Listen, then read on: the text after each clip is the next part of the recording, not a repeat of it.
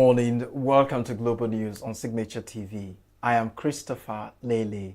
In the headlines, Senate extends probe of Safe Schools initiative to other agencies. Professor Uche Azikiwe, wife of Nigeria's first president, says the Nigerian government has not done enough to immortalize the great Zik of Africa. US launches fresh strikes on Iran as Trump warns of retaliation for deaths of soldiers.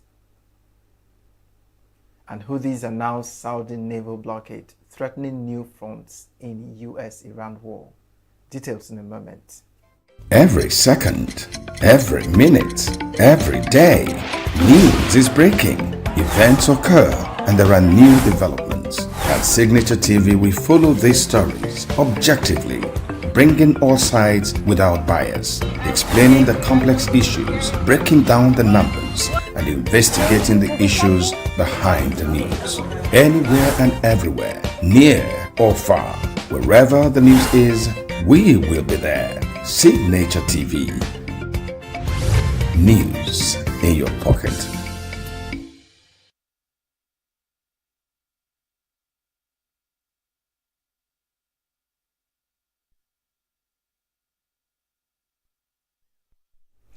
The Senate has expanded the mandate of its ad hoc committee investigating the Safe Schools Initiative program and granted it a 3-week extension to conclude its assignment.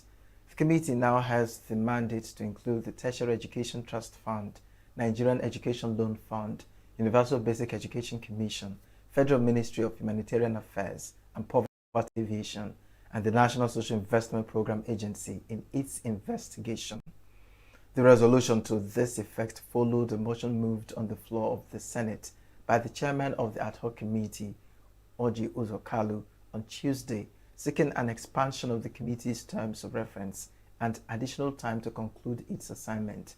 Kalu informed the Senate that preliminary investigations by the committee had revealed significant intersections between the implementation and funding mechanisms of the Safe Schools Initiative and several federal institutions responsible for education, funding, student welfare, social intervention programs, and humanitarian support.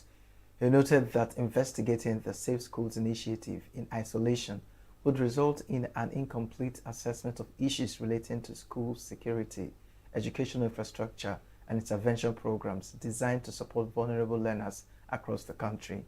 The Safe Schools Initiative investigation was inaugurated by the Senate in December last year amid growing concerns over persistent attacks on schools despite years of funding commitments and policy interventions aimed at protecting educational institutions across Nigeria. The Safe Schools Initiative was launched in May 2014 following the abduction of 276 schoolgirls from Chibok, Borno State. They conceived as a partnership between the federal government, the United Nations, and private sector stakeholders to strengthen security infrastructure around schools, particularly in conflict-prone areas. The ongoing Senate probe has already uncovered concerns over the utilization of funds released to implementing agencies amounting to billions of naira.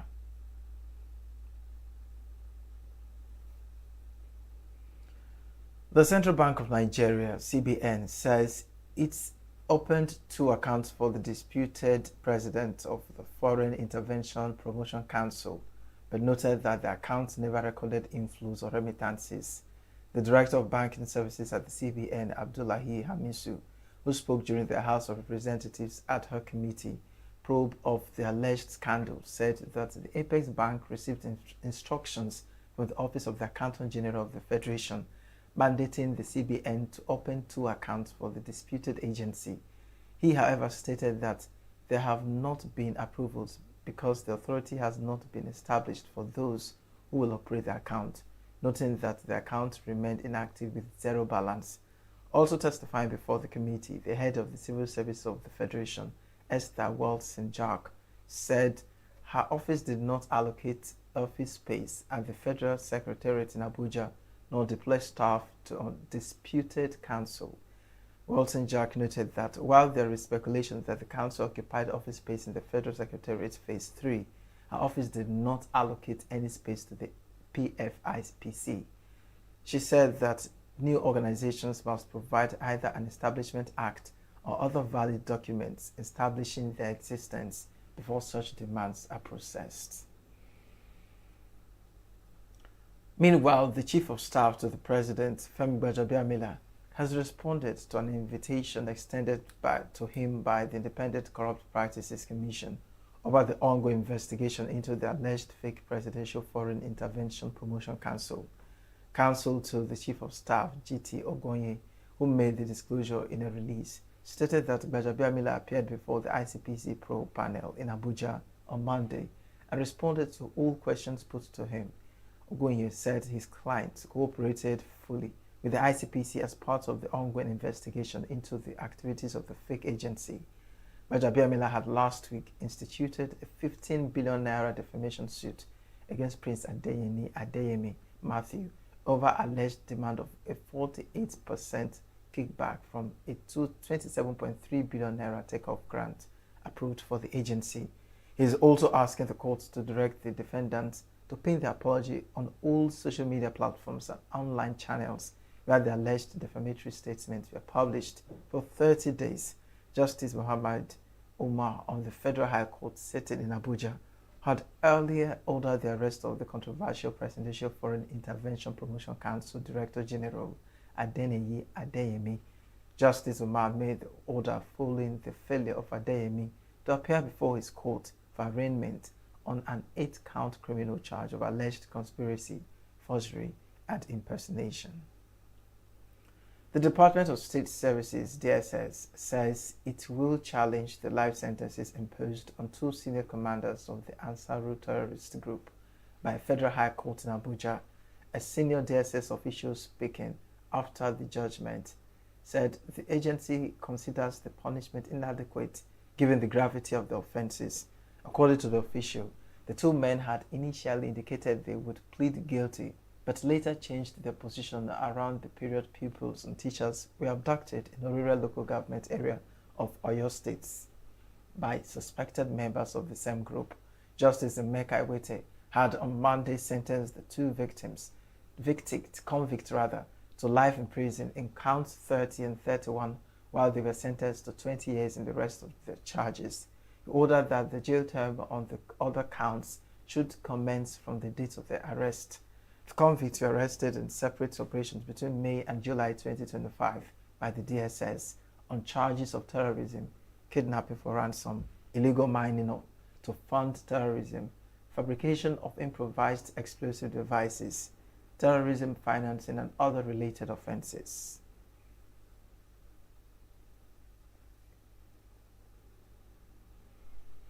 The Federal Competition and Consumer Protection Commission, FCCPC, has resumed the implementation and enforcement of its digital, electronic, online, or non-traditional consumer lending regulations 2025 after a Federal High Court in Lagos upheld the rules and lifted an interim order that had halted their enforcement. The Commission said in a statement that the decision followed a judgment delivered by Justice A.L. Alagwa in a suit filed by the Wireless Application Service Providers Association of Nigeria Limited. The Commission said the court ruled that the regulations were made pursuant to its statutory and constitutional powers and were therefore within its legal authority, and also upheld the specific provisions challenged in the suit. The FCCPC said the judgment removes the legal obstacle that forced it to suspend implementation of the regulations in April 2026 after complying with the court's interim directive. The Commission's Director of Corporate Affairs, Odaje Ijagwo, said that the judgment that the Commission has always maintained that the rule of law is fundamental to effective regulation and good governance. He said the objective of the Commission has always been to ensure that innovation and financial inclusion flourish within a transparent, fair, and accountable regulatory framework that inspires confidence among consumers, investors, and responsible operators alike. The Nigerian Security and Civil Defense Corps (NSCDC) Badagry Area Command has uncovered an alleged fake university operating from a 3-bedroom apartment in Elado, Olunroda Local Council Development Area of Lagos State and rescued 106 youths allegedly lured into the scheme. The Corps also arrested the alleged proprietor of the institution, which reportedly recruited young people from different parts of Nigeria and neighboring West African countries with promises of admission into a foreign university. The operation, carried out in the early hours of Monday after days of intelligence gathering and covert surveillance, exposed what security officials described as an alleged fraudulent academic and recruitment scheme. The youths, mostly aged between 19 and 24, were taken into protective custody by the NSCDC for profiling and further investigation. Speaking on the development,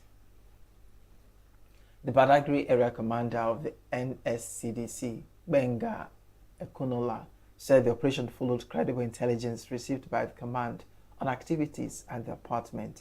He said that victims reportedly paid between 200,000 naira and 1.5 million naira, while some foreign nationals and other participants allegedly paid between $400 and $500.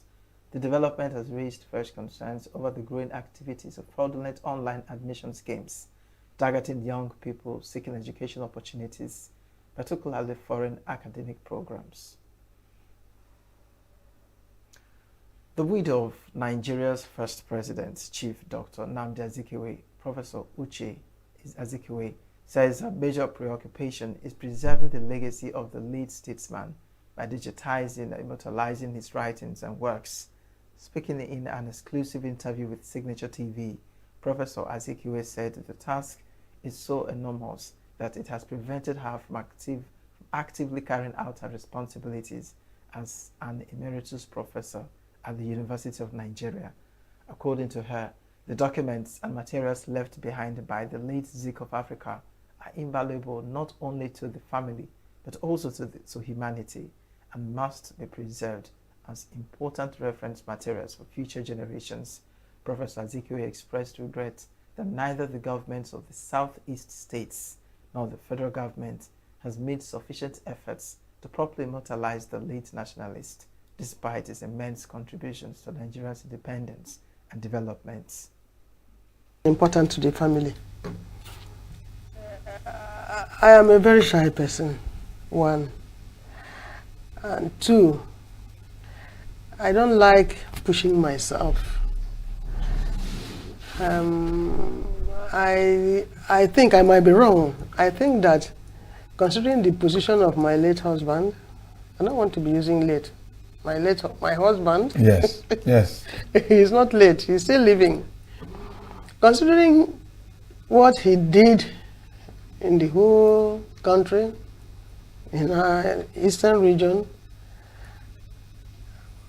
those in power at any moment should not be waiting for us to come and say, not that they should just, if they visit us, you ask a question like this, what is it, what can we do? Why handle the former Premier Lodge in ENUGU? No, and the family didn't tell him to do that, but he thought it's something worth doing. So I don't know how to say, to go and say, please, we want to do this, we want to do that. But if we are approached, if they come close to me or to us, and as we chat, like I just mentioned it to you. Mm-hmm. The emeritus professor also decried the neglect of the Zik Mausoleum, a federal government project located in Onitsha, describing the facility as poorly maintained and unkempt, while officials assigned to manage the center are rarely present. Professor Azikiwe further stated that Dr. Nnamdi Azikiwe and his contemporaries would be deeply saddened by the current state of the nation and the manner in which today's leaders are managing the country's affairs. Even the mausoleum in Onitsha, you need to go there, you'll cry. Nothing is happening there, nothing. Even some of the roofs are all going And when up. you compare it to the Kwame Nkrumah project in Ghana, In Ghana, I've been there. that people visit every day. I've been to that Kwame Nkrumah Mausoleum. I've been there. I don't know. It's there. I don't know who to reach in federal government to handle the mausoleum. It's a very good, impressive structure. But management, anytime you go there, you see nobody. You just see the gate man at the gate who opened the gates and so on. You see And the bushes? Of course, it's there. Who is cleaning it? Once in a anytime I go, when I complain, then where is the manager? They will tell me the manager didn't come to work. That is the security man, a police officer. I said, then why? What is he managing if he can't come to work Monday, Tuesday, Wednesday? Is it a federal government facility? It is. It is. Well, attached to which ministry? I think it's Ministry of Works. The vice presidential candidate of the Nigerian Democratic Congress, NDC, for the 2027 election, Rabiu Kwankwaso, says he is surprised that President Bola Tinubu has opted to retain the Muslim ticket for the next presidential election, despite the controversy that trailed the arrangement in 2023. Speaking on a live television interview, Kwankwaso said the issue would remain a major factor in the 2027 election, wondering why he decided to do so, knowing him as somebody who likes to balance things. The former Kano State Governor revealed that he and the party's presidential candidate, Peter Obi, signed an agreement committing to a single 4-year presidential term, after which power would return to the North in 2031. The arrangement, he said, is based on the principle of equity and national unity. Kwankwaso said his assessment of Obi had changed following months of engagement, describing him as a principled politician with a genuine commitment to Nigeria, and assured that their leadership would prioritize tackling insecurity, reviving the economy, rebuilding infrastructure, and improving education. He maintained that the current security situation suggested that more decisive leadership was required, insisting that the Nigerian military is capable and well-trained both locally and internationally, but needs to be properly equipped with the necessary resources to defeat terrorists and other criminal elements. The Independent National Electoral Commission, INEC, has opened its recruitment portal for the 2026 employment exercise, inviting suitably qualified Nigerians to apply for entry-level positions across grade levels 07 to 12. INEC said in a statement on Tuesday that the recruitment is aimed at strengthening its institutional capacity in electoral administration, voter registration, data management, and election logistics for the effective discharge of its constitutional mandate. It explained that applicants can submit their applications online through the Commission's recruitment portal by creating an account, completing the application form, and uploading the required credentials. The Commission stressed that the application is free of charge and warned applicants against submitting false information or forged documents, saying offenders will be disqualified and may face prosecution. Applicants are required to possess a bachelor's degree or its equivalent and, where applicable, a master's degree in the relevant field from a recognized institution, and must also have relevant professional certifications such as NBA, COREN, NSE, and the rest, at least 2 years of post-qualification experience as an NYC candidate, discharge of exemption certificate, as well as strong analytical communication, problem solving, and ICT skills. They are also required to present an NYC discharge, exemption, or exclusion certificate, possess good knowledge of data management and record keeping, and demonstrate proficiency in Microsoft Office and other ICT tools. The Central Bank of Nigeria has retained the country's monetary policy rate, MPR, at 26.50% for the second consecutive time, following its May and July 2026 meetings. CBN Governor Oluyemi Cardoso disclosed this during the media briefing after the 306th Monetary Policy Committee meeting in Abuja on Tuesday. According to Cardoso, all 11 members of the committee attended the 306th meeting, where they reviewed recent domestic and global economic developments before deciding to leave the benchmark lending rate unchanged. The decision means that the CBN has maintained its tight monetary policy stance in a bid to sustain the moderation in inflation, stabilize the foreign exchange market, and consolidate recent macroeconomic gains. The latest MPR decision by the MPC comes as the country's inflation eased to 15.91% in June 2026, even as flood inflation has remained high around Nigeria. Still to come, Trump imposes 50% tariffs on $20 billion Canadian imports. Asian top diplomats voice serious concern over Middle East hostilities. Stay with us.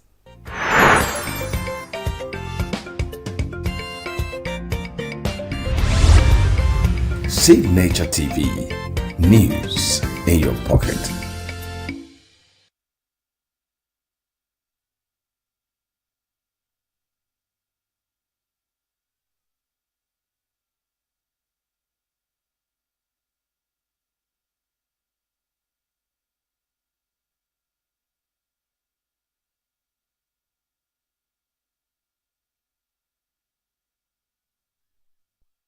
Ghana's main opposition party has reacted with anger after one of its influential leaders was sentenced to 20 years in jail with hard labor and ordered to pay more than $10 in fines for illegal mining offenses.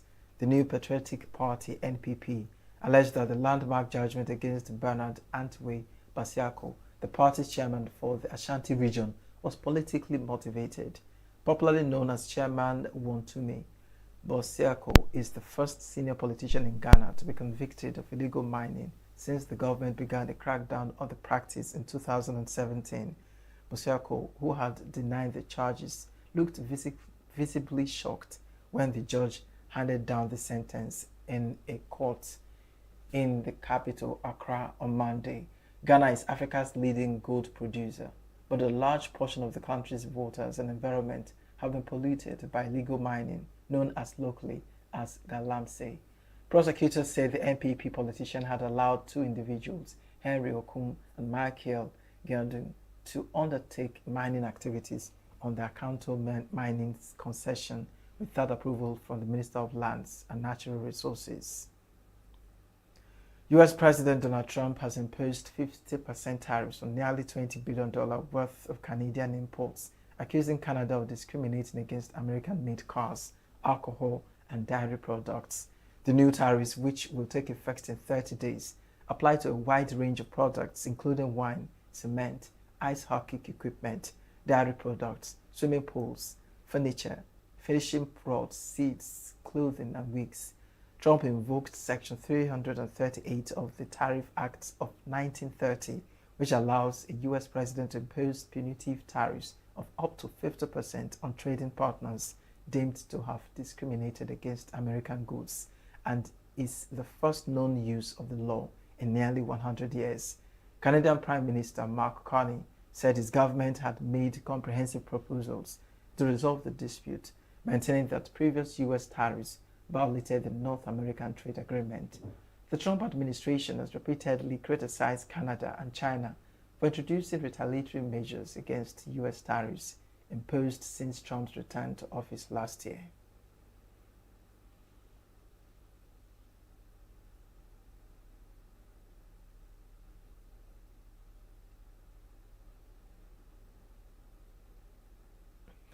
Former Miss Universe Nigeria 2024, Chidinma Adesina, has appeared before the Cape Town Regional Court to challenge the Department of Home Affairs' effort to deport her from South Africa.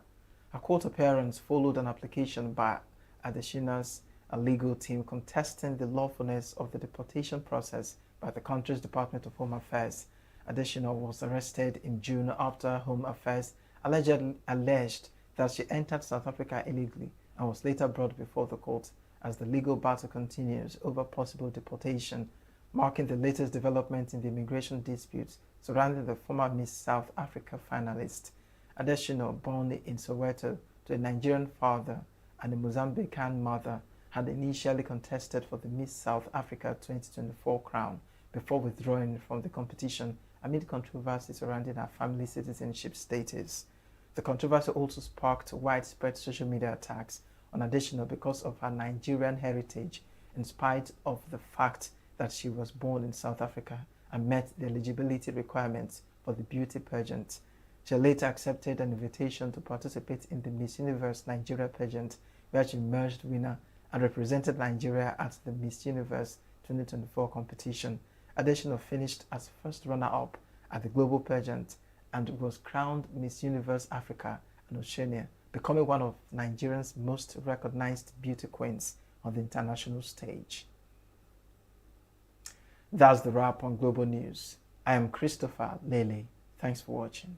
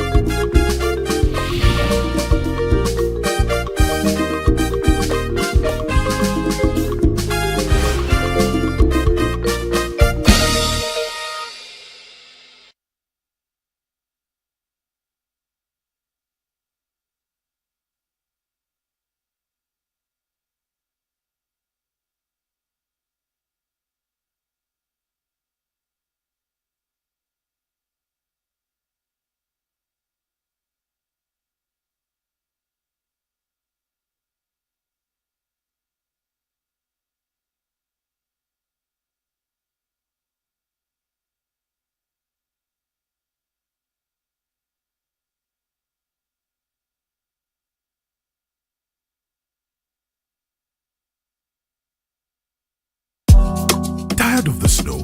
Tired of the bad TV signals? Nigeria has gone digital.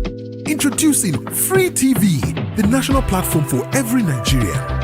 Get 100 plus channels immediately. Sports, news, and entertainment in your native language with clear picture quality. Whether you're in the city or the village, our satellite signal reaches every corner of 36 states from day one.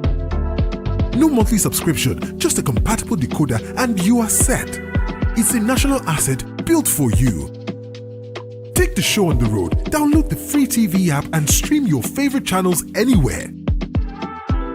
Starting this May, scan to download the app or call 0700 388 7277. Free TV, digital TV for free.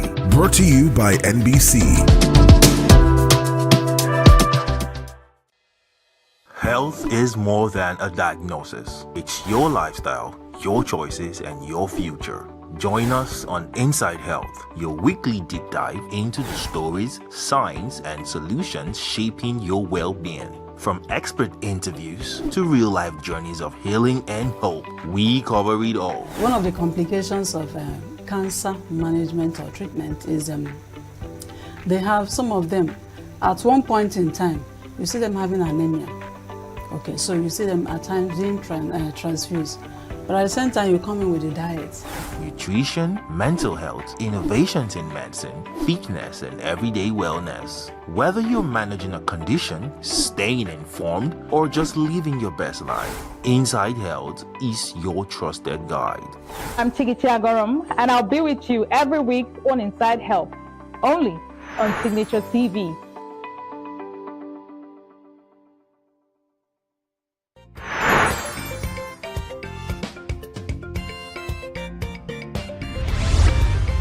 Signature TV, news in your pocket.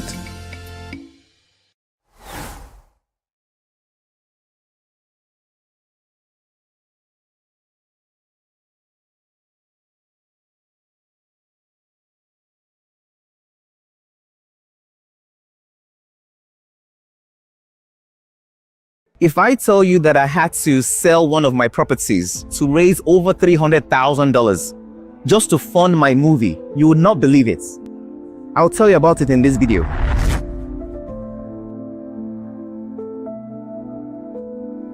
Hi, my name is Tola Olatunji and I'm a champion.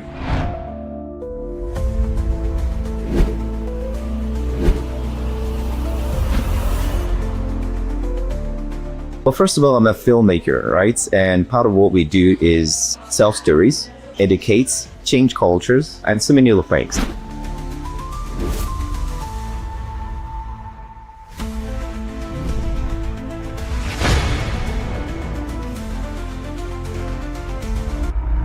Stories shape the way we see the world. For filmmaker Tola Olatunji, storytelling is not just art, it's a responsibility. Born in Nigeria and working across continents, Olatunji has built a career creating films that explore identity, migration, and the human spirit. From Yankee Hustle to Issues of the Heart and the powerful drama King Nani, his work reflects the complex realities of the genders. So gender equitable storytelling means writing men and women as full human beings, right?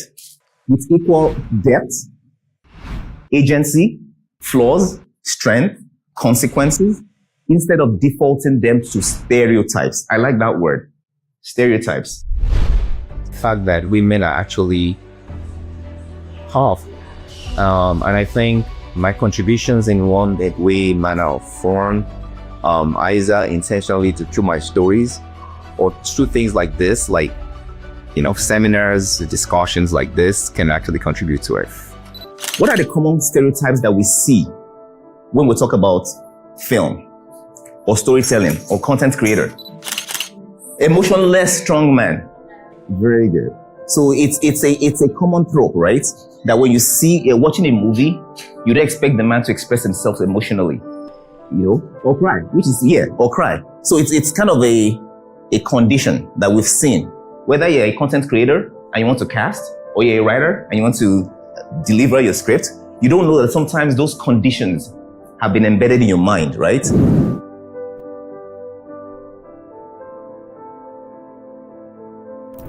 Side woman, the supportive side woman. Okay?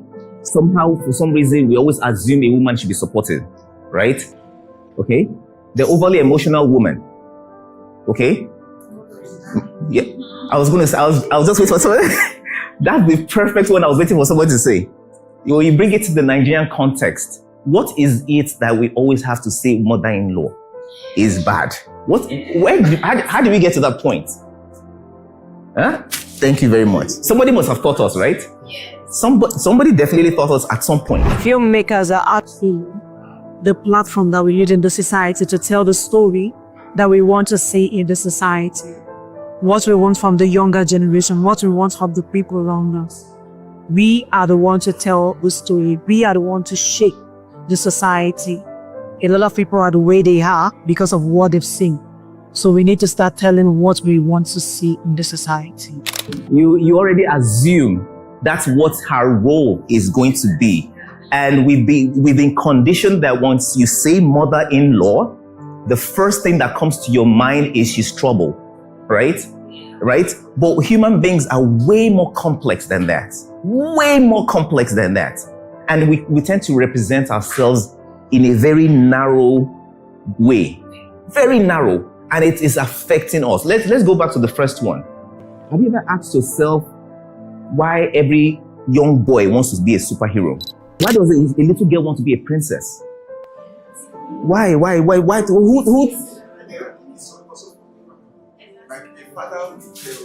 Who taught the family? Why can't a woman pull over and help a man to change the tire? To say, okay, let me help you with... Huh? Yeah. Yes, it's man's job. Right? So are you saying that women are not kind? Or are you saying that women are not strong?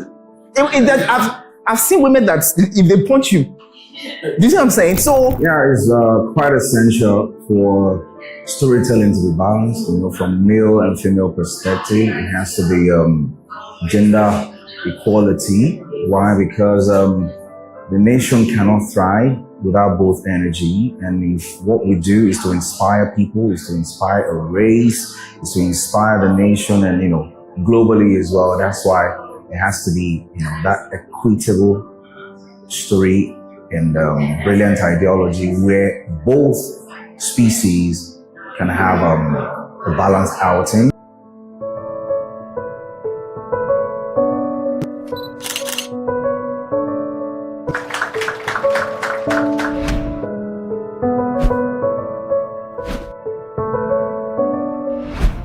Thank you very much. So basically for me, to be honest with you, I didn't necessarily choose to have women cast in my film. It wasn't by intention.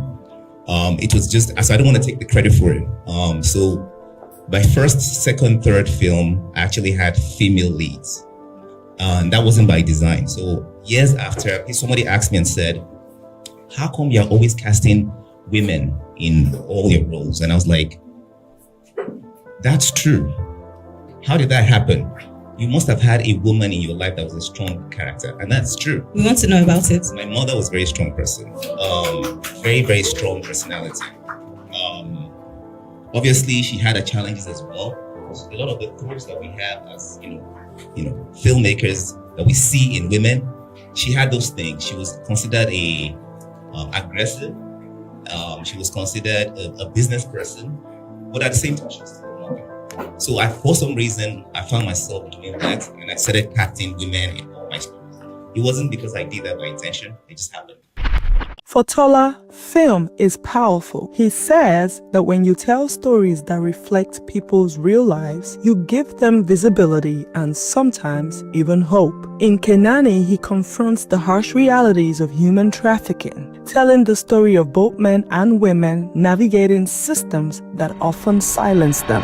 Here, a man is sold into slavery in Libya and a woman into prostitution in the United States. A rarity from the way we often see trafficking stories told. His work challenges audiences to rethink who gets to be seen and whose voices deserve to be heard.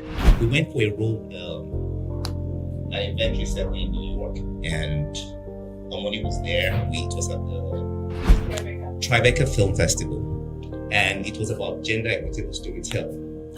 And all the things that I learned there, now that I know, I'm able to revert that back to saying, wow, God was actually calling me for a purpose, right? And that's where all my films have been. So yes, I definitely agree that I believe that women should have better roles. I believe that the complexity when it comes to women's role in film is not addressed enough. Women are put into buckets. That's my personal opinion.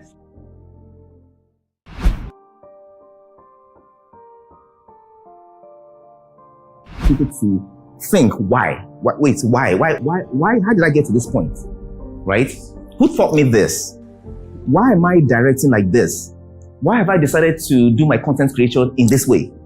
Once you start to ask those questions, which is the reason why we're doing this class, then you're now starting to be real filmmakers, real actors, right? Because you have a right as an actor to say, why is my character being led this way? Good. Yeah. No, it's everywhere. You have to. I'm just being honest. Why do we have that? No, let me put it this way. I'll tell you why you need to. I'll tell you why you need to. This is where it comes in. I'll answer the question. Because of the commercial or the reason because you have to pay your bills, I understand why you have to take certain roles. But remember this, whatever you put out there today, your face is on it. The trajectory of everything that you put out, your children's children are going to be participants of that information. So you took dirt. You took what was bad, that you knew was bad, but you also became a vessel for that. So you have a choice. Sitting in this class, I think I've been given an assignment right now, so I'm going to go back to all of those scripts and I think because in the class I was actually tracking back to all of the scripts that I have, and I think that I actually have a lot of work to do on trying to edit all of those things. Yeah, so it's like I was watching a movie, and in the movie, two characters, I think it was by DiCaprio. DiCaprio was in the movie. And they were like two different characters, husband and wife. And at some point they had children. And in the process of doing that, they had to leave their children. And what came to my mind was, if somebody has to leave the child, it should be the man to go. But the woman left. But in my head, I was like, why did I assume that the woman has to leave, right? Why can't the man be the one? So we assume that women always have to be mature. But it's not true. Women are a lot more complex than that. Our role should be given every opportunity like the male characters as well. You look at your own why, does it align? If it doesn't align, you have a choice. But if you now say, okay, my only reason for doing this is because of financial reason, at least you've answered the why. You've answered the why. That's it. It's as simple as that. You don't have to take every project. But if you don't have a why, everything they throw at you, you will take. It was great being here. I was speaking to the host, Tola Olatunji, about how it's full circle for me because I was at the premiere of Kanani a few years ago. And so now coming to this workshop, learning more about gender equitable stories and also why we're doing what we're doing has helped me kind of like hone down on my why and why I'm actually making films.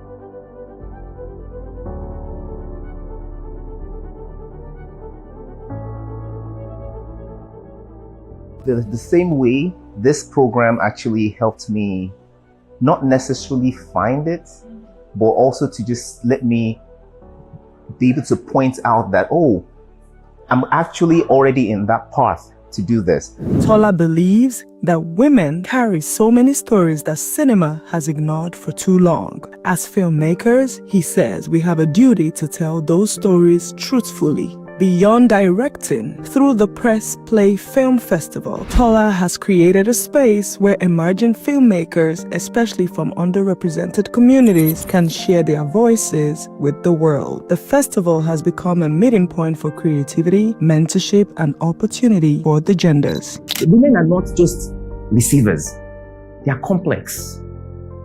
They are complex creatures, just like us, right? So if you start to label a woman, oh, because she's assertive, oh, she's a witch. Professor Zoko looks like a witch, so let's just put her as witch. Okay? It doesn't work like that. So when you're telling your stories, always remember, ask yourself why. Why did I do it this way? Right? Okay, if I'm going to put a woman as a lead, is she complex enough? Is she complex enough? You have to make it authentic, right? I'm sure everybody in this room has seen a feisty woman. 100%. Everybody say yeah. And I'm sure it's some people have seen a very calm woman, right? Some women they have zero nurturing spirit. Am I wrong? So why do we put women as bottom that you have to be nurturing? If a woman holds a child and throws the child to the side, and it's the father that picks the child up, and the woman walks away and never comes back, and she's like, I'm going to find a job. What is wrong with that?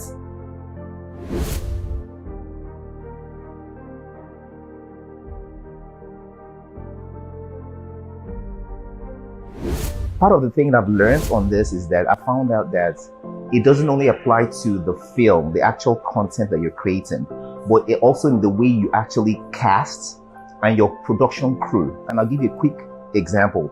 When I started filming, I used to have like multiple different people on my set, girls, boys, and all that stuff. And because of my cultural background, right, I naturally gravitated towards certain things being for women and certain things being for men. So for example, I will say, when it comes to hard things, like dangerous things, I'll tell my crew member, because he's a guy, you climb the ladder, you do this, and I'll tell the girls to do more simple things. And I realized that I started getting some like lashback, and I was like, what am I doing wrong? There's nothing wrong with that. Women are complex. In real life, they are complex. But we bottle them that if a woman carries a child, when you see somebody fighting and the child has to go, you expect that it's the woman that has to come back and say, oh mommy, no, it's not the case. In real life, it's not the case. I'm not saying it doesn't happen, but all of us cannot say it's the woman that has to. And that way, we're telling the audience that you don't need to be angry. You don't need to be angry when the woman is not the one that picks the child. It's normal. But we've all thought everybody is the woman that has to pick the child. She's a wicked woman. Does that make sense? Yes. So women are way more complex. Men are way more complex too. And I know this is always a bone of contention. Like I said, this is not a gender war. It's okay for men to cry in movies. Apparently, now that I know better, right, I'm not only going to cast better, write my story aligning better, but also be able to understand how my crew, the dynamics of my crew. Does that make sense? Yes. So because I got a lot of people saying, why do the women have to be the ones to go get coffee? I'm like, that's true. Why am I sending her to go get coffee? Why does she have to be the one to provide the food? The guy can provide the food too, as well, right? And the girl could climb the ladder. But that helps you actually point to those problems, right? So that's what I've definitely learned. Somebody said, I don't know the arc of a man. Who is a man? Why? Because they said men don't speak up. Men don't speak up. We don't show our emotions. And our stories don't show it either. You hardly find movies where men are showing who they are. It's only when they are with themselves. And even when they're with themselves, when they third party, they don't really express. So it's hard for a man to cry. Is it okay for a man to cry? I'm not saying to cry, but why to cry? Has there been no man that has ever cried? Right? Who told you not to cry? Who told you not to cry? Who told you?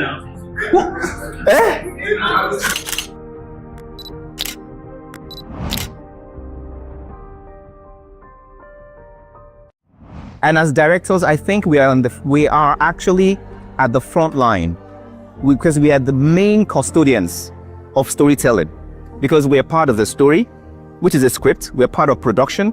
We are part of post-production, and we are the actual custodians of what you see in the frame.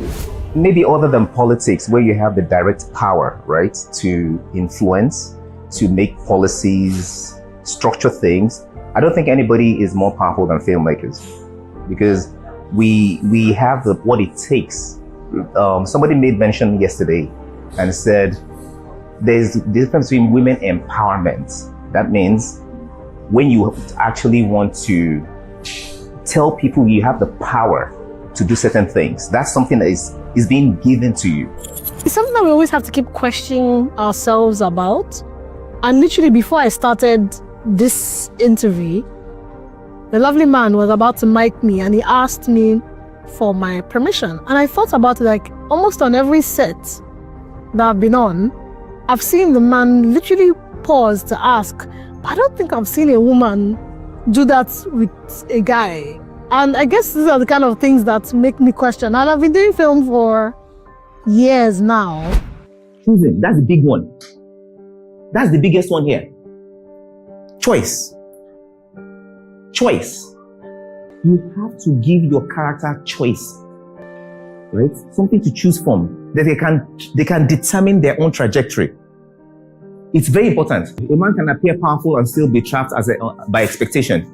A woman can be exploited and still choose. Okay? Male characters are way more complex. Female characters generally have less choice. If you're a boss, go to work.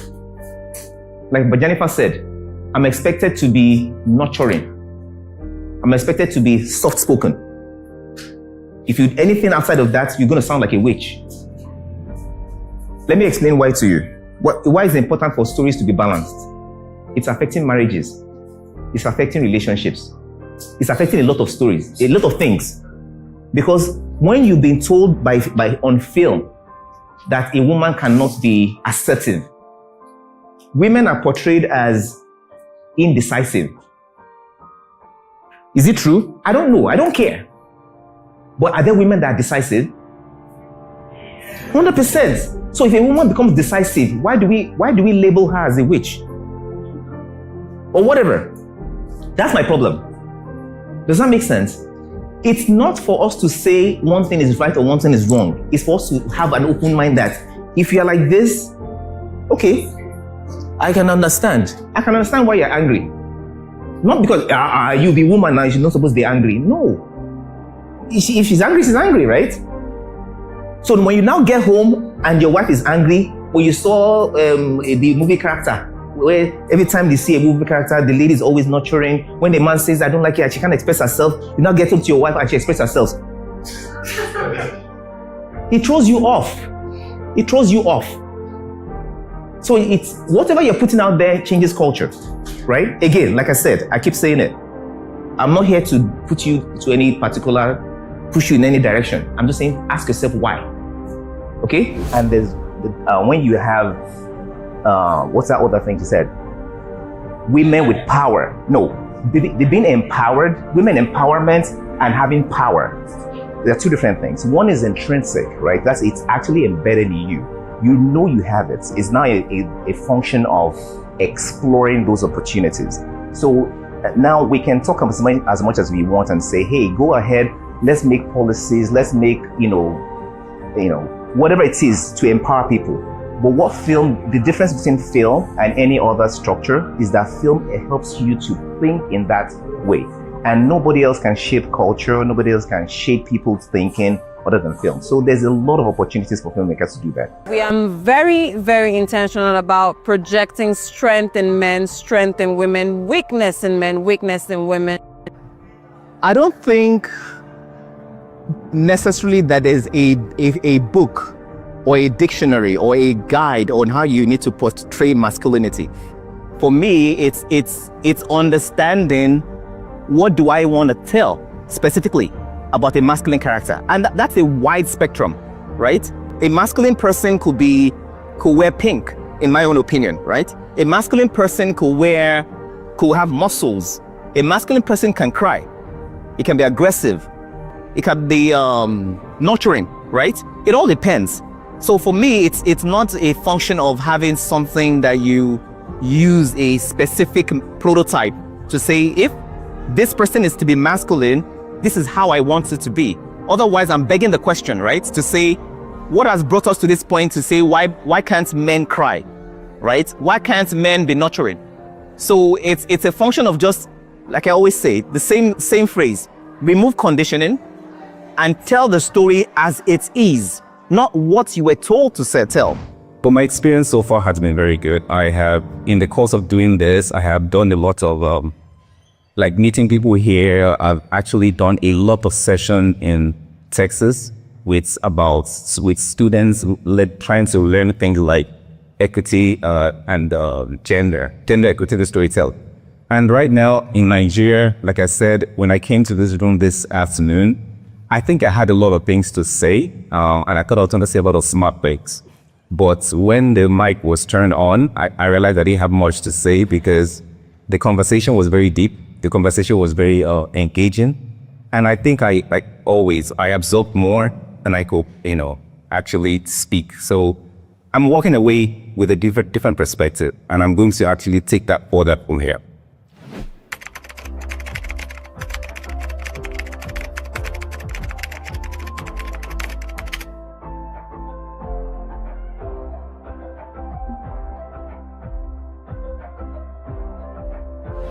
Tola Olatunji believes that storytelling is more than filmmaking. It is advocacy, it is empowerment, and it is a commitment to a more equitable world, one story at a time. This is why Tola Olatunji is our champion.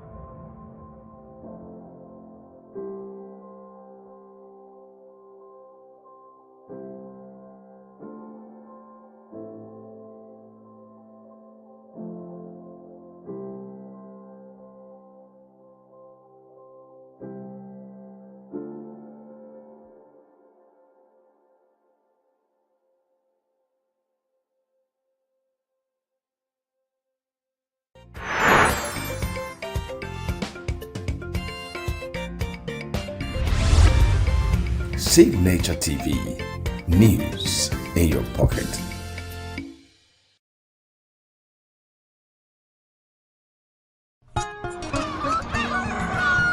New every morning on Signature TV, we open the day for you with needed energy, information, and required vibes to shape your day. From sizzling snippets of stories in various areas of life to intriguing conversations with net worth guests. When you have people who have no track record becoming your leaders, you have a problem. There's no outstanding gratuity when Obi took over from me. I left in all the accounts of Anambra State 13.8 billion for him. Your day cannot be complete without Signature Mornings on weekdays and Signature New Day on weekends. There is no better way to start your day except Signature Morning and Signature New Day every day on Signature TV.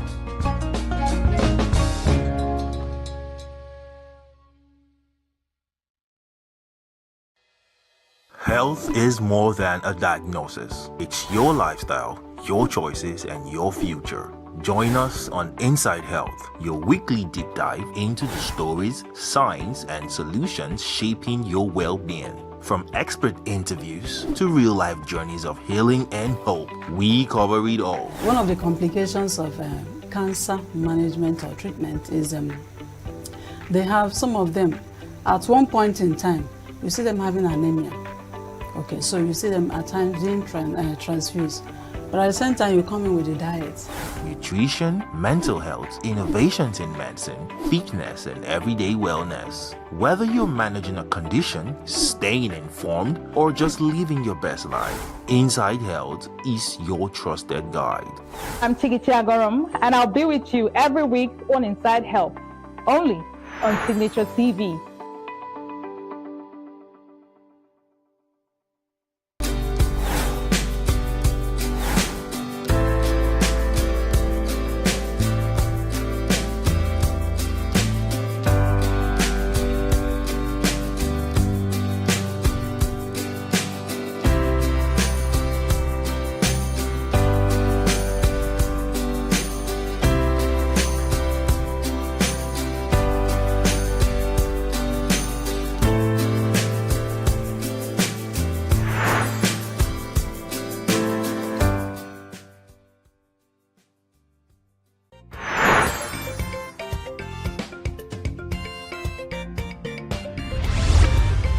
Signature TV, news in your pocket.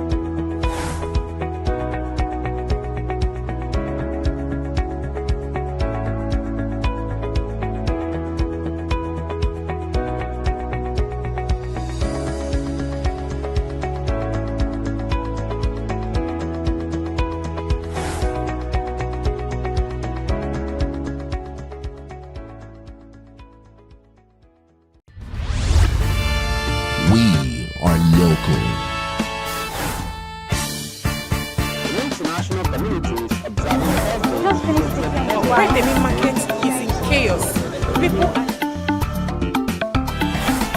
We are national.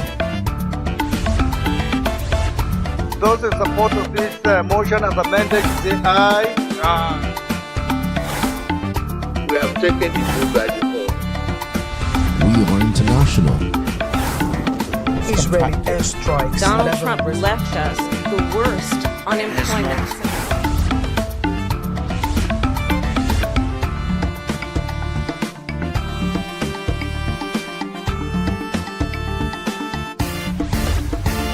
Signature TV, news in your pocket.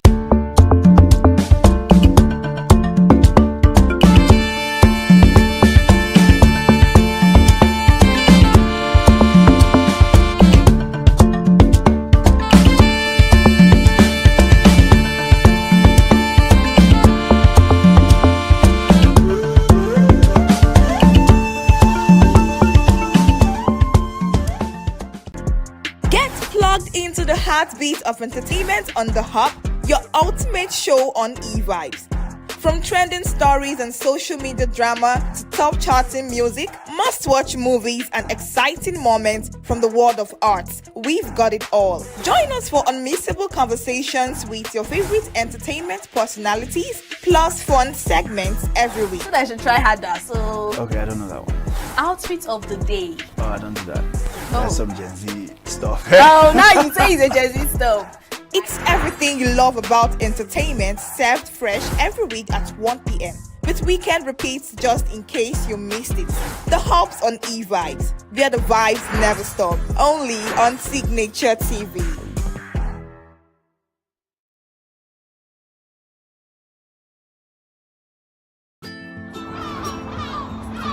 Bright and early as the day breaks, as the newspaper headlines trail the stories that shape the day. We at Signature TV trail the headlines that trail the day. We interrogate the headlines. We analyze the stories that make the headlines. Why is overrated, and they even overrated themselves, and when people see it, they are insensitive of some Nigerian children who have never had what it was CBT. With passion and emotion, we drive the conversation to change the narrative.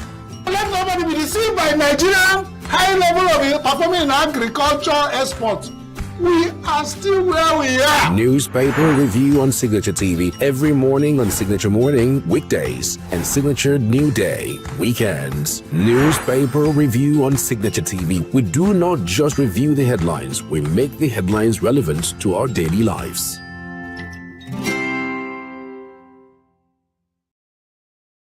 Every second, every minute, every day, news is breaking, events occur, and there are new developments. At Signature TV, we follow these stories objectively, bringing all sides without bias, explaining the complex issues, breaking down the numbers, and investigating the issues behind the news. Anywhere and everywhere, near or far, wherever the news is, we will be there. Signature TV. News in your pocket. Every second, every minute, every day, news is breaking, events occur, and there are new developments. At Signature TV, we follow these stories objectively, bringing all sides without bias, explaining the complex issues, breaking down the numbers, and investigating the issues behind the news. Anywhere and everywhere, near or far, wherever the news is, we will be there. Signature TV. News in your pocket.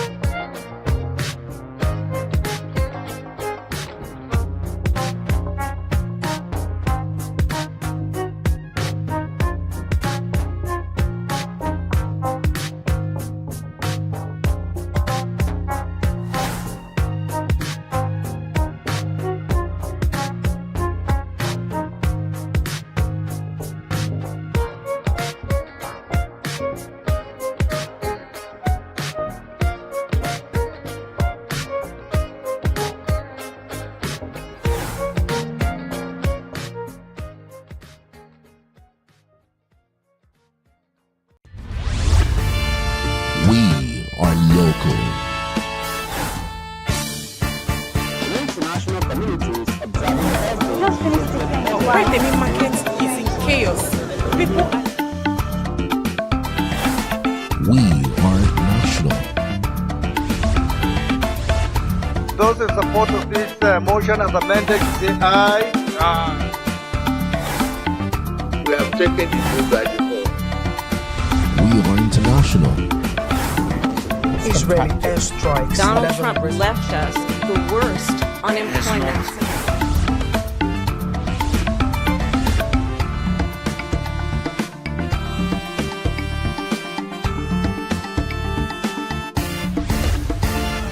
Signature TV, news in your pocket.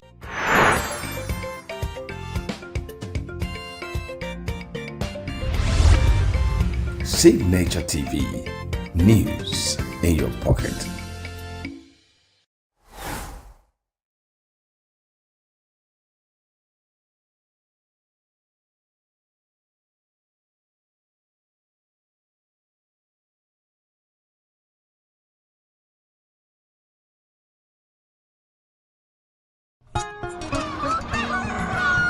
New every morning on Signature TV, we open the day for you with needed energy, information, and required vibes to shape your day. From sizzling snippets of stories in various areas of life to intriguing conversations with net worth guests. When you have people who have no track record becoming your leaders, you have a problem. There's no outstanding gratuity when Obi took over from me. I left in all the accounts of Anambra State 13.8 billion for him. Your day cannot be complete without Signature Morning on weekdays and Signature New Day on weekends. There is no better way to start your day except Signature Morning and Signature New Day every day on Signature TV.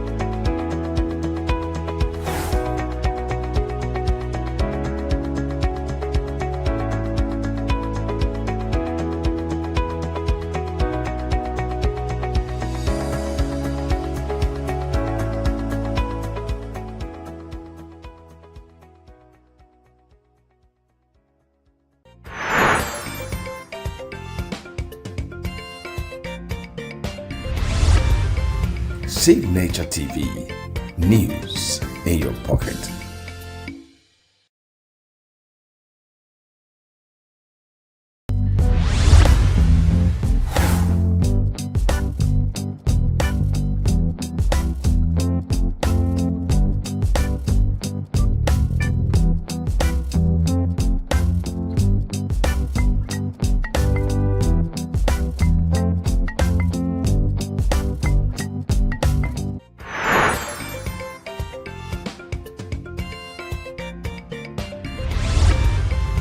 Signature TV. News in your pocket.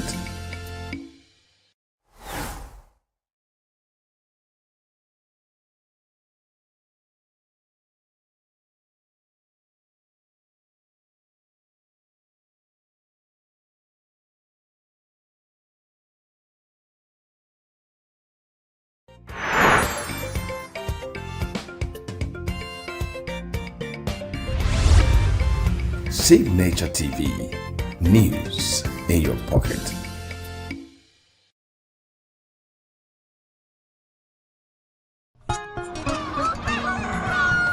New every morning on Signature TV, we open the day for you with needed energy, information, and required vibes to shape your day. From sizzling snippets of stories in various areas of life to intriguing conversations with net worth guests. When you have people who have no track record becoming your leaders, you have a problem. There is no outstanding gratuity when Obi took over from me. I left in all the accounts of Anambra State 13.8 billion for him. Your day cannot be complete without Signature Morning on weekdays and Signature New Day on weekends. There is no better way to start your day except Signature Morning and Signature New Day every day on Signature TV.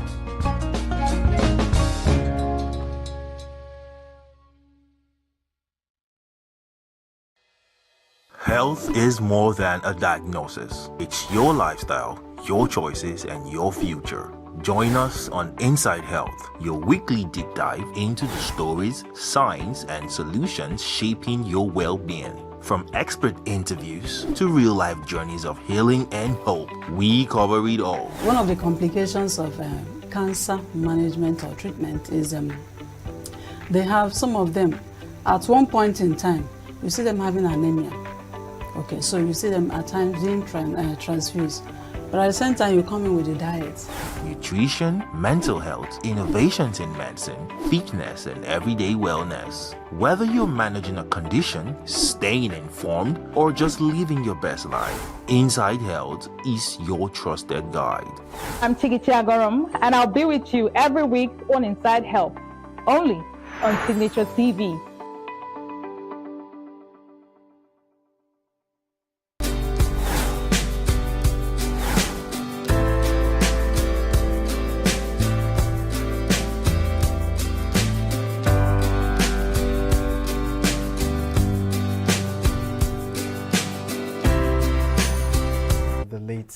Opening of this very program this morning, but it's going to be another amazing morning to do this with you. We'll be having a guest that will be joining us soon, and trust me, you don't want to miss it on this very platform. Stay with us as we'll be jumping into the newspaper review. But before we do that, of course, I would like to welcome my ginger. Good morning, welcome. Good morning, World Brain Day. Welcome viewers to Signature TV Morning Show. You know, when we talk about the brain, it sounds very abstract. But the diseases that affect the brain, we live with it every day. Like epilepsy, migraine, head injury, you know, dementia, anxiety. They're all diseases that have to do with the brain. The problem with this is that we have much fewer neurology doctors. Over 227 times. Sorry, let me come. You just starting, and then you this brain is so important to you that you have started our day with it without our protocol. Oh well. I know brain is very important, but we would have done. He's a doctor. At least I appreciate our guy and all our viewers at home, and then quietly introduce them, because brain is a serious business to talk about. Yeah, brain. You know, why I'm so concerned about it is that it is one of the most neglected, you know, aspect of medicine, especially in Nigeria. Number one is that the training is very expensive, so a lot of doctors do not go into that training. I feel this is a conversation that we'll really go deep into. Yeah. So let's go straight to the newspaper review. When we come back, we'll have come this back to conversation. World That's actually what I was suggesting. So welcome viewers to this edition of Signature Morning. As usual, we're going to bring you very hot coffee and tonics to brighten the day. Chris? All right, then stay with us. We'll be jumping off for a short break. We'll come back for newspaper review. Don't go nowhere.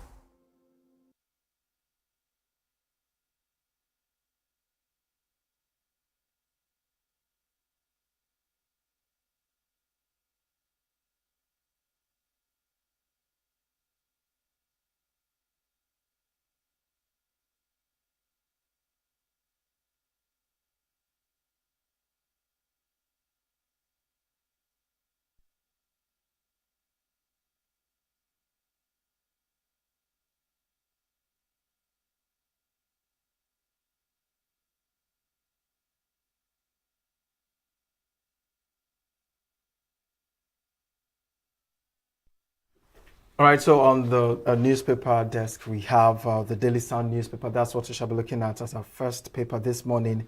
The major story here says PFIPC. CBN fingers AG on bank account opening. Rider says Foreign Ministry confirms rejecting Adeyemi's request for collaboration. Reps panel summons Ribadu. Away from that, xenophobia. Reps probe losses by Nigerians in South Africa. Now, another story here says Atiku lobbyist submits record on alleged Tinubu's U.S. forfeiture case to Trump Congress. Okay. Furious with federal government over 8.05 billion naira appropriation for mosques, churches. Another story here says a race to recapitalization. 33 insurers may miss July 31st deadline.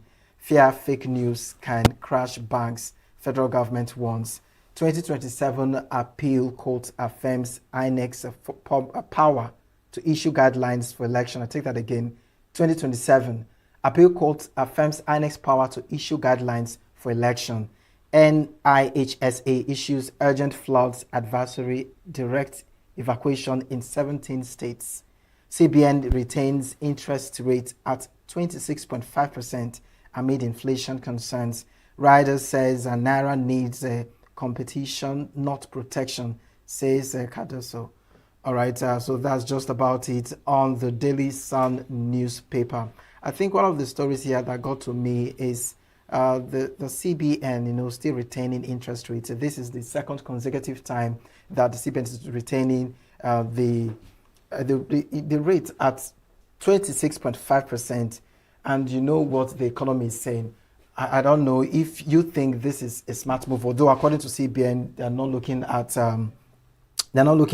competition. They're looking at protecting the economy. I don't know. Maduka, you know what the economy is saying right now. Do you think this is going to help the economy? The CBN can as well protect the economy and they put all Nigerians in hell. Look at the living standard. Look at the metrics of welfare. And we keep talking Oyibo from here to here. 26.5% of interest. And you expect the manufacturers in Nigeria borrow money from CBN and pay back at that rate. You expect them to hire 65% of unemployment in Nigeria. These people, federal government cannot employ. So individuals who can employ will still go to CBN at this rate of borrowing. So you cannot knock on the door and ask what is it.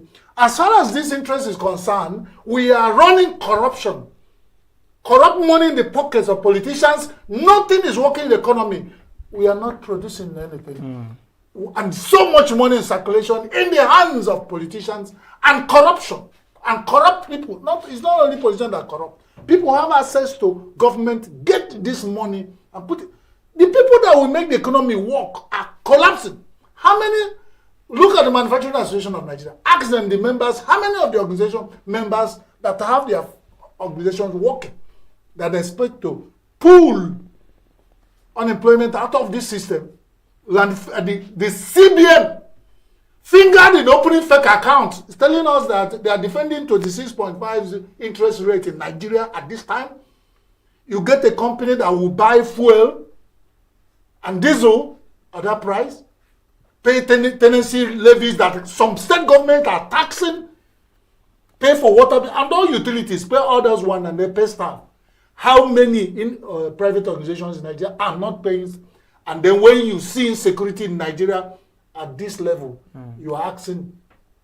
So the way we make our money, we rely on it. We have people who do not have what they call moral suasion to change this system. And then, as far as they are concerned, they have enough money to travel abroad, to treat themselves. Their children are schooling abroad. Everything about them is abroad. Nigeria is a holiday resort for them. So we are all deceiving ourselves here. We are not telling ourselves the truth. Nigeria is not at home. And then get so passionate about it that it's so painful. We put people in CBN and they collect fat salaries, fat welfares, and then they are running around. Don't they know what to do? Don't they know what to do? With all this money they're telling us they're recovering from, where is it going to? What have they used it for? And the ones that are still in the pocket of corrupt politicians, when are they going to recover it and put it back in the system? You know, the losers are the losers, and the gainers are the gainers. And one day, that's all I'm saying, one day it might turn around. And when it gets so bloody, people will ask him what. Nigerians are resilient, but don't push them to a great, they can't even eat. They don't have secured life. There is nothing they can afford. And they still see people living in affluence. It's sad. Well, it's always touching to see Mr. Maduka react very emotionally to issues pertaining Nigeria. However, you know, this borders on policies, and like I used to say on this show, you know, everything is connected to everything. You know, the interest rates, of course, like Mr. Maduka pointed out, at this rate, it's impossible to sustain the manufacturing sector. I mean, but then it cannot treat this in isolation. Of course, the CBN cannot wake up and probably plunge the interest rates, because the banks who are also providing this funding, they are doing so at a greater risk. You know, a lot of Nigerian businesses, you cannot guarantee their sustainability, and you are giving them money, knowing fully well that these guys could go on at any moment. The power sector is in a total disarray. Training of workers is very poor. You know, everything is in total shambles. So we just need to, you know, take governance seriously, and it's only when we get it right that these indices will begin to speak the language that we want to hear. Okay. Well, the next thing there, which I'm sure this section of the program we talk a lot, is about xenophobia. It appears in all the newspapers, but I want us to look at the punchy punch. I always go to Punch. I hope our producer in the studio will just show us about Punch. And the bold headline there says, Reps intensify fake agency probe. Gives ministries, departments, and agencies 48-hour ultimatum. That's interesting. Government giving itself ultimatum. Let's watch out how it's going to go. Investors shun 13 oil blocks. NUPRC plans fresh bid. And that's talking about oil blocks. Business economists back CBN's 26.5 interest rate decision. They shouldn't annoy me with 26.5 interest rate. I've talked about that. Flood disaster looms. FG warns 17 states again. I will repeat that, because Nigeria need to repeat this into their ears. Flood disaster looms. FG warns 17 states. Ondo Speaker faces impeachment as 21 lawmakers signs notice. FG floats 729 billion power bond by August 3rd. Defense Minister denies quitting, threatens court action. Then on insecurity, Tinubu okays Army Battalion for Kwara. And Senate expands safe school probe to theft-fund and nail fund. That's it, gentlemen. Reps intensify fake agency probe. Gives government, ministries, department and agencies 48-hour ultimatum. Because these agencies do not belong to Chris Maduka. They are the same agencies that giving, government is probing. Government is giving ultimatum to its agencies, department and the ministries to do what? But at least I'm impressed. We're looking at 48 hours here. 48 hours here. That's my own take. I feel it is cool. What if they had given them another 30 days? You know, since they're working, you know, following their role model. Because 48 hours, we want to believe that something will come out of it. And you can see the scrutiny. It seems everybody's really interested in this fake agency stuff, and they are really taking it personally to be sure that they really got to the root of this. Even if we have here that House Titans and News on NDEs accused of a frustrating phantom agency investigation. Just like you said, you're giving yourselves a deadline. You're also frustrating yourself. That's why independent probe would have just been perfect. Yeah, but personally, I think I will give it to the reps. I mean, the ultimate thing sounds like they are serious about it, even though that, you know, I still have the skepticism. I still believe that, but in a short while, you know, everybody will move on from this. But at least that language shows some elements of seriousness, you know, from the reps. And at that rate, if they are serious, just maybe something will come out of it. It doesn't negate the fact that we needed an independent, you know, probe into what has transpired. Of course, like we have said here over and over again, this is promising to be the biggest scandal coming out of, you know, Nigerian governance system. And look at another twist to it. Bianca Ojukwu summoned as foreign ministry honors Tuesday appointment. And do you think Falana withdrawing himself as Adeyemi's representative lawyer, you see, these things are building up to, does it mean we are now beginning to profile the fake, according to them, because we have refused to assume that organization is fake until this probe is over. Because once they begin to use this word, Nigeria buy into that phantom fake and all, is what they want to condition of mind bending. They want to bend the mind of Nigerians to believe this agency is fake. And I keep saying, PFIBC or whatever that organization is not fake until this probe comes out. And it will be better if they go with independent probe or put it part, independent organizations as part of this probe. Otherwise, it's now fake to the extent that government is saying that, look, I don't know what you're talking about. So, and if government withdraws its recognition, of course, it becomes fake. But literally speaking, what we're saying is that it can only be that government, it is possible that government at some point is withdrawing its recognition of the agency. But in reality, every other thing points to the fact that at some point, government recognized it and was, you know, working with it as an established government agency. Is it the egg and the chicken thing? At what point do the government withdraw their support for, or is it before the smelly thing hit the ceiling fan and another blowing everybody? If you do not perceive it, it will touch you and you will get it. Is it at that point we'll probably find out in the next few days. As per Falana withdrawing his you know, his services, I do not have all the details, but there are so many reasons for which a lawyer could withdraw their services. It may not be because it may be because the client is uncooperative. There are so many dynamics. It could also be if it's you that defend the client is insecure. Because some have begun to lose their life in this scandal, and the hotel suddenly was burnt and then disappeared. That would not be Falana. Falana would not withdraw because his life was threatened. Falana would not even withdraw if the client was guilty. I mean, he's a defense attorney of repute.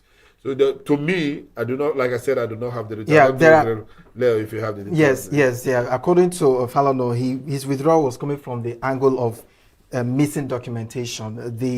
That's Adeyemi reportedly failed to provide several critical documents needed, you know, to carry out his legal preparations and all of that, and also disregarding professional counsel. On different occasions, Falana has talked him into pro bono. Falana had reportedly advised Adeyemi to avoid doing media interviews to prevent complications in his case. Adeyemi went ahead to grant social media interviews and the rest, and failure to attend a court hearing. Remember, one of the times he refused to attend. That was what brought about his arrest from the court. These are all of these things, very legitimate.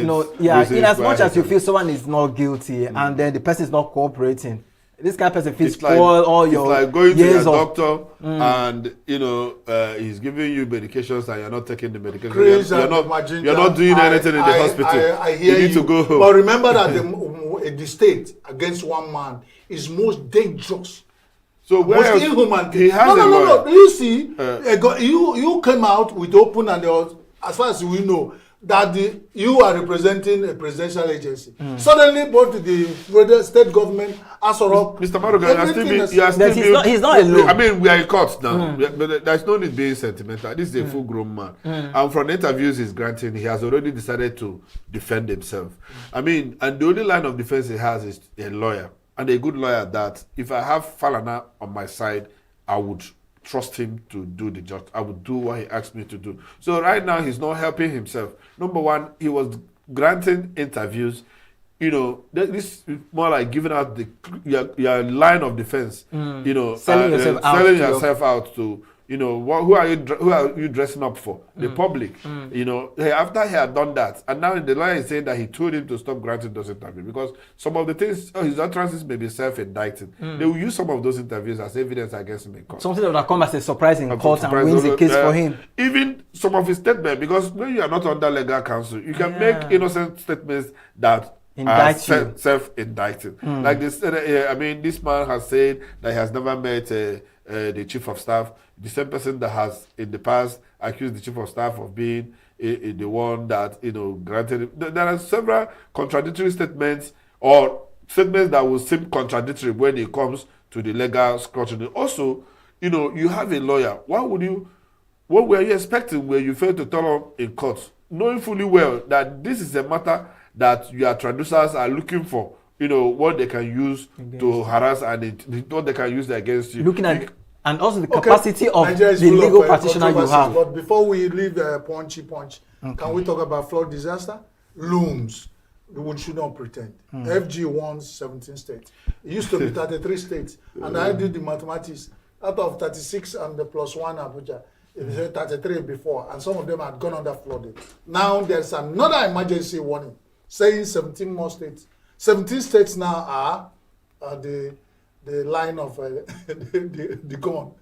You know, well, the flooding thing, it's an irony that the federal government is warning the states.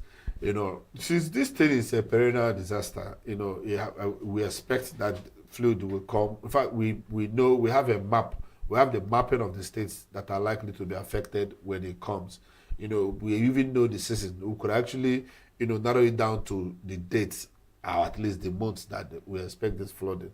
There should be contingency planning and a synergistic, you know, contingency between the federal government and the state government. Not one agent, one arm warning the other. There should be a collaborative, you know, planning, coordination between all the arms of government to stem this tide. My problem is not the flood. Flood will happen, and it's happening around the world. But I'm more worried about the preparedness. You know, it seems that each year it comes as a surprise to Nigeria and Nigerians. And, you know, after that, we move on. During the dry seasons, we begin to enjoy and forget that the wet seasons are coming. When it comes, we'll start warning states few days to this day. I mean, that's not how it's done elsewhere. Sustainability. Anticipatory action is what is ruling the world now.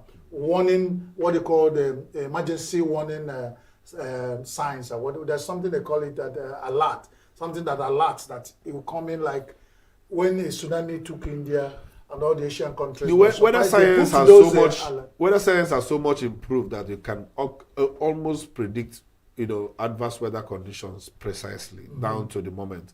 And the technology is available to almost all governments of the world. So it's not about our government not knowing. In fact, even other governments or, you know, regional governments or even the world government can easily detect these things. And of course, there's a signaling system around the world. If a tsunami is going to happen in Japan, the US weather system picks it up and, of course, passes this information to them. So there is a world cooperation about this whole thing. The countries that refuse to take action, proactive actions, like you rightly said, they are the countries that will suffer the most. And again, as a medical person, the health implication is mostly one of the things that linger. You know, besides the infrastructural damage, massive infrastructural and economic losses that are suffered, the health challenges that come out of this flooding, they are the ones that persist and they could lead to chronic diseases, disabilities, and even loss of life. Thank you, Majija. The Nigeria should ask the flood to wait. Let's finish 2027 election. Because Nigeria is a country that when the politicians and the leaders are interested, whatever their mind is, where they put their heart is, where their money is, all these issues that affect the people. And you know the surprising thing, these places that are prone to flood have reps at they have reps at the federal house, they have reps at the Senate, and then they all sit in Abuja. I don't know how many times they visited. This is not even a matter for the reps. But if you do not even go to your constituency, how do you know when they come under flood? Well, you sit in Abuja to talk about it. I think that Nigeria has established agencies from NIMET to NIMASA to what is it called? There are so many agencies that are involved here. Even the State Ministry of Environment, Ministry of Environment, the Public Health System. Projects. So we are not in lack of, the structures that should take care of this. But what we are lacking is, number one, committed governance system. Number two, the infrastructure planning. Number three, dedicated and well-trained manpower, and so on and so forth. And I think it's also important. So give it to Nigeria and they give them award for lacking this whole thing. It's also, Ginger, you did right, okay? Yes. I want to say it's important that we at least just mention some of the states so that people will be aware of the states that are prone to this disaster. And then, of course, we go to something else. The northern region, we have the Bauchi, Borno, Gombe, Jigawa, Kaduna, Kano, Kebbi. We have Nasarawa, Niger, Taraba, Yobe, and Zamfara. Then from the north, central, and southern regions, we have Adamawa, Benue, Edo, Imo, and Plateau State. These are the areas that are prone to experience this rapid rising of flooding. Hopefully, it doesn't affect them. But that's on that. I think we will take one paper and we jump straight to the World Brain Day that the doctor can't wait to have. Yes. So who is taking the paper? Let's look at the Vanguard here. 31 firms emerge winners in 2025 licensing round. Federal government targets additional 300,000 PB output with 2026 bid round. ECOWAS reaffirms plan to roll out ECO single currency in 2027. OPE leads Nigerians fight against digital fraud. And the major headline here is saying reps to answer, explain why you ignored alert on PFIPC, demand answers on security lapses, issue final notice to concerned MDS to appear. We reject PFIPC's request for collaboration. Okay, we rejected PFIPC's request for collaboration. Foreign Ministry. Nigeria can't scale 1 trillion economy on shaky terrain of weak governance. Shetima. Xenophobia, the big guy in the block. Reps seek compensation as South African economy suffers. PANDEF calls for minimum 60% of total oil blocks, marginal fields for Niger Deltans. Insecurity, Tinubu approves new army battalion for Kwara. 17 states is experiencing flooding for 6 days, beginning July 21st. NHISA warns. So I think what interests me here actually is the PANDEF call for minimum of 60% of total oil blocks. But the issue here is that there's a mindset that Nigerians have not kind of left behind. The mindset of prebendalism. PANDEF is not talking about transparent bidding, people who have capacity to invest in the sector, but they still see oil allocation as that my brother, our thing, So that mindset is still what is crippling the domestic business right here, because oil is a serious asset. If PANDEF, for instance, is demanding for increased resource control, if PANDEF is demanding for increased accruals, or if you like, subvention to the host states, or increased involvement of the oil field explorers in the community development of the host communities, that would have made sense. But here they are talking about just arbitrarily allocating oil wells to indigenous people without minding their capacity or ability to provide it. That is saying, Majinja, that when you aim for the sky and land on the rooftop, you have made an achievement. Nigeria is a problem. The issue of resource control has always been there. And the unfair play in the face of Nigeria has been there since our Independence Day. We are talking about over 34 mineral resources under our soil in northern Nigeria. And Nigeria sat on it and doing illegal mining. And all eyes are on Delta State, Niger Delta, where we have oil. Or areas in Nigeria where we have oil. That is where we have, since 1958, the first oil was struck in Nigeria. And then the environment, the whole problem that is happening there. Some people, government will fund and share oil blocks to ease their benefactors. How many Niger Deltans own oil blocks? And then, is there nothing about 13% derivative that should put on your environment? If, like my mother told me, if you grind pepper in a mortar, the potency of that pepper will be high there. It's not out of place for Niger Deltans, knowing since independent of Nigeria what has been happening. What can Niger Delta show for having been the golden geese that have been laying the golden egg? The question here is, what really are you trying to solve? Excuse me. They should get lion's share of what God put under their soil. This will still put more resources in the pockets of the few. And listen, if you look at the statistics or the numbers, even in this bidding round, the oil blocks that came back for bidding this period were abandoned. The companies that were allocated to, they could not develop the oil fields. So capacity, because this is a high funding, business. It's not something that you just do it because you are from Niger Delta. It requires a lot of money to develop an oil field and make it productive. So imagine that the question is, before you continue, I'm sorry. How many Niger Delta people were given the marginal fields that they did not develop? You're still asking the wrong question. Excuse me. So if they were part of when the you people you talk about capacity. I think what we should be talking about is through fiscal federalism. Because when you are talking about individuals and not the system, you will still miss the point. Even if we talk about 100% resource control, these oil fields still need to have an open bidding, even by the states controlling them. And the development should be left for those who have the technical ability and the financial capacity to develop those oil fields. And you are saying that the federal government has been doing open bidding of oil blocks in Nigeria? That's not what I'm saying. All right, so when you talk about the one wrong cannot make, or two wrongs cannot make one right. So let the people who God has put the resources, let there be something they will show for it. I'm not saying give them 60% or 100%, but let them have some. They've lamented for too long.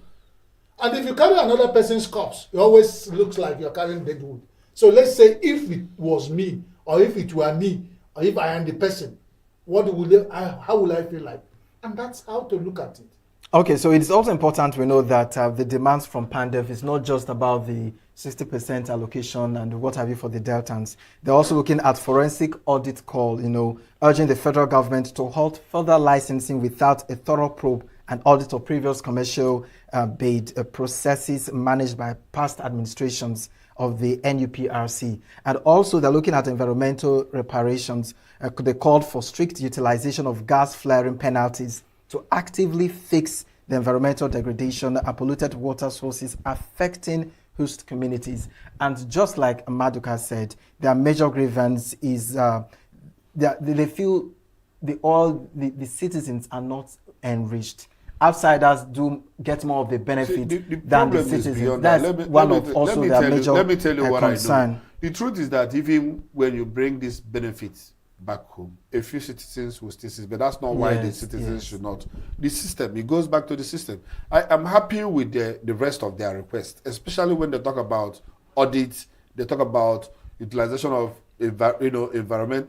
penalties from environmental pollution and all that to redevelop, to reinvest it in the community. However, I have a problem with when people want to control the system for a very organized business section. That demand of let the people who will own the oil blocks. When they're talking about audit, I do not think audit necessarily have to stop the federal government from going forward, because as the oil fields are being explored, they are running out. We need to develop new oil fields that will sustain the system. The audit can happen without stoppage of development of other oil fields. All right then. Okay. So at this point, we'll be jumping off for the World Brain Day.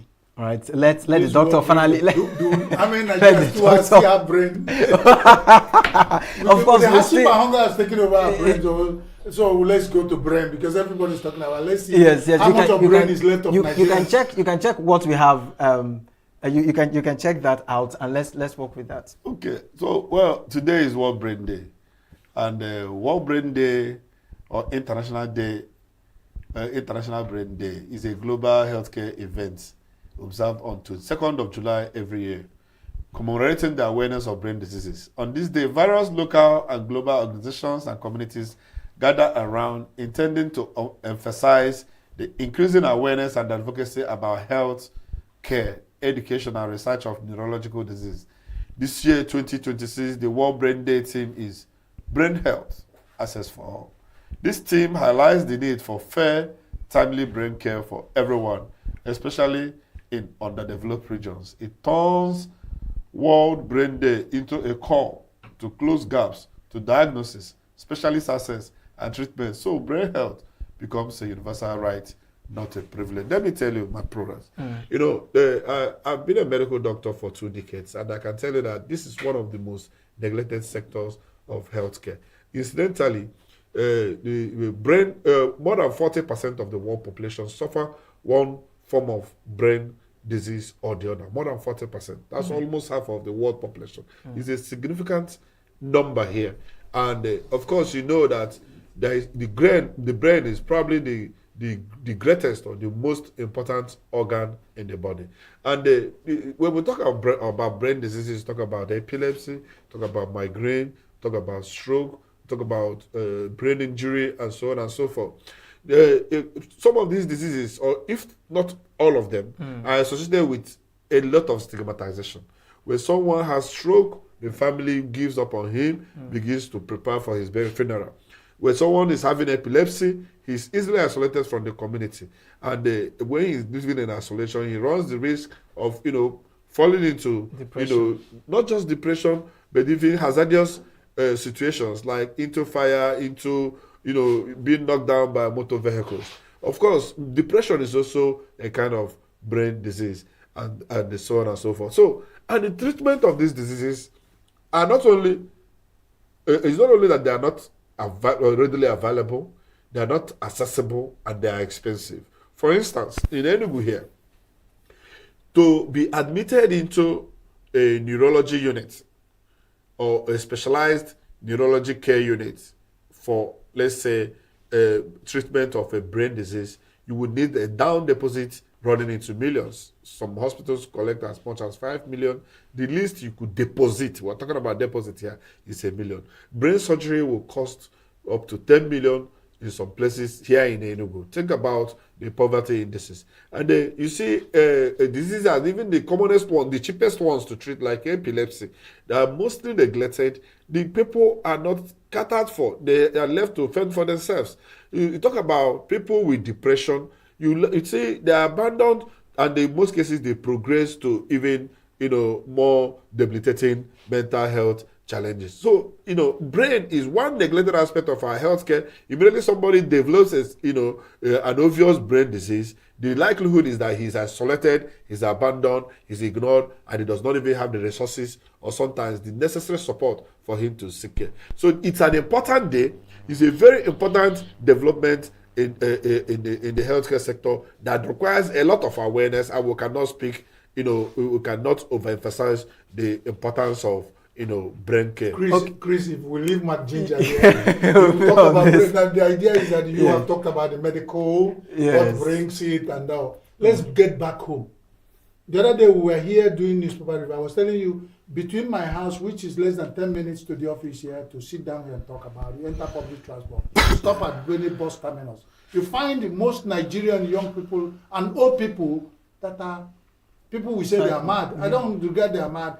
The environment, part of the hardship and hunger in Nigeria are turning people into mad people. Some of them are losing it fast. Walking on the streets and While talking. You wake up, you are not sure where the next meal will come, and you are the breadwinner in our environment, especially Southeast. Once you call you a man, everything about life is on you. You talk about paying for rent, paying for tariff, high interest rate, tax everywhere. Then you come, you have to provide for family, provide for extended and nuclear relations, meet up the social requirements. You pay. So by the time some people look up and look down in this environment, but so if from his angle, do you think? And then when Martinez talking about, he did talk about the social induced. Pardon me for that, but also you see a surge of substance abuse among our youths, especially women in recent times. I do not completely have I do not have a complete explanation of why that is happening, but a lot of school of thoughts believe that it is because of increasing disconnect from the society, lack of social support system, and family isolation and all that. So poor parental exposure. Please include escape.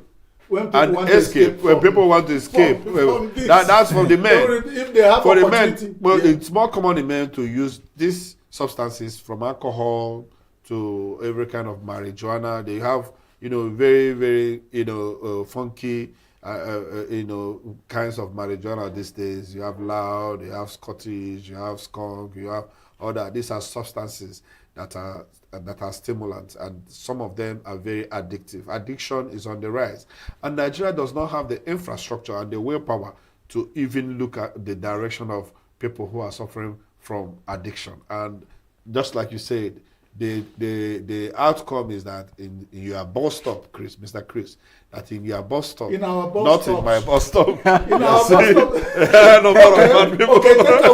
Take away my Ginger's bus stop, bring Chris bus stop where you have a lot of mad people. But we're interested in what is the cause, what is inducing these mental issues, brain damage, beyond the one that I always say, it's not I'm promoting anything, beyond what the environment and society has caused people to really go depressed and go for escapes that might even lead into more dangerous and complex brain issues. What is the government doing? How many neurological centers do you still have? And they talk about subsidizing the cost as well. And I talk about that once anybody sees you, is like, okay, Kupula, they say you are gone. And abandonment. Everybody, stigma. People switch off. So nobody even want to talk about. Do you know that if you tell people to go to meet, and we have a lot of people graduate of psychologists. You stay with psychologist clinics. That's something they call it in medicine. Before you go to psychiatry, we do not start small to where people, even some people having very bad marriages, are into very difficult times that even psychologists can advise. But this is a society where is survival of the fittest. Every man does yours. It's only the national cake that is. Let me even tell you, because this one, the part you are talking about now, they have chronicity in the sense that these diseases give you time. You don't die within days or moments. So the reaction towards them is quite slow or sometimes absent. But we are even talking about traumatic brain diseases, like, arising from accidents and all that. But the system needs, bigger attention from the government. There is no doubt. The infrastructure is very poor, and the attention from government and even private individuals is neither here nor there. All right, conversation coming up about xenophobia, and we have a big fish that'll be joining us to have this very great conversation. Please don't go nowhere. We'll be right back.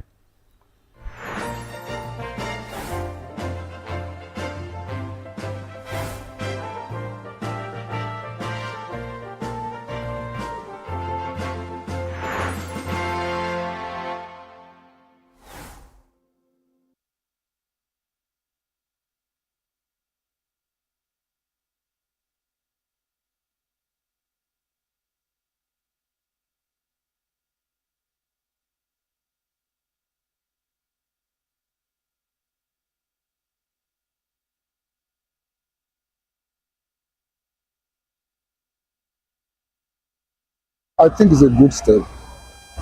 Number one, the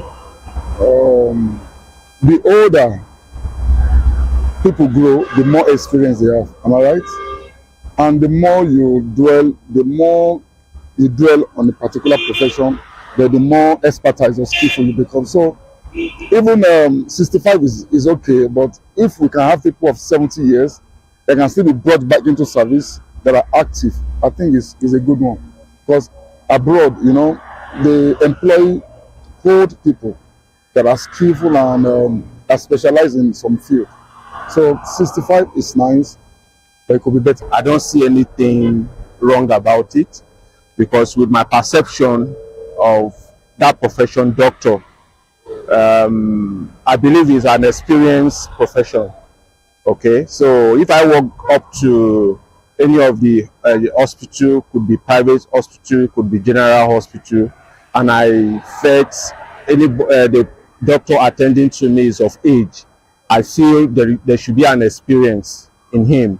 Okay, because it's something that he has done for several years, practiced for several years. With that, I'll be able to have confidence in them. Like now, I had a fracture on my leg. So when I walk up to, when I was amending my leg, and the younger doctor were coming around, but I wasn't having the confidence.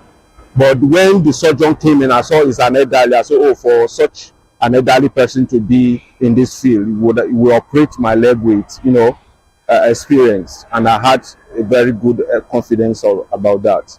So I think that is a good one. It's a good idea, because based on the unemployment I have, we have more youth that finishing their NYSC, there's no job, lack of employment, and the rest of it. If they increase the doctors, I am not going against it fully, but the thing is they need to look at the other generation that is coming. So if they increase their retirement age, what provision the government made for the upcoming doctor that is coming? So is there any job for them, and all this we need to look at it. Nice indeed, nice, because you know one of these days I saw something in YouTube. A doctor want to undergo some operation like that, and he was watching a YouTube tutorial before he undergo that kind of a thing. You know, they are quite good for these days. But if we can use that old brain, and if they have that that old knowledge that they can treat and get it right, I think it's better. It's better like that. I like it that way. You got me right? Yeah, it's okay. I'm in support in that. Very, very support. I have that full confidence that those old men will do better than the younger ones, because they are no longer studying. How can you go on YouTube before you undergo a process like that? So I'm in support of that.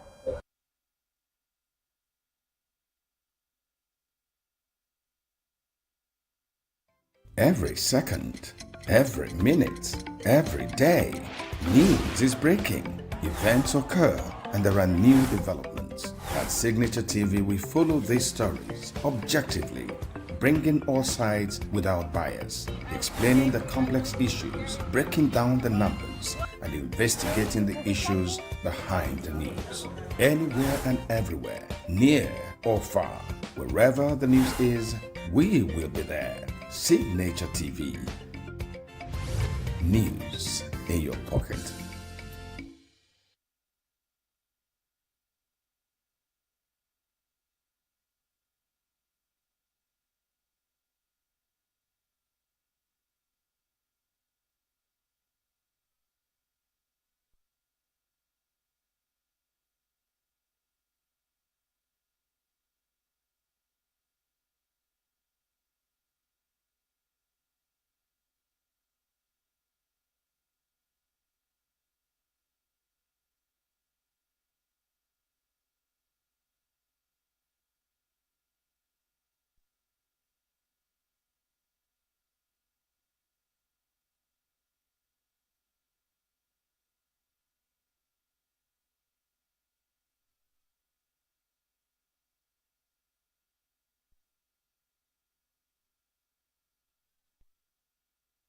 Xenophobic attacks against Nigerians in South Africa stem from deeply entrenched economic rivalries, systemic stereotyping, and a volatile diplomatic relationship between Africa's two largest economies.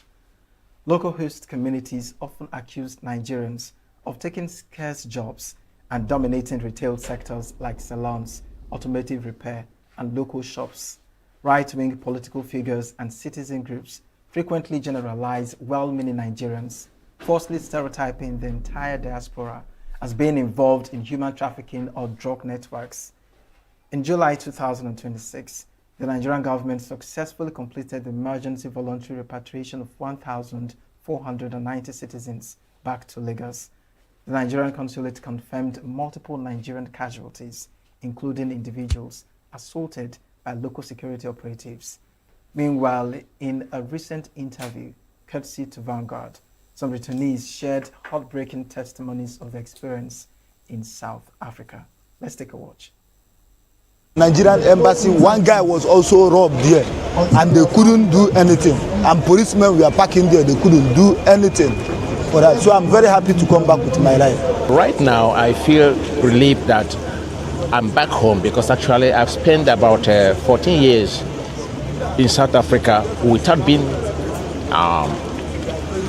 without being in Nigeria for so long. So I've spent about 14 years in South Africa.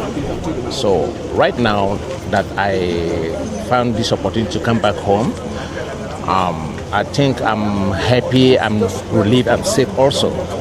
You know, I'm back home here, you know, to start over again because actually what happened to me in South Africa is terrible. You know, like what I'm trying to say is that I can't explain everything because, you know, what I'm trying to say is that it's too much for me. You know, the first attack I had with South African citizens was about 9 years ago. They destroyed my shop, you know, they burned my properties. Then I have to start over again. Then after some years, about 5 years, they still came back again and burned everything down. They really attacked me, they beat me up. Then what happened that year, it was terrible for me. I have to run for my life.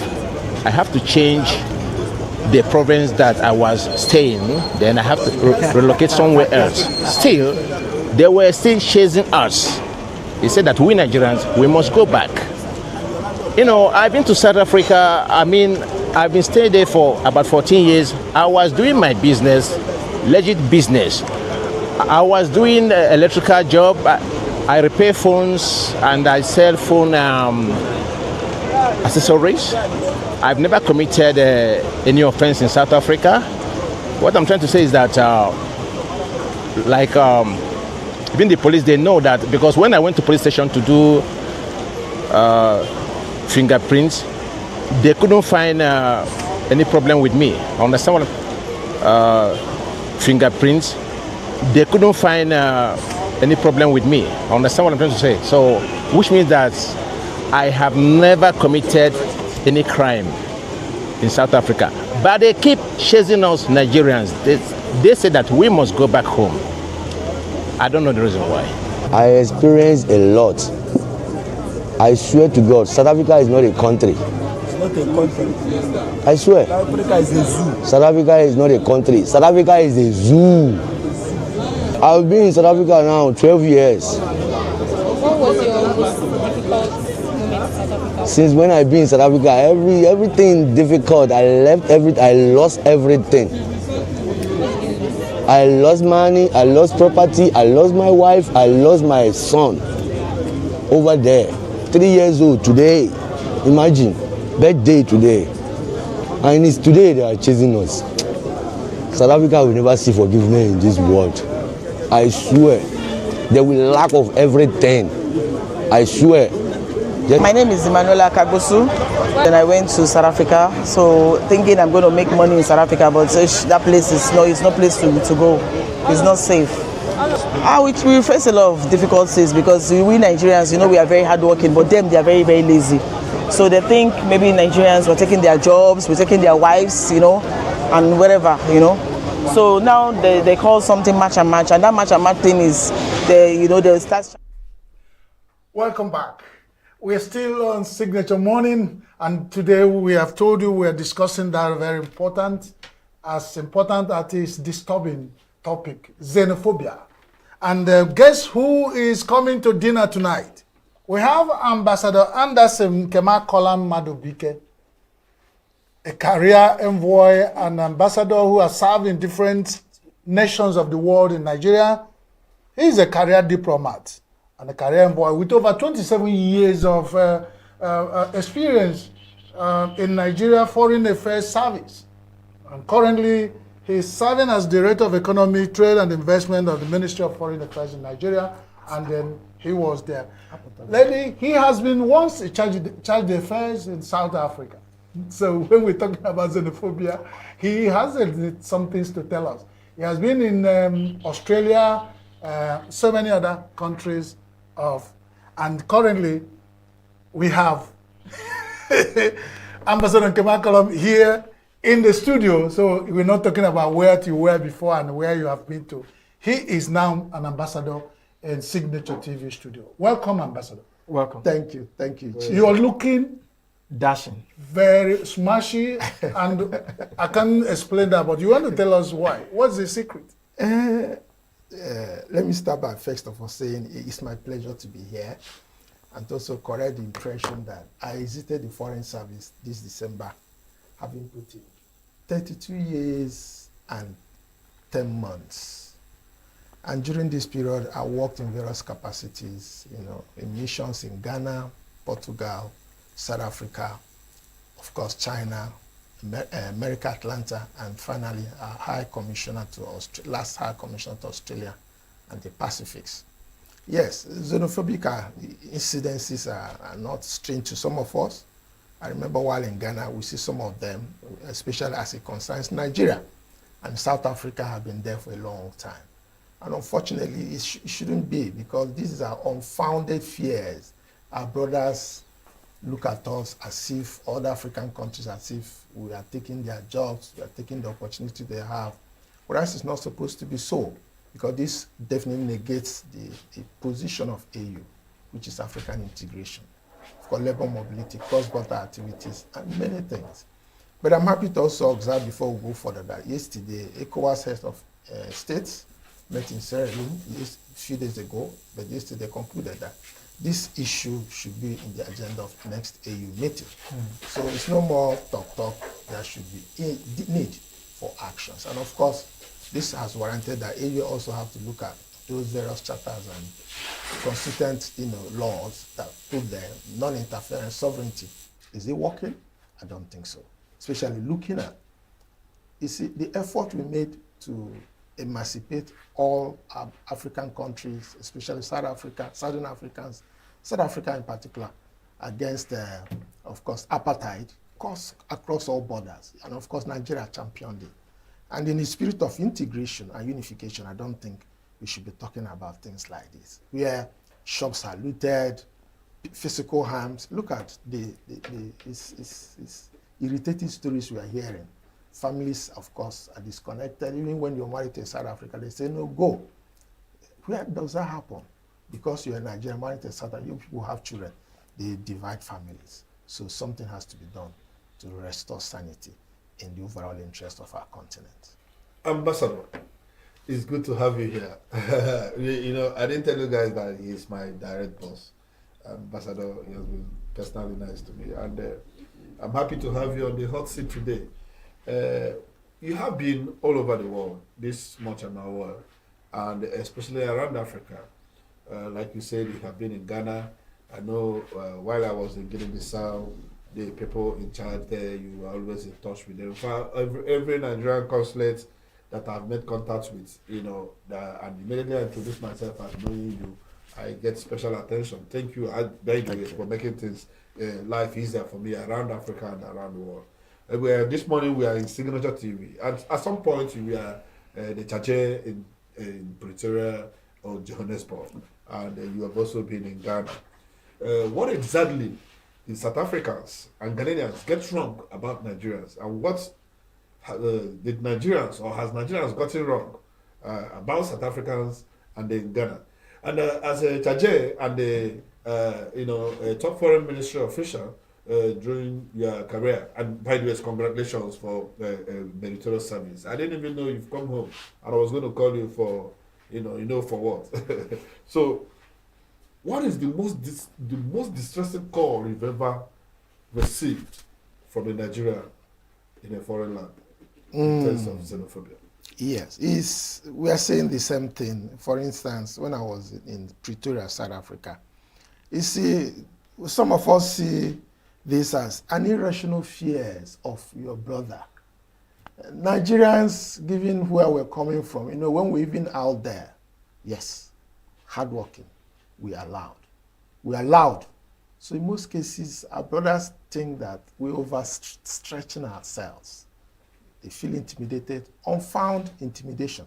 And of course, we compete very well. So this is essentially why, in most cases, they come after our nationals, But as a mission, those instances, we engage the government bilaterally. During town unions, we'll talk with Nigerians on how to comport themselves. So we engage government bilaterally. As we can even see, this last incident, Nigeria had to engage APs to evacuate our nationals. And I'm sure it did not stop there. They're even having bilateral discussion, asking South African country to compensate our nationals, to help them reintegrate. Some of them have shops, they have properties, they have lots of things in their country. This is definitely unwarranted. I'm also happy to note that Malema, Julius Malema, their own brother, had to scold them a few days ago. That you're chasing shadow, not the substance.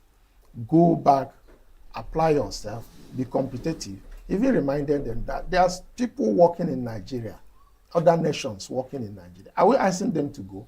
The world is about competition. So I think that is that. But another thing that is not helping is that due to the AU position of, we believe in sovereignty, not interference, you can see it's not working. So hopefully now, I'm happy also to note that yesterday, I read it, that President Mahama and our own president have agreed that this avoidable crisis of xenophobia attack should be in the next agenda of AU so that they can put something practical, proactively on ground to begin to hold countries accountable on how they're treating migrants. But what would you say is the role of the Nigerian, embassy, their relationship with foreign countries, especially in this case? I know Nigeria has really been careful with the way they retaliate and some of the policies they're working with. But do you think the Nigerian government is doing enough?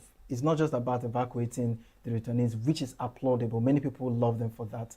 But are they taking the action that will not see them weak or being vulnerable to these attacks from South Africa? No, I don't think so. In global society and diplomacy, I said the federal government have engaged them bilaterally. In fact, the Minister of Foreign Affairs had to go to Ghana to oversee the evacuation and to meet her own counterparts and made a strong statement that, go to South Africa, not Ghana, to make a strong statement that this should cease. We are brothers. We are talking about labor mobility. We are talking about cross-border doing things. In the interest, of course, if we want to talk, I will talk about after policy. It's about making African countries to trade within themselves, especially now, do business within ourselves, in helping us grow economically, not so much dependence on foreign countries. So our federal government, to this extent, I'm sure, they won't go to war. They won't make it. If it's safe to make a tango, I wouldn't think that, they've asked our people to go, we should also ask them to go. That's not the right way to go. From perspective, our government have done the right thing. We evacuated our citizens. I'm happy we shared it here. And they have been engaged bilaterally to compensate these citizens. And of course, the good thing is that I don't think it's spiraling, it's not on the increase, because there are still some Nigerians who are in South Africa, properly documented, that are still there.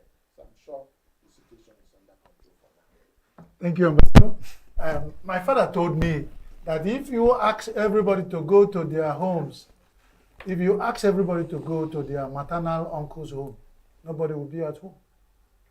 Now that in having been in diplomatic circle, why is it that it's lost in African Union? Nobody thought about that. If I ask you to go, then if you come to my house, you won't see me. It's very dangerous. I'm happy you said AU has just started talk. Is it that they're starting the talk late when Nigeria is spending billions to profile and bring back our people? And we're talking about compensation. Why is it that AU did not stop the fight before the push? Is it coming at a good time? And then what is he going to be with African Union tomorrow? Because he who has spoken might forgot, but the person he told will remember. My brother, you remember I had recalled here that AU's charter or constituents is about non-intervention. It's about respecting the sovereignty of every country. You don't expect them to start waging war, doing something outside the constituted body. Now, from my people also pushing, oh, this thing wouldn't stop here. Let them go further to put laws in place that will check the excesses of these developments. That was why I said that even President Mahama and our president have advocated that this South African xenophobic experience should be in the next agenda of the AU. So I'm sure in the next agenda, they should be able to look at it, especially in view of the fact that where they are standing today is not taking care of migrants in various countries. And we are behaving as if we are not one body. It does not work. European Union, are they asking their members to leave their country? No. Americans, are they asking Americans to leave? We must realize the fact that we need to work together like Africans to liberate ourselves. That's why we are thinking there should be massive education. People should be educated, like we are saying now. South Africans should know that Nigerians blacks are not their problem. Hard work should be what they should embrace. Improve themselves. I live there. I don't want to criticize anybody. This is where Nigerians stand out. Hard work, enterprising, and the ability to compete no matter what the situation is. That is where to go. And our brothers shouldn't take that. I remember casually they say, we even take their women. It's even on media. The president of Kenya says something, Nigerians, Igbo people are taking their women. It's like that. It's just because of who we are. But our brothers, like I say, AU will now have to look at it critically, then come with a law that will enable them to engage various countries that are not protecting migrants. Because we need cross-border labor, we need cross-border integration so that we can continue. Of course, policy cohesion. Talking of policy cohesion, what does that mean? You see, the AU Charter should, take critical look on what is happening in those countries and their own policy and how to build them together to make sure it gives out the required result. I think that's my take on that. Okay, thank you very much. Yes, we're going to go on a short break. When we come back quickly, we continue on this important talk, xenophobia. Don't go away. Signature Morning continues shortly. Every second, every minute, every day, news is breaking, events occur, and there are new developments. At Signature TV, we follow these stories objectively, bringing all sides without bias, explaining the complex issues, breaking down the numbers, and investigating the issues behind the news. Anywhere and everywhere, near or far, wherever the news is, we will be there. Signature TV. News in your pocket.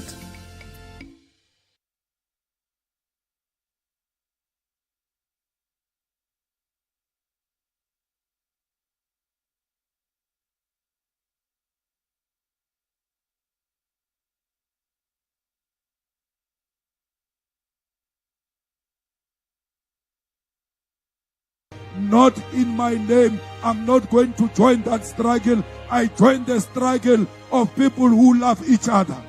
The only option you have is to love each other amongst ourselves. Let us fight for peace in Africa. Let Africa one day know peace. Let DRC know peace. Let Somalia know peace. Everywhere else in Africa must be about peace. Ethiopia, we need peace. In DRC, we need peace. We cannot say peace in South Africa and not say peace to all Africans. We cannot say we love South Africans and hate Africans. Batho ba Lesotho ke batho ba bolena le na le di relative ko Lesotho. Batho ba Botswana ke ba bolena le na le di relative ko Botswana. Batho ba Mozambique ke ba bolena le na le di relative ko Mozambique. Batho ba Venda ba na le di relative ka Zimbabwe. We are one thing. Africa is one. Africa must never be divided by anyone. Let us love all Africans. One Africa is one. Africa must not be divided by anyone. That is a simple and clear message from Julius Selo Malema, the president. News is we will be there. Signature TV. News in your pocket.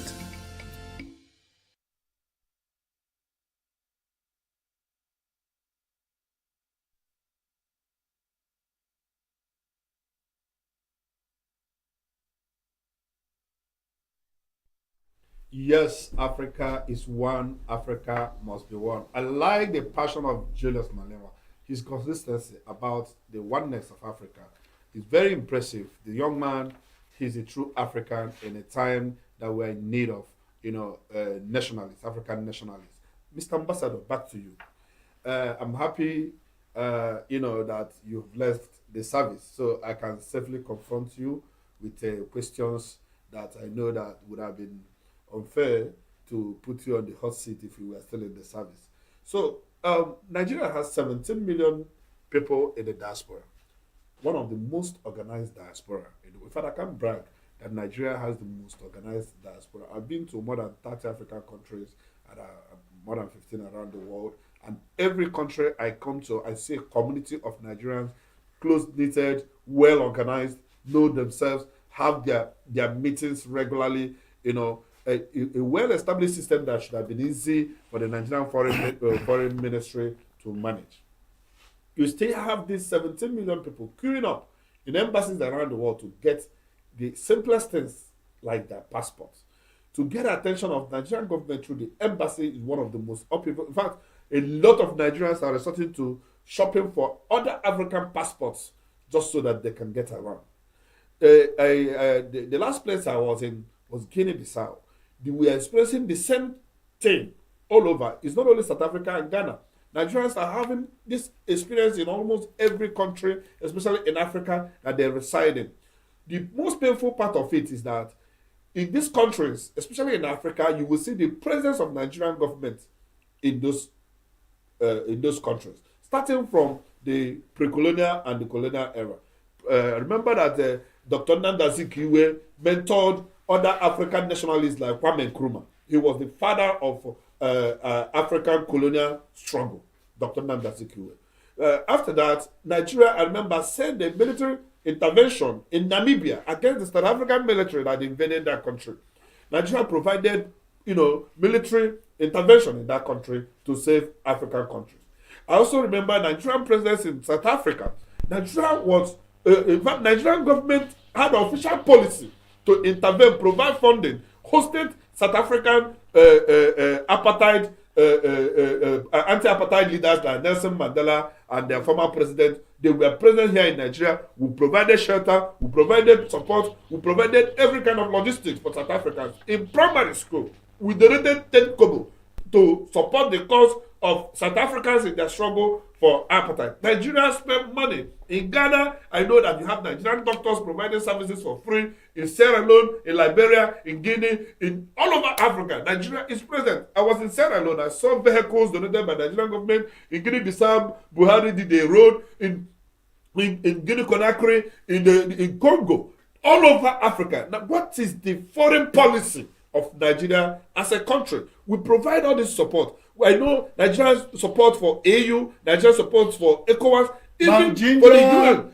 But what is Nigerian government doing for Nigerians to protect them? We've talked about AU, their failings. We've talked about South African government. We've talked about Ghanaian government. What does Nigerian government do to protect Nigerians all over the world? Considering that this diaspora, 17 million, they send back home 20 billion USD annually. Thank you. I think the heat, you've bloated it so much. let me break it down for you. First of all, let's look at passports and the challenges of our nationals getting passport overseas. As a practitioner, let me educate you a little. From what I know, quote me. First, I would say most of us, when we're out there, we don't even know when our passport expires. It's when it expires, we start scampering here and there. That's one. In missions, I've served in Atlanta as a deputy consul general. we embark on what we call passport intervention. What does that mean? We leave our comfort zone in Atlanta and go to San Antonio, go to Texas, to meet Nigerians to come and renew their passports. That's the much we do. Yeah, that's not to say that there's few cases where passport may not be there for a while. You be patient. It happens everywhere. But as far as I'm concerned, and also that does not also say the fact that there may be some drawbacks here and then, some missions. But as far as we have worked, each time I say it, in those days, it's a big privilege to be out there representing your country. I take it very seriously. So most of us do our best to ensure that those consular assistance we give to Nigerians, that we do that. But we also have our challenges. That is one. And then two, in diplomacy, it takes two to make a tango. Do you want Nigeria to take up arms with South Africa, take up arms with Ghana, where there's these instances of xenophobia? We have 109 missions globally. And why are we there? There's consular services. First of all, the role of an embassy is to project, protect, sustain relationship between your country and the receiving country. You get what I'm saying? So if we have our missions there, what are we doing there? It's about Nigerian interests.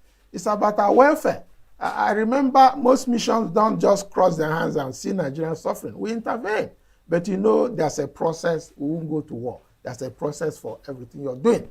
Then on this xenophobic attack, our president has condemned it. Like I said in Sierra Leone, President Mahama and our own president have put forward that AU must do something practical, concrete, not just talk. Something has to be done now because we need African integration. We need AFTA to work. And what is AFTA? We have these natural resources. We should be able to use it amongst ourselves to develop our economy. Not we have raw cashew, we export it to Europe. At the end of the day, we lose out of it. So to a greater extent, I think our government, bilaterally, diplomatically, are doing their best. And of course, it's with time. These things will come under control. Okay, so the question I have in mind now is that looking at all of these challenges Africa is experiencing, especially with the xenophobic happening right now, can African Union truly achieve its integrated, movement with the AFCTA, regarding integration? Can they still achieve that? Why not? If it's in the next agenda, as I've said, they discuss it. It's a question of passing a law. This is what it should be. Like I said before, countries should now be held accountable. You say non-intervention is not helping. So when it's not helping, you change your policy. And like I said, there should also be general education of our people. Nigerians, South Africans, like Malema, a lot of people are championing. We have to continue to talk to everybody. You should be competitive. Don't look at Nigerians that are taking up whatever. Compete with them. Don't we have foreigners in Lagos, foreigners in Abuja, foreigners in ENUGU? Are we asking them to go? That is not how it works. And of course, the world is about globalization. You can't live in isolation. Can you visualize a situation where it's only South Africans that are in South Africa? What kind of economy would they have? It does not work like that. The beauty of every economy is where A, B, C, D, there's various interests, capacities, creativity.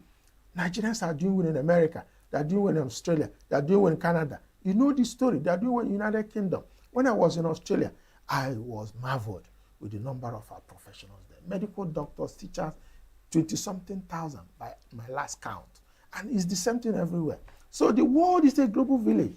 So this thing about xenophobic attacks and stereotyping of Africans and brothers and Nigerians definitely will not last. I'm sure by the time AU takes the proactive steps as being advised, we will get it sorted out. All right, then, please stay with us. We'll be jumping off for a short break to take a listen at the speech of the President of South Africa, Cyril Ramaphosa. Let's get to hear what he said regarding all of these xenophobic attack happening.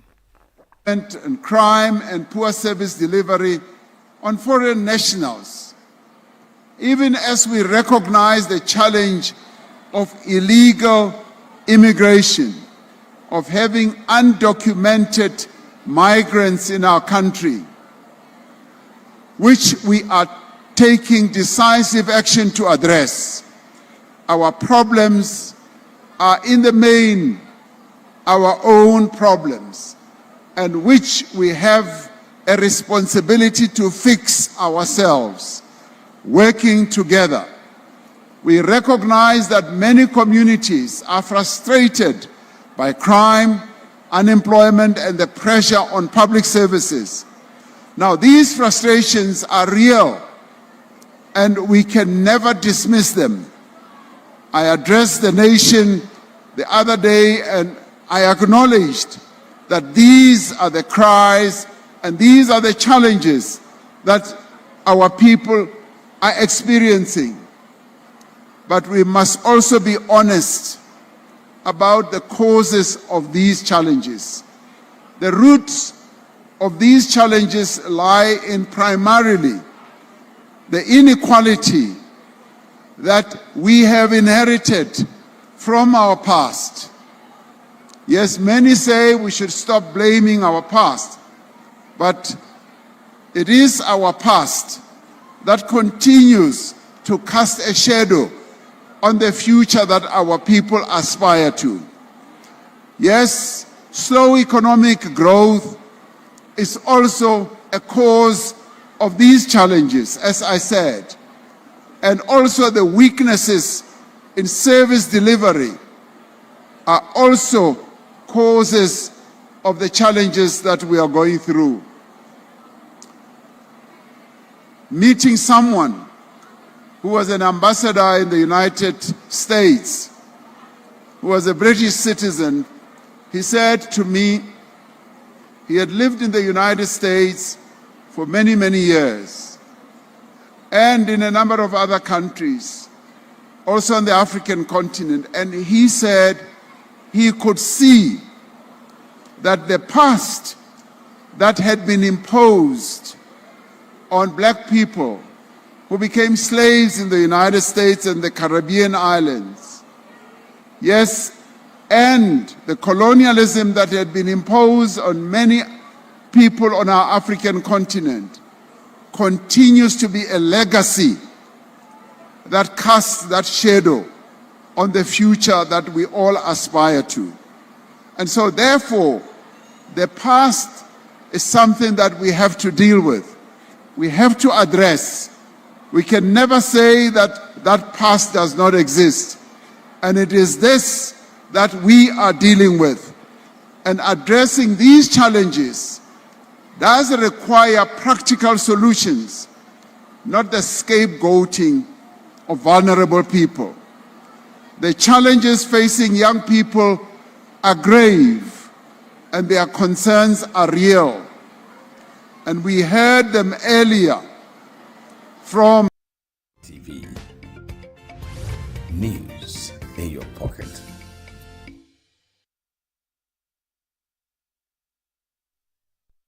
Welcome back. We have African leaders who always have these beautiful speeches written by professional speech writers, because if you ask me, when the whole issue of xenophobia was going, we were expecting the Ramaphosa to Ramaphosa us with these long speeches to call his people to order. But rather, he told them that he's happy that they're not being that violent enough. Welcome back to you, Ambassador. You always using, to be a diplomat is wonderful, and I like how you always approach it. But let us be very firm this time. You know how people say that there is a particular fruit they call udara in Igbo land and Abalomo that always press his mouth. Why is it that is Nigerians particularly are profiled extraordinarily when we have issues like this? In South Africa issue, Nigeria was brought out and painted with all devilish acronyms. And our government have not come all out to speak even to Nigerians of what they are doing, so that certain things will give you confidence. If it happened in America, I believe Trump will tell you, I don't like this. What do you think? Chris, my brother, first of all, the position of the president of South Africa is a dice. You know, as a leader, you have to be careful on how you approach issues. Yes, people might be saying they are not publicly there saying or doing what they're supposed to do. I don't think so, because they are Africans. Each time you talk with them, they also appreciate the fact that Africans help them in getting their independence from apartheid. And then Nigerians being always out there, I'm sure most countries you visit, from my experience, Nigerians like traveling. After the nationals of that country, the next migrants you find in big numbers are Nigerians. So one, it has to do with numbers. Two, our people are always visible. There's no strata or phase in the society that you don't find Nigerians, even in those foreign lands. That's another thing. Third, our population. We're many. So in most cases, they want to stereotype us, but I don't believe in stereotyping. Is it crime? Who is not? Whatever you say Nigeria has done, South Africans has done it, Ghanaians have done it. So you don't stereotype anybody, but you take them as it comes. And then thirdly, I don't want to say that Nigerian governments are not doing enough. They are. Like I said before, I repeat myself again. They just evacuated our nationals. It means a lot. And of course, our missions there keep engaging our nationals on how to, be sensitive to anywhere you're living. It's very important. Sensitivity. Respect the laws. Don't be too loud. Do things. Missions do that. That's their job. So to that extent, our government is doing what they're supposed to do. And also, lastly, we just heard yesterday that our President Mahama is taking it up to be thoroughly trashed at the AU level so that we can see how we can get a lasting solution to this avoidable crisis. I think this is my take. Mr. Ambassador, you repeatedly say that Nigerian government is doing enough, even though I would like to disagree with you. Because, for instance, I know that the trade between South Africa and Nigeria is skewed in favor of South Africa. And there are economic approaches to some of these things. Because there is a consensus around Africa that the president of South Africa was rather aloof. He was like Emperor Nero, who partied while he wrote bonds. But that's not the question I want to ask you at this point. I talked about my movement around Africa. I see a border issue, even with the regional institutions put in place to make movement around Africa seamless. I noticed that one of the greatest challenges against trade in Africa is the border issues, the corruption at the borders, the bottlenecks at the borders, even before you get into the countries. Now, most African countries are comfortable having large trade movements from, other countries to other continents into Africa. Like every country of Africa is guilty of the China wave. Everything is being dumped in Africa. But when it comes to trading among ourselves, we'll become reluctant. For instance, the last president of Nigeria at some point blocked the importation of rice and other food commodities from Africa into Nigeria. But some of these things still find their way into Nigeria from other continents. As a diplomat, what do you think? Or do you think that AU is doing enough to mitigate some of these challenges? Because I'm looking at Africa as a single market. And for decades, we've been mooching the single currency thing. I saw the role that the CFA is playing in the bloc where it is used. It makes trading very seamless and very, very uniform, even though it's a foreign domesticated currency.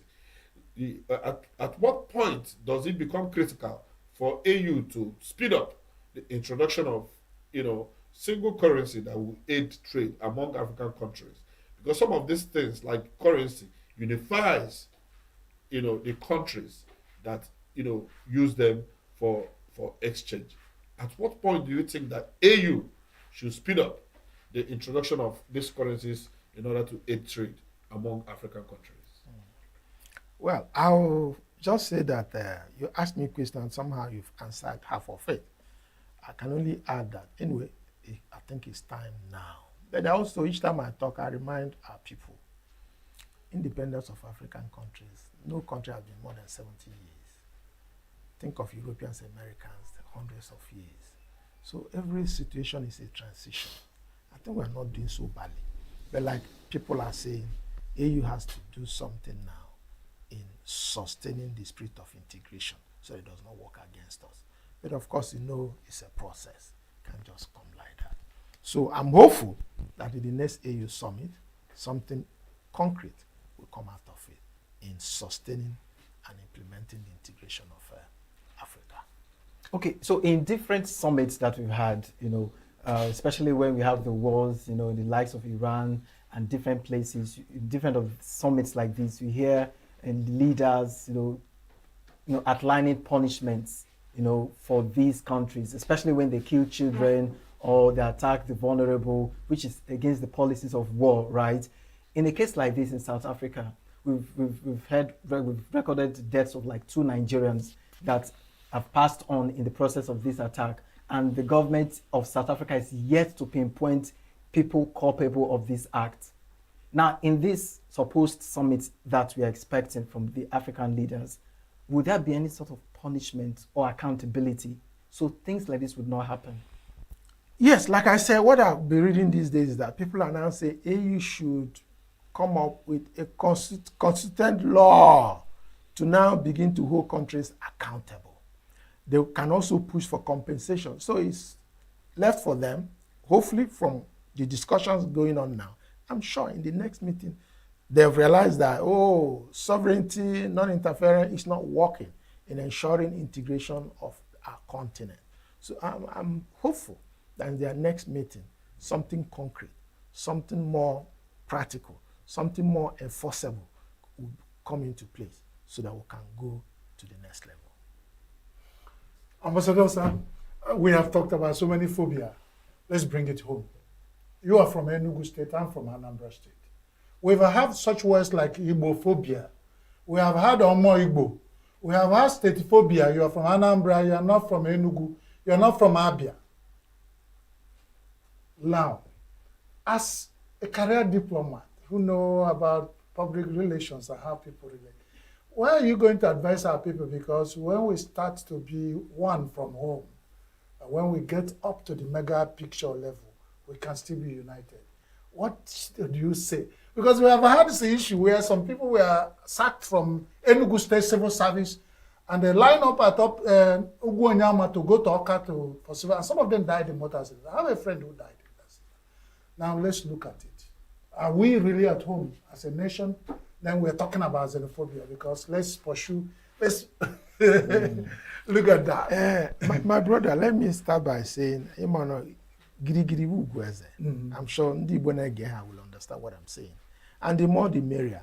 I think these fears you're highlighting, I think is a thing of the past. Yes, our people by now have realized that as an entity, Ndi Igbo working together, we are better off. That's the only way we can progress. That's the way we can integrate more. That's the only way. So recently, I don't think this is on the increase, rather it's going down. But the advice, like you said to me, is that we should accommodate one another. We're talking about a global society. We should know that if A doesn't have what it takes to do what B wants, B can work with A. It's only when we work together that we'll attain at better heights. I think that's my advice. How long can a citizen stay in a place in Nigeria? Is it constitutional because the person becomes a citizen? Because some people were born. We know of a person who was born in South Africa, a Nigerian girl. For 30-something years, she now got to stardom. And somebody said, you are not a South African. And such a thing is also familiar even in Nigeria. What do you think about it as a career diplomat? It's a question of policy initiative. It's most unfortunate. But if the policies are not in place, there's nothing you can do. But I'm sure with these instances now, but even in South Africa, there's a process of attaining their nationhood. Maybe the lady didn't go through the right process, okay? And in Nigeria, I don't think it's a big deal to say that because you're an Igbo man, you're living in Kano, you're not a Nigerian, you're a Nigerian. So I think to that extent, I think that's what is happening. I don't think there's any law that says, unless from this particular state you're not a Nigerian, you don't belong. I don't think so. Mr. Ambassador, let me take it back to your South African friends again. The leaders of these xenophobic attacks, they are known, they are prominent, they are all over the place. Thank God for social media. But I have not heard about sanctions, international travel bans by any nations against these culprits. Because it's only when we begin to take preemptive actions, targeting the instigators, the ringleaders of these attacks, because xenophobia does not happen in isolation. People plan them sometimes, very, very methodical about the approach and then execute it. Like the last one in South Africa, they gave a date, they did consultations, they did mobilization, they did organization before they executed the xenophobia. It was a very, very methodical, event that was orchestrated by known people. Why is it that Nigeria and other African countries and the AU have not prescribed at least some punitive sanctions against the individuals and politicians who are, known to be prominent in these acts of xenophobia? Why do you think they have not done that? Dr. Ginger, I think, it's part of the fragile, not so strong integration that is in process. I'm sure various leaders are being careful not to hit so hard. Instead of making progress, you go back. And this last xenophobic attack or experience we have, I think that's the high point.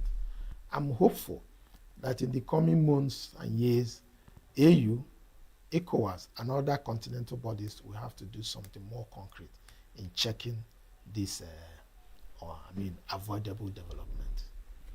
All right, then, we'll take a look at a speech from the Ghanaian president. Let's get to hear what he said. I think that it's an issue that we are all worried about because of the specific circumstances of South Africa, and it's most regrettable and most unfortunate. I think that the young people of South Africa do not know what happened before they gained their freedom. The whole of this continent stood behind South Africa. The whole of Africa stood behind South Africa to fight against apartheid. I remember all of us growing up as secondary school children, went on marches, we were part of the African Youth Command, we demonstrated, we boycotted classes and all that, all in the fight against apartheid. Indeed, for several of the countries where their citizens have been brutalized in South Africa, these are countries that were called frontline states that harbored the freedom fighters, of South Africa and gave them safe haven, gave them passports, to be able to avoid the clutches of the apartheid regime. And even Nigeria, even though not a neighbor of South Africa, was considered a frontline state because of the economic contribution that Nigeria did to the ANC to be able to liberate South Africa from apartheid.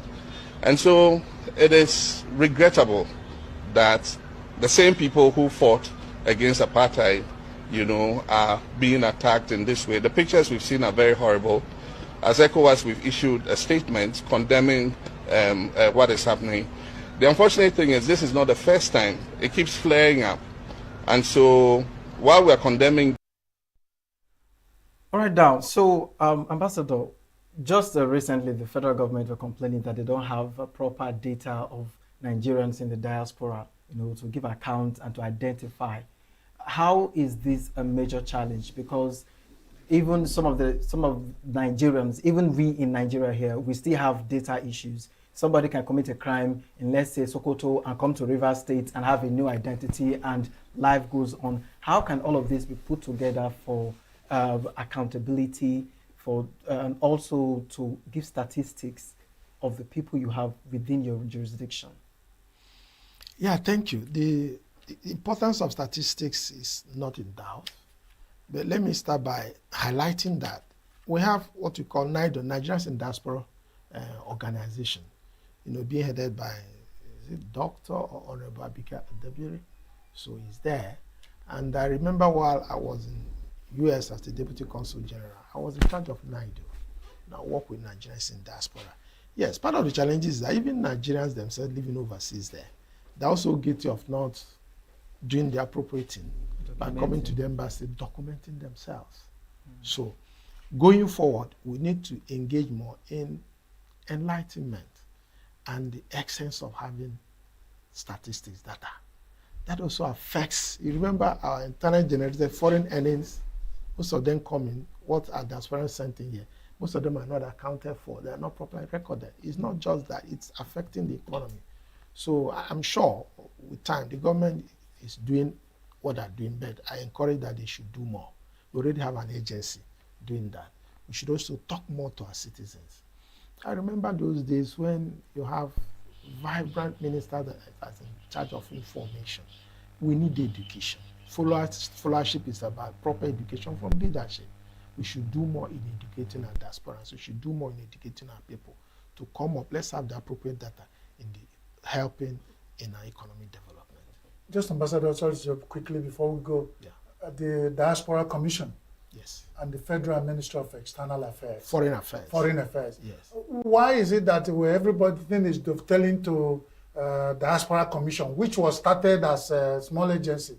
What is the Federal Foreign Affairs doing in making sure we take over this? Why are we, giving the Diaspora Commission we're responsibility? We're not bypassing. Diaspora Commission is one of the agencies under Ministry of Foreign Affairs. We work hand in hand.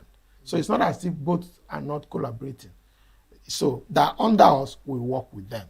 But of course, when you have agency, completely seized with doing a particular thing, you have to mention him. But that's not to say that foreign affairs, our embassies, we're all working together in achieving this. So to wrap it up, let's get to learn your experience. You lived in South Africa for a couple of years. How did it feel like? Because we want to believe that South Africans are good people. It's a good place to be. The impression we are getting is just from some people that are concerned about what they feel about foreigners. What was the experience? You have said it. The average South African is good. We relate well with them. We marry their women, they marry our men. So, but of course, we're talking about few uninformed South Africans. Lazy, sorry, I don't want to use a harsh word. They're uninformed. I mean, globalization is about interaction. It's about competition. How do you say, every foreigner should go, you want to remain alone? It's not going to work because we need to all come together, put our resources together to make a better continent. So it's few people that are doing this. And that's why we should do more in making sure that this is, stopped at the board, nipped on the board. So nip it on the board. Thank you, Ambassador, for coming. This is wonderful. We are glad we have you, and you've not lost anything being a diplomat. You always talk diplomatic, and we hope it will. Well, that's Ambassador Kemal Kolam, is it? Anderson. Kemal Kolam Madubike. Wonderful name you have there. Thank you. Thank you for being our guest this morning. Thank you. We appreciate you. Thank you. And that's for our numerous viewers out there. This is where we call it quit from ENUGU studio of Signature TV, Signature Morning this day. Chris?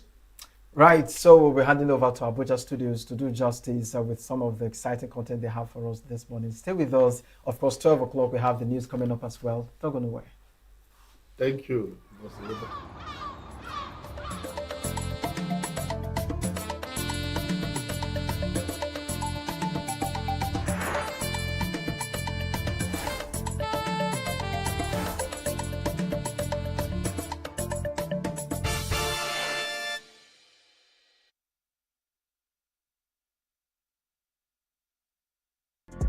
Get plugged into the heartbeat of entertainment on The Hub, your ultimate show on eVibes. From trending stories and social media drama to top charting music, must-watch movies and exciting moments from the world of arts, we've got it all. Join us for unmissable conversations with your favorite entertainment personalities, plus fun segments every week. I should try harder, so... Okay, I don't know that one. Outfit of the day. Oh, I don't do that. That's some Gen Z stuff. Oh, now you say it's a Gen Z stuff. It's everything you love about entertainment, served fresh every week at 1 p.m. with weekend repeats just in case you missed it. The Hub's on eVibes, where the vibes never stop. Only on Signature TV.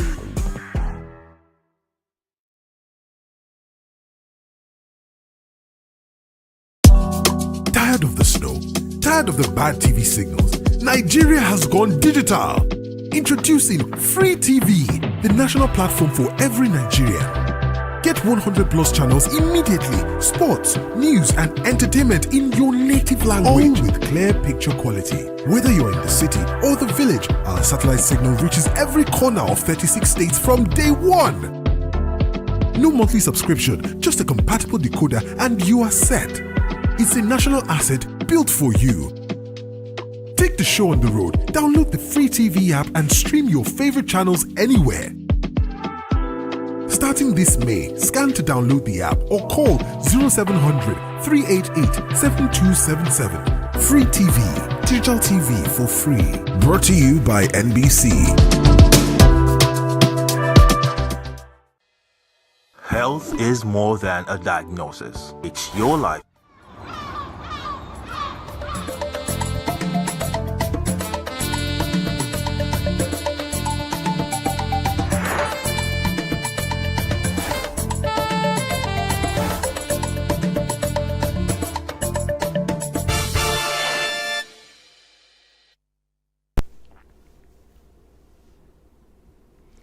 Well, let me welcome you to Abuja this beautiful Tuesday morning. My name is Mwabo Zenjoko and this is Signature Morning. I'm sure that you are following the story that has caused quite a number of Nigerians to begin to express concern over what is likely to happen to the 2027 election. Some people are already speculating that the trend points towards a collapsed political party system. Well, as we're talking about a collapsed political party system, public power is trying to tell us we're still here. Anyway, we'll continue. Now, you remember that during the military era, in the heat of the 1993 election, presidential election, a body emerged by the name Association for Better Nigeria, ABN. That association used the court processes to try to scuttle the 1993 presidential election. That was under the military. And some people said that association was just the handiwork of the military. It was a boy created to go stir the waters and create confusion. Yes, that may pass if you are assessing the military's method of doing things or tactics for achieving their objective. But this is a democratic order. And suddenly, and very suddenly, that Association for Better Nigeria seems to be emerging. But please, I'm not making any conclusions. Last week, a group headed to the court asking the court to stop, to ask INEC to deregister the African Democratic Congress. That was their first request. But subsequently, they amended that request, asking the court to compel INEC to deregister the association, African Democratic Congress and some other opposition political parties. And the reason, allow me go into their reason. They say that Section 255A of the 1999 Constitution, which was introduced in 2017, empowers INEC to register and deregister political parties. So, they're asking the court to compel INEC to obey the provisions of the Constitution. In this conversation, we will look at the details of those provisions. I'm talking as a journalist, but I am not learned enough to interrogate those legal issues. And this morning, I have Sam Kargbo, a senior advocate of Nigeria, my friend who's been on sabbatical. Sam, you are welcome to the program. Thank you so much for having me this morning. I say you've been on sabbatical. Where did you head to? Well, I've been around. You know the way it is. Nigeria is challenging all of us, and for people who are above 60, this is the time to actually manage your time very well. And manage your health. It's necessary. It's necessary. I'm sorry, I'm sweaty. I'm just coming from the court. I had to drag you out from the court, and that's why I'm even dressed glad way like well. this. That's not me. I shouldn't have been here like this. I should have respected you enough to go change and come, but because of not time. to worry. Yes. Now, Sam, you'll be guiding us in respect of the provisions of the Constitution. I'll be reading them out also as well as we move. Yes. But this group is called Association of Former Legislators, Forum of Former Nigerian Forum of Former Legislators. Nigerian Forum of Former Legislators. Well, let me put it this way. Yes. I'm happy that you want me to look at just the legal aspect Yes. of it. First, the law knows about two persons, and both of them are called legal person. And the two persons are persons that are natural. You and I are persons. Yes. And there are those that are registered and conferred with the power to sue and be sued. Those are legal persons. And there is no in between. If you are not a legal person, if you are not registered, you cannot pursue a cause of action in court. I'm not too sure whether association or forum or former legislators is registered. If it is not registered, it will be hard to put, because here is the issue. First and foremost, you must be a legal person, meaning that you are registered or conferred with the legal persona by law. After that, you must have a cause of action, and you must have what we call a local standing. That is, you must be affected over and above all others, meaning that the action that you are telling is nearer to you, and its consequences are more telling on you than the average person out there. If you meet this threshold, you can sue or be sued. Let me put it this again. It's not just enough for you to call yourself Association of Former Legislators or Association or Forum of Former Legislators or former political personalities. Yes, everybody, the law allows for freedom of association. Anybody, 2 or 3 people can form a crowd or can pool interest together and pursue a cause, as long as that cause is lawful. So we start with that. Is the forum registered? If it is not registered, has it met the threshold for it to be recognized as a legal personality who can now sue and be sued? I'm not too sure. Those are factual situations that need to be considered. It's not something I can guess on. And also, INEC is given the authority to register political parties that do not meet a certain threshold at an election, right? And the courts have decided on that. There is a decision on it that says INEC's discretion on that is not fettered. As long as the party does not meet the threshold, INEC can. But you see, when they say the law is for the people, not the other way around, meaning that, like we say, the tail cannot wag the dog, it's the other way around. We're already into a political season. You've already rolled out a timetable. You already have recognized political parties. You cannot, politically speaking, socially speaking, and logically speaking, turn around to say, oh, I forgot to do this yesterday. When was the last election? The last election was how many years ago?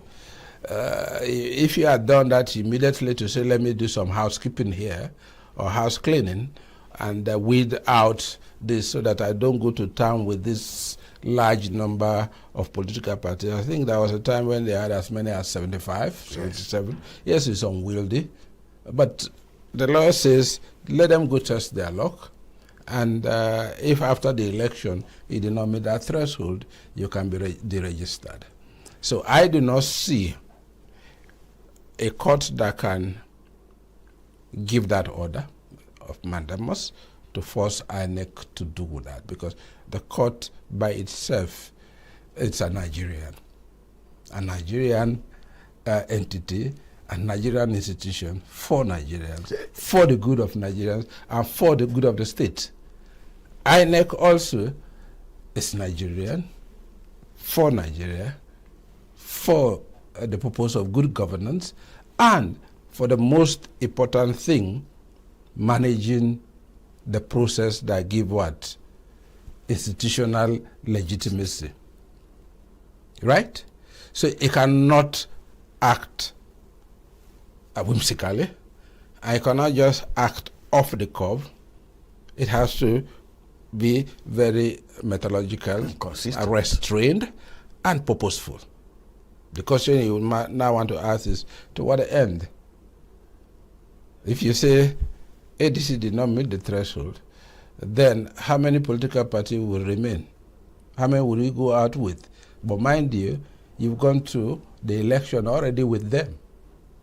You started the election with them. Those sub-national elections. As you were talking with me now, you tried to explain, yes, INEC has been unfettered discretion to do that. Thank you. Yes. Now, apart from that discretion, what does the law say? Is it a shall matter or a can matter? Is it a shall matter or a can matter? The decisions of the court on it give it a shall status. In other words, in the sense that, like I've said, I said it has unfettered discretion. It's a discretionary thing, but that discretion, if it uses it, you cannot challenge it on the basis, except if you can prove malice or whatever it is, but they can do that. But what I'm saying, yes, you have that power, yes, you can do that, yes, the law says this, yes, you've gone to court, the court have said, yes, that's what you can do, but what am I saying? You've gone to court, you've started the process already, and you've just done some elections. There was an election in Anambra, ADC participated. You cannot, after now rolling the timetable for the benefit of all political parties, that you have received all of their executive bodies, and you are satisfied that they meet the national spread. Mind you, first and foremost, you have to have the national spread to ensure that it's registered in the first instance. Yeah, it's not a regional party. It's not a cult. It is not an ethnic driven or religious or regional destiny, but it's a pan-Nigerian political party. They've met that. I would think that anybody who has a grudge with their existence should wait till after the next election, not now. Anybody who is bringing that and going to court with that, to me, is in bad faith.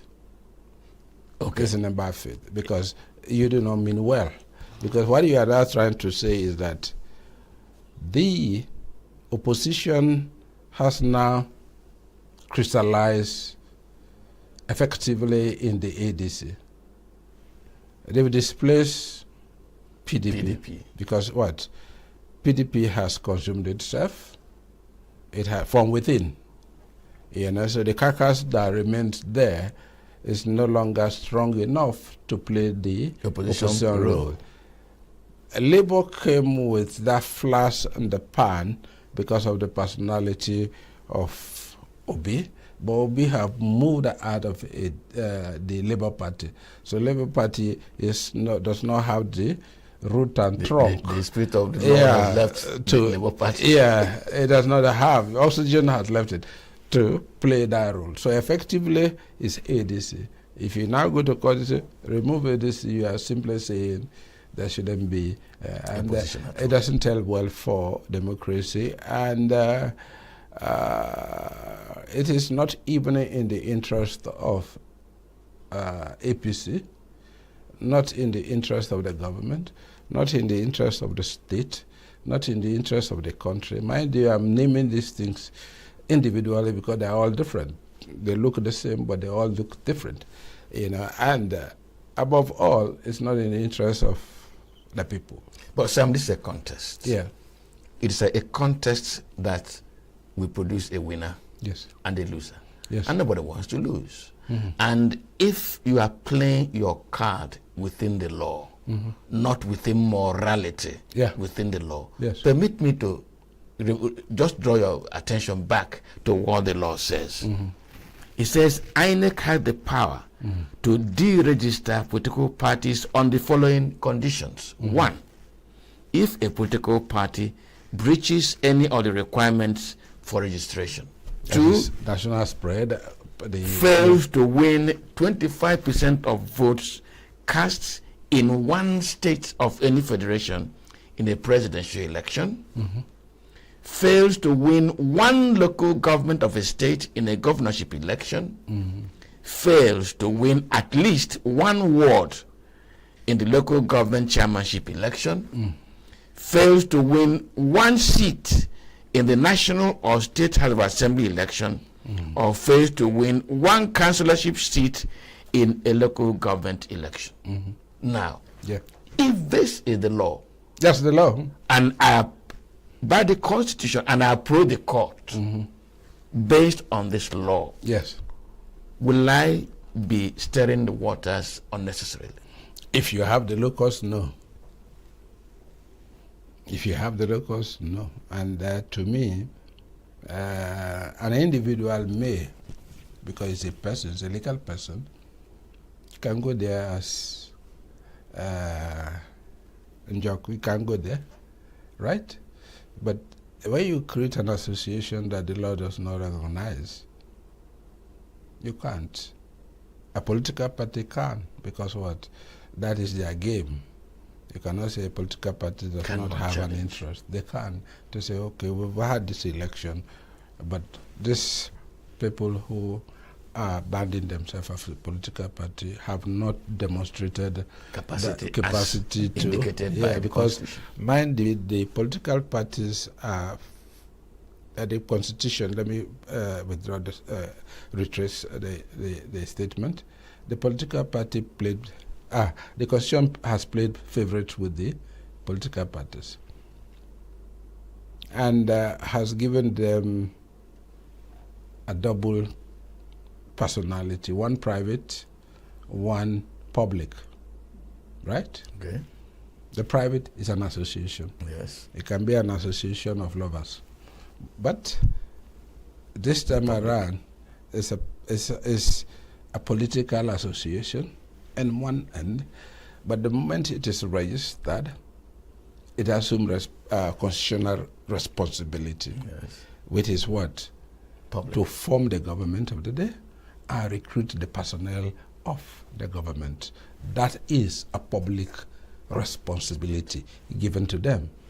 No other association has that privilege. It is only political parties that are given that privilege. So they are supposed to be serious-minded, organized, and with the capacity to perform those functions and that role. So I don't have anybody I don't have a grouse with anybody who says, in any case, irrespective of the orchestration, the posturing, we've gone to these elections, and the result of the election has what marked them out because what they have not fulfilled the threshold. That is the law. But mind you, we're talking about what? Constitutional democracy that by itself too recognizes the opposition.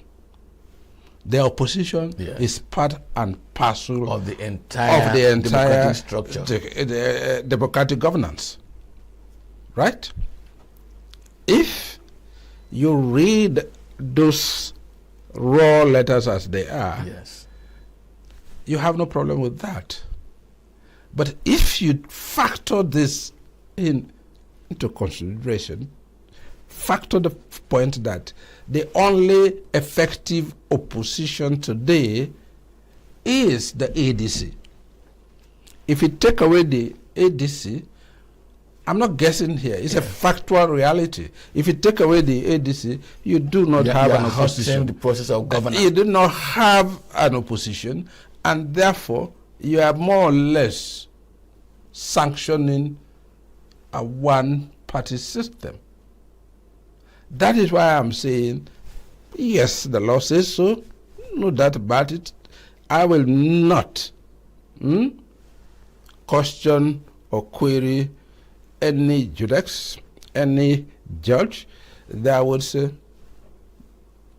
the effect doesn't, I don't care about the effect. Mine is interpreted. And the law as it is, there is no aspect of it that is stupid. There is no aspect of it that is ambiguous. It's very plain. And my business is to interpret it the way it is. I wouldn't say, oh. But I would go again to say, context-wise, within the time we are talking about, which is the campaign period, the election is next door, next hour. 10 months away from here, next year, right? And you now say you deregister ADC. Parties. If you deregister ADC, you have no business to leave any other party other than those parties that have one. That would be you only leave what and what. You leave maybe Labour has one governor, right? PDP has four. Is it four? Yes. For now. Yes. And as the time goes on, Accord has one. Has one. As the time goes on, I won't be surprised if PDP loses more. You understand? And Accord, then all the others should go home. Right? I don't see that happen. I do not see that happening. I do not see INEC doing that. Because for INEC by itself, it has already projected the number of political parties, and I'm sure printing contracts would have already been on the works. Yes. Of course, they can roll back that, but I do not see INEC contemplating. Let me ask you a very interesting question to me. Yes. I do not know how my viewer will take it. Can APC, by law, approach INEC to deregister these parties? Why not? It has the locus. It has the locus to do that. You can. You're a tax-paying individual. Right? That's what the law of mandamus, that's what he's saying. All you need to do, give them notice. But also, there is the other question which I don't want to go to because that would be talking too legalistically, in the sense that if what INEC has is a discretion, not a duty, it will be difficult for you to order it to act one way or the other, right? I'm saying yes, the provisions say you shall. That gives it an unfettered discretion. I do not think that it gives it an absolute duty that it does not have a mind on, or it does not have a decision on. No, it doesn't work like that. It's not a robotic provision. It's a provision that gives INEC, the manager of the elections, whose mandate it is to midwife the process. Midwife the occupants of what the elective offices in the country through the electionary process that they manage. I do not see it being left out of that provisions. His mind must situate itself to the reality. Let me just draw a little bit outside of the law, but looking at experience and precedents. Yes. If the law, the Constitution gives INEC this responsibility, albeit discretionarily, why is it that over time our INEC seems to have been too shy of implementing it? Because the number of political parties after 2017, when this issue was raised, that there were too many political parties now, and this provision was inserted into the Constitution to cure the process of that field of too many political parties. INEC doesn't seem to have been in a hurry to utilize these powers. Why do you think, is there any legal impediment or just a matter of political consideration?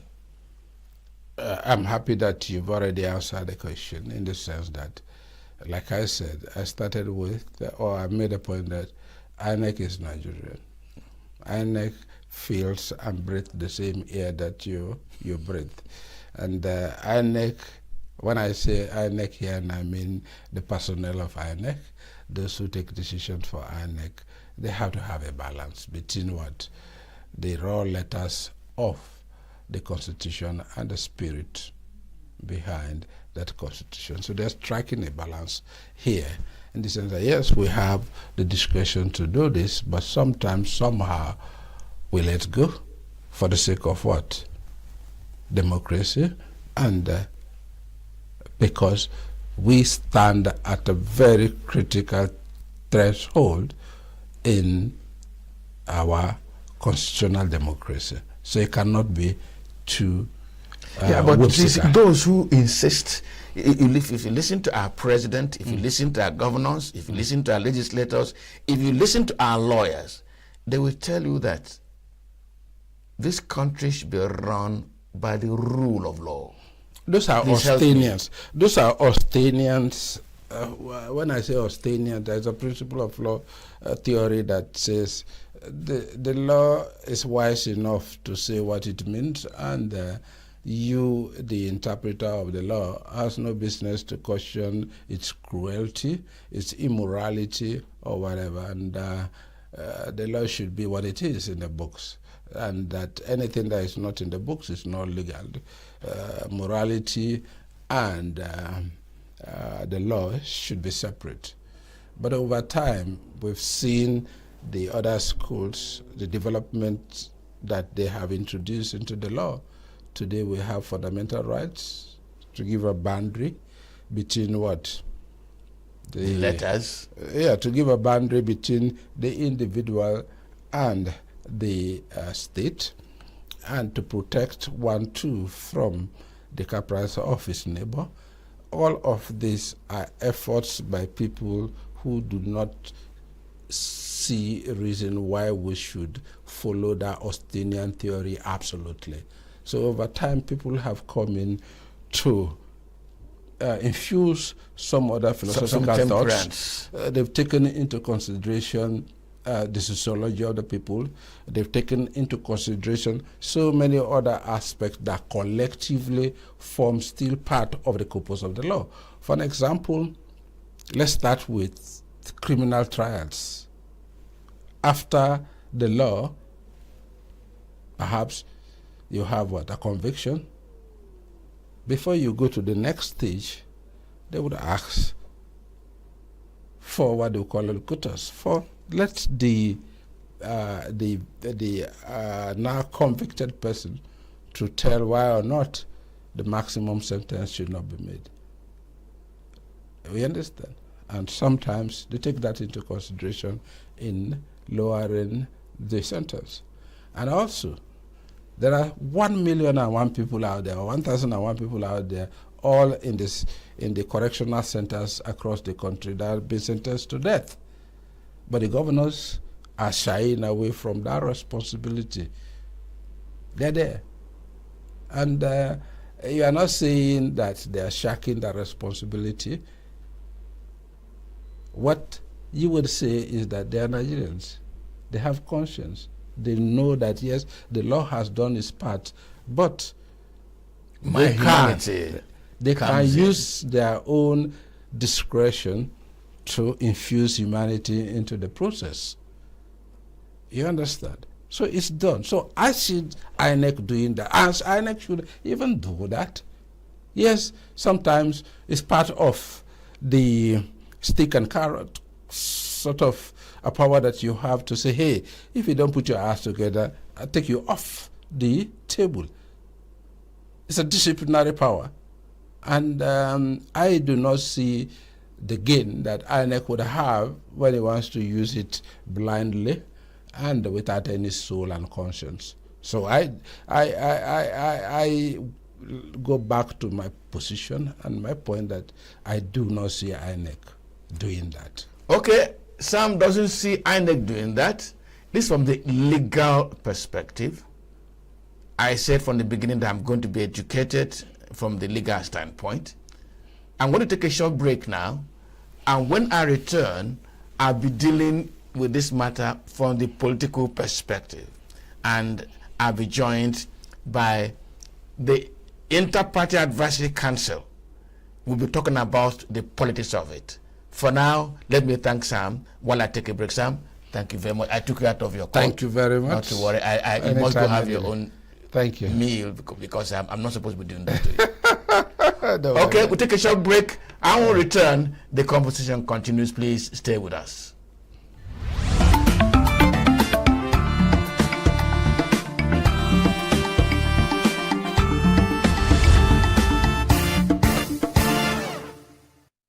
Well, at the beginning of this program, I tried to read out the provisions of the 1999 Constitution, and I requested Sam Kagbo, Senior Advocate of Nigeria, to guide me, educate us. And I raised a number of questions, indeed, whether the step to go to court to compel INEC to deregister some political parties was not within the law. He said, yes, it was within the law. But in coming to a decision, you don't just consider the letters of the law. There are other contextual issues, sociological issues, political experience issues INEC must take account of before coming to conclusion. However, that is the law. What are the politics? Please allow me first to read out some developments, some of which I alluded to in the first part of this conversation. Now, a group known as the National Forum of Former Legislators has instituted a suit against the Independent National Electoral Commission, asking the court to compel INEC to deregister the African Democratic Congress ADC. After some time, the group amended its deregistration demand from the court to include some other parties. It identified those parties in its suit. Now, please, it is important, please let me note here that the National Forum of Former Legislators is a non-partisan organization, comprising of former legislators from the local governments, from the states, and from the federal legislature. Now, at their conference in Abuja recently with the theme National Unity and Nation Building Beyond 2020, Beyond 2031, that will be after 8 years of Tinubu's administration, if he continues, the group endorsed Bola Ahmed Tinubu as their sole candidate for the 2027 election. The group have been canvassing for a constitutional amendment to provide for a rotational presidency between the North and the South. Now, the endorsement of Tinubu plus their position on North-South rotational presidency within an 8-year period means that in the next election, this group does not want any other candidate from the South, from the North. It wants a Southern candidate. And among these Southern candidates, this group has endorsed Bola Ahmed Tinubu. Now, that is the political situation. And having the studio this afternoon, the second segment of this conversation, I have in the studio Dr. Dakbo. The second name now, Dakbo will tell me along the line. Dakbo, old age has come, I'm forgetting it. When you're 80 years, you don't remember very quickly. Sir? When you're 80 years, yes, you don't remember very quickly, do you? No, you really try, sir. You try. Honestly, sir. Okay. Honestly. Dakbo, you're welcome to the program. Thank you very much. Now, this is the second segment of it. Okay, maybe you said I should help guide you to my name. Now, I'm going to the politics of it. Okay. Let me guide you according to my name. That's what you said. Yes, we kindly do that. Help me so that my colleagues out there, my name is Dikbo Olayoku. That's the right word. Olayoku. So it is it is I, not A. That's the first name. Then Olayoku. It's Olayoku. D. Okay, Dikbo, not Dikbo. Thank you. Then the second name is Olayoku. There's no N there. Yeah, Olayoku. Okay. Yes, of course. Okay. So thank you very much, sir. You're welcome. We are in a very interesting times, especially as we progress towards 2027. As you have rightly said, I come to represent the IPAC as the National Treasurer of IPAC, and IPAC is the umbrella body for all the political parties, registered political parties in Nigeria. By the way, please, if you don't get that acronym IPAC means Inter-Party Advisory Council. It means an umbrella body of all the political parties in Nigeria. Yes, the journey towards 2027 has been very interesting. It is unfortunate that some group of individuals that claim to be past legislators will be creating unnecessary distraction now as we journey towards 2027. Interestingly, they claim to be non-partisan as part of their identity. But unfortunately, in another breath, they have come to endorse a candidate that is expected to take part in the 2027 election. Partisanship. Then two, it is unfortunate that all hands are on deck, or should be on deck, as to make sure that we have a seamless 2027 elections. But unfortunately, some individuals seem to be bent on creating confusion. The question you ask yourself, sir, and our viewers, the last election was in 2023.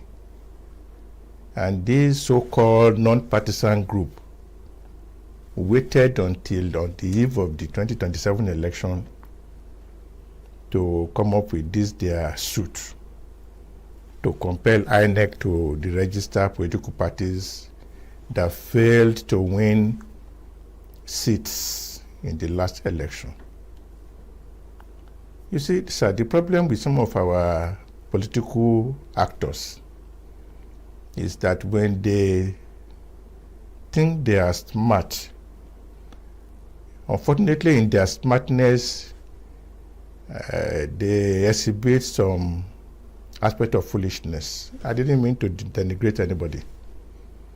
Because initially their suit was to attack a party. And the question here, what a coincidence, ADC. Looking at the trajectory of ADC, how ADC of yesterday became ADC of today. But all of a sudden, they remembered some other parties. And the question you ask yourself, sir, I'm aware that Accord is part of one of the parties they have taken to court.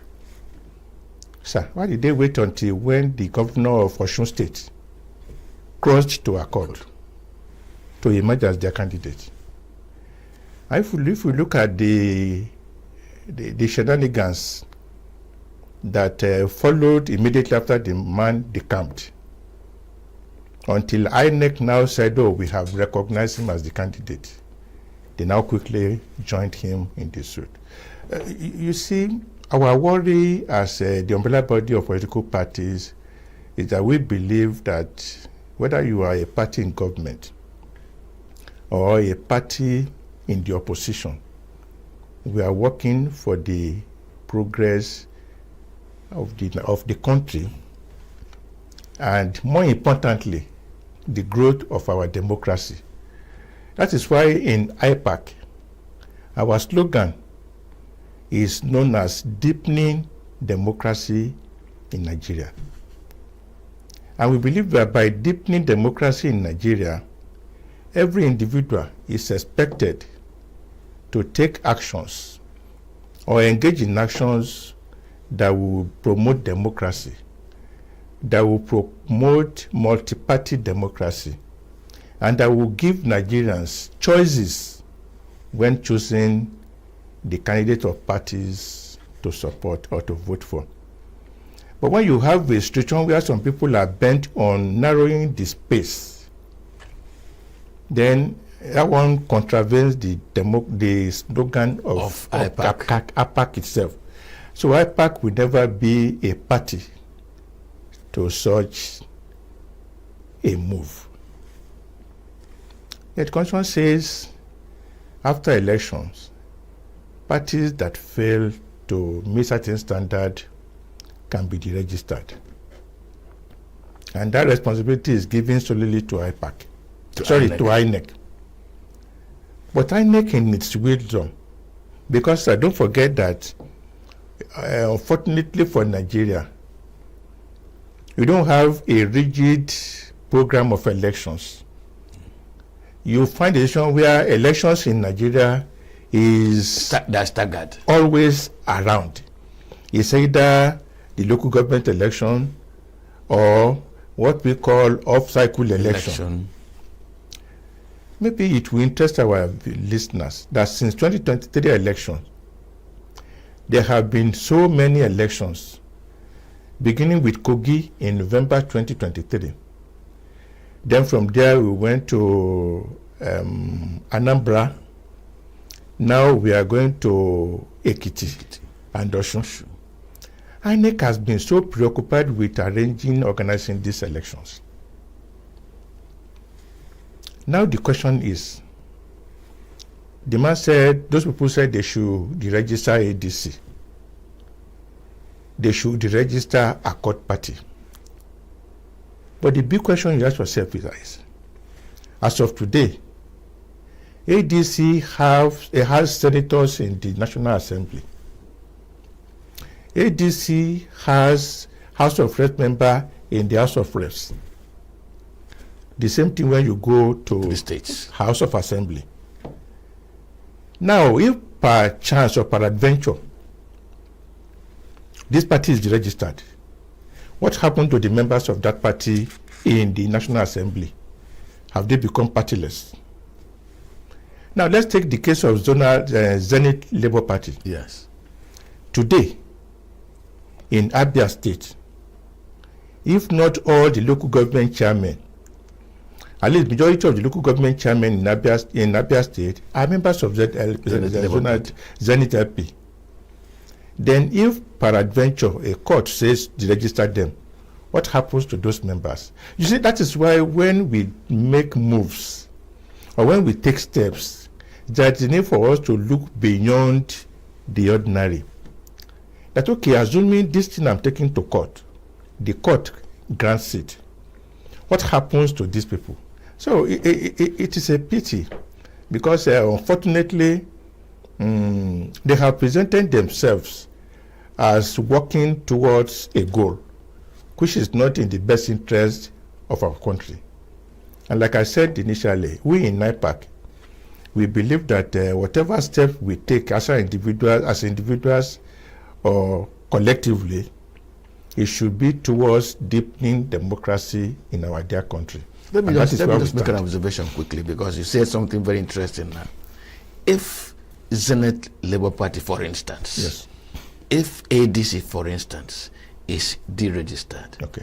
ADC has senators, Yes. ADC has House of members Reps. of House members, ADC has legislators in the states House of Assembly. by virtue of those who have joined them. Yes, sir. If the court grants that, and therefore they say your party has been deregistered because your belonging does not meet, you are not elected ab initio on that platform, what happens to all the governors who have decamped and who are not elected? Yes, on the platform according where to they have Nigerian gone? constitution, once an elected person successfully crosses over to another party, he begins to enjoy all the rights that is entitled to anybody who belongs to a In the political new party. party. So, by defecting to these parties, I believe they have conveyed some rights on these political parties. Because that's why I asked the question. These people are now members of this party in the National Assembly, in the House of Assembly. If you deregister the political parties, what happens? And the political and the constitution of Nigeria is very clear. Before you can contest an election, you must be a member of a political party. But now you are a member of a political party, and then the judge is saying that your party has been deregistered. I think those are the things the judges will take into consideration. Unfortunately, I didn't listen to the son when he was talking. Maybe those are the things, some of the things he's saying, that at times when you look at the Constitution, it is beyond the ordinary the wordings. There is something that the lawyers call letters of the Constitution. Maybe that is what the man is talking about. But let us see how the cases... Let's look at the politics of it very quickly. What are the dangers in the political arrangement in this democracy of having to deregister political parties at the eve of an election? Yes, that is why I was wondering. That's why I said that's in my opening remarks that this thing happened in 2023, the last election. Why did these people wait until some people have crossed to these political parties? You see, the danger, sir, and it is giving a very wrong signal. I pray it is a wrong signal. That some people are working in cahoots with the current government to ensure that there are no opposition candidates in the 2027 election. I wouldn't want to believe it. But everything considered looks like it. Unfortunately, these people that are dragging this matter seems to be affiliated to the current president. That is the unfortunate aspect of it. If they have not endorsed him, if they have done so on their own, they went to court without attaching any affiliation or relationship to the current president, it will have been looked at from different perspectives. But if they came together and said, we have adopted this person as a sole candidate, and they are the one that have gone to court over this matter, the tendency is there for an average Nigerian to believe, perhaps, it's the hand of Esau but the voice of Jacob. Perhaps. That is why it is very, very necessary for the president and the APC to distance themselves from this thing publicly and anyhow, because the signal is very, very dangerous. And unfortunately, there have been allegations against this government that they want to institute a one-party state in Nigeria. And if we look at it from the perspective of what these people who claim to be association of former legislators, as they claim to be, it doesn't give a very good optics at all. It is not giving good optics. But like I said, let us see how the judge will rule, because they said the judgment will be on the 24th of March. we are going to be going to cover it as news people. Okay. But I hope. I used to have a teacher, Dr. Olu Onagorowa. He was my law teacher in the university, and he said, be sure that you test the law. Test it. Don't stay in your studio on your newsroom and conjecture. Go and test it. Maybe when they test it, we'll then know the outcome. It is good to test the law, because today, because before 2007, there was this general belief that the president and the vice president must belong to the same political party, or that the governor and the deputy governor must belong to the same political party. Until there was an issue between former President Olusegun Obasanjo and his vice. And the vice chairman the vice president had to defect to AC. And the matter became an issue. He went to court. And the Supreme Court, in their wisdom, said no. Yes, they were a joint ticket. They came into office together. But the vice president can belong to another political party. And that has become the law. So like you have said, sir, let's see how this one will go. But it is just the optics that people are looking at. Had it been, they did not associate themselves to the current president, it would have been a different ballgame. But if Yoruba will say, Ajakeleni, Omokulano, Lola, that is, the witch cried yesterday, and the baby died today. So there's this relationship. Very, very uncanny coincidence. Very. But like I said, let's see how the matter will go. Now we are just looking as a political party, because we believe that our political parties under IPAC, we believe we are all members of one family.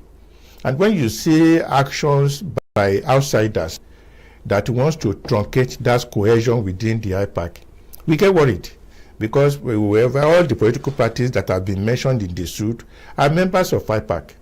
And so if anything happens to any of them, which they would think it is unjust, we should be worried. And I think an average Nigerian should be worried. Why are some people so scared of contestation in 2027? That is what is giving Nigerians worry. Nigerians have been enjoying multi-party democracy, multi-party elections since 2007 or since 1999. Yeah. Why are some people so fixated on we must have a sole candidature? Let me make reference. Pardon me. I'm going to make reference to the credentials of the president. His credentials, political credentials over time, has, at least in the media, is that of accommodation, open space, competition, strategic handling and winning, and not muscling. Now, if Tinubu has democracy as a very big part of his career credential, I find it worrisome that open contest, from which he has benefited over time, should become an issue 10 months to the next election. You in IPAC, does he give you any signal that smaller parties that have not won, are not in government, may feel a sense of, a mortal sense that the big parties, when they come to power, they just shred them and get them out of place? Because if the big party now has become a big elephant in the house and is cracking all the plates and pans, will the smaller parties not feel afraid? I don't think this should be a source of worry to only political parties alone, but to all lovers of democracy. Because, like I said, since we started this current dispensation in 1999, political parties in opposition has never been this endangered. I am talking from experience. Since the advent of democracy in 1999, opposition parties have never been this endangered. And just like you said, sir, considering the credentials of the current president, then you begin to ask yourself, where lies the problem? What is happening? Maybe there's need for us to start interrogating these credentials properly, to look at where the president was coming from. Because I remember that there had been this allegation even before now, that in Lagos State, where the president operated as a governor, that somehow it was difficult, and that it has been difficult for opposition parties to operate. There's been this new line of thought. But like I said, what many people know President ENUGU for is whatever, when we mention him, oh, he's a Democrat. A Democrat. That is what comes to mind. Because whenever anybody has any problem, either with his own political party in his state, he goes there and tries to provide a succor, so to speak. But like those who really felt the heat that time said, yes, some of them have the same thing we told you. This is what we experienced in Lagos State, but that is not even the issue. I think it is expected that by the time somebody ascends to the throne of a president, if you are talking about the patriotism, that should be his dictionary. So I wouldn't want to believe that there's a president that would deliberately want to kill multi-party system, because that is the beauty of democracy. And that is why he himself is today the president of Nigeria.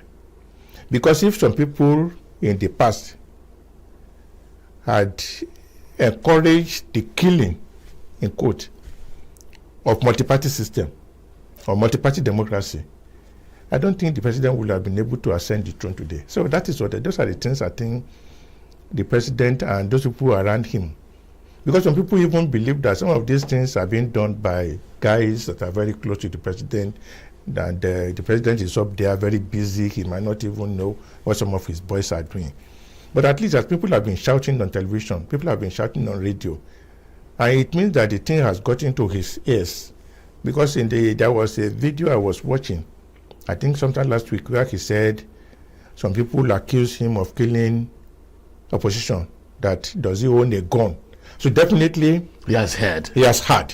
And that is why we believe, like when they said, when a child is crying, pointing at a direction, a good mother should begin to look at that direction. So I think the president should look at that direction. Multi-party democracy is very beautiful. It gives people choice or choices. And then when we do anything that seems to put multi-party democracy in jeopardy, I think as a Nigerian we should be worried. Now, Dr. Debo, let me ask you, will you be alarmed if to hear that the principal actors on behalf of this Nigerian Forum of Legislators resides in the National Assembly, is working under the legislature? Legislature is supposed to be the biggest symbol of multi-party democracy. Will you be alarmed to know that the very face and body of this forum heading to court operates from the legislature?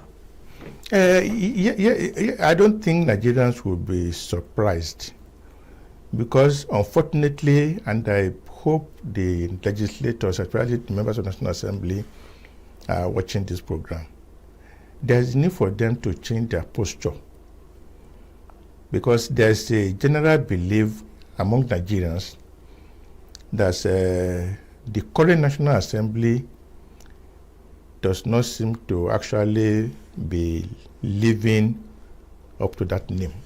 Unfortunately, I am aware that some of them are aware too, and that is why on the floor of the National Assembly, they always make reference to what people are saying outside.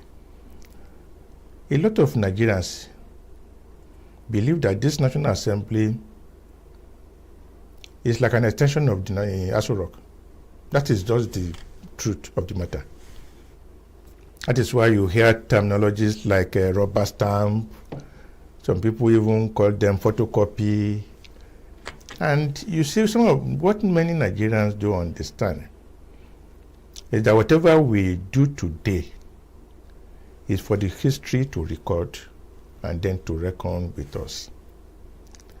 They might be enjoying the office today. They might be enjoying whatever they have getting from being the so-called rubber stamp. But what will people say about you tomorrow? Today, people talk about Martin Luther King.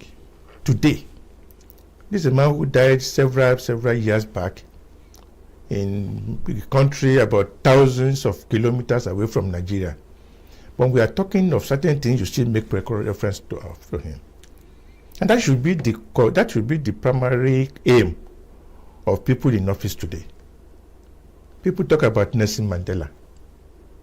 If the man has lived a life that is not straightforward, they won't be making reference to him. Very correct. So I think that should be the issue. If those who want to kill multi-party democracy Nigeria seem to have a shield in the National Assembly, I think it's just one of the problems we are having in this country.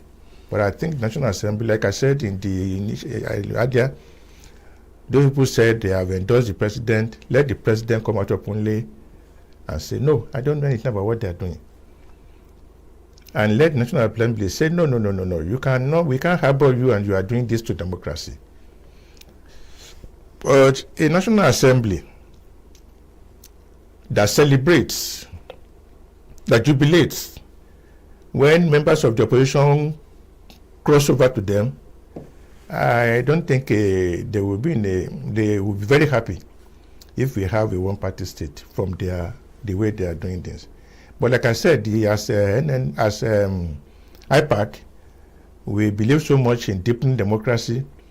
We believe so much in multi-party democracy, and that is why we continue to talk to members of political parties under IPAC to strive towards sustaining this multi-party democracy. Well, the National Treasurer Inter-Party Advisory Council, Dr. Dikbo Awoyoku.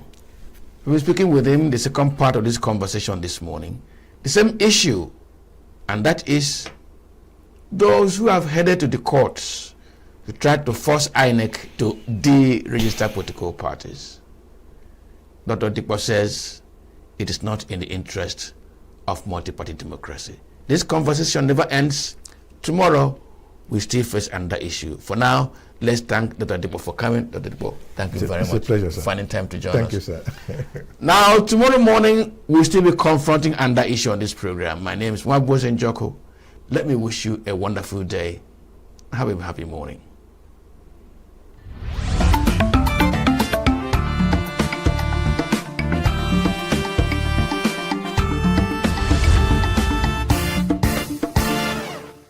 Every second, every minute, every day, news is breaking, events occur, and there are new developments. At Signature TV, we follow these stories objectively, bringing all sides without bias, explaining the complex issues, breaking down the numbers, and investigating the issues behind the news. Anywhere and everywhere, near or far, wherever the news is, we will be there. Signature TV. News in your pocket. Hello and thanks for joining us. I am Vin Martin Obiora Ilo in Abuja, Nigeria. Today in this special interview, my guest is a very distinguished Nigerian. He was born on the 29th of January 1944 in Kaba, Nigeria. He is a Nigerian who has consistently had an opinion in what happens in our country. He is Cardinal John Onayeko. Your Eminence, my pleasure to be talking with you again after so many years. Thank you very much. Thank you for considering me still relevant to talk to. Let me start by saying that you are in good health. I see you at airports, and I mean, it takes a lot of interrogation to know that you're already 81. Your Eminence, what's the magic? What has been keeping you in good health? What has been, I mean, you don't look 81 at all. Well, if you had said this 3 weeks ago, I probably would have said yes. But 2 weeks ago, I really went down. And I was told that it was because of stress and overwork. And the doctors warned me to go easy. Well, as what do you mean by go easy? For as long as you can still move around, you move around. I'm actually right now still recovering from a bad first malaria, then other things that follow. The question of health, that's a matter of, it's normal now. At the moment we are 70 and above, we are ready for all kinds of health challenges until you find the big one that will send us to paradise. I'm waiting for that. Yeah. But the important thing is that I do thank God that I am in relatively good health. I'm not bedridden. I'm not a heavy burden on my loved ones carrying me up and down. And I'm just praying to Almighty God not to have to go through that I could just walk my way gently from this wonderful earth of ours to a more wonderful world in the hereafter. You know, at my age, you must keep thinking about the hereafter. So could we attribute, I know there's the God factor in good health. Yes. But can we attribute this to maybe exercises, the kind of food you eat, or the state of mind? State of mind, good doctor who is dedicated, checking up on me, reminding me, advising me, take this, take that. I'm on regular medication. It seems to be the normal thing now for all old people like us. Regular medication to control sugar and blood pressure. At first, when you were on regular medication, it means that you are sick. And that's good. She's a young sister. But her area of competence is in gynecology, strangely enough. But she's done special courses for geriatric care. And she's making good use of that. Of course, she's not on alone. There's a whole lot of a few other consultants who know about my case and to whom she reports and who give their advice. So I'm in their hands, and I think they are handling me well. Your Eminence, recently we had a new pope, and I understand you were part of the pre-conclave meetings and all that, but you had to return, you had to leave Rome because you had gotten to an age where you were not going to be part of the conclave. Mm-hmm. Tell me how you felt when this happened. No surprise. I knew the laws, I knew the rules. Everybody knew the rules that once you celebrated your 80th birthday, you can no longer participate in the conclave, no matter how important you think you are and how wonderful you think you are. And there were many others like me who also were in the same position. The rule is a good one because you can't be dragging a 90-year-old people into conclave.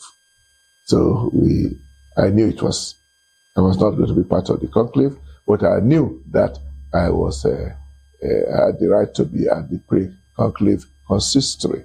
Consistory is our technical term for the meetings, discussions, where we spoke a lot about what is the church, and we got reports about how the church at that level is running, the kind of reports that we don't normally get.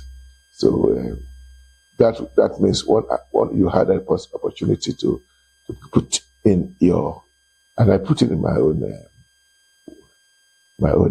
ideas about what I think was going on. You could say that it is a period where people give the idea about what kind of pope they wanted, realizing that the new pope was among those of us there at the meeting. Some people were perhaps more indicated than others, but nobody was sure which was going to be. Going to be the pope. Yes. So, like the rest of us, you found out. Yes, maybe by watching like TV. The rest of you. The journalists like you, they often have their own conclave, and they have their own pope even before any pope emerges. Yes. They had various lists of people whom they said was going could be. Yes, but at the end of the day, it was Prevost who came as Leo the 14th. I didn't know him well. And when his name came up, they began to tell us about his antecedents, and then the only thing you can say is that the Holy Spirit took care of the right decision. I'm going to ask a question. It could be funny, it could be, but forgive me. When you became cardinal, and the years you were, qualified, to go into conclave if one had happened at that time. One happened? Yes. Did it at any time cross your mind like I could become Pope? At any time? Again, at this level, there's hardly, personally for me, it was never anything like an ambition to be a Pope.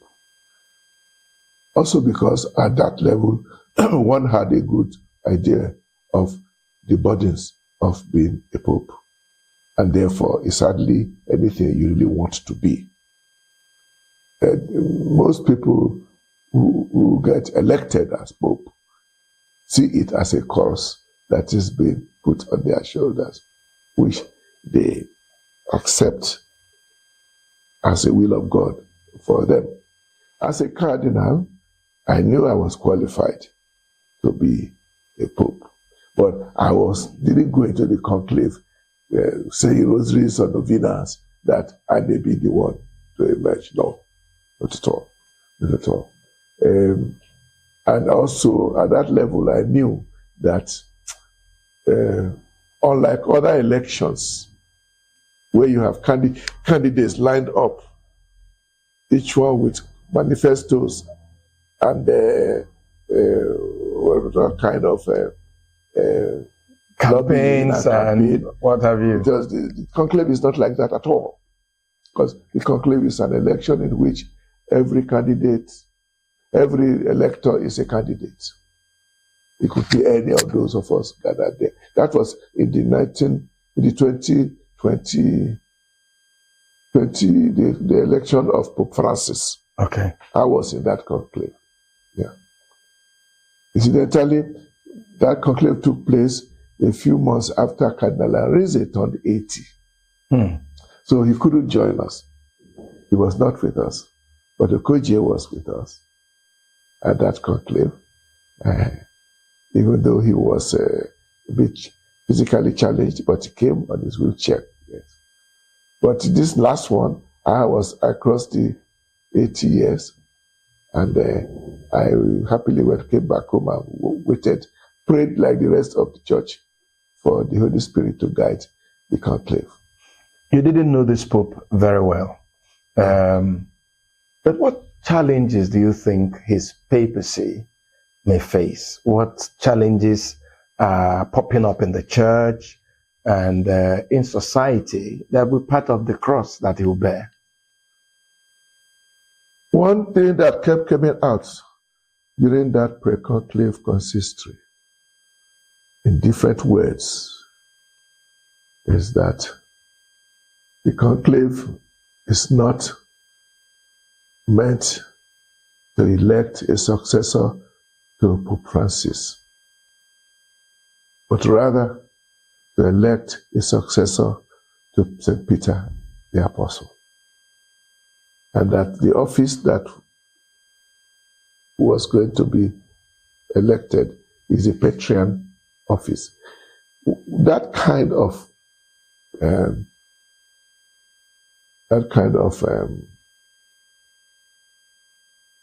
the ideas coming out from means wants to show that every pope is himself.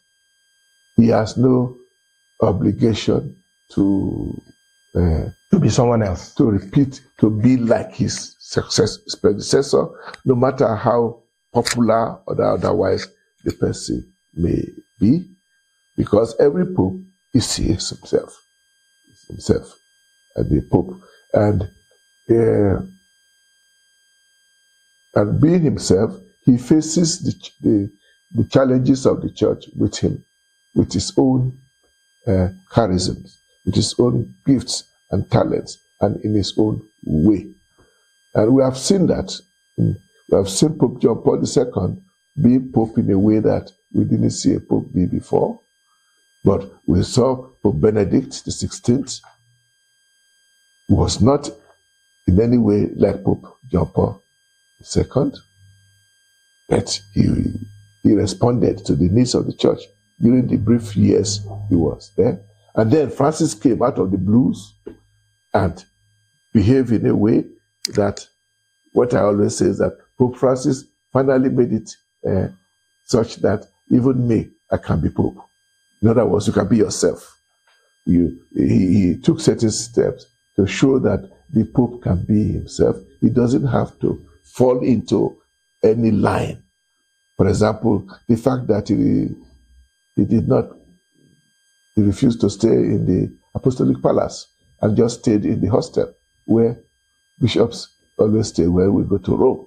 And he spent his 12 years there. Throughout the 12 years was a pope. He was going to the Apostolic Palace for his official meetings and the audiences and so on. But he always returned there for his meals and for sleep. He met a few people once in a while in that place. But that's just one out of many ways he was a pope in his own way. This pope too is an Augustinian. It's interestingly now these last two popes are religious. Pope Francis was a Jesuit, and this Prevost was an Augustinian, deep Augustinian, because he was a leader of the Augustinian order for 12 years. Because then we realized that he had lived in Rome for 12 years and had been familiar with the inner workings of the Holy See, which means when he became a pope, many of those things were not very new to him. Yes. Okay, we're going to talk more about the church. But, your voice has always been an outstanding one when it comes to is that so? What happens in our country. And recently, in a number of speeches you made, you have criticized our government, and let me be very specific. You urged our president recently to understand the true struggles of Nigerians and implement policies that improve their well-being. You also signposted the challenges of the elderly. In April 2025, you decried the neglect, poverty, and isolation faced by many elderly citizens who once served the nation, calling it, in your own words, a disgrace, and urging society not to forget them. Let's look at the presidency of Tinubu and the presidency and the leadership that we have had in our country. When I spoke to you about a decade ago, you still talked about the challenges of everyday Nigerians. And decades after, these challenges are still facing us. How would you want, to react to these developments? the two issues you raised, the challenges of the ordinary Nigerians and the challenges specific to the people, elderly people, it's all the same thing. It's all about the same thing.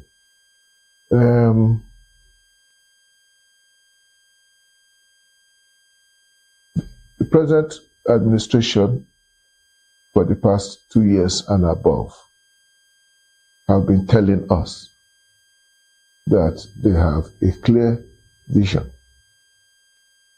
for making Nigeria great.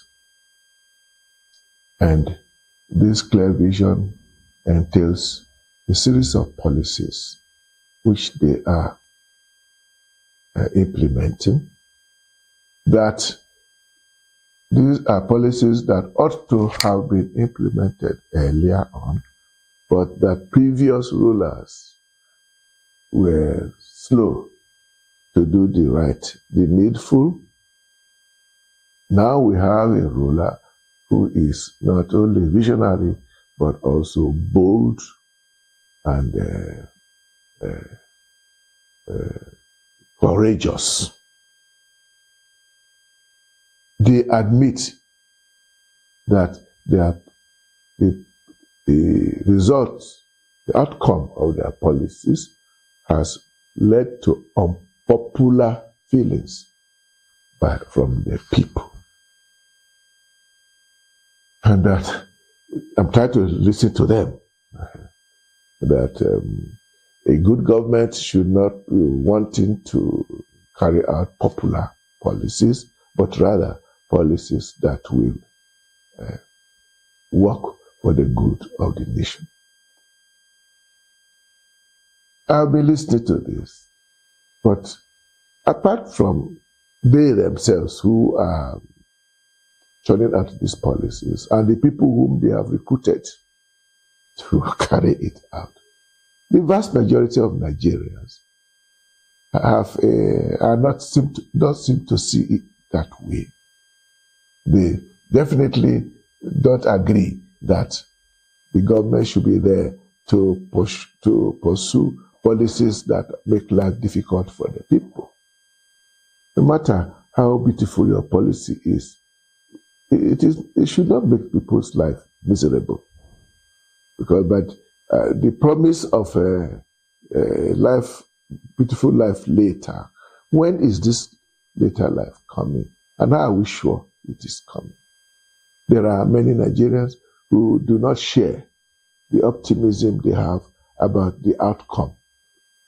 I was listening to the television yesterday when our president was in Ibadan. Said exactly the same thing.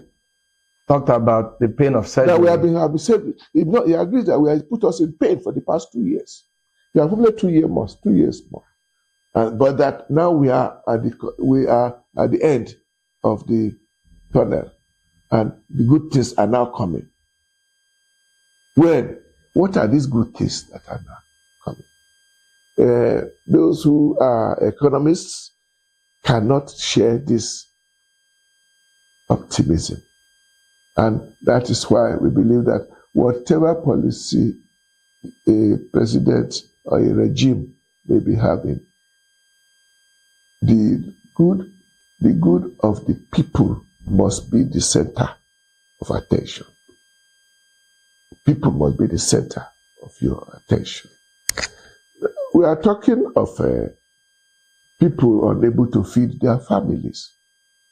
We are talking of unemployment rampant.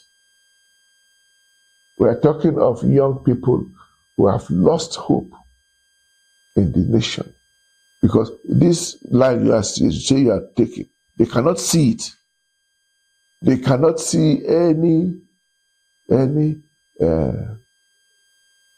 light at the end of the tunnel, which is why many of our young boys and girls who can make it are leaving the nation for destinations that are only in their mind, but which, unfortunately, we know is not necessarily going to make things easy for them. when young people begin to run away from their nation, it's not a good sign now. Because young people should be able to see in the government sign of a better future. They are not seeing it.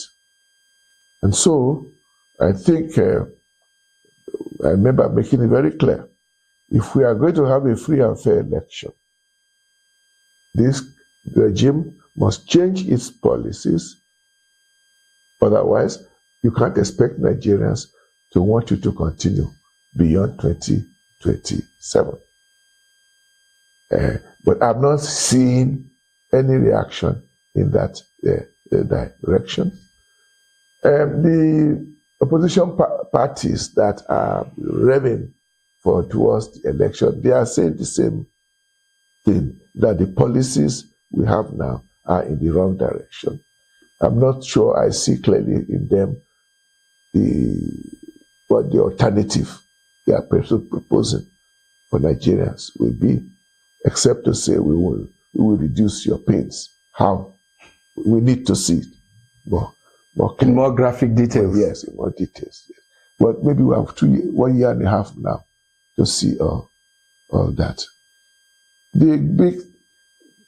I've been in this country now, and I'm now 81 years old, and I was already an adult when we became independent in 1960. I was in Patafo Balewa Square when we raised up our flag for the first time that evening, 1st of October 1960. I was in Form 4 in college and in Benue State, and I was sent by my school to represent my school at the independence. We were full of confidence in our nation. That now we are going to be independent. We are going to be like the great nations. The great nations we knew then were England, Germany, America, France. Those countries we're hoping to become like them. We were not hoping to become like South Africa because we knew South Africa was under apartheid. But we believe that just give us 10 more years, maybe 20, we will be in the front line. That has not happened. 60 years ongoing. 60 years going. But I still have not lost confidence in the ability of our nation to be among the frontline nations of the world. Because I think the way the material is there. We can now see how many of our brains have actually left Nigeria because Nigeria has no room for them. And wherever they go, they are performing wonderfully. Now, while we thank God for that, we still ask, these brains should be here now. They should be building here instead of building other people's nations. Go ahead, take any place. But we're talking about my health. The number of Nigerian doctors that are curing people in other nations. While in Nigeria, the hospitals have no doctors. The ones they have are on strike because they are not being treated well. It doesn't make sense now. It doesn't. And when they are sick, the people who are in charge of us, they are always going out. For how long? Isn't it a shame that the president of Nigeria should be going out for treatment? Can't even fix up a clinic in the estate house to take care of Mr. President. What does it take? The only thing it takes is a political will. There was probably all those who started the federal medical centers. I think it was in every state or in every geopolitical zone. That was the idea.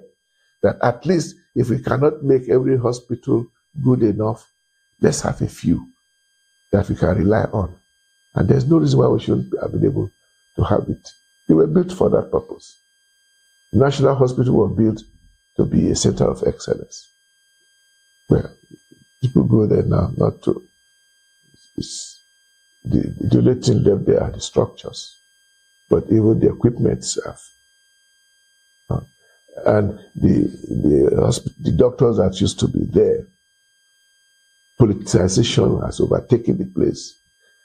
It's a shame.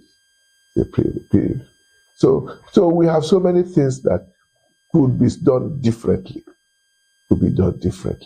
And when the present regime came, the things they are doing differently don't seem to be differently in the right direction.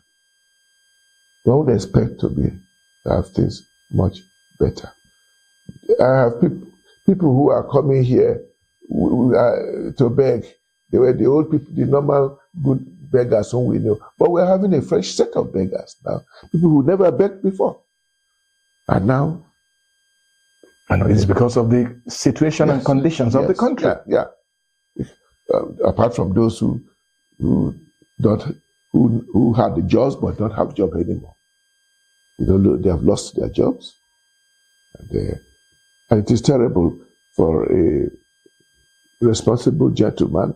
You have your family, looking after your wife and children, and suddenly you are unable. And Your Eminence, the other thing that really worries Nigerians is when a government says, oh, we need to sacrifice, we need to, contribute. And then people say that the government is not leading by example. I was watching TV too a few days ago, and a young person was arguing that our president says we should, sacrifice. And he's buying a new jet, and he's globetrotting, and the ministers fly first class, and so many things going wrong. Another thing they talk about is corruption that is still endemic 2 years after we have a new government. Not only endemic, but growing. Growing in we are no longer talking of stealing of millions. It's always trillions now that have been stolen. Billions and trillions. Which really has no reference to the reality of the people who are told to make do with a minimum wage of 70,000 naira a month that is not even being paid. Now, my regular drugs for BP and sugar is costing no less than 50,000 every month. If I was on a 70,000 naira pension, how will I manage? And I'm told that many people who had been on those medications before, when it was costing about 20,000, 15,000 a month, they can no longer afford it. And we are not surprised that every now and again we hear this one has dropped dead, that one has dropped dead. Because they'll try and look for alternatives. They buy other cheaper drugs, which are not currently doing the job. Or they go for agbo, or all kinds of native remedies, which has its own limits. Well, we are not supposed to have a nation that will make us live forever, but at least let us live decently for a reasonable length of time in this world. And that is what we are still waiting for. As for the lifestyle of government, it's not only that they spent too much on themselves. Typical example is the so-called allowances that have been carved for themselves by the members of the National Assembly. Up to now, we don't have a clear picture of the exact amount of money each takes home every month, but they say it's nothing less than 10 million every month for each of them taking home. And none of them is complaining about that. And they know that the minimum wage is 70,000. What are we in the same country? The result is that those who should be taking of the ordinary Nigerian are not feeling the kind of pressure that is on them, which explains the quality of discussion you get in the National Assembly. They are not discussing things that concern the ordinary Nigerian. There are all kinds of fanciful projects that they are talking about, and the government sends all kinds of fanciful bills.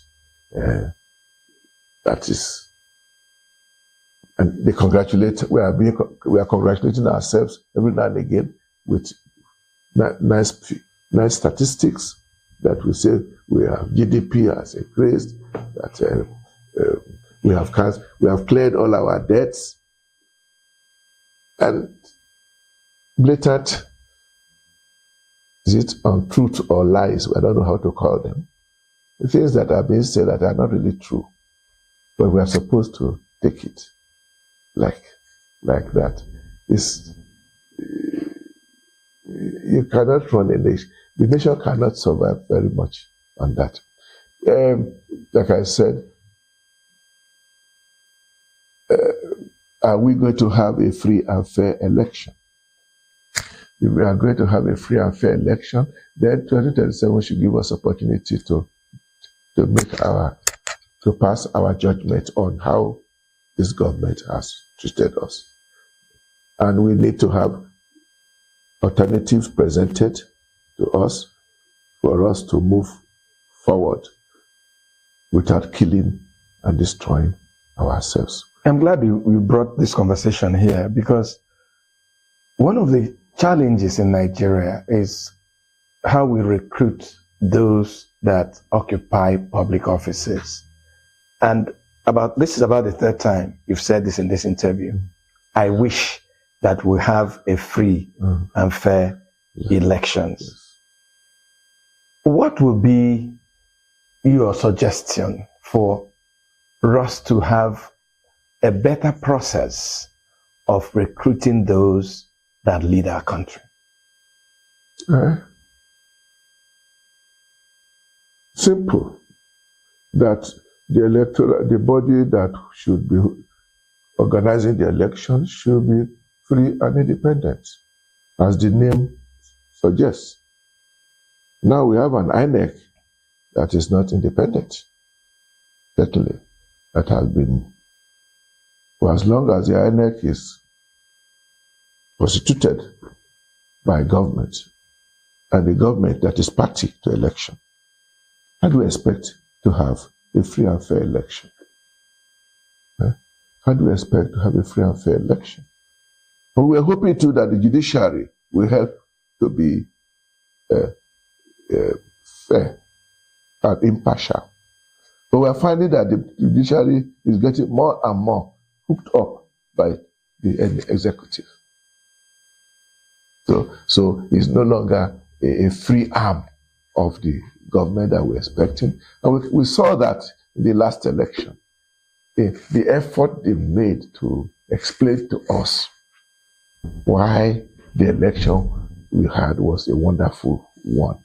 And all the arguments, all the evidence that shows plainly the irregularities were swept away, were not accepted, were not acceptable.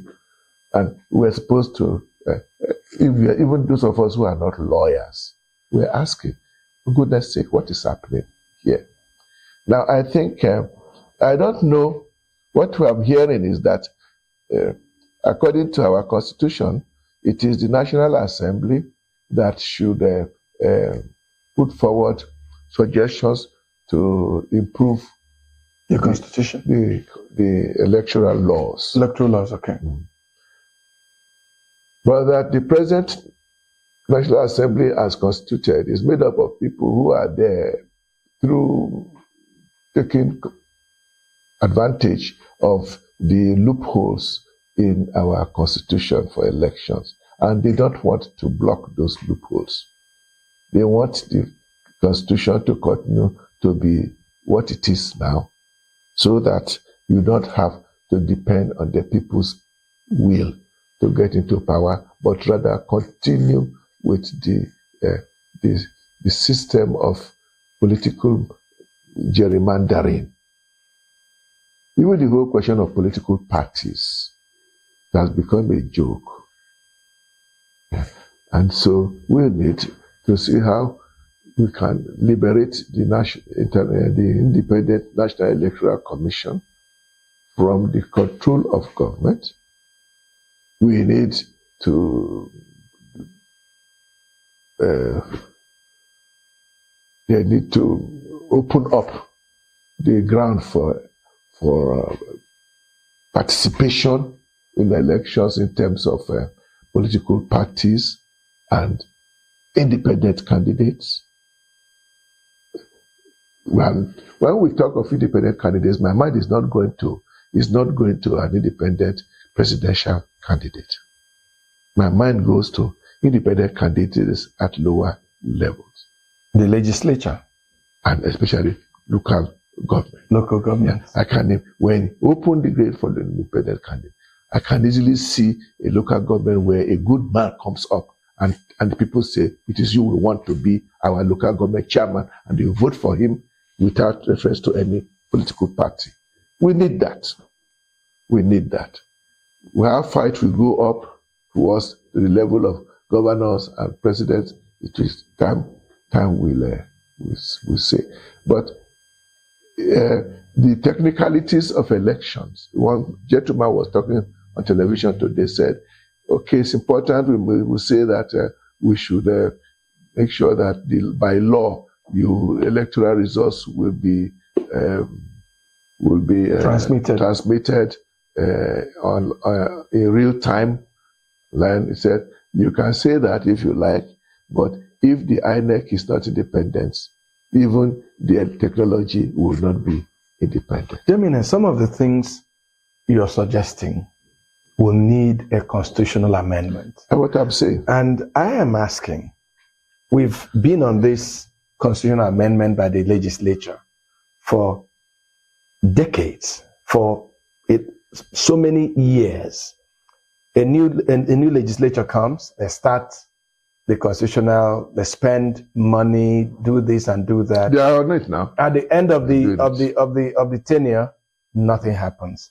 Are you one of those who are saying there should be something like a constitutional conference, independent of the legislature as we have it now, the executive as we have it now, but a conference that will be all-encompassing for Nigerians to really say, this is how we want to be led? The present rule in our constitution, which says this constitution can only be amended on the basis of the National Assembly, it is a decision that the Nigerian constitution has put there. But we do know that that's not the only way out. That's not the only way out.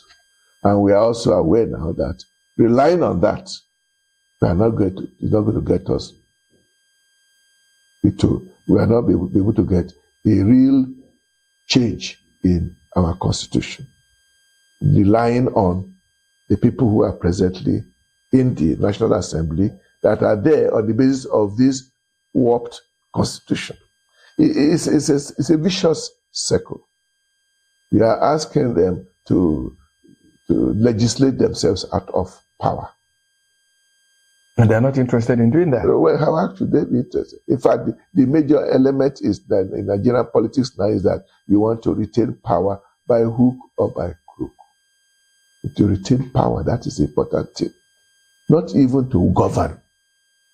You can see that now that election is in 2027. The government that should be governing is busy already politicking. Talking about 2027. They are not talking about governance. They are talking about how we are governed. So, and people go into politics to capture power. So how do we... That has to change. How do we convoke this kind of conference? How that will change, I don't.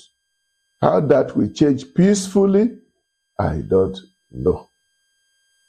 How that will change peacefully, I don't know. It is possible for it to change peacefully. The only way it will change peacefully is if we have a government that decides to change things, and that is not as intent on holding power. We have been hearing severally a comparison being made between our present president and President Musa Yar'Adua. that when Mr. President Yar'Adua was elected, he looked at the results. He won all right, but he says this is not a good election. That there was something wrong. There's something wrong with it. And he immediately set an independent group to look into the electoral process to change certain things. The so famous Waste Commission, which came out with some very important suggestions that have been put aside since then. Was that the mood of our present president after the long legal battle of the Supreme Court judgment? No. This is a Miloko. This is my turn. How has it become his turn? Only they know. Since when did Nigeria become what? Turn by turn. People take. Who are these people who are taking it now? Which turn? Whose turn is which turn? No? He still repeated the Miloko philosophy in Ibadan this week. Yeah, that it is, and that he's enjoying it. They don't seem to see that this whole local philosophy cannot carry a nation forward. And after your turn, what happens? The next person can do whatever he likes. And unfortunately, Nigerians keep thinking that the only way to get equity is to zone political positions turn by turn. You are only playing into the hands of the politicians. They are the ones who are taking turns. The poor people are not taking any turns. The ordinary Yoruba man, I don't know whether he's very happy that his turn is his turn now, because he is not exempt from the pains that our turn is creating on the average Nigerian. I think when power and politics goes beyond personal positions, aggrandizement, and becomes politics is for service of the people and governance, good governance, we have to find a way of changing that mentality. How? I don't know, really, honestly. We can preach it. We have been preaching it. And in any case, that is what our church says politics should be. Our church says politics is a noble game, a noble art, because it's not even meant for everybody. It is for those who are competent, who have received the gift of God to be good managers of public affairs. And they go into it not minding their own personal interest. Said it clearly in our documents. Not minding their personal interest, but for the common good, all to the glory of God. Now, Nigerian politicians who enter politics with this attitude, they can't move. They are simply removed from the game. A few Nigerians who have gone into politics come back and said the thing doesn't work the way we think it should. In other words, things don't come according to the rules. You know, when at some point in this interview I said that corruption in Nigeria is endemic, and you retorted, not only endemic, but growing. Yes. Does it worry you that it worries me now? After all these years of effort? It worries me because with corruption, a few people will grow, will get plenty of money, they will buy buildings here in Asokoro, knock them down and build new ones. They will go to abroad and build new houses, but Nigeria will not move. Nigeria will not move. And there is a danger that if you continue like this, and sometimes we shall collapse, like Amos was saying yesterday at Mass in our readings about Amos. You will say they are enjoying themselves. They are having eating well, and they are living in nice houses, lying down on divans, and they are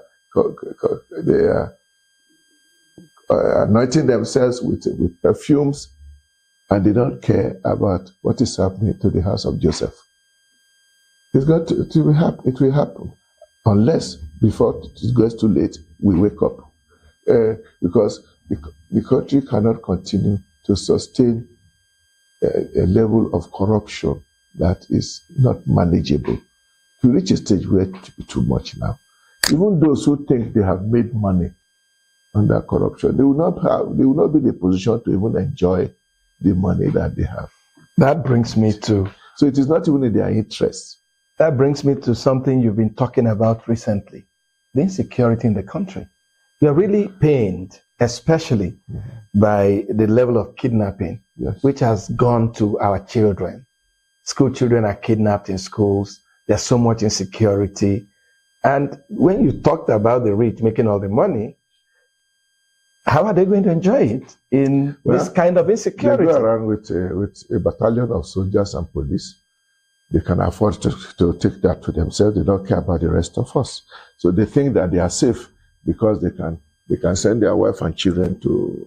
They don't even go by road anymore. They don't even go by Airpeace or the ordinary airline. Anybody is now chartering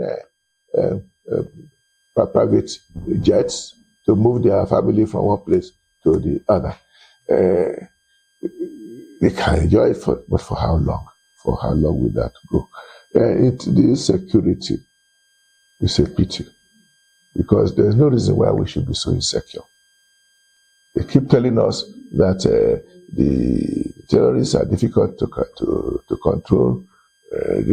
Our soldiers are not trained for that kind of engagements. They are trained to confront soldiers that are in uniform and dress and so on. But I mean, if our soldiers are not trained to deal with the problems that we have, then train them now. Change the curriculum of the Defense Academy so that they can do the work that needs and have contemporary studies of things that are happening in the country. Yes, you cannot tell me that the soldiers on whom we are spending billions every year are useless for what we need. I mean, it doesn't make sense now. If the soldiers cannot deal with them, who is going to deal with them? Is it the so-called JTF, Joint Task Force of poor volunteers who are carrying their den guns and cutlasses and exposing their lives? It's again back to does the government have the will and the interest of the people as priority concern? If the interest of the people is not the priority of concern of government, then we're in trouble. No matter what policies you churn out, no matter what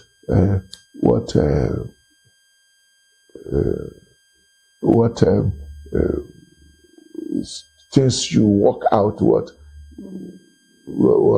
roads you build, like look at Federal Capital Territory. Every now and again, a new road is being commissioned by Mr. Wike, and the hospitals are public hospitals in the FCT.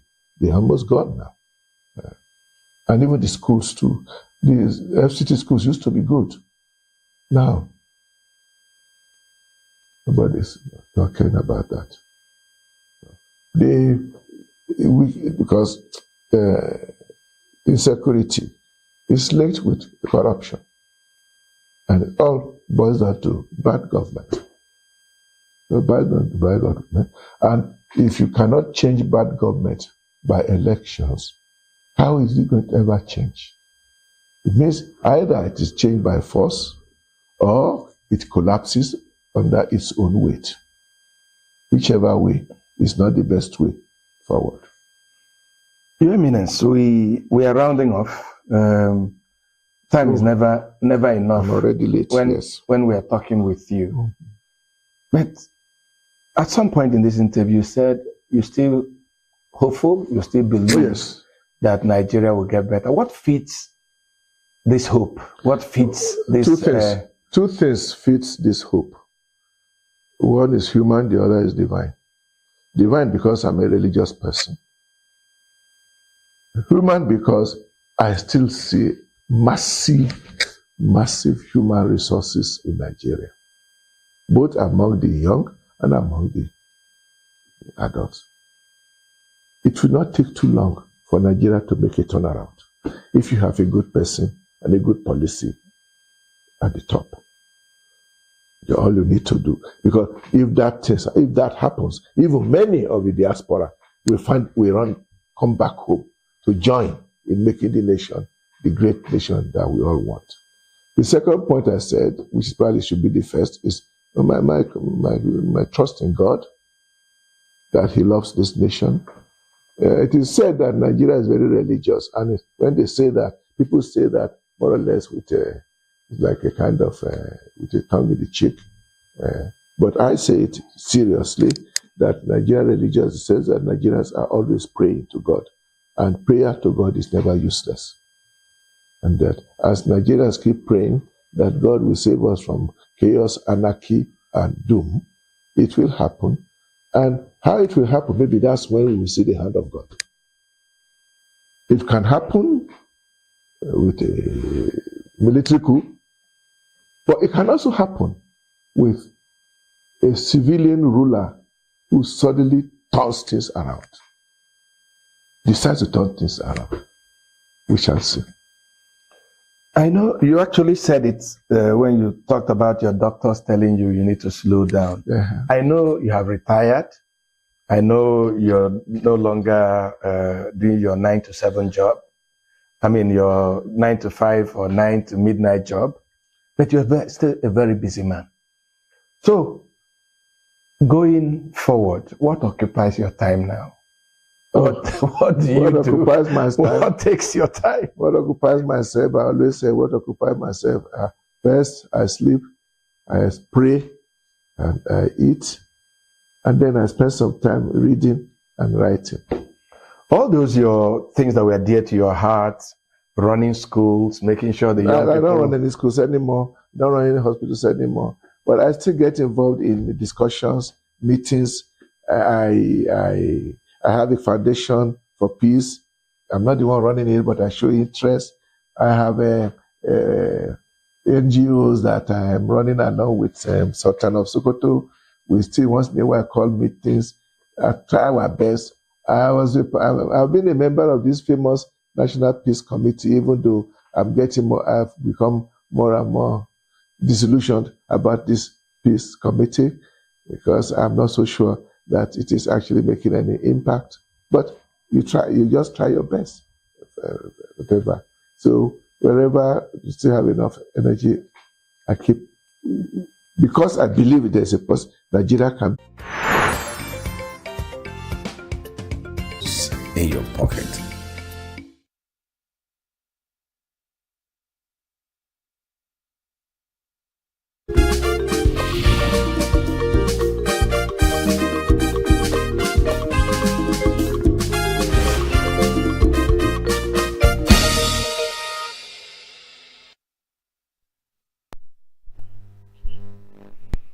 Good morning. Welcome to Global News on Signature TV. I am Christopher Lele. In the headlines, Senate extends probe of Safe Schools initiative to other agencies. Professor Uche Azikiwe, wife of Nigeria's first president, says the Nigerian government has not done enough to immortalize the great Zik of Africa. US launches fresh strikes on Iran as Trump warns of retaliation for deaths of soldiers. And Houthis announce Saudi naval blockade threatening new fronts in US-Iran war. Details in a moment. Every second, every minute, every day, news is breaking, events occur, and there are new developments. At Signature TV, we follow these stories objectively, bringing all sides without bias, explaining the complex issues, breaking down the numbers, and investigating the issues behind the news. Anywhere and everywhere, near or far, wherever the news is, we will be there. Signature TV. News in your pocket.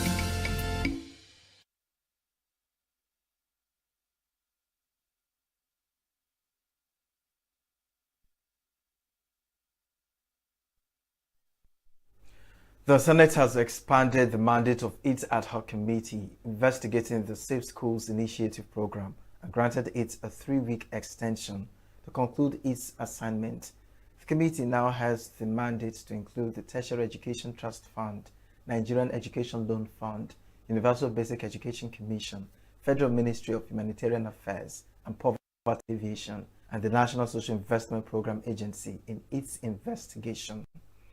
The resolution to this effect followed a motion moved on the floor of the Senate by the chairman of the ad hoc committee, Orji Uzokalu, on Tuesday, seeking an expansion of the committee's terms of reference and additional time to conclude its assignment.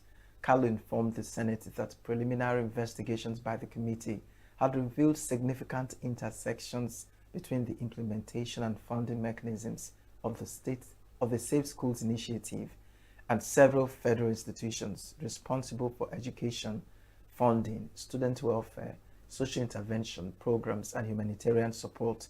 He noted that investigating the Safe Schools Initiative in isolation would result in an incomplete assessment of issues relating to school security, educational infrastructure, and intervention programs designed to support vulnerable learners across the country.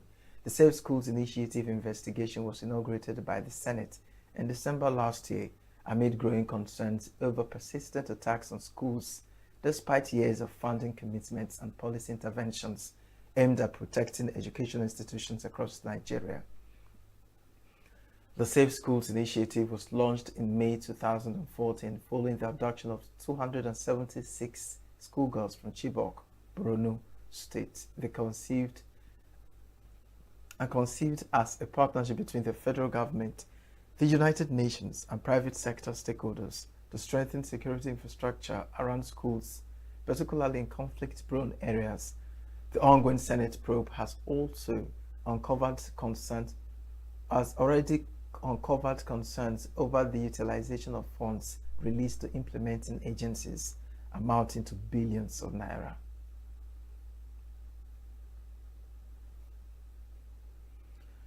The Central Bank of Nigeria, CBN, says it's opened 2 accounts for the disputed president of the Foreign Intervention Promotion Council, but noted that the accounts never recorded inflows or remittances.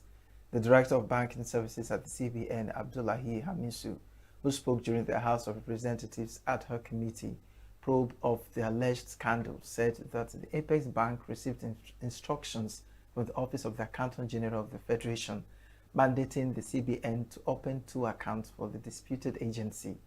He, however, stated that there have not been approvals because the authority has not been established for those who will operate the account, noting that the account remained inactive with 0 balance. Also testifying before the committee, the head of the Civil Service of the Federation, Esther Walton-Jack, said her office did not allocate office space at the Federal Secretariat in Abuja nor deploy staff to a disputed council.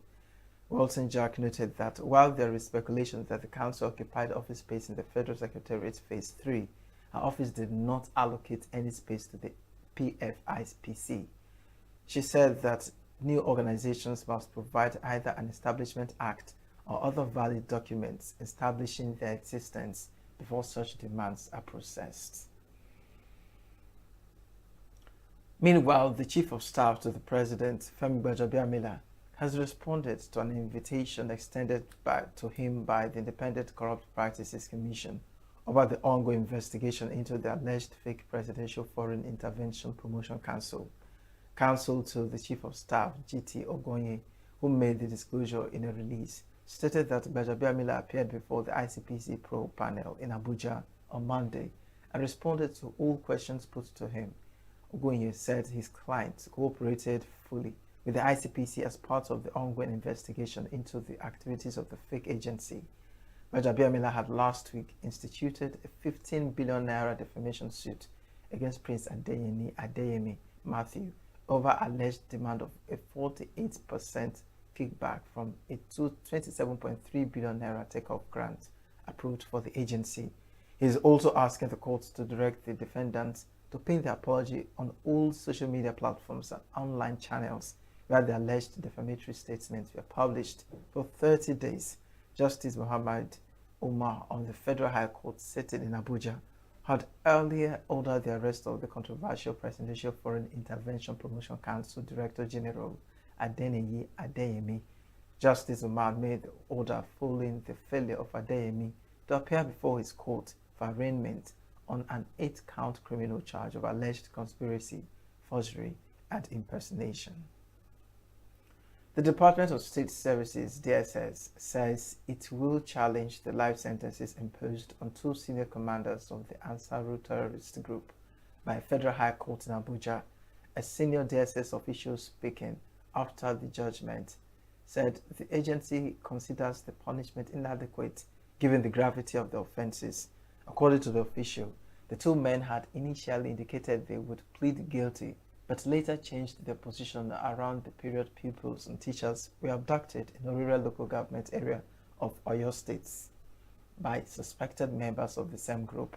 Justice Emeka Iwete had on Monday sentenced the 2 convicts to life in prison in counts 30 and 31, while they were sentenced to 20 years in the rest of the charges. He ordered that the jail term on the other counts should commence from the date of their arrest. The convicts were arrested in separate operations between May and July 2025 by the DSS on charges of terrorism, kidnapping for ransom, illegal mining to fund terrorism, fabrication of improvised explosive devices, terrorism financing, and other related offenses.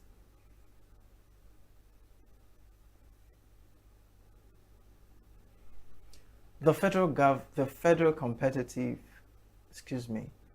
Competition and Consumer Protection Commission, FCCPC, has resumed the implementation and enforcement of its digital, electronic, online, or non-traditional consumer lending regulations 2025 after a federal high court in Lagos upheld the rules and lifted an interim order that had halted their enforcement.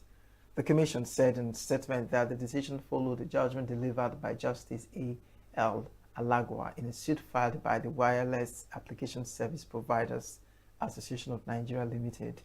The Commission said the court ruled that the regulations were made pursuant to its statutory and constitutional powers and were therefore within its legal authority, and also upheld the specific provisions challenged in the suit. The FCCPC said the judgment removes the legal obstacle that forced it to suspend implementation of the regulations in April 2026 after complying with the court's interim directive. The Commission's Director of Corporate Affairs, Odaje Ijago, said that the judgment that the Commission has always maintained that the rule of law is fundamental to effective regulation and good governance. He said the objective of the Commission has always been to ensure that innovation and financial inclusion flourish within a transparent, fair, and accountable regulatory framework that inspires confidence among consumers, investors, and responsible operators alike. The Nigerian Security and Civil Defense Corps NSCDC Badagry Area Command has uncovered an alleged fake university operating from a 3-bedroom apartment in Elado, Oluroda Local Council Development Area of Lagos State and rescued 106 youths allegedly lured into the scheme. The Corps also arrested the alleged proprietor of the institution, which reportedly recruited the young people from different parts of Nigeria and neighboring West African countries with promises of admission into a foreign university. The operation carried out in the early hours of Monday after days of intelligence gathering and covert surveillance exposed what security officials described as an alleged fraudulent academic and recruitment scheme. The youths, mostly aged between 19 and 24, were taken into protective custody by the NSCDC for profiling and further investigation. Speaking on the development, the Badagry area commander of the NSCDC, Benga Ekunola, said the operation followed credible intelligence received by the command on activities at the apartment. He said that victims reportedly paid between 200,000 naira and 1.5 million naira, while some foreign nationals and other participants allegedly paid between $400 and $500. The development has raised fresh concerns over the growing activities of fraudulent online admission schemes targeting young people seeking education opportunities, particularly foreign academic programs. The widow of Nigeria's first president, Chief Dr. Nnamdi Azikiwe, Professor Uche Azikiwe, says her major preoccupation is preserving the legacy of the late statesman by digitizing and immortalizing his writings and works. Speaking in an exclusive interview with Signature TV, Professor Azikiwe said the task is so enormous that it has prevented her from actively carrying out her responsibilities as an emeritus professor at the University of Nigeria. According to her, the documents and materials left behind by the late Zik of Africa are invaluable not only to the family but also to humanity and must be preserved as important reference materials for future generations. Professor Azikiwe expressed regret that neither the governments of the southeast states nor the federal government has made sufficient efforts to properly immortalize the late nationalist, despite his immense contributions to Nigeria's independence and development. Important to the family. I am a very shy person, one. And two, I don't like pushing myself. I think I might be wrong. I think that considering the position of my late husband, I don't want to be using late. My husband. Yes, yes. He's not late. He's still living. Considering what he did in the whole country, in our eastern region, those in power at any moment should not be waiting for us to come and say, not that they should just, if they visit us, you ask a question like this, what is it? What can we do? Why handle the former Premier Lodge in ENUGU? No, and then the family didn't tell him to do that, but he thought it's something worth doing. So I don't know how to say, to go and say, please, we want to do this, we want to do that. But if we are approached, if they come close to me or to us, and as we chat, like I just mentioned it to you. Mm-hmm. The emeritus professor also decried the neglect of the Zik Mausoleum, a federal government project located in Onitsha, describing the facility as poorly maintained and unkempt, while officials assigned to manage the center are rarely present.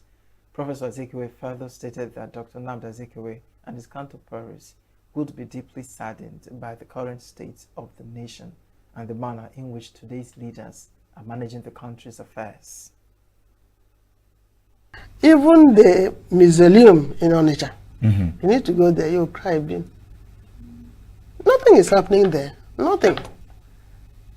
Even some of the roofs are all going. And when you compare it to the Kwame Nkrumah project in Ghana. In Ghana, I've been there. That people visit every day. I've been to that Kwame Nkrumah mausoleum. I've been there. I don't know, it's there. I don't know who to reach in federal government to handle the mausoleum. It's a very good, impressive structure. But management, anytime you go there, you see nobody. You just see the gate man at the gate who opened the gate and so on. You see and the bushes? Of course, it's there. Who is cleaning it? Once in a while. Anytime I go, when I complain, then where is the manager? They will tell me the manager didn't come to work. That is the security man, a police officer. I say, then why? What is he managing? if he can't come to work Monday, Tuesday, Wednesday, Wednesday, is it a federal government facility? It is. It is. Well, attached to which ministry? I think it's Ministry of Works. The vice presidential candidate of the Nigerian Democratic Congress, NDC, for the 2027 election, Rabi Okonkwoso, says he is surprised that President Bola Tinubu has opted to retain the Muslim ticket for the next presidential election, despite the controversy that trailed the arrangement in 2023. Speaking on a live television interview, Kwankwaso said the issue would remain a major factor in the 2027 election, wondering why he decided to do so, knowing him as somebody who likes to balance things. The former Kano State governor revealed that he and the party's presidential candidate, Peter Obi, signed an agreement committing to a single 4-year presidential term, after which power would return to the North in 2031. The arrangement, he said, is based on the principle of equity and national unity. Kwankwaso said his assessment of Obi had changed following months of engagement, describing him as a principled politician with a genuine commitment to Nigeria, and assured that their leadership would prioritize tackling insecurity, reviving the economy, rebuilding infrastructure, and improving education. He maintained that the current security situation suggested that more decisive leadership was required, insisting that the Nigerian military is capable and well-trained both locally and internationally, but needs to be properly equipped with the necessary resources to defeat terrorists and other criminal elements. The Independent National Electoral Commission, INEC, has opened its recruitment portal for the 2026 employment exercise, inviting suitably qualified Nigerians to apply for entry-level positions across grade levels 07 to 12. INEC said in a statement on Tuesday that the recruitment is aimed at strengthening its institutional capacity in electoral administration, voter registration, data management, and election logistics for the effective discharge of its constitutional mandate. It explained that applicants can submit their applications online through the Commission's recruitment portal by creating an account, completing the application form, and uploading the required credentials.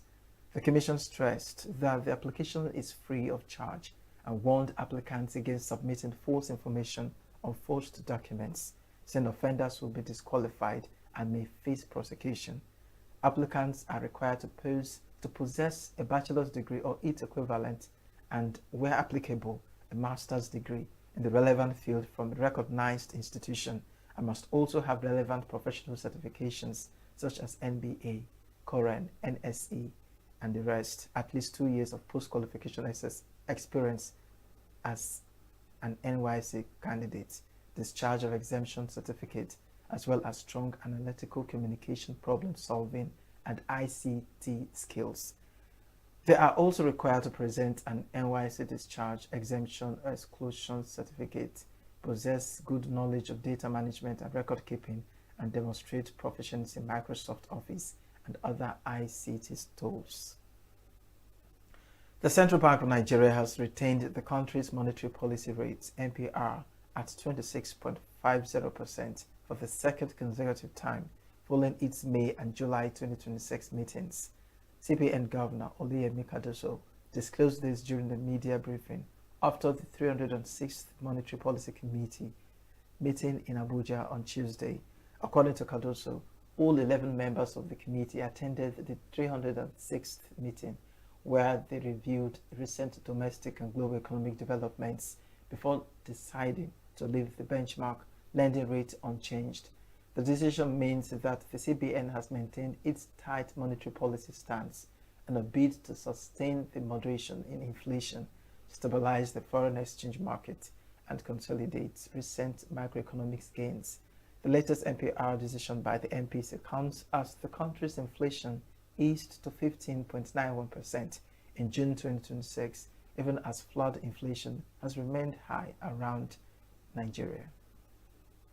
Still to come, Trump imposes 50% tariffs on $20 billion Canadian imports. Asian top diplomats voice serious concern over Middle East hostilities. Stay with us.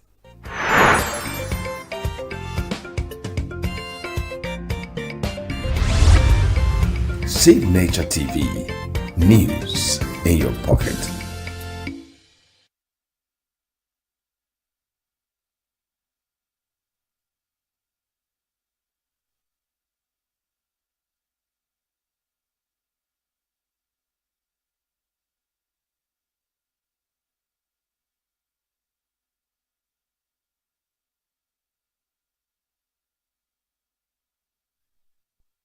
Ghana's main opposition party has reacted with anger after one of its influential leaders was sentenced to 20 years in jail with hard labor and ordered to pay more than $10 in fines for illegal mining offenses. The New Patriotic Party (NPP) alleged that the landmark judgment against Bernard Antwi Basiako, the party's chairman for the Ashanti region, was politically motivated. Popularly known as Chairman Wontumi, Bosiako is the first senior politician in Ghana to be convicted of illegal mining since the government began a crackdown on the practice in 2017. Bosiako, who had denied the charges, looked visibly shocked when the judge handed down the sentence in a court in the capital, Accra, on Monday. Ghana is Africa's leading gold producer, but a large portion of the country's waters and environment have been polluted by illegal mining, known as locally as galamsey. Prosecutors said the NPP politician had allowed two individuals, Henry Okum and Michael Geldin, to undertake mining activities on the Akanto mining concession without approval from the Minister of Lands and Natural Resources. US President Donald Trump has imposed 50% tariffs on nearly $20 billion worth of Canadian imports, accusing Canada of discriminating against American-made cars, alcohol, and dairy products. The new tariffs, which will take effect in 30 days, apply to a wide range of products, including wine, cement, ice hockey equipment, dairy products, swimming pools, furniture, finishing rods, seeds, clothing, and wigs. Trump invoked Section 338 of the Tariff Act of 1930, which allows a U.S. president to impose punitive tariffs of up to 50% on trading partners deemed to have discriminated against American goods, and is the first known use of the law in nearly 100 years. Canadian Prime Minister Mark Carney said his government had made comprehensive proposals to resolve the dispute, maintaining that previous U.S. tariffs violated the North American Trade Agreement. The Trump administration has repeatedly criticized Canada and China for introducing retaliatory measures against U.S. tariffs imposed since Trump's return to office last year.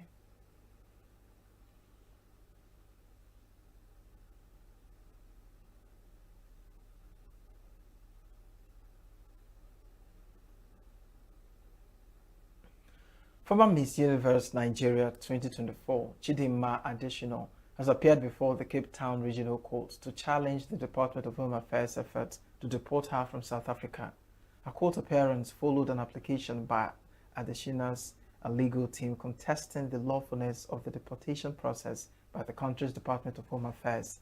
Adesina was arrested in June after Home Affairs alleged that she entered South Africa illegally and was later brought before the court as the legal battle continues over possible deportation, marking the latest development in the immigration disputes surrounding the former Miss South Africa finalist. Adesina, born in Soweto to a Nigerian father and a Mozambican mother, had initially contested for the Miss South Africa 2024 crown before withdrawing from the competition amid controversy surrounding her family citizenship status. The controversy also sparked widespread social media attacks on Adesina because of her Nigerian heritage, in spite of the fact that she was born in South Africa and met the eligibility requirements for the beauty pageant. She later accepted an invitation to participate in the Miss Universe Nigeria pageant, where she emerged winner and represented Nigeria at the Miss Universe 2024 competition. Adesina finished as first runner-up at the global pageant and was crowned Miss Universe Africa and Oceania, becoming one of Nigeria's most recognized beauty queens on the international stage. That's the wrap on Global News. I am Christopher Lele. Thanks for watching.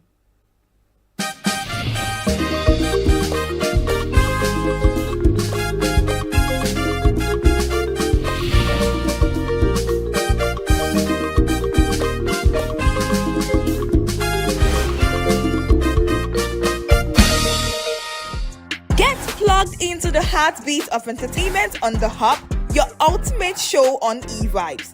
From trending stories and social media drama to top charting music, must-watch movies and exciting moments from the world of arts, we've got it all. Join us for unmissable conversations with your favorite entertainment personalities, plus fun segments every week. So I should try harder. So Okay, I don't know that one.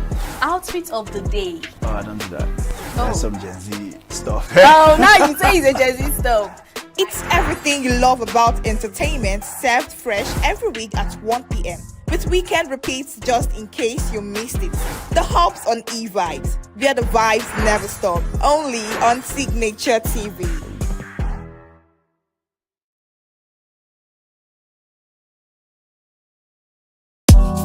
Tired of the snow? Tired of the bad TV signals? Nigeria has gone digital. Introducing Free TV, the national platform for every Nigerian. Get 100 plus channels immediately. Sports, news, and entertainment in your native language with clear picture quality. Whether you're in the city or the village, our satellite signal reaches every corner of 36 states from day one. No monthly subscription, just a compatible decoder and you are set. It's a national asset built for you. Take the show on the road, download the Free TV app and stream your favorite channels anywhere. Starting this May, scan to download the app or call 0700 388 7277. Free TV, digital TV for free. Brought to you by NBC. Health is more than a diagnosis. It's your lifestyle, your choices, and your future. Join us on Inside Health, your weekly deep dive into the stories, science, and solutions shaping your well-being. From expert interviews to real-life journeys of healing and hope, we cover it all. One of the complications of cancer management or treatment is they have some of them, at one point in time, you see them having anemia. Okay, so you see them at times being transfused. But at the same time, you come in with a diet. Nutrition, mental health, innovations in medicine, fitness, and everyday wellness. Whether you're managing a condition, staying informed, or just living your best life, Inside Health is your trusted guide. I'm Tigiti Agorum, and I'll be with you every week on Inside Health, only on Signature TV.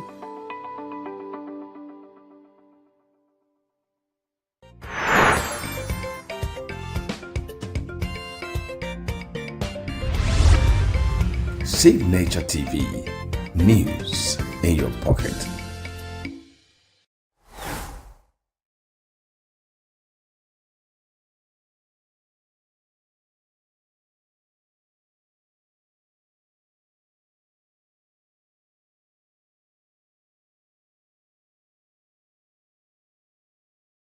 Everybody's fave is my guest today, Jay on Air. It's an interesting story. When I started this show in 2020, Jay on Air sent me a message and asking to be an intern on this show. Just soon after, his meteoric rise began. It's one of the best stories of growth and the universe rewarding your hustle that I've ever heard. And so today we take it back, you know.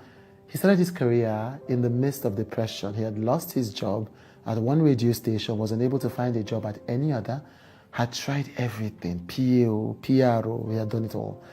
And then just as he finally began to sell Okirika and business was picking up, bam, COVID. Back to square one. It was in the midst of dealing with depression, jobless, and living with his parents that he began to play with TikTok. Today, he's one of the most respected, most viral, and biggest content creators in all of West Africa. What has that taught him? How does he see his success? How did he evolve from that to become a TV and event host? What is uppermost in his mind to accomplish? In between, he tells me that even though in his personal life and in his public life, he is everyone's fave, there was a time when he knew that he was not a good person. He was not a good friend. He was rude, he was arrogant, and he had to call himself out and begin to work on himself. And the universe has rewarded that good energy with all the blessings he has received. One of the sweetest stories I've ever heard, with one of the sweetest people I've ever met. Jay on air with Today.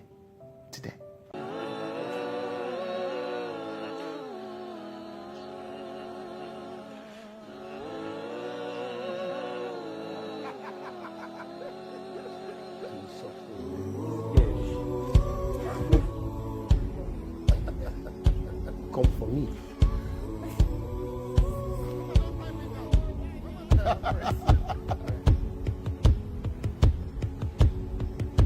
Fantastic. Thank you so much for joining me. Of course.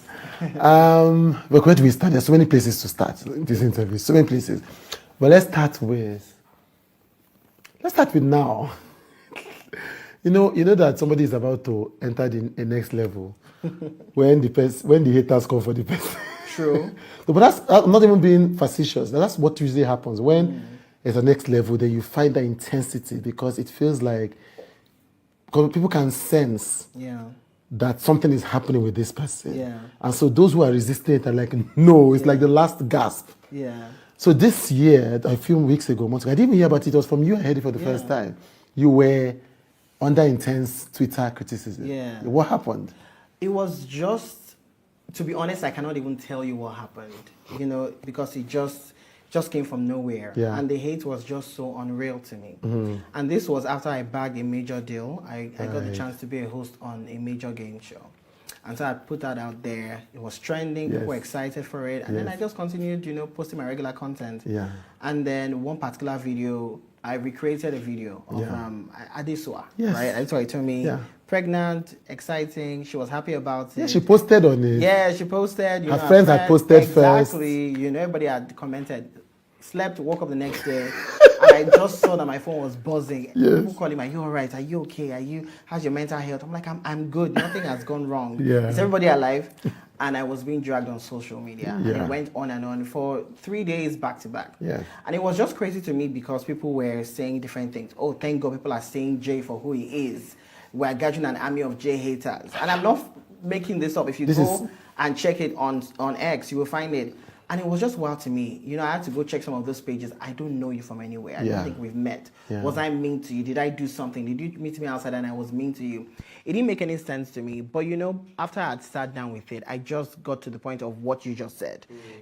People, and somebody also tweeted it, that, Jay is beginning to reap the fruits of a lot of his hard work over the years, And it seems like, people want to keep him on that level. Yeah.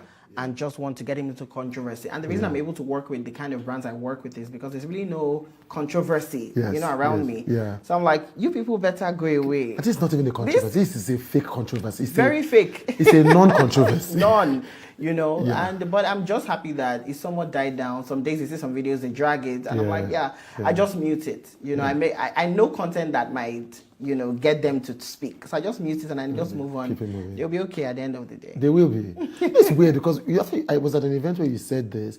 I'm not online, so I didn't even know any of it. Yeah. So I went to now ask around. Okay, because I'm like, what happened? Yeah. So when they told me, I'm like, no, it cannot be. It cannot be that he did. And okay, so did Adesua respond and say she didn't like it? Yeah. They said no. I said, did he? I'm still confused as to how that happened. It's a controversy. Yeah. It's weird when I've faced a lot of criticism in the past. And let's say this Today version that doesn't face criticism is a very new version. And I think that one of the most shocking things is when you see somebody say something and see the person quarreled with you. Yeah. Which is what you are saying. Somebody said, now we can see him for who he is. And you're thinking, what did you see? Am I pregnant? Exactly. What did you say? And for me, I think, and sometimes you see those things and someone makes you want to doubt yourself. Yes. No matter how long you've been doing it, no matter the kind of things that have happened or the kind of accolades that could come your way, if you're not careful, you could somewhat doubt yourself. Yeah. And I think that I've been a fan of SNL, Saturday Night Live. And it was just exciting to me to see. I'm like, these people get me. This is what I want to do. I just want to recreate situations and recreate people. I'm not trying to come for you. I'm not trying to drag you. I'm not trying to make an argument. I'm not trying to do all of that. Yeah. I'm just trying to recreate experiences and recreate people. And, watching SNL, again, just gave me the confidence to realize that this is what people are doing. Oh my God! You shouldn't even have doubted it for 1 minute. The people that I'm telling you, people that swear by your content. Oh, my friends, I'm just like, it's enough. Have you seen some like it's enough? And that speaks about your work rate, though. Yeah. It's I know. It's scary. I know. Also because I'm not online, but people who consume your content, there's some content where they'll be like, oh, this one no follow, this one follow. Yeah. It's very rare to see somebody who says, oh, this J on air content no follow. Yeah. Which doesn't make sense because of the rate at which you I put them at. Yeah. Do you get tired? All the time. I'm tired right now because I just finished shooting something so intense. Right. Right now. Yes, I'm tired, and yes, I get time to rest. But I realize that towards the end of the year is when I get a lot of work and I get to do so much. Yeah. So I understand. I brace myself for impact. Yeah. And I've traveled a lot this year, so I feel like I've rested enough this year to be able to come back to do all the work. But for me, I think that because I enjoy it so much. Right. Yeah. I enjoy how challenging it is to look for a costume. Yeah. I enjoy how challenging it is to get a particular voice or a particular attitude or a particular look or a particular sound that the person makes. People are just distinct. I remember when I recreated the Moabudu video and somebody said, Jay, this was so perfect. You just missed her dance. And I was like, oh, that dance. And so I had to make another video and after a few weeks just to do that dance that she does. Yeah. For me, that is just what excites me. Yes, that. She was doing it. No matter what happened, she was doing that dance. So for me, it's just the excitement and it's challenging, to be able to recreate people. Yes. And I just love it so much. So I think that's why even on days when I'm tired, my team is, behind the camera. There are days when I'm tired, I'm like, I wake up, we have to recreate this.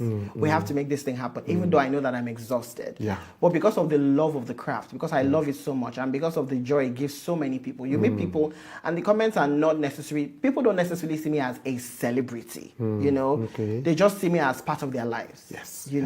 Oh, my mom watches your videos. Can I make a video call? My mom would love to say hi. Oh, my daughter is obsessed with your video. Oh, this. So for me, I don't see myself as a celebrity. I just see myself as like your friend on social media that you really don't have a personal relationship with, but when you see me in the market, you're like, Jay, that video you made my girlfriend say this and that. That is the point of doing what I do for me, and I think that is why I'm energized every day to churn out content after content after content. That's it for me. I think it's also, this is a bit unfair to you because I know a bit about you personally from people I know who know you. And I think it's also a reflection of your personality. I've never met a single person who knows you who has something bad to say about you. Wow. I think it's annoying. I know. And the truth is that I think that the people that that know me, lots of them knew me from, say, like 5, 6 years or 7 years ago. Yeah. Me, before that time, I wasn't the best person. I think if you ask people before that period, they would say I was not a great person. And I personally knew that I was. What does that mean? I was proud, I was rude, I had anger issues. I consciously had to work on myself. Entering into university, I just felt like everybody was beneath me, Yeah, because of how I grew up as, cute, teacher's pet, smart in class, neat guy, Right. And so when you are a child and you grew up in that bubble, and then I'm not even trying to come. We're disciplined at home, so my rudeness did not enter the house. Right? It's just outside. It was just outside. But my mom would always tell, "You are handsome. You're perfect. You're this." So there was nothing anybody could tell me. While that is great for children, it can make children feel like, "Who are you? I'm the best person here." And so I think until I got into university, I realized that there were so many bad things about me. I did not handle friendships properly. I did not handle feelings properly. I did not handle people properly. So it took a lot of work. I remember that it was me, because therapy wasn't a thing, for me at the time. I didn't really hear people talk about therapy. But for me, it was just watching a lot of Joyce Meyer. Joyce Meyer is an American preacher. And I could just relate to her struggles. I could relate to a lot of the things that she had been through. Not necessarily there's some parts, if you know her, there are things you went through. I don't talk about that part, but there are other parts, that I could just relate to. And watching people like her, like Pastor Sam Adeyemi, Pastor Poji Emade, those people were like my therapist. You know, we're not in the same place, but they were my therapist. You're speaking to the issues. Exactly, speaking to the issues. I was reading their books, I was listening to their messages, and that just made me become a better person. Yeah. And so when people had met me after that, they feel like I'm the best person in the world. But did something make you do the switch? Was there a particular incident? Did something cause the realization? What? I wouldn't say it's something caused you. I think just realizing that. I think I remember an evening I sat back, and then I just thought about friendships that were no longer in my life, and I realized that there were people that could have still been in my life, but were no longer there because of how I treated them. Because of how I treated them. Because sometimes people say, "Oh, I'm so lonely." Yeah. Are you lonely because you're pushing people away? Are you lonely because you were mean to people? If you were mean to people and you didn't treat people well, you realize that there's so much people can take, and they're going to take a step back. Yeah. And I realized that a lot of people, took step back, and people that were around me were just yes men and yes women. People that maybe because of positions I held in university were just there. They did not care for me. Right. They did not love me for who I was, and because who was I? I was just a mean, wicked, proud person. I was somebody that loved to just be noticed and all of that, which is wild to me because people see me on social media. But the truth is that I really don't like to be noticed. Which wasn't me many years ago. Right. So you could see me in places, and because I'm short, it's exciting for me because I could enter a space where, and I'm just like hiding somewhere. But people always fire. Is that not journey? But that wasn't the J before. Would want to be noticed. I just lived for it. So I just thinking about my past and realizing that a lot of people had left my life because of how I treated them. Right. I had to sit up and do better for the people that I wanted to be in my life and for the kind of investments that they were making in my life. I cannot live with myself, if I treat people terribly. It's very important to me for everybody that I come across, whether I'm on a set. For me, it's not necessarily giving people money or whatever. It's just recognizing that they're there. Hi, hello, I see you, I appreciate you. You smell nice, you look nice, your skin is great. That does so much for people. Yeah. So the story is that this whole thing came out of essentially depression. Yeah. Yeah. So wait, so you were working on radio before. Yeah. And then you lost your job. Yeah. What happened? Well, I didn't quite lose my job, but I left Benin. So I was serving in Benin. I was retained there, working at a radio station, becoming a superstar there. But I knew that I wanted to be back to Lagos because we have people like Tools and Gbemi and these are people I listen to. I'm like, I want to be here with you. I want to roll with the big boys and big girls and all of that. Yeah. But it didn't big anything. When I came back, because in my mind, I felt like, I'm just going to leave this job. I'm great. Once I come to Lagos, 2 seconds they were employing me. I sent my CV to every radio station. Yeah. Every radio station, nothing happened. Yeah. I found a way to work with, online radio station. Didn't quite pan out like I wanted. That's how I got into the corporate world. Worked as an executive assistant, worked as a communication executive, was owed salaries a lot, was treated like, like I wasn't worth anything, So all of that just crippled me. And then eventually I left the job. And I started a business. And COVID-19 hit. I'm like, oh my God, how do I start a business and COVID-19 hits? The business just, because he's buying clothes. I was selling Okrika, by the way. Right. And it was becoming a thriving business. I was becoming the shorts guy. people will come to me to buy shorts, you know.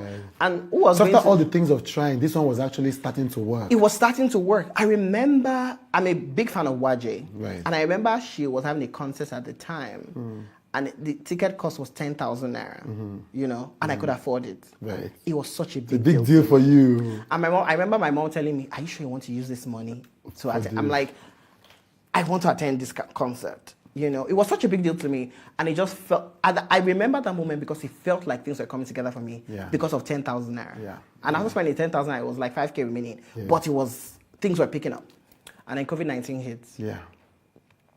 And everything just became silent. I was home. I didn't have a job. Nothing was working for me, and then people were on TikTok, and I was just like, "What is happening here?" And that is how I, you know, got on TikTok, lip syncing sounds, just to have fun, and just to while away time. And I think that's why I love creating so much. Because when I was depressed, when I was sad, I wake up in the morning, have my bath, have my shower, I'll be on TikTok. How many sounds can I create in 1 hour? How quickly can I lip sync sounds? You know, I wanted to lip sync the 5-minute one and not break a sweat. That was a thing for me, you know.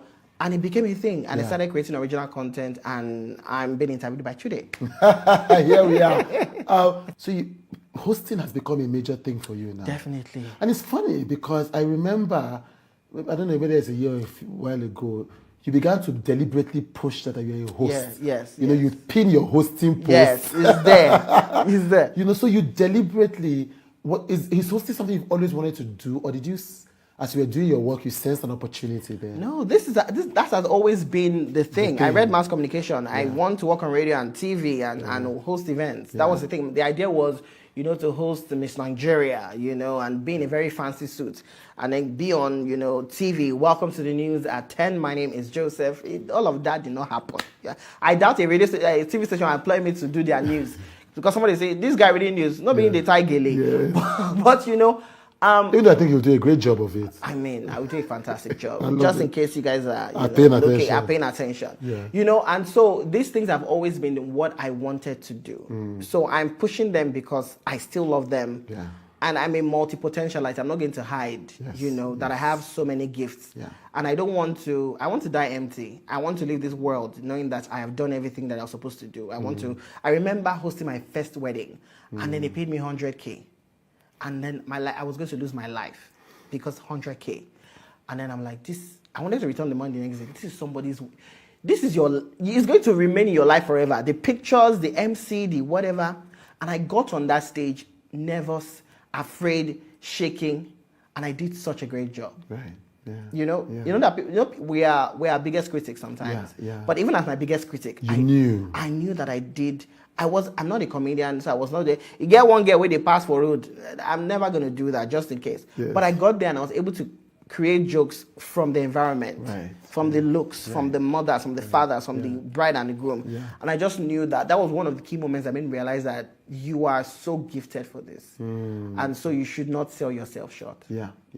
Were you worried that because of the kind of characters you create, that corporates would not see how that would translate on stage? Because corporates think in a straight line. Yeah. It's like, I've been in meetings, you'd be like, let's get this, but be like, that one that dresses like woman. Yeah. And that's the end of the conversation. Yeah. Or maybe the MD says, but I'm not sure, then everybody just moves from the left to the right. So were you worried? And how do you think you overcame that? I think one of my mentors, who is a boss at the radio station I work, we had a sponsor come in, and then the lady saw me and said, was he the one speaking on radio now? I know this guy.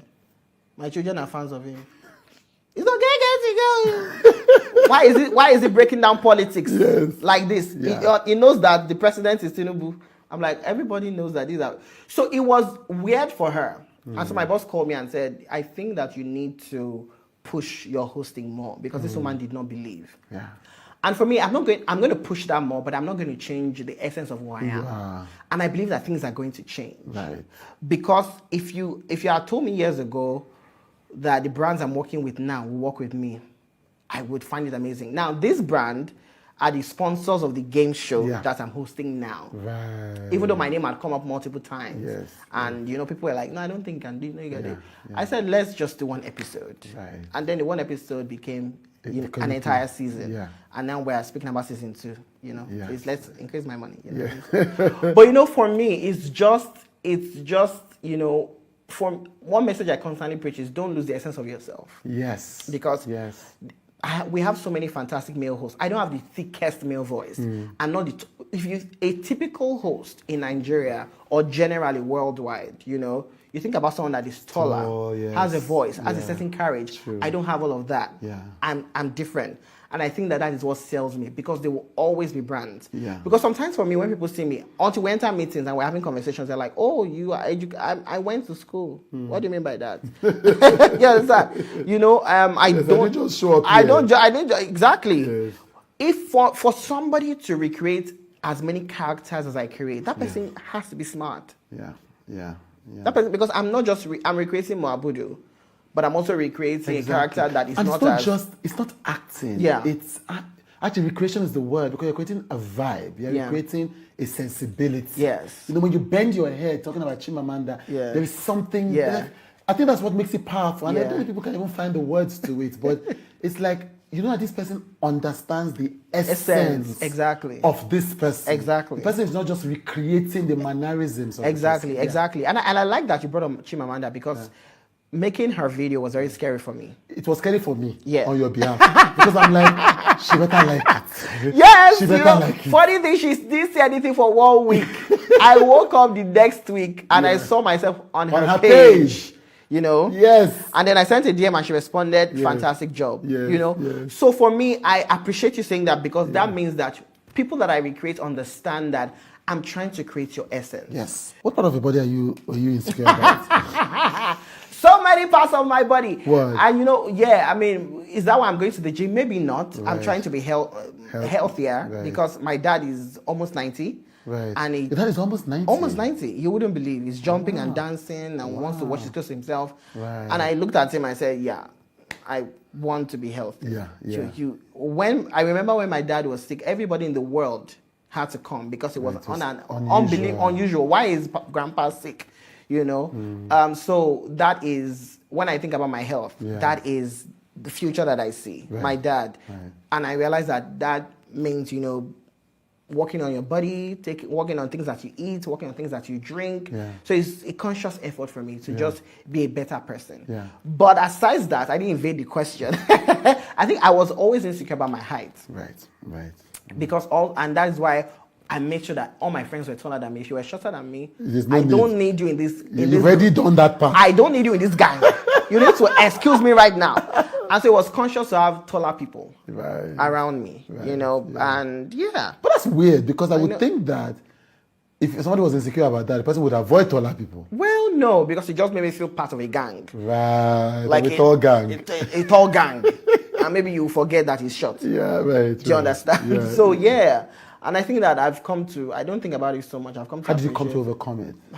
Like I said, you know, listening to Joyce Meyer and listening to Pastor Kojo and listening to Pastor Samadeyemi. And that is how my story literally changed. Thank you so much for joining me, Jay. I'm telling you, your story is so inspiring. So inspiring. You know, you were saying, and then you were in today's show now. And like I said to you a few weeks ago when we saw for the first time, I said the first time I knew you had sent a DM, you know, to this show, wanting to intern. Wanting to intern. For me, I wanted to just sweep the floor. I didn't want to even hold the camera. What am I doing with that? It's such expensive material. I just wanted to sweep the floor. Yes. I was just figuring out. I mean, I know I replied, but we're just figuring out this show. I'm like, this show, I'm not even sure whether it's going to go, whether it's going to fail. Before we start bringing people to come and intern, let me first figure it out. But to see the growth, it didn't even take a long time after that for the growth to start. It's such an inspiration to so many young people, and even more so because you're so relatable, both as a product, as a brand, and as a human being. So we're looking forward to more and more coming ahead. Thank you so much. Such an honor to be here. You're welcome.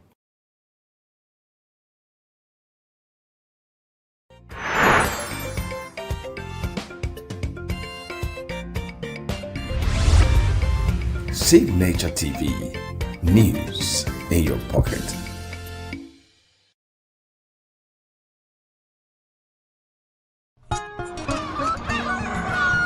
New every morning on Signature TV, we open the day for you with needed energy, information, and required vibes to shape your day. From sizzling snippets of stories in various areas of life to intriguing conversations with net worth guests. When you have people who have no track record becoming your leaders, you have a problem.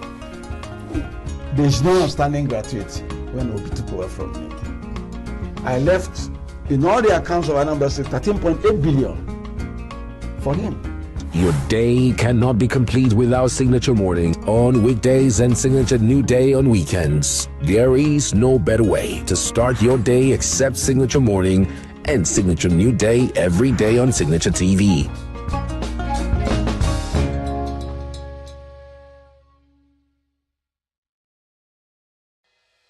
Health is more than a diagnosis. It's your lifestyle, your choices, and your future. Join us on Inside Health, your weekly deep dive into the stories, science, and solutions shaping your well-being. From expert interviews to real-life journeys of healing and hope, we cover it all. One of the complications of cancer management or treatment is they have some of them at one point in time, you see them having anemia.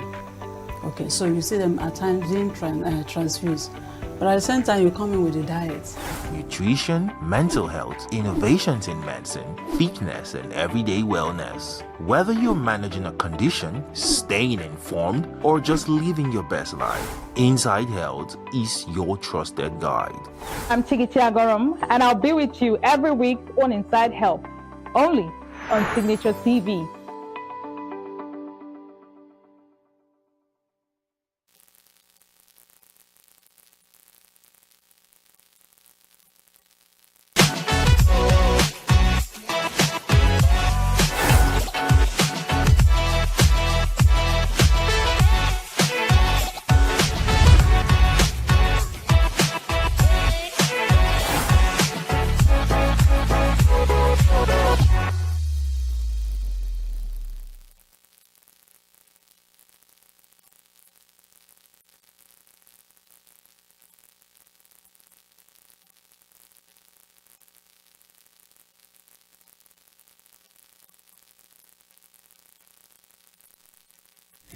Good day, Nigeria. Welcome to E-Vibes, the entertainment show on Signature TV. It was a very short weekend. God.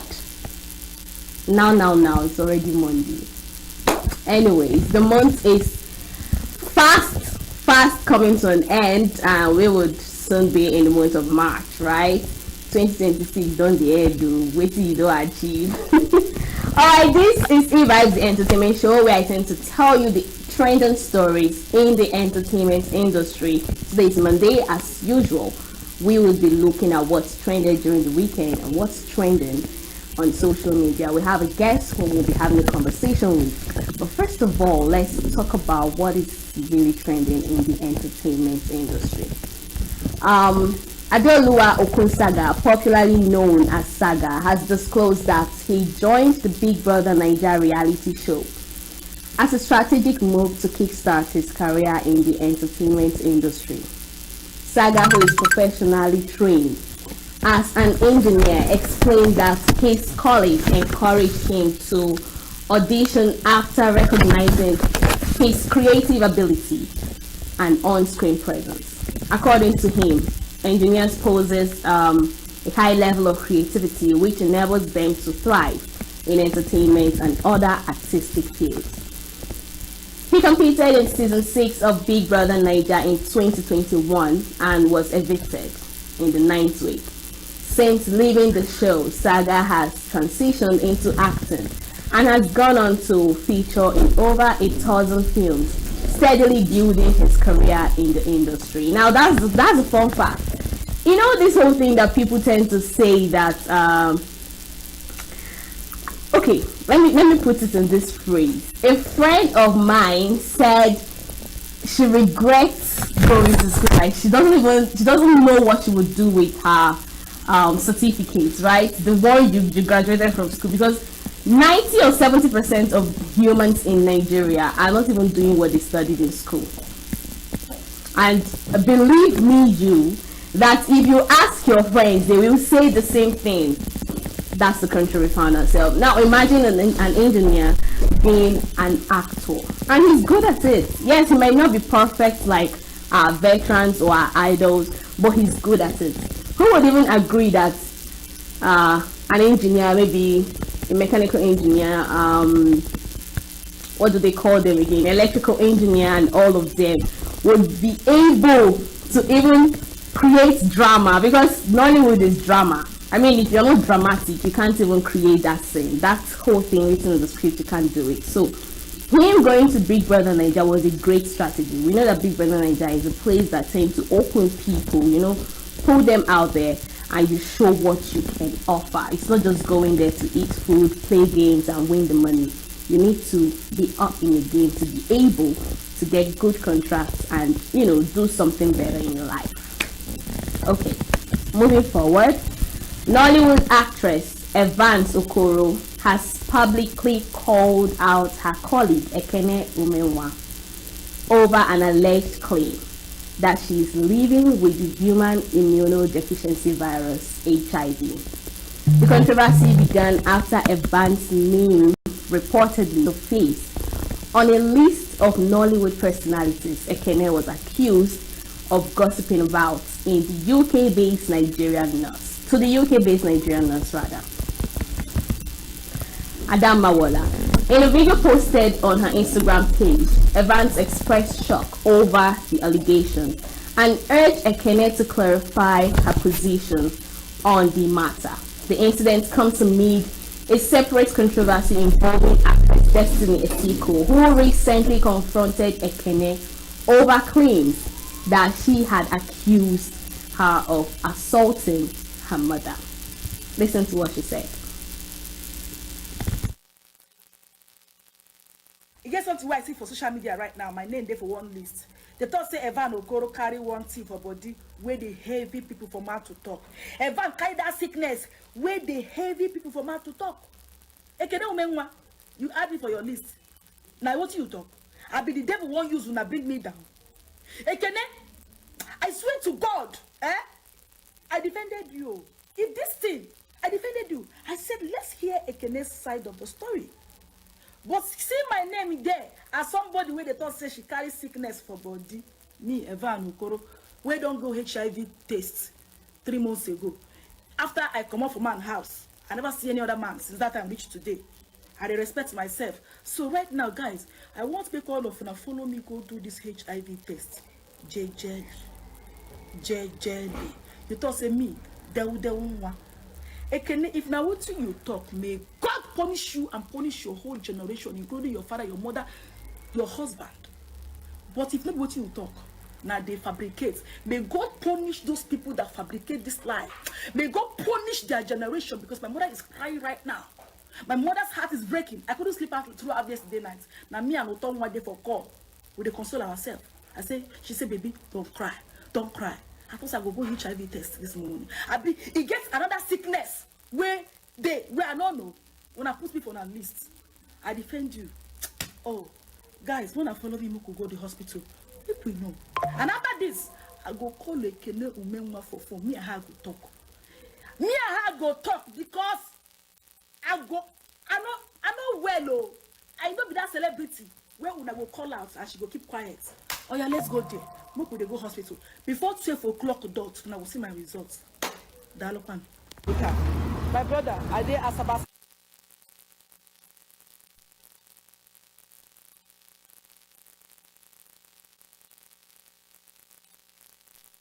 Alright, Ekene has been trending for quite a long period of time, and I wonder, I don't know, but people just tend to come up every single day to say something. Ekene poses that sweet, energetic actress, very funny and family oriented, right?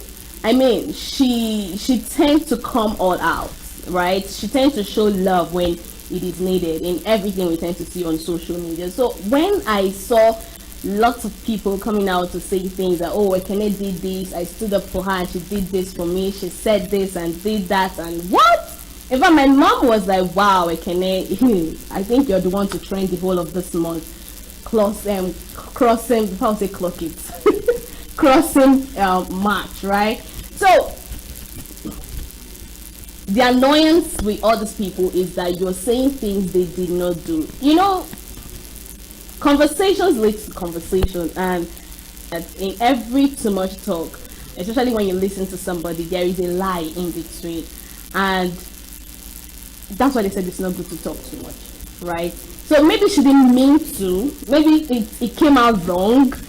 I'm making excuses for her right now. Maybe she didn't expect it to go that south, right? Because it's not just Evans, Destiny, Etiko, there are many of them, right? And you tend to wonder, how possible is this? Yes, it's possible. There's a whole lot you don't know about people other than what they post on social media. But I'm trying to make an excuse for her that it could be that she didn't expect that thing to come out of her mouth. But like, saying that someone is HIV positive, you need to bring out proof.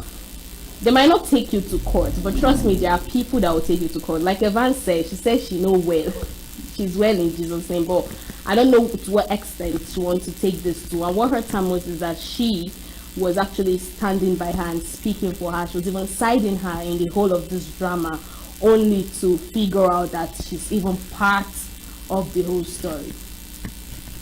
Okay, let's move forward to more drama.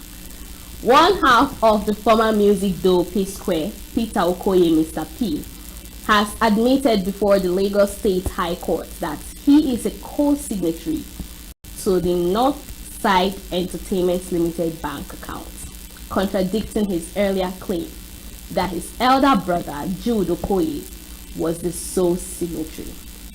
Peter made the disclosure while testifying before Justice Raman Oshodi in the ongoing trial of Jude, who is facing an alleged $1 million theft charge filed by the Economic and Financial Crime Commission. Now, during cross-examination, defense counsel Clement Onwewuno San presented bank documents showing that Peter and his twin brother Paul Okoye were also signatories to the account. Peter explained that although Jude initially operated the account alone, he and Paul were later added as signatories. So he clarified that his earlier statement was based on a phone conversation with officials of what he described as a new bank. Peter also maintained that the P-Square music catalog belongs solely to him and Paul, excluding Jude. He told the court that Jude joined the group as manager around 2004 or 2005 and was not an original member. He further confirmed that the brothers established companies to manage their business, including Northside Entertainment Limited and Square Records Limited. Now, under questioning, Peter acknowledged that Jude held about 40% of shares in Northside Entertainment Limited, while he held roughly 30%, so he's not sure, though he was unsure, of the exact figure. He also identified Mad Solutions as one of the organizations responsible for collecting and distributing royalties from P-Square songs in Nigeria. The defense later presented a royalty distribution contract and asked him to confirm whether the signature on it was his. Now, this whole thing trended, a lot of things trended last year, December, November period that is actually crossing over to this year, right? This whole thing trended last year when we saw it on social media that he was arrested. The FCC came to carry him and all that alleged that, oh, money theft and all that. Music this, you're my manager, you're not part of this, a whole lot of things had to erupt. And it's funny that Mr. P had to agree now that, oh yes, I'm part of the signatories. My signature is part of this contract, is part of this establishment, The thing is, because I was in a phone call conversation, that's why it looks like I wasn't sure, right? That's why it looks like I'm just acting drama. I'm just trying to, figure out what could have led you to initially say no, you were not part of it, right? So right now you're affirming after how many months? Okay, let's say like 1 month and more, right? And now you realize that, oh wow, I was actually part of these. Wow. Oh, it's because the phone call, it was a phone call meeting, so I wasn't sure. I was in the midst of a whole lot of things. Things were going through my mind. For real? Everybody's gonna be alright. Believe me, everybody's gonna be alright. We all know what we are doing, right? It may not dawn on you now, but it will later on. But thank God that this has been resolved. Let's still keep our fingers crossed to see the end of this whole drama. Now, Nigerians celebrated major wins on Sunday in London, United Kingdom, at the BAFTA Film Awards, as actress Wunmi Mosaku and Nigerian produced film My Father's Shadow emerged among the year's award recipients. Mosako claims the Best Supporting Actress award for her performance in Sinners, adding to her previous BAFTA win in the same category in 2017 for Damilola, A Love Boy. The Nigerian-born actress, who has built a strong career across British and Hollywood productions, has received multiple BAFTA nominations and continues to gain global recognition. Also making headlines was My Father's Shadow, directed by Nigerian brothers Akinola Davis Jr. and Wale Davis, which won Outstanding Debut by the British writer, director, or producer. The film has attracted significant international acclaim since its release, becoming the first Nigerian film selected for the official lineup at the Cannes Film Festival, where it premiered in the UN Certain Regard section to critical praise. Now, set in Lagos during the 1993 selection crisis, the drama tells the story of a father and his two sons navigating the city amid political unrest. Now, I know I had a very long and continuous talk about these two brothers, right? And the stories they tell. That was a significant, you know, when they tell like a real life story, this is not folktale. It's folktale because it's a story, right? But this is like a real life story, something that they really, something that happened to them. They grew with it. They knew how a Nigerian father can behave when he's poor, when he's happy, how it can be in Nigeria, Lagos, and all that. So I wouldn't even be surprised that it got an award. And of course, for Masoko, I'm very much proud of her. You know, the fun fact, our Nigerian citizens and those in the entertainment industry tend to make us very proud outside Nigeria. And I don't know why. It's more like there's a spell or something when you're in Nigeria. Immediately you leave this country and you move to the next. It looks like there's this shower of blessing and grace that just bestow upon your head and you're just doing exploits. Because tell me how else? Just tell me. It's not like we don't have the talent. It's not like we don't have the human capacity or even the brains. We do. We have everything that, you know, would make you do great things. But unfortunately, the government is not even helping matters and the people around you, because it's not just the government. I mean, they said change begins with you, right? So I'm super proud that our Nigerian brothers and sisters, they just tend to make us proud every single day. In fact, the surprising thing is whenever they go out there, it's more like they are rooted in their culture and everything that has to do with Africa and Nigeria. They just tell good stories. They act like Nigerian. Everything that has to do with them is talking about Africa, representing us, while we here, they're doing the opposite. God will help us. Okay, a whole lot of people like this one. Now, Yinka Ade Aluko, founder of Dudu Film Hub, has urged stakeholders to decentralize cinema infrastructure and reduce ticket prices to unlock sustainable economic growth in Nigeria's film industry. In his analysis of the Film One Entertainment 2025 box office yearbook obtained in Lagos, Ade Aluko argued that while Nollywood enjoys global acclaim for its creativity, its cinema exhibition model remains expensive, limited, and largely urban elite focused. The report shows Nigeria's total cinema revenue at about 16 billion naira, with only 2.3 million admissions recorded in a year, meaning fewer than 1 in 100 Nigerians visited a cinema. Ade Aluko described the figures as underperformance for a country of roughly 250 million people, most of whom are under 30.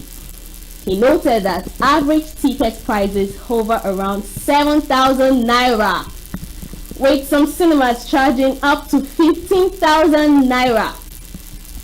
making cinema outings uncomfortable for many families and students. He also highlighted a mismatch between production and exhibition, pointing out that although Nigeria produces about 2,000 films annually, only 81 local titles were screened in cinemas during the period reviewed, with foreign films dominating screens.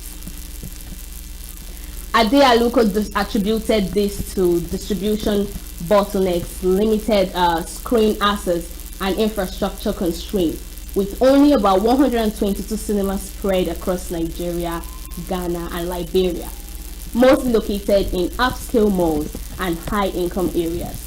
To address these challenges, he proposed decentralized community-based cinema models such as campus cinemas, suburban screening centers, and mobile exhibition platforms. He said expanding access beyond elite urban hubs would create more jobs, improve revenue distribution, strengthen cultural influence, and broaden Nollywood's economic and social impact, which is the truth, right? In fact, I'm part of those people that don't go to the cinema every single time. Because tell me why a movie would cost about 7,000 naira. Just tell me why. I rather sit at home and wait till it's up there on Netflix or Movie Box, name them, Amazon, name them, right? Now, if you've got 4 to 5 friends, that's like 7,000 naira times 5, which is 35,000. 35,000 naira, and the popcorn is not even that big anymore. Yes, let's call it spade a spade, because we are all in this. And you know the fun fact, if you go there, it's mostly the foreign movies, action movies. We rarely see our cultural movies. Why? It's just 1 or 2. And it's be there for just about a month or 2. Maybe maximum of 3. We need to do better, right? First of all, they should reduce the price a bit. We know that cost of living is now, how do they say the meme again? Cost of living is now more expensive than the living. Whatever, but we know that they need money for diesel, to pay staff for cleaning and all that, maintenance and all that. But please, with that price, a whole lot of people don't go to the cinema because they're already thinking about, oh, transport fare, oh, boat money, oh, this, oh, that, and it's very boring going to the cinema alone, personally, right? Okay. That's all I have for you in the news segment. This hour will go on a short break, and up next is social trends. So please stay with us. Get plugged into the heartbeat of entertainment on The Hub, your ultimate show on eVibes. From trending stories and social media drama to top charting music, must-watch movies and exciting moments from the world of arts, we've got it all. Join us for unmissable conversations with your favorite entertainment personalities, plus fun segments every week. So I should try harder. So Okay, I don't know that one. outfit of the day. Oh, I don't do that. That's some Gen Z stuff. Oh, now you say it's a Gen Z stuff. It's everything you love about entertainment, served fresh every week at 1 p.m. with weekend repeats just in case you missed it. The Hub's on eVibes, where the vibes never stop. Only on Signature TV.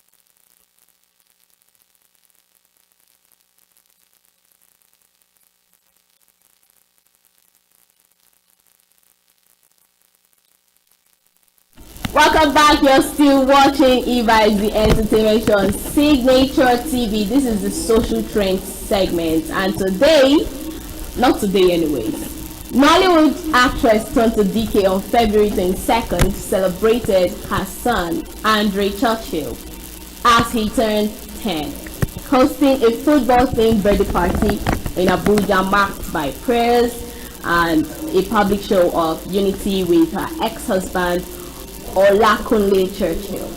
The celebration comes months after the former couple announced their reconciliation for the purpose of co-parenting in January 2026. At the event, DK was seen prostrating before her father in a gesture of cultural respect and offering heartfelt prayers for her son. She also prayed for Churchill, describing him as an amazing father during her remarks. The party drew several guests, including businessman Obi Kubana, and featured decorations and activities centered around a football theme. Now, while many attendees and social media users praised the former couple for demonstrating maturity and prioritizing their son's well-being, at least one critic described their public hug at the event as disappointing. The birthday celebration has since generated conversation online, with supporters commending the pair for presenting a united front in the interest of their child. My dear netizens would always have something to say for anything we see. Anyways, let's take a look at the video.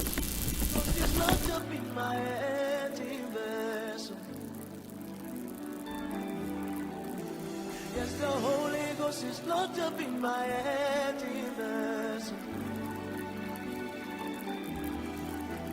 Yes, the Holy Ghost is locked up in his engine vessel.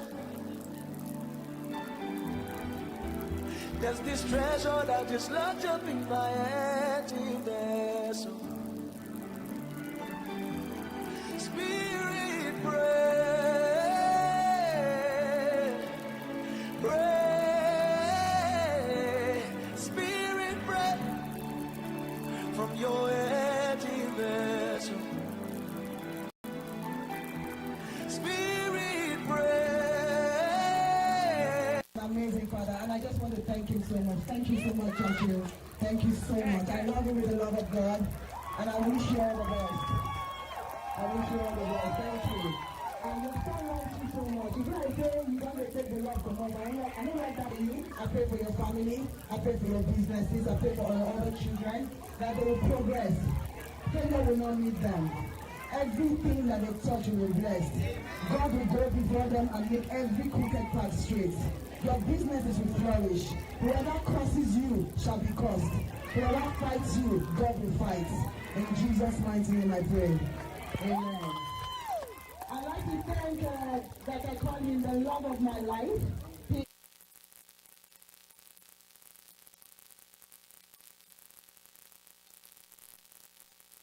I was unconsciously shouting amen, amen, amen. See if I'm the one you're shouting praises on. All right, that was a very beautiful view, but let's move over to the comment section.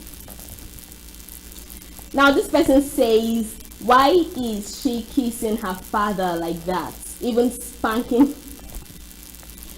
him. I know, see, well, that's why I said we always have something to say. Like, words do not lack in our mouth or even in our fingers. We always have something to say. Do you know, I didn't read. Anyway, let's move on to the next comment section.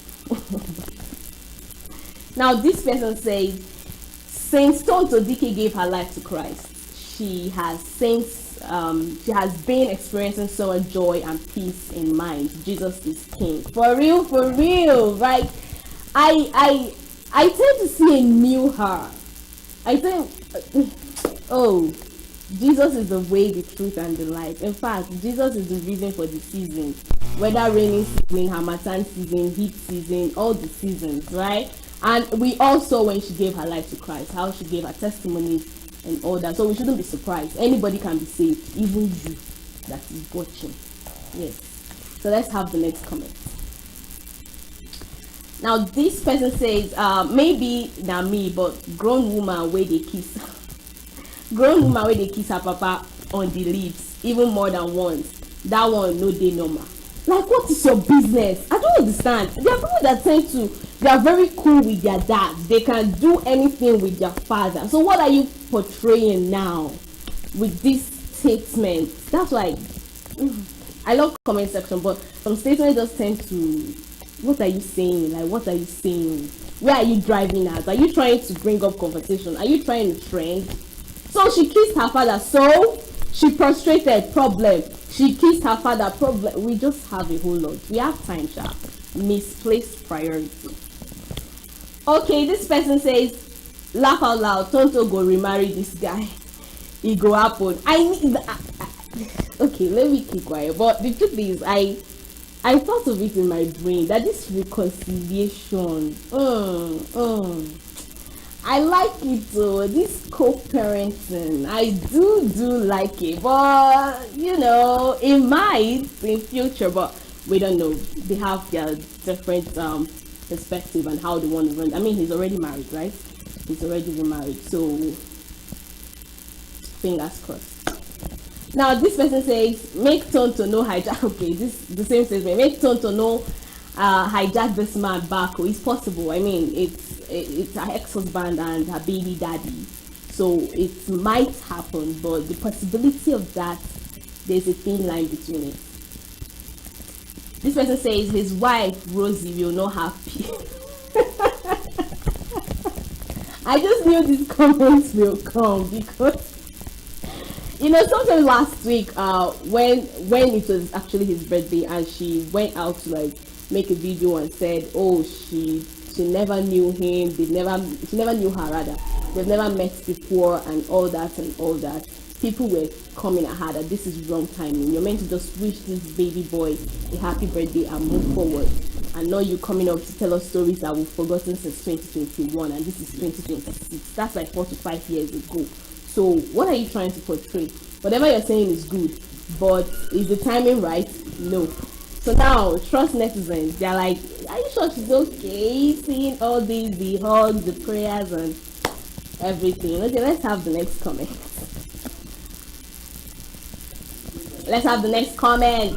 Now, this person says, whatever happens, having a genuine father figure is a blessing. That foundation stays with you for life, for real. We need our both parents, right? A child that didn't grow up with his or her mother, you know that, oh, mother figure was not part of the life. And a child that didn't grow up with his or her father, you would see. Father just tend to bring that discipline in you. They just tend to bring it. However, because they are father leaders, they put in the leadership skills in you. That doesn't mean that the other parents can't, but the two parents coming together makes it a very good combo. So every parent is very important in a child's life. All right, let's have the next comment. Or is this the last one? Okay, celebrating your children is a big deal. They'll always pay it back when you grow older, and that is the truth. Yeah, I mean, parents know this already. They know this. When you celebrate your children at a tender age or to some certain, it must not be a big elaborate party, but maybe a congratulation message or congratulation gift, whatever. Trust me, when you grow older, we will take care of you. I'm not lying. Okay, let's have the last comment. You can tell this man misses his boy. For real, like the love, everything is just obvious. They had to make this matching outfit, father and son, you know, and they look so good. And the boy looks so much like him, right? It's obvious he missed his son. Even when he heard his voice for the first time, he was so emotional. Yeah. That's all I have for you in Social Trend this hour. We're going to a short break. And up next is the conversation segment, so stay with us. Every second, every minute, every day, news is breaking, events occur, and there are new developments. At Signature TV, we follow these stories objectively, bringing all sides without bias, explaining the complex issues, breaking down the numbers, and investigating the issues behind the news. Anywhere and everywhere, near or far, wherever the news is, we will be there. Signature TV. News in your pocket.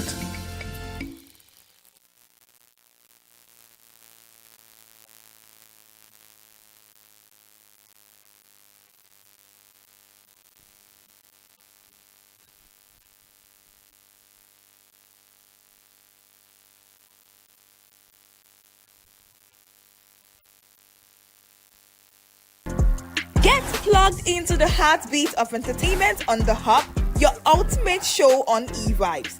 From trending stories and social media drama to top charting music, must-watch movies and exciting moments from the world of arts, we've got it all. Join us for unmissable conversations with your favorite entertainment personalities, plus fun segments every week. I should try harder. So, Okay, I don't know that one. outfit of the day. Oh, I don't do that. Oh. That's some Gen Z stuff. Oh, now you say it's a Gen Z stuff. It's everything you love about entertainment, served fresh every week at 1 p.m. with weekend repeats just in case you missed it. The Hub's on e-vibes, where the vibes never stop. Only on Signature TV.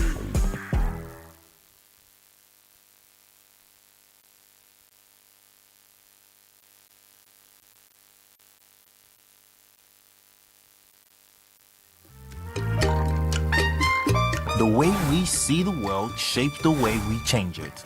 Gender isn't just a checkbox, it's a lens, one that helps us understand the world more deeply and act more fairly. Gender Perspectives, a program for those ready to see more, do more, and be more.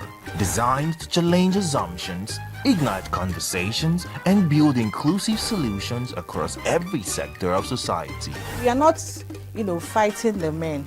We are not saying we are equal in terms of rights.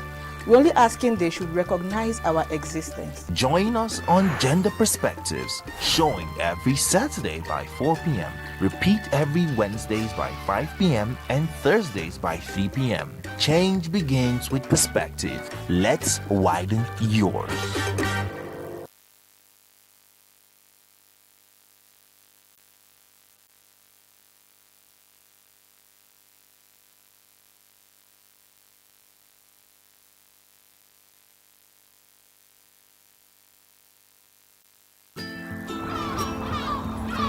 Bright and early, as the day breaks, as the newspaper headlines trail the stories that shape the day, we at Signature TV trail the headlines that trail the day. We interrogate the headlines. We analyze the stories that make the headlines. Wyatt is overrated, and they even overrated themselves, and when you go see it, they are insensitive of some Nigerian children who have never had what they can see it. With passion and emotion, we drive the conversation to change a narrative. Let nobody be deceived by Nigerian high level of performing in agriculture export. We are still where we are. Newspaper review on Signature TV every morning on Signature Morning weekdays and Signature New Day weekends. Newspaper review on Signature TV. We do not just review the headlines, we make the headlines relevant to our daily lives.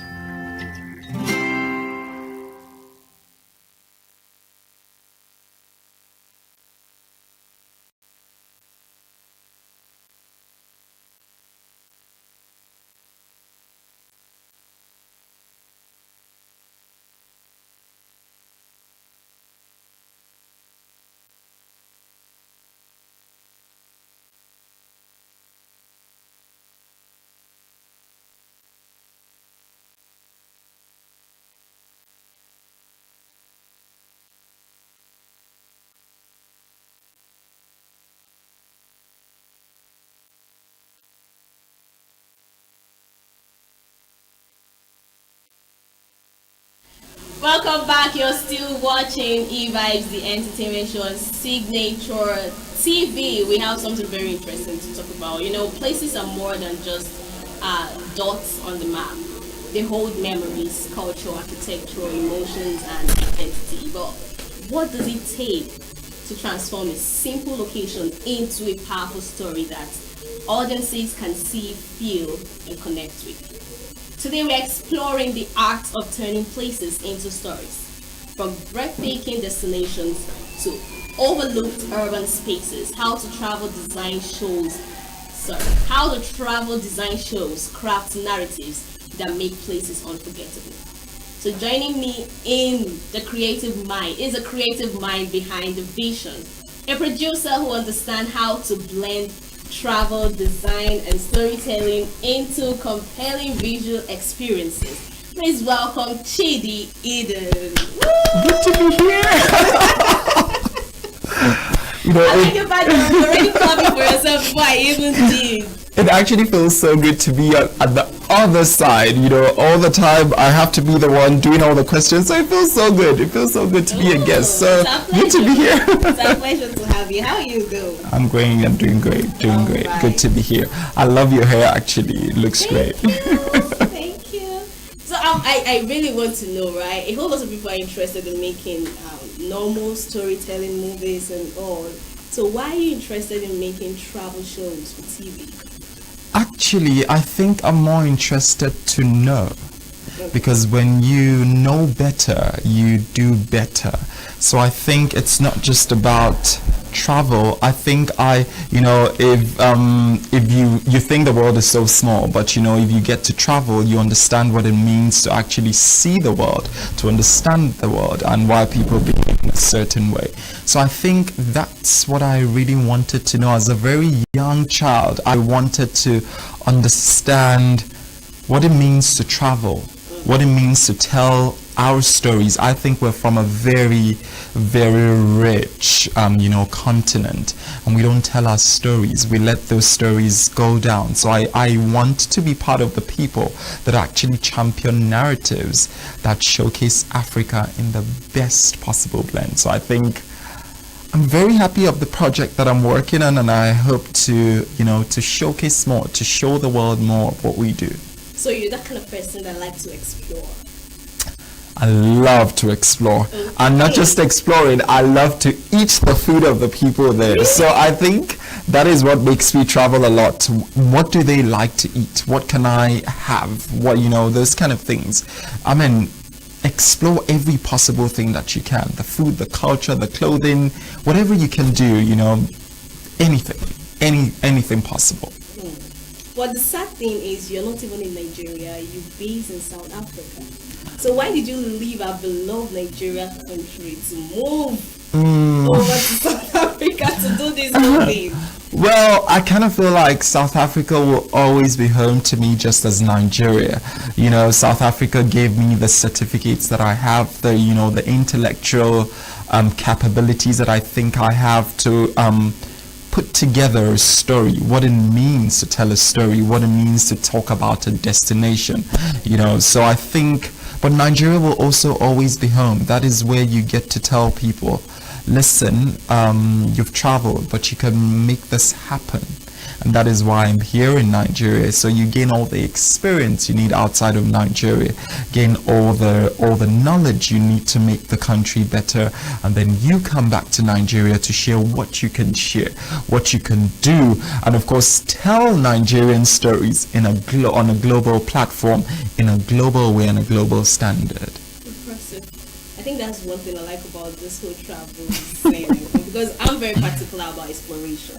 I like to see things. But when you walk into a new location, what first comes to your mind? Is it the design, the people, or the story? Well, I'm very much from a travel. When I mean a travel, I'm very much from a place where I need to see, okay, what makes this place pretty good for me to stay?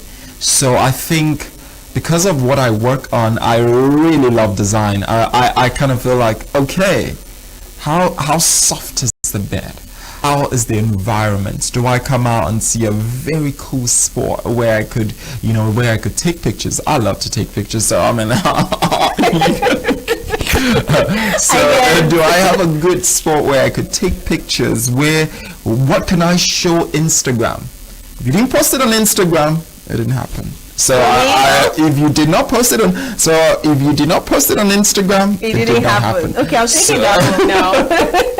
So I think those are the key things I look out for, and that draws me more to the architecture, to the design, and of course to the comfort I get to enjoy in the space. Then afterwards we can go to, okay, what can I have to eat as well? How are the people treating you?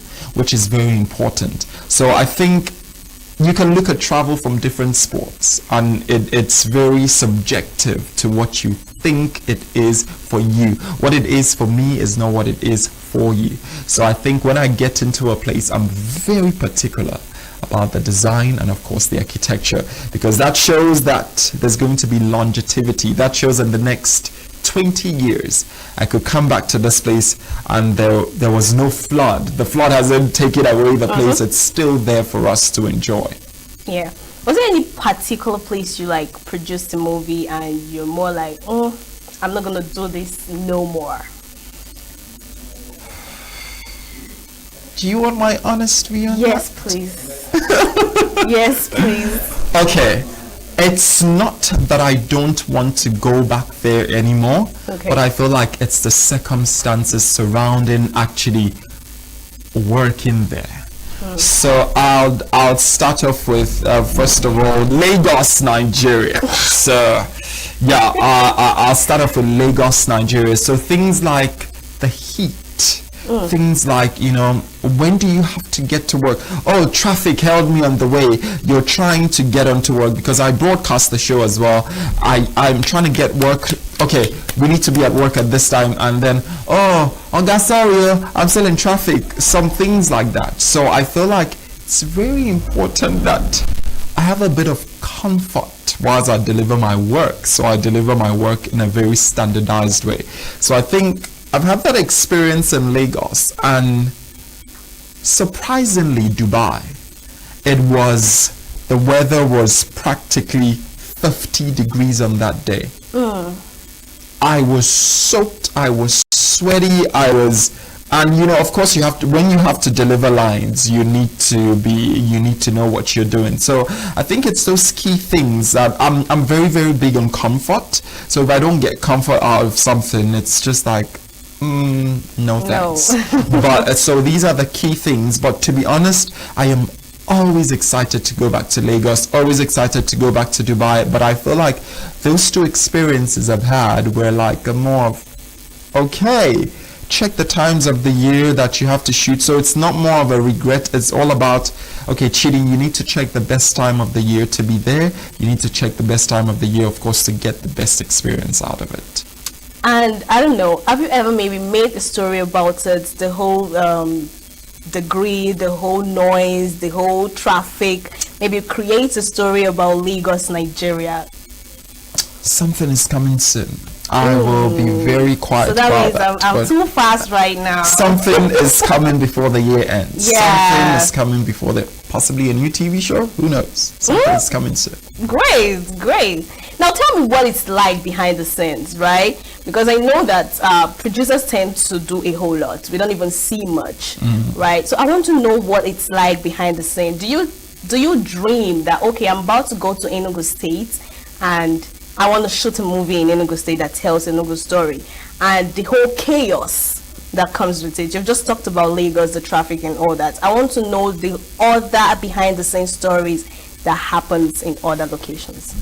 Okay, so I think when it comes to things about pre-production, there's a whole lot that goes into it, and the most important is the money.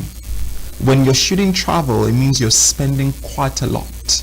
So I think it's that process of going to look for the money, trying to convince sponsors, listen, we can do this, we can deliver this, we can get this done. And we shoot a very luxurious show that requires a shitload of money. So I think that those are the key things that are very, very concerning for us as producers and of course directors. And of course you have to pay a team, and when I mean a team, an extremely professional team to deliver on the standard of global, you know, relevance. So I think those are the key things. I mean, when you get into a state, when you get into a city, when you get into a place, you don't control what is there. You flow with the story of what is there. So I think you can't change anything about the people, but rather you can tell their story.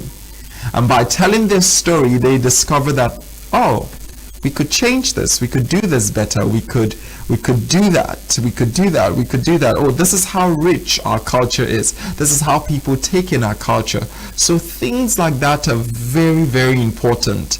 Then you get into the production itself. So the production itself is what everybody sees, and that's the exciting part, where you get to see a finished product. You get to see the presenters maybe in New York. You get to see the presenters in South Africa, in Montague. You're seeing them taking pictures with a big brand. So you'll be like, I want to be like this person tomorrow. But you gotta be careful what you want to wish. What you need to be a bit careful, because it takes quite a lot to get there. But it's hard work, and it's something that is definitely achievable. So you want it, you go for it.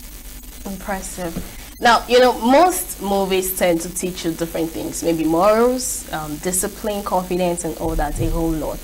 But travel stories, I want to know what in particular. Would you say that it influences people to explore the world and, try new spaces? I'll tell you something that I know that travel has done to people I know around me, and of course to me. Travel teaches you that you can do it. I can tell you that is what it teaches you. You can do it. You can be in that space, because travel is one place you can be in an aircraft and see the president. Normally you wouldn't see you can do it. Travel is that thing that teaches you that when you walk through a first class in a plane, you're like, I need to be here tomorrow. And you find yourself after traveling getting back home, you're like, that already, the aircraft experience already has changed your mindset. So it's not just about the travel itself, it's about the things you experience. So now imagine a whole lot that you can experience whilst traveling, but that aircraft experience, you come and you see other people in business class, you're walking all the way to the economy class. That already is an experience that you might never forget. And then you forge ahead to get into somewhere and you see people. Let's take for instance Cape Town. You get to Cape Town in Camps Bay, you see a property that is over 20 billion naira in and you see that it's bought and the people are in shots and very chilled. Oh really, you're speaking with them casually. That already starts to change your mindset that listen, you can do it. And when I mean you can do it, everything in life is achievable. Do you want it so bad? So that's what I believe that travel does. I think you shouldn't just be a producer. You should be not a motivational speaker actually. What do they call them now? Those people that say go ahead and get it. You can do it. The pastors, the preachers and all that. That's what you should be right now. So have you ever faced any production challenge that make you maybe want to change the line of a story? It is what it is. You get there. Let's take for instance. Why I say it is what it is that it's a job. So you're going to face challenges as you go. First of all, you could be filming and just lose content. You could be filming and the hard drive crashes. You could be filming and then I'm not sure if you know the South African rapper who passed on in 2021. I interviewed him on Monday and he committed suicide on Wednesday. So actually, when I mean interviewers, we were at let's take for instance, I was at this spot, I was interviewing him and he passed on Wednesday. So that already has changed the storyline because you can't even figure out that he was going through something whilst you were interviewing him. So I feel like it is what it is. Once it's time, it will be what it will be. So one of the key partners that I also started the show with has passed on. So we've changed what the TV show used to be like, and we've now made it into more of what I want it to be like, because I mean he's not going to come back from the dead to change this. So it is what it is. So you swing it as it comes. Whatever comes your way, you swing it and you go. I love your spirit. Maybe I should tap from it. Okay, so before we let you go, right? What's one thing? Okay, we've asked that. How do you balance authenticity with entertainment? I mean, traveling is exploring the world, trying to learn people's culture, their language, their food, and all that, which is the entertainment part. Yeah. But like, how do you now balance the authenticity, which is the shooting part, and entertainment part? I don't hide my feelings. But luckily as well, I'm the presenter of the show, so I do not hide my feelings. You know, one thing that I'll always say is, I say it as it is. And you can't beat me, because when I'm talking, I'm the president. You don't speak. So you're that guy with guts. Oh yes, because it takes a lot to run a television program that broadcasts across TV in Africa and of course on Amazon Prime in the UK. So it's not something. It's a TV show that we pitched when I was 20 years of age. So it takes a lot to take that risk. So I think I say it as it is, if it's not the right place. But I kind of feel like I'm a bit lucky I don't get to go to somewhere that will actually make me say it as it is. Because they're gonna beat you.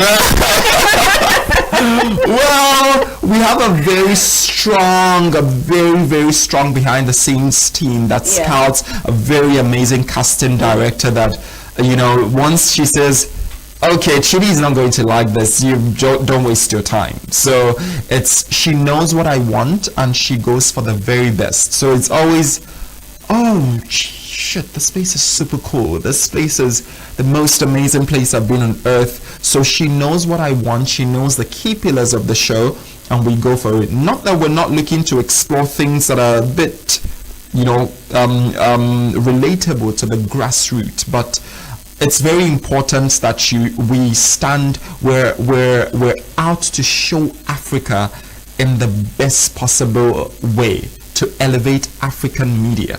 So we find out that the whites come to Nigeria to tell a story. They're in Makoko. They're going to places the children are hungry. How about showcasing Ikoyi? How about showcasing Banana Island? How about taking a trip to Obudu Cattle Ranch? What happened to places like Guzape in Abuja? Well, you know, those key things. So how about showcasing those places? Why can't you show Africa in a limelight that actually brings tourism, that actually brings investment to us? So I kind of feel like our job is to do, you know, to fill up that loophole where people are not showcasing the right things about Africa, and that is why we will always go for the best. So me having to say it as it is actually in the best way that I'm saying it. So no negative vibes, we say only the right things. High five. I like that actually. I like the whole hour, the authenticity, the guts and all. What did I say I'm gonna take home now? A whole lot. If it's not on Instagram, it didn't happen. Yes. So tell your stories on social media. Very important. We're in a social media age. Your phone needs to be constantly active. And when I mean constantly active, not being active that there's an accident, you're trying to take a picture. But what I mean so that is... trends. Join TV. Well, that trends too, but the question is, on what grounds? Okay. So it's very important that you make memories for yourself, because you gotta make time for enjoyment. On the days of nonsense, it just comes naturally. So whether you like it or not, challenges are going to find you. Whether you hide yourself in the room, it's going to knock and come in. Even if you say come in, even if you don't say come in, it's going to come in. But the most important thing is that you make out time to share memories. So you make out time to look back at what life has been for you, and that keeps you in your grateful bag. Wow, Chidi Eden. I enjoyed this conversation. I wish we had so much time, but we are out of time, and the next show is meant to come up. So thank you so much for joining me for this conversation, the whole exploration, the whole motivational quotes and everything. I do love it. High five again. Thank you very much for having me. I hope to see you guys pretty soon. All right, the show has come to an end. Join us same time tomorrow for more conversations like this, interesting segments and trending stories in the entertainment industry. Follow all our social media platforms. Join us same time tomorrow at channel 265 on SLTV. Enjoy the rest of your day. I remain your baby girl, Queen Okonta.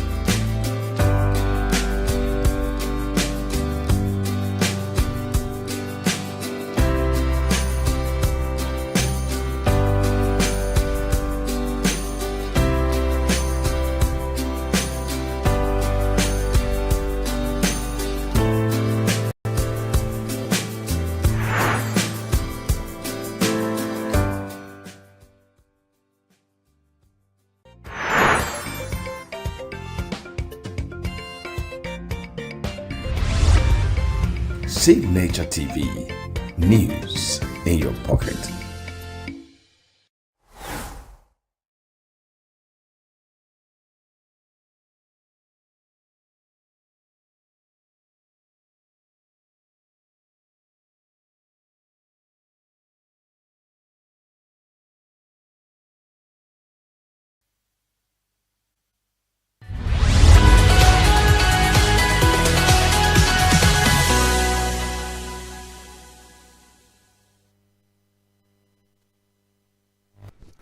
What if something so natural could hold the power to interrupt your education, your health, or even your dignity?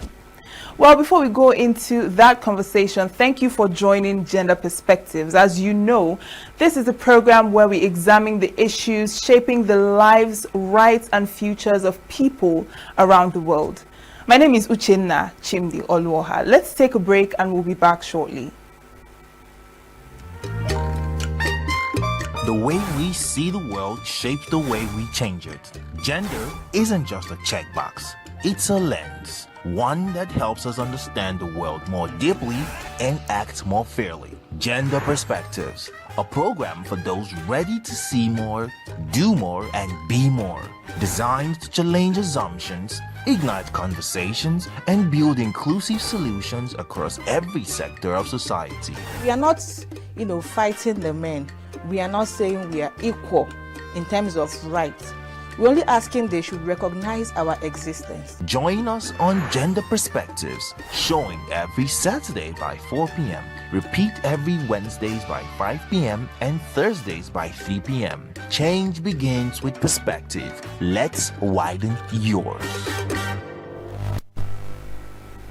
Welcome back. Now today we shine a spotlight on a critical but often overlooked challenge, period poverty. Now for millions of women and girls who menstruate, something as natural as a monthly period becomes a source of hardship, stigma, and inequality. Now lack of access to menstrual products, inadequate sanitation, and deep-rooted cultural taboos create barriers that affect education, health, and economic opportunity. Now, to truly understand the weight of period poverty, we need to step back and examine the forces that shaped it, looking at the economic realities, the social silences, the cultural norms, and even the systemic gaps that continue to hold millions back. Now, this issue didn't emerge in isolation. It has evolved through decades of inequality and overlooked needs. So now, let's take a look at this background report. Menstruation is a natural biological process experienced by an estimated 1.8 to 2 billion people globally every month. Yet for hundreds of millions, managing one's period is not simply a matter of hygiene, it is a daily struggle defined by economic hardship, social stigma, health risks, and systemic injustice. This phenomenon, known as period poverty, constitutes a critical barrier to gender equality, individual and public health, and social justice. At its core, period poverty refers to the lack of access to menstrual products, pads, tampons, menstrual cups, inadequate sanitation facilities, clean toilets, water, waste disposal, and insufficient education about menstruation. It is not just a hygiene issue, but a complex mix of economic, social, and infrastructural challenges. Key drivers of period poverty include high cost of menstrual products. Many people cannot afford sanitary pads or tampons. Tax policies often exacerbate this. In some places, menstrual products are classified as luxury goods, pink tax, while other health products may be tax exempt. Lack of sanitation infrastructure. Over 500 million people who menstruate lack access to basic menstrual hygiene facilities. Without private, safe toilets or hand washing stations, managing menstruation becomes difficult and undignified. Education and stigma. A pervasive taboo around menstruation means that many people never receive proper information about menstrual health. Cultural norms, shame, and gendered expectations further compound the barriers. Marginalization and crisis. People in conflict zones, refugee camps, or underserved rural communities face heightened challenges. Period poverty disproportionately affects women and girls, reinforcing gendered economic disparities. The financial burden of buying menstrual products adds to the cost of being female in many contexts, contributing to cycles of poverty. Gender-blind policy frameworks, such as failure to subsidize menstrual products or exempt them from tax, reflect systemic neglect of menstruation as a health rather than a luxury issue. In sub-Saharan Africa, for example, about 1 in 10 girls miss school during their period. This absenteeism can lead to knowledge gaps, lower academic performance, and even school dropout. Poor menstrual health management also affects women in the workplace, especially where sanitation facilities are absent or inadequate. In this way, period poverty undermines SDG 4 or quality education, and SDG 8 decent work and economic growth. Without access to safe menstrual products and sanitation, individuals may resort to unsafe alternatives such as rags, newspaper, leaves, raising the risk of infections. Studies link poor menstrual hygiene to urinary tract infections, thrush, and other reproductive tract issues. Reusing or wearing products for too long due to cost constraints can further compromise hygiene. The stigma and shame associated with menstruation can have profound psychological effects. Period poverty may lead to feelings of loneliness, embarrassment, and low self-worth. Research during the COVID-19 pandemic revealed that restricted menstrual health resources worsen mental health, especially for marginalized groups. The lack of dignity and agency during menstruation also undermines a sense of bodily autonomy and justice. Period poverty violates basic human dignity. When individuals cannot manage menstruation safely and privately, their right to physical and mental well-being is compromised. Many argue that access to menstrual products and sanitation should be recognized as a fundamental human right, akin to water, hygiene, and health services. Legal and policy frameworks often fail to protect these rights. In many countries, there is no explicit legal recognition of menstrual health as part of reproductive rights. Period poverty disproportionately affects marginalized communities, low-income women, refugees, adolescents, people with disabilities, and gender-diverse individuals. In crisis contexts, for instance, humanitarian emergencies, menstruation is often deprioritized, leaving those who menstruate without essential supplies. The burden of period poverty is thus deeply tied to broader inequalities, economic, social, and political. Period poverty undermines progress on multiple Sustainable Development Goals, SDGs. SDG 3, good health and well-being, because untreated menstrual health needs affect health outcomes. SDG 5, gender equality, because limited access to menstrual care reinforces gender disparities. SDG 6, clean water and sanitation, because many people who menstruate lack access to sanitation infrastructure. SDG 8, decent work and economic growth, as menstrual needs constrain women's economic participation. When it comes to addressing period poverty, some places have made progress. Scotland, for example, passed legislation guaranteeing free period products in schools and public institutions.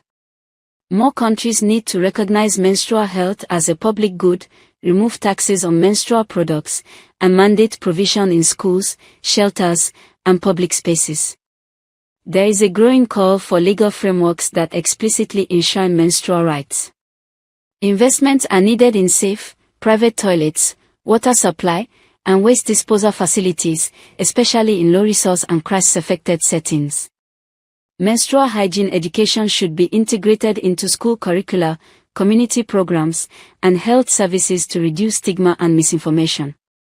NGOs and governments can distribute free or subsidized menstrual products to low-income or vulnerable populations. UNICEF, for example, runs programs to improve menstrual health management. Encouraging sustainable menstrual products such as reusable pads, cups, period underwear can reduce cost over time and environmental impact, but such options must be made accessible and acceptable. Community-led solutions, such as local production of low-cost reusable pads, can empower women economically and improve access. There is a persistent lack of data on period poverty, particularly in marginalized and crisis settings. More research is needed. Advocacy campaigns can challenge stigma and normalize conversations about menstruation, fostering social change. Cross-sector collaboration, governments, NGOs, private sector, communities, are critical to scale interventions and sustain impact. Period poverty is not merely a private inconvenience, it is a profound barrier to gender equality, health, and justice. By denying people the means to manage menstruation with dignity, society perpetuates inequality, undermines public health, and fails to uphold basic human rights.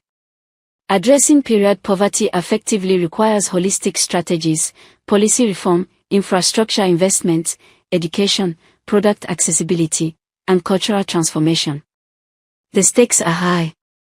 Every individual who menstruates deserves dignity, agency, and equity. Eliminating period poverty is not just about providing pads and toilets, it is about affirming that menstruation is not a luxury, but a fundamental aspect of life that deserves respect, resources, and justice. Get plugged into the heartbeat of entertainment on The Hub, your ultimate show on e-vibes. From trending stories and social media drama to top charting music, must-watch movies and exciting moments from the world of arts, we've got it all. Join us for unmissable conversations with your favorite entertainment personalities, plus fun segments every week. I should try harder, so... Okay, I don't know that one. Outfit of the day. Oh, I don't do that. That's some Gen Z stuff. Oh, now you say it's a Gen Z stuff. It's everything you love about entertainment, served fresh every week at 1 p.m. with weekend repeats just in case you missed it. The Hub's on e-vibes, where the vibes never stop. Only on Signature TV.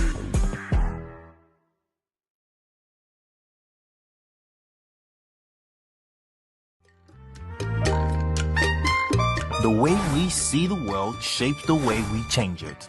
Gender isn't just a checkbox. It's a lens, one that helps us understand the world more deeply and act more fairly. Gender Perspectives, a program for those ready to see more, do more, and be more. Designed to challenge assumptions, ignite conversations, and build inclusive solutions across every sector of society. We are not, fighting the men. We are not saying we are equal in terms of rights. We're only asking they should recognize our existence. Join us on Gender Perspectives, showing every Saturday by 4 p.m. Repeat every Wednesdays by 5 p.m. and Thursdays by 3 p.m. Change begins with perspective. Let's widen yours. Having explored the roots and realities of period poverty, it's time to hear from someone who understands these challenges. Our guest today is Mrs. Obiamaka Nwachi. She is the founder of the Girl Essence Mentorship and Advocacy Initiative, an organization dedicated to empowering girls and advocating for gender-just policies. She brings a unique perspective to this issue, making her voice essential in understanding both the barriers and the pathways to change. You're welcome to the program. Thank you so much for joining us. Thank you, Chinna. Thank you for having me. Now, we're talking about period poverty. It's quite interesting because a lot of people don't even understand or even know what period poverty is. I'm sure some people are even hearing for the first time today. So can you tell us, what you know about period poverty? I would say it's the inability of girls and women, you know, to have access to basic things that make them comfortable when they're on their periods. For example, we could talk about their sanitary pads, we could talk about their tampons, we could even go to the extent of talking about facilities, especially in the public, where they could, you know, do their thing when the need arises. You could go as far as talking about education. Some of them are not even aware of certain things that they need to put in place. The way their body is structured to work, the way their body works, you know, when they're on their period. So basically, period poverty has to do with, like I said, the inability of these young girls and even women, I must always add that, to have access to whatever it is that it takes to make them comfortable when they're having their menstrual period. But it's quite interesting that even in this modern day, this 21st century, this thing is still an issue, having, you know, comfortable spaces and having access to these products when they're on their period. So why is it so persistent even till today? Just like, excuse me, just like every other thing that happens around the world, it cuts across developmental issues. So while we're suffering this, it's the same way the medical system is suffering, the same way the educational system is suffering, and the infrastructures in Nigeria or even the world and in some places are suffering. So I think it's a question of paying attention and taking the necessary steps and putting the necessary policies in place. Are we going to get to a place where it's completely eradicated? I don't know. But one thing I'm sure is that if we take the right steps, we can, you know, reduce the frequency of this anomaly really and help girls better live better as well. So would you say that is every woman and girl that has experienced period poverty, or would you say that there are particular people that are mostly affected by this? Funny enough, I think everybody. Can I say maybe in context, maybe in Nigeria, or do I go outside of Nigeria? We can use Nigeria. In Nigeria, for example, I could almost say that every girl has experienced this at some point. Certain people, probably in the rural areas, the younger generation who find it difficult to express themselves, might be experiencing it more. But I feel like it's not only the young girls that, you know, get to the public. They're somewhere in public and they don't have easy access to a restroom when they need it. And some of them are not even aware of what happens in their bodies. You'll be shocked that some women do not understand what exactly happens in their system to, you know, make them have their period. So I don't think it's restricted to any particular group of people or any particular person. I think to an extent, every girl within Nigeria, every woman within Nigeria would have experienced a little bit of period poverty. So you have? Oh! Can you share an experience? Where do I start from? I'm not going to say like, of course, as a kid, as God will have it, I'm comfortable. My parents will always make sure I have access to what I need. And but even now as an adult, because you're forced to visit, you go outside. Sometimes you need to use the restroom. Sometimes you're just uncomfortable. Sometimes you just need some kind of comfort, and for some reason you can't get it. Okay, let's talk about work, for example. And when I have to go to work sometimes, and it's really bad. I have to stay back home. You know, I have to stay back home. I have to avoid a lot of things that I need to do, avoid going out, avoid going to events, avoid going to wherever it is. So, I mean, everybody gets affected one way or the other by this issue of period poverty.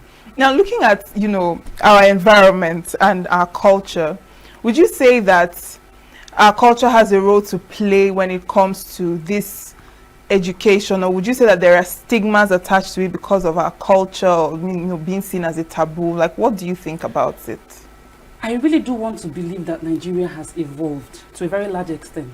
I know that in the past, this may have been considered a taboo, and it would be so difficult to see a girl express herself when she's on her period, or even talk about it. I remember a certain time when I went to speak to some young girls. They were actually primary 6-ish. And I remember I was telling a little girl, I was telling her, if you're on your period, it's okay to tell your teacher, excuse me, ma, please, I need to rest. I need to use the restroom. I'm on my period. And she's like, no, I can't do that.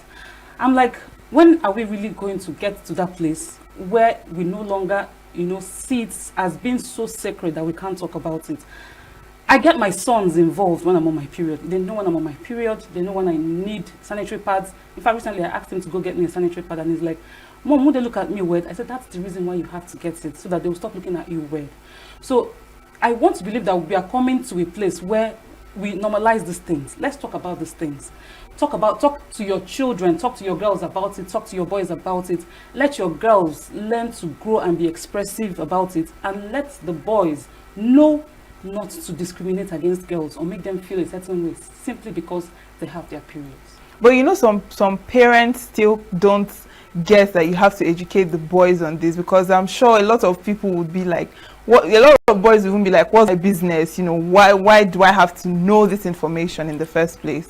It's actually very important that they know this information, because it's not, number one, having the knowledge, it helps them protect the women when they need when the need arises. They're going to be husbands someday. They're going to be fathers someday, and at some point they will need to show some kind of concern to their wives when they're on their periods, or to their daughters. They could, you know how siblings can be sometimes. They could, you know, maybe shy away from that, like try to push her aside or anything. But it gets to a point where they really have to, you know, face the reality, and it becomes much easier for them. Now, this is just for them. It becomes much easier for them if they've grown in a system where they've come to understand that this is part and parcel of a girl's life. Now, beyond them being able to help those girls, there are certain, when a boy is properly educated on these things, there are certain things he can't say to a girl. There are certain behaviors he can't, you know, portray when a girl is on her period. You can't make fun of a girl when she's on her period. A well-trained boy who his mother has told her period is not her fault, is a natural thing. If there's any mishap, help her, protect her, cover her up. I mean, I don't see why the same person will see a girl in that situation and maybe all he has to do is to laugh at her. So parents, indeed, they have a very important role to play. And unfortunately, a lot of parents, they come from a place where they were not used to being spoken to about such issues. So they themselves are not finding it easy to talk to their children about these issues. But at some point, you just have to train yourself. You have to unlearn some things and relearn some things. And this is the time for parents to relearn, so that we can, one way or another, make, you know, life a bit better for the girls, especially with respect to their period. Exactly. But you know, in our society, I'm very particular about our society, because that's where we find ourselves. So all of our experiences are based off of where we are at the moment. How does one explain to people that some girls miss school because of their periods, and these girls face issues with productivity and other challenges due to lack of menstrual products and need to be protected? Because some people cannot seem to wrap their head around, what do you mean that you cannot come to school, or you cannot come to work, or you cannot, you know, perform 100% at work or in school because of your period? I think it takes someone who experiences it to completely understand it. And these are realities. Some people experience periods differently. For me, it may not be so bad. Some people have very heavy flows that they can't go beyond a sanitary pad in 1 hour, 1 hour, 30 minutes, 2 hours. Some people, the aches they experience, the body aches, the tummy aches, it's overwhelming. For some, I have personally experienced someone who had to be rushed to the hospital because she was on her period. There are people who throw up day in, day out because they're on their periods. And because some people don't see these things, they think that when people are explaining that this is what they go through, they think they're lying. It's not a lie. Like I said, I have seen it happen before me. Personally, as a young girl, before I started having children, I had very terrible menstrual pain. And I had to take medications to be able to cope through the day, at least for the first, the second day, and maybe by the third day I'm, you know, a bit relieved. I know someone who throws up the entire time while she's on her period. I know people who spend their periods, the entire duration of their periods, at least the first 2 to 3 days, in a hospital. So these things happen. But unfortunately, when you're trying to explain these things to people around you, they don't understand because they feel like you're just acting up.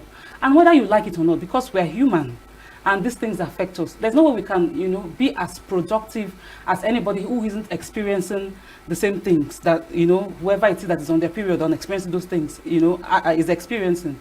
So it's a question of calming down, accepting the knowledge, because that's exactly what it is. It's some form of education. It is the reality of certain girls. So we need to accept it. And then we need to, put some things in place and, make women comfortable, especially when it has been proven that they experience these things. And of course, definitely, it affects their productivity.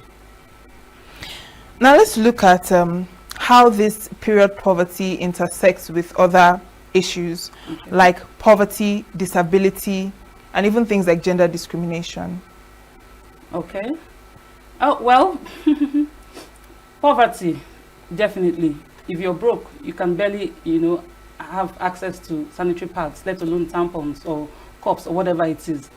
So if there is anything that is going to be done to, drive poverty away, then definitely there's definitely going to be an improvement on the lives of the women. A lot of women and young girls, because they lack the basic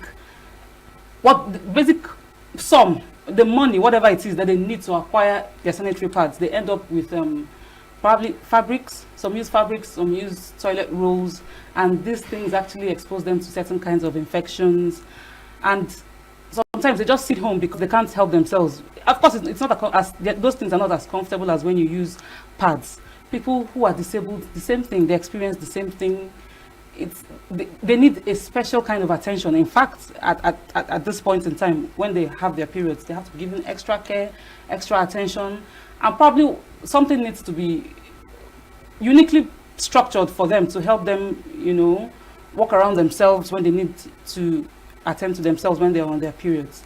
And then there was something else you mentioned. I mentioned gender discrimination. Oh, yes. Oh, well, yes, it does happen, because as much as I know that we women, we clamor, it's almost like we want everything. We want to do this, we want to do that, we want to be seen there, we want to be seen doing this. But at the same time, we also want some kind of,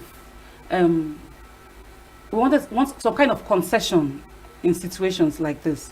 So when we talk about gender discrimination in this regard, I think denying a woman certain things because she has her period, I do not support that ideology. Simply because when she has her period, it's a natural thing that happens. It's not something she brought upon herself. So I expect that because she has her period, there should be some kind of something extra to put her on a level playing field with the man. So if that is not considered, it's been discriminatory against the woman, because whatever it is she faces during her period is not of her own making. It's a natural thing, and there is nothing she can do about it. And so you really have to put in something extra to match her up with the male gender. Now, this thing you said is very interesting, because I've actually heard, a couple of times when people say women want to be in all the spaces, but they go through all these things that make them not to perform 100%. And you can hear some people say, why will I be paying you to not come to work one day because you're on, like you hear all these statements that don't particularly give room for creating that extra, comfort for the women in the workplaces or the women in schools to be able to cope. So how would you respond to that? I think it's a question of fairness, really. Women want to do a lot, yes. And don't get me wrong, some women don't want to. Some women experience these things and they want to just stay back, and it's okay, it's fine. But there are still women who experience these things and still want to, move up. It's just like experiencing pregnancy, dealing with breastfeeding, and still wanting to, climb the corporate ladder. I had someone tell me sometime, like, what else do women want? Don't they find enough satisfaction in just birthing kids and taking care of their children? I'm like, yes, we do find satisfaction, but sometimes we want more. And it's okay that we want more. All we're asking is, you need to grant us some concession, especially because these things come naturally to them. It's not something that they create out of by themselves or out of nowhere. So I think it's very important that a level playing field, I'll say that again, needs to be made available for them to thrive. So if a woman decides that even though I have my period so and so and this happens to me, I still want to be able to do this, I think it's very important that companies put in policies that let her, take a break when she needs to take a break and come back when she needs to come back. I don't think it's going to affect the overall productivity of whatever organization. Besides, that's why there are assistants. That's why you can delegate jobs during certain moments, you know. You can delegate some responsibilities at some point. It's not going to affect what it is. But we need to make the women comfortable and give them room and a platform to thrive as much as the men who do not experience these things do. Now, I want you to speak on some of the misconceptions that you have heard or you've encountered, you know, in your line of work that are around this topic that you find are harmful and need to be changed as fast as possible. I think the first would be that girls on their period are dirty. No, they're not. They're not. They're experiencing some biological transformation in their system. They're letting some blood out, but it doesn't mean they're dirty. They're actually very, very clean, especially those who actually take good care of themselves, you know, who observe who are very hygienic with their, you know, when in those moments. Yes. Yes, exactly. And then what else could it possibly be now? I think that's mostly what I usually. So people still have that mindset of that girls on their periods are dirty. Yes, people still do. Apparently, people still do, and in fact, it's beyond even people. Even the ones who experience it sometimes feel that way. They just feel a certain kind of way, you know. And like I said, we need to start making girls feel comfortable around these things when they're experiencing these things. We should be able to find some good comfort, really. More education, more awareness. Let's talk more about it. You know, let's cut the girls some slack. I think we deserve it. But looking at the laws in our country, do you think that there is any provision for anything like this, maybe in terms of menstrual health or access to these products or anything like that? Is there any provision that helps women? In all honesty, I can't say for sure. Specifically addressing menstruation, I really don't know. I really don't know, but I really doubt. But you know, the truth is, there are still certain things that, you know, there's things that play out that still fall back to be contradictory to certain laws. For example, let's talk about human rights, for example. Even though a girl has a right to freedom of expression, yeah, that's her right. But you see, when a girl is unable to express herself or is not allowed or somehow, either directly or indirectly, not allowed to express herself in situations like this, that's contradiction. That's violating her rights, rather. There's right to dignity of human person, okay? There are some embarrassing moments that girls face because of period poverty. And like it or not, it affects their dignity. And you see, that right is definitely being contravened. There's right to life. And like I said earlier, you know, when people have to resort to tissue papers, fabrics, these things can cause infections and sometimes ultimately death sometimes. So you find that these things, at the same time, they still find a way to just contravene certain basic rights that a girl should have. Is there a basic policy specifically addressing menstrual hygiene? I'm not sure about that. But are there laws which are indirectly being contravened when some things are not properly handled in our society? Yes, there are. But do you think it would be necessary or important to have laws that address this? Or would you say that the laws in place are sufficient enough to cover up? No, I think it's very important that laws address these things. I think it's very important. It's not the same as we're trying to find an indirect way to link it to something.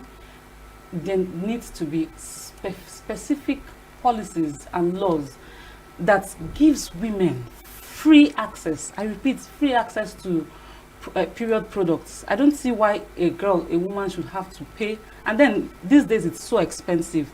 You know how when you go to government hospitals now, like for example, HIV patients, they have access to free antiretroviral drugs and all those things that they use. I believe that is the same way laws should be established to give women access to period products, be it tampons, be it pads, be it even medications that help them, you know, in some of those tough moments. Proper education really is very important. Some NGOs are doing a good work at it, you know. Some schools are incorporating it, but I think we can do more work, and we need to do more work. And policies are definitely very much important. Now, when we talk about this period poverty, and you mentioned something about NGOs doing their best to educate and also even to provide some of these period products to young girls and young women. But what challenges would you say that these organizations face when trying to, you know, distribute menstrual products to communities or try to help girls be more informed about these things? I think one will be funding. Funding. NGOs want to do so much. They have so much that they want to do. If you give them enough facilities, they can move from one village to another, from one school to another, you know, supplying sanitary pads, giving them the adequate information and all of that. So one of the major challenges that they have is funding. And I think the second thing will be access, gaining access to those girls. There are some schools that you go to and it's pretty much easy for you to, you know, go speak to the girls, tell them about this, talk to them more. But there are also some places that you go and it will not be so easy for you to, you know, gain access to them. So I think those are the two basic challenges that I'm going to say maybe affects the NGOs when it comes to dissemination of this information. But beyond that, I think they are really doing pretty well. When it's like International Day of the Girl Child, if you go online, you see women NGOs doing fantastic things, amazing things. So I think the major issue is the funding. Really, I think it's the funds. Now, earlier on, when you were talking about what this period poverty is about, you made mention of that most of the factors that contribute to this is developmental issues. Mm-hmm. So can you expand more on that? What exactly are those developmental issues that contribute to this period poverty? When I talk about developmental issues, I refer to it in terms of things not just working right around us. So, for example, our schools are suffering. Children, beyond girls, they have the right to, they're supposed to have, you know, and be entitled to free education. But because somehow the nation is not going well, it's not progressing well, and it's affecting them, people are not enjoying those rights. Even though there are structures, maintaining it is a problem. Even when they get into the school, there are little, you know, things being obtained from them, you know, and the quality of the education they are giving them there is quite poor. Let's now talk about hospitals, for example. Our hospitals are not properly managed. When you get there, sometimes there's no lights, sometimes they perform surgeries using your phone touch and something like that. So the same way our structures are not yet competent enough to accommodate some of these basic needs that we have as individuals, as citizens of the country. That's the same way we're not even ready mentally. We're not put a structure mentally where we can, you know, make this thing a populous topic, make it something that should be generally discussed, make it something a girl shouldn't be ashamed of. So it's a question of, well, this may be a question of our mental conditioning and maybe our understanding, and the others being a question of maybe physical infrastructures and some, you know, putting some other structures in place to make, that breeds development. I still think they are both, you know, very, very important.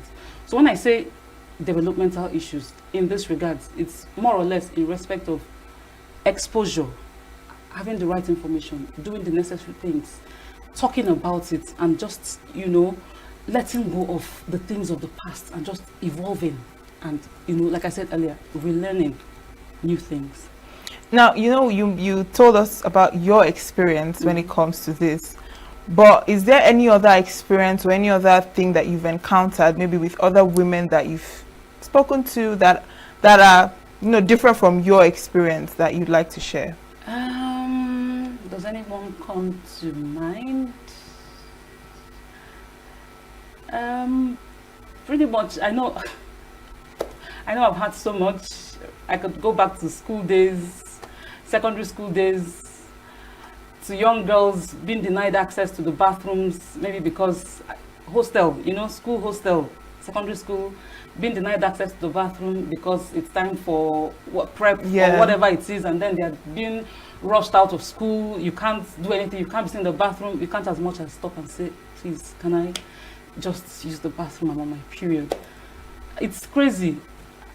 Young girls find it so difficult to approach their teachers in school and say, excuse me, ma'am, please, can I be excused? I need to use the restroom. I got my period and I wasn't expecting it. I need to go get this, I need to go get that. And it's very unfortunate that sometimes even the teachers react in a certain way. And that's why there could be some kind of withdrawal. So yes, these things are numerous. They happen. As a matter of fact, these two things I talked about, they just flashed from my memory in secondary school, Yeah, you experienced that as well. Not personally, I wasn't but I know classmates had similar situations. Yes, and it's also quite interesting because when you say that even the teachers react a certain way, it's funny because even the female teachers who should be in a better place to understand what is going on, why do you think that is so? Why do you think that sometimes even the people that you feel are supposed to understand what you're going through are the ones that are going to, put you into more problems? That's why I said unlearning and relearning. That's the best they know, actually. That's how they understand it. These teachers who are now adults now, when they grew up, menstruation was so sacred. You hardly talk about it. You shielded yourself. You protected yourself. You can't say anything about it. No one should know that you were on your period. So it's a conditioning that they've had right from when they were kids. They've been groomed, to see things that way. And when you imbibe certain information into a child's mind, when they grow up, it's difficult for them to let it go. But we as adults, as we listen to programs like this, it should be a moment of reflection, for you to say, oh, really, right? And then it should also remind you that those days when you had to hide so much, when you had to deal with period poverty and all the things that come around that, it wasn't really a pleasant experience for you. So it should be like a reflective moment for you to consider other ways to make it better for the present generation. That you experienced it does not mean you should, do the same thing to the younger ones. Think of how you would have preferred to be treated in situations like this, how you would rather have preferred these things to have been handled in your time, and then, let it manifest through you. Show it to other girls, let them see it differently. So it's a question of letting go of those things that we used to know in the past and letting new ideologies, new information, new ways of thinking, take over. So you wouldn't say that it's too much information, because some people will say that's too much information, you're giving us too much information about all of these things, It's just like what you made mention of, that conditioning in the mind where you're not supposed to talk about it. And it's just part of what we spoke about earlier, that even in the workplace, it's like, why are you telling me? What's my business? I don't have to know that, sort yourself out and all of that stuff. I'm not telling you because I'm expecting something from you. You probably asked me a question. Why are you frequenting the restroom? Why are you late? Why didn't you come to work yesterday? What do you want me to tell you? I wasn't feeling well. Hello, I got my period and I couldn't leave the bed. I was uncomfortable, I couldn't come. I think it should be that simple. I know it's not that simple. And like I said, it's the mental conditioning that we've been exposed to over the years. But I'm hoping that we'll come to a place where it's easy for us to just talk about, this thing. We should be able to talk about it. Recently, I wasn't at the gym. I was meant to be at the gym and a friend was asking me, why are you not there? Why didn't you come? I said, I got my period. I couldn't come. And she's like, oh yeah, the same thing happened to her 2 days ago and blah, blah, blah, blah, blah, blah. These things are normal things. These are everyday things. But we make it seem so sacred because it's been shrouded somehow, but it shouldn't be. So I believe let's all, just take it in information, every information one at a time, eventually to do its work, and one day there'll just be one moment you'll be like, oh my God, it will become so normal. Yeah, that's what I hope, because it's actually very normal. And it's been much easier for the younger girls to deal with these things. It's been much easier. You can imagine, I don't know, a lot of us when we were younger, we get stained so easily. We get stained so easily. We don't want to talk about these things. And in those days, we were so uncomfortable. You just feel a certain way. You just feel, because you can't talk, you feel dirty, you feel you can't talk. It feel like it's an abomination if you talk about these things. I don't want my daughter feeling that way. I don't want her feeling that way. Every day I try to prepare her, you know, talk to her. These things are expected. Never be too shy to say, excuse me, ma'am, I got my period, I need to use the restroom.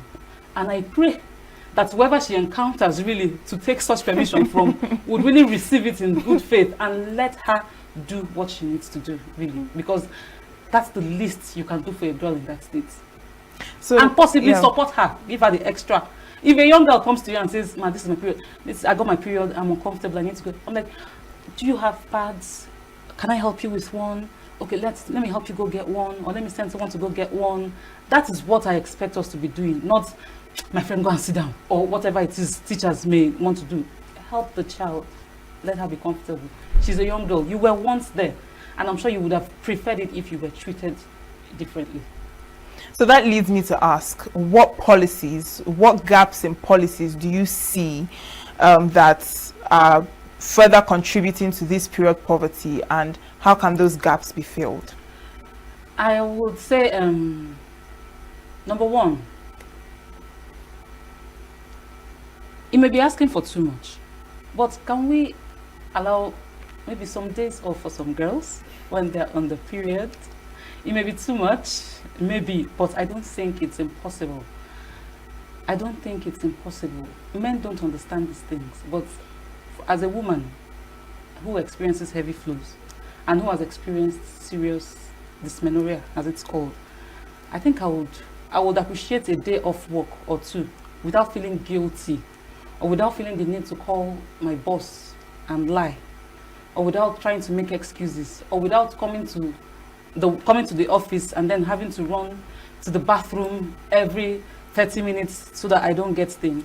So if we could get policies that maybe excuses a woman, even if it's once in a month, or maybe twice in a month, because I know that most of what we experience happens like the first and the second day. If we get such policies, I know some people, I think there are some countries that actually have policies like this. Yes. So I think it's definitely going to be very helpful to the women. Then I'm also going to talk about education. Let's do more on education. Let the boys know. Let the boys know.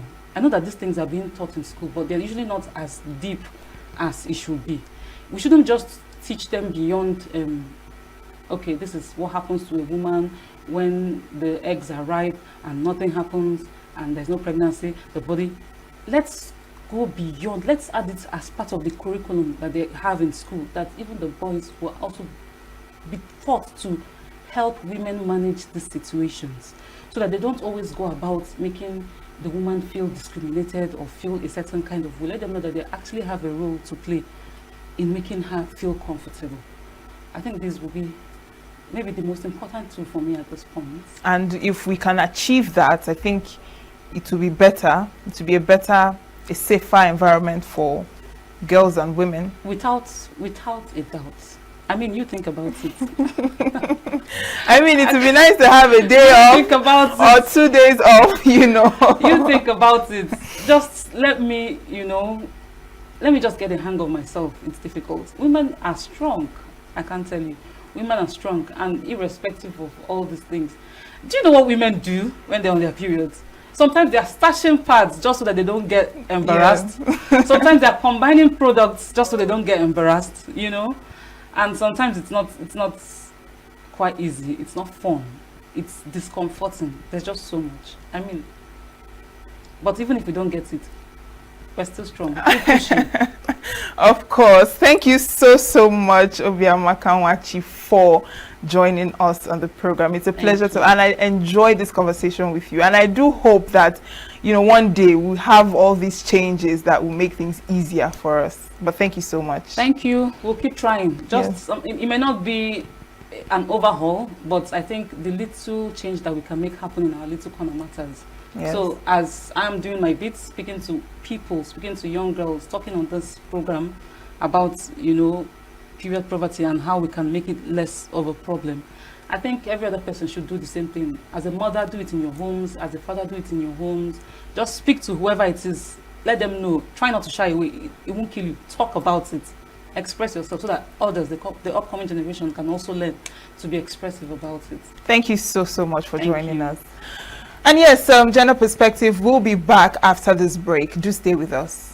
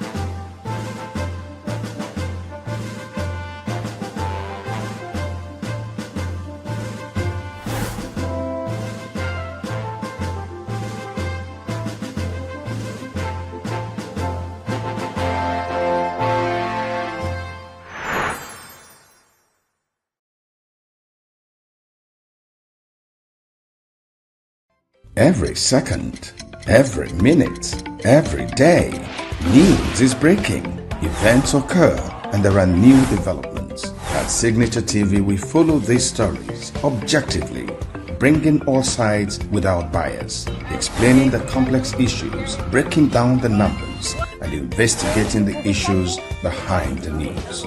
Anywhere and everywhere, near or far, wherever the news is, we will be there. Signature TV.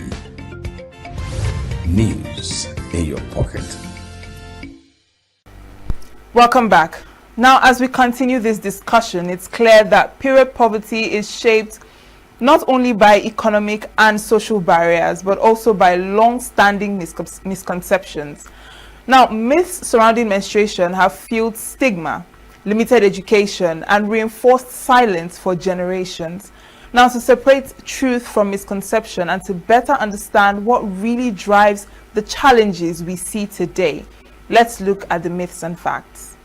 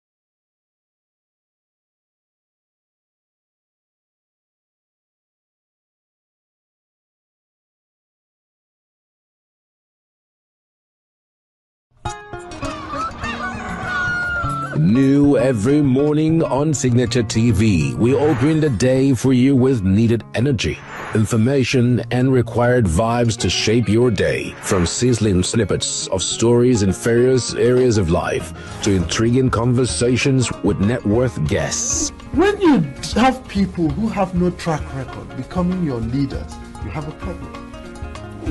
There's no outstanding graduate when Obi took over from me.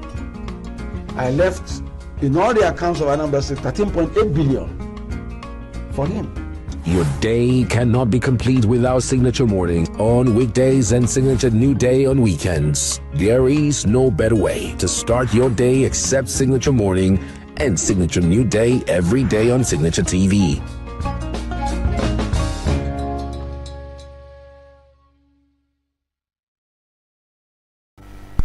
Well, today's conversation has shown us that period poverty is far more than a personal challenge.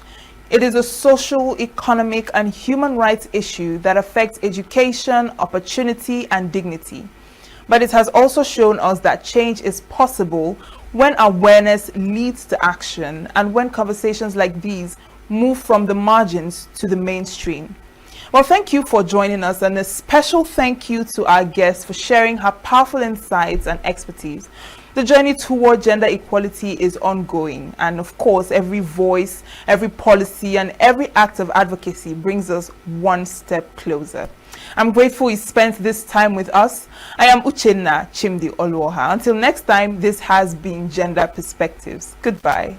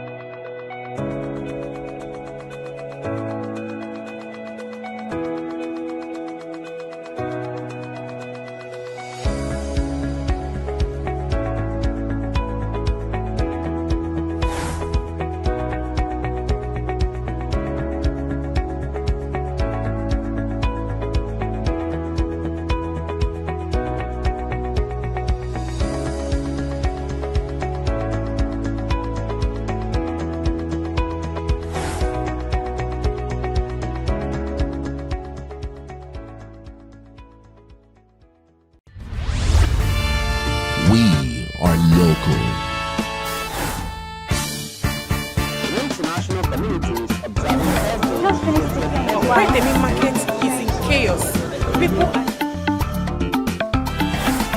We are national. Those in support of this motion as amended, say aye. Aye. We have taken it by default. We are international. Israeli airstrikes. Donald Trump left us the worst unemployment.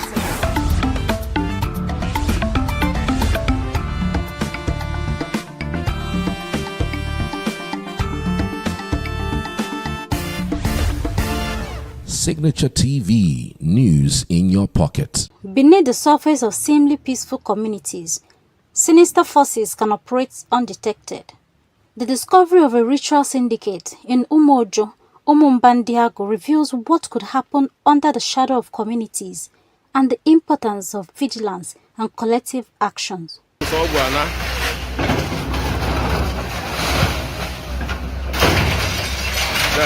The activities in Umumbandiago are a grim reminder that reports of ritual killings are not just fairy tales, but stark realities, not as distant from us as we may think. The latest incident, which is the adoption of a 13-year-old girl by a gang led by self-acclaimed native doctor Onyeka Obu, popularly known as Ide Play, Ide Show, has sent shockwaves to the area, the entire Enugu state, and beyond.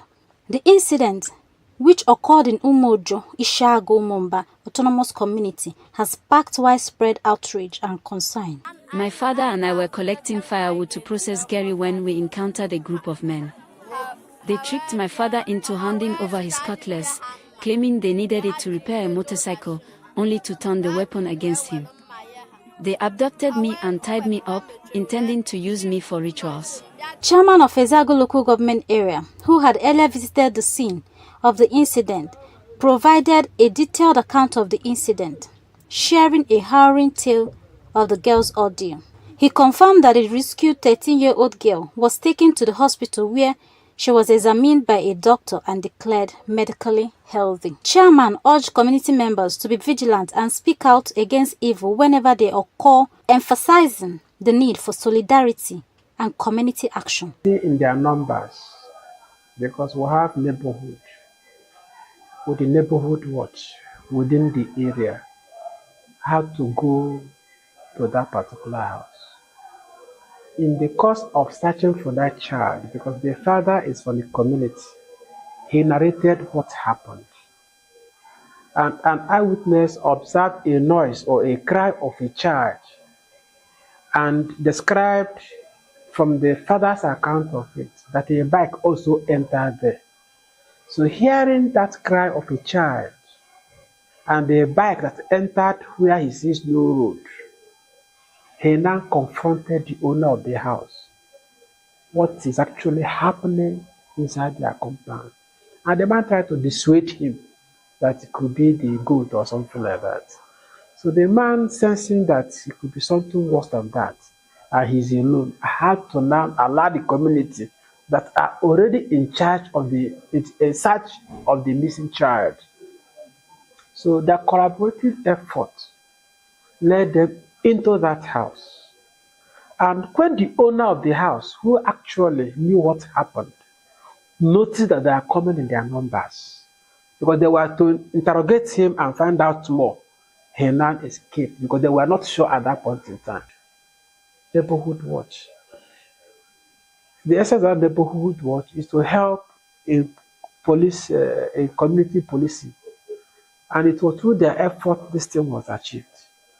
So the problem we usually have is that the criminal is still a human being from a particular community. But we'll keep on fighting it this way because they will keep on being after a lot. They understand. That's why if you see this kind of a thing, you do things that will deter others from joining crime. A community leader in the area, Chibato Keke, emphasized the importance of staying focused on productive endeavors, cautioning the youth against the dangers of criminal activities. He encouraged them to channel their energy towards positive pursuit, ensuring a brighter future for themselves and their community. Advice goes to the parents. Don't leave it for your teacher or for your whoever. Teach your children what they will be in future, what they will do, the road they will follow, how to respect people, how to follow this world. This world is vanity upon vanity. But if you go and get money from me, see your children, see your mates, why are you here disturbing me? The child can go out and do whatever he wants to do and come back, even use his mother. The divisional police officer for Umumba Division, Emeka Ichie, declined to speak to Signature TV on the incident, saying he was not authorized to do so. In Enugu, Ugon Nowalo reporting for Signature TV.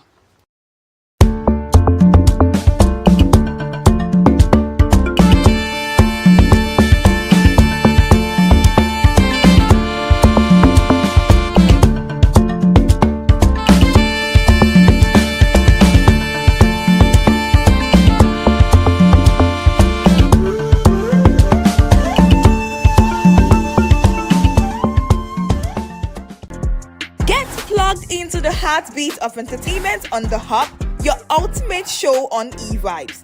From trending stories and social media drama to top charting music, must-watch movies and exciting moments from the world of arts, we've got it all. Join us for unmissable conversations with your favorite entertainment personalities, plus fun segments every week. So I should try harder. So Okay, I don't know that one. outfit of the day. Oh, I don't do that.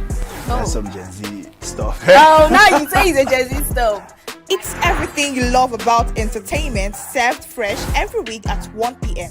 with weekend repeats just in case you missed it. The Hubs on eVibes, where the vibes never stop. Only on Signature TV.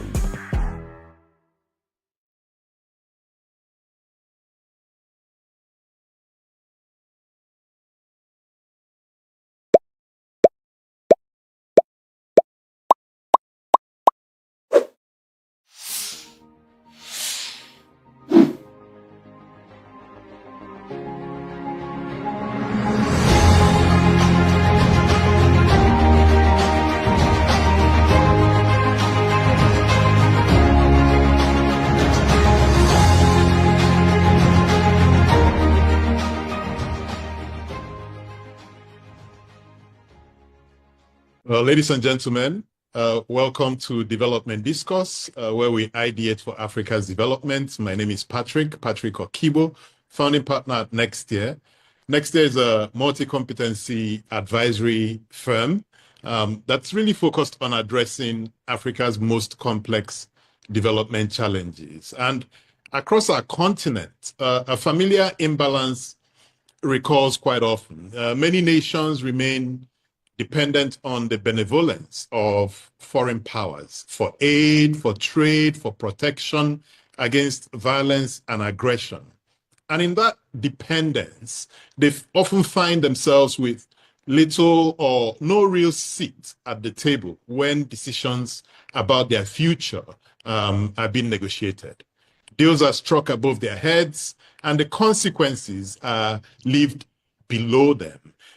Now, nowhere has this pattern played out more starkly or more tragically than in Afghanistan. And my guest today has lived this story from every vantage point it offers. As a young activist in 1996, he was publicly flogged by the Taliban for refusing to wear a turban, an early physical lesson in what it costs to resist power. He went on to spend 2 decades inside Afghanistan's civil society and government in many roles, as commissioner of the Afghan Independent Human Rights Commission, documenting 3 decades of wartime atrocities, as founder of the country's first independent election observation body, and as chairman of its Civil Service Commission, leading anti-corruption and merit-based reforms. In 2020, he joined Afghan's peace negotiation team in Doha, sitting across the table from the very movement that had once flogged him. And on August 15, 2021, he was mid-air flying to Doha for what he believed was still a workable transition plan when Kabul fell and the republic he has spent his adult life building ceased to exist within hours. Today, he's a senior fellow for peace building and global justice at the Hague Institute for Innovation of Law, turning that hard-won experience into frameworks that the rest of us urgently need to deal with the issues that are emerging. Nada Nadera, welcome to Development Discourse. Thank you very much, Patrick, for having me. Delighted to be with you today. Fantastic. Let's start by kind of establishing your bona fides for an audience that may know Afghanistan only through headlines. You were born in Nimroz province to a Pashtun family, and this is the same ethnic community from which the Taliban draws most of its base. What was it like to be a Pashtun resisting the Taliban authority from within, rather than what it felt for maybe an outsider doing the same? Well, thank you. There are two sides of it. One, in Afghanistan, the the polarization of ethnicity has not been like most of other South Asian countries. Afghanistan has this unique or strange geographical location where it's considered Central Asia, but it's also considered South Asia.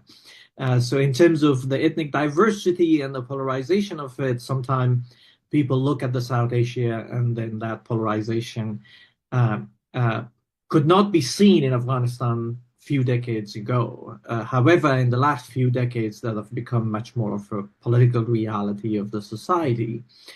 So on one angle, I grown up in a family, my father, who has been an elder, a respected, influential person, and my mother's the same, coming from the same level of elders, an influential family.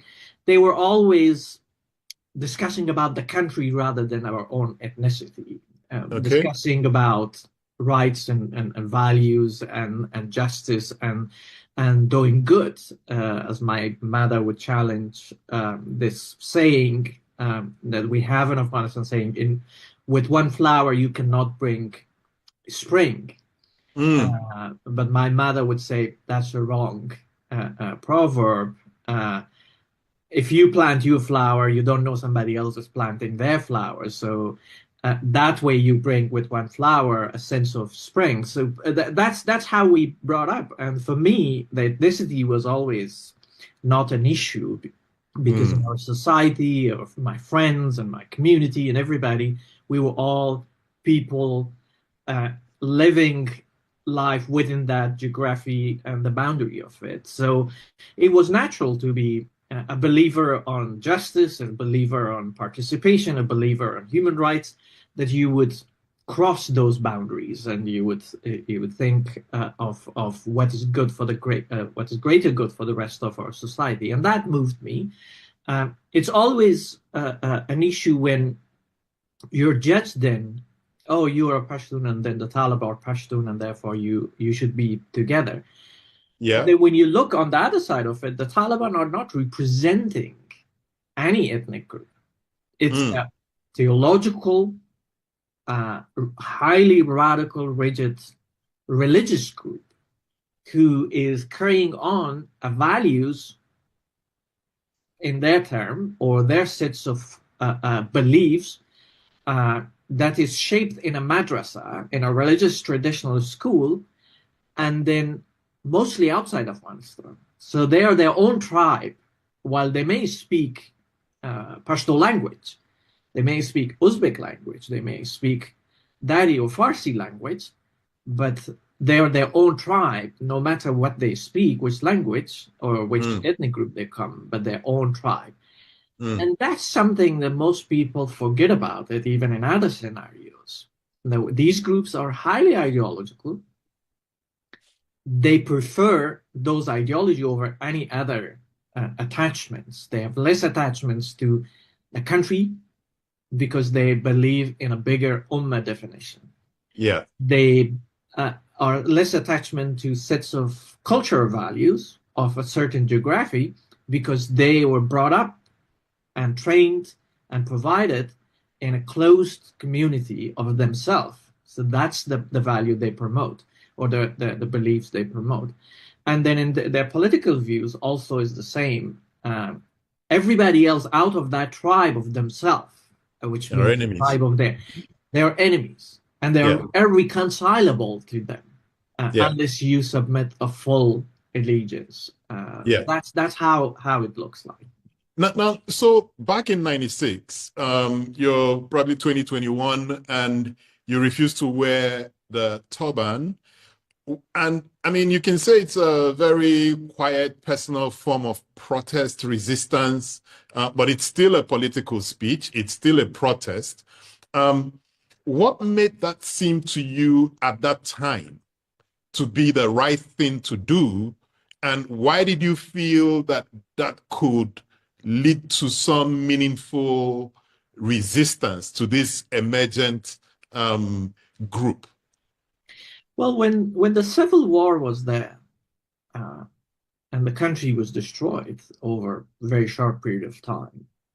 The university that we were going was just reopened after a number of years of intense fighting, that the university itself and the city around it was destroyed. It was rubble. So the university reopened. We spent a year, and again the Taliban came and was for a while was shut down and reopened. Only for boys. Then the girls were not. Yeah.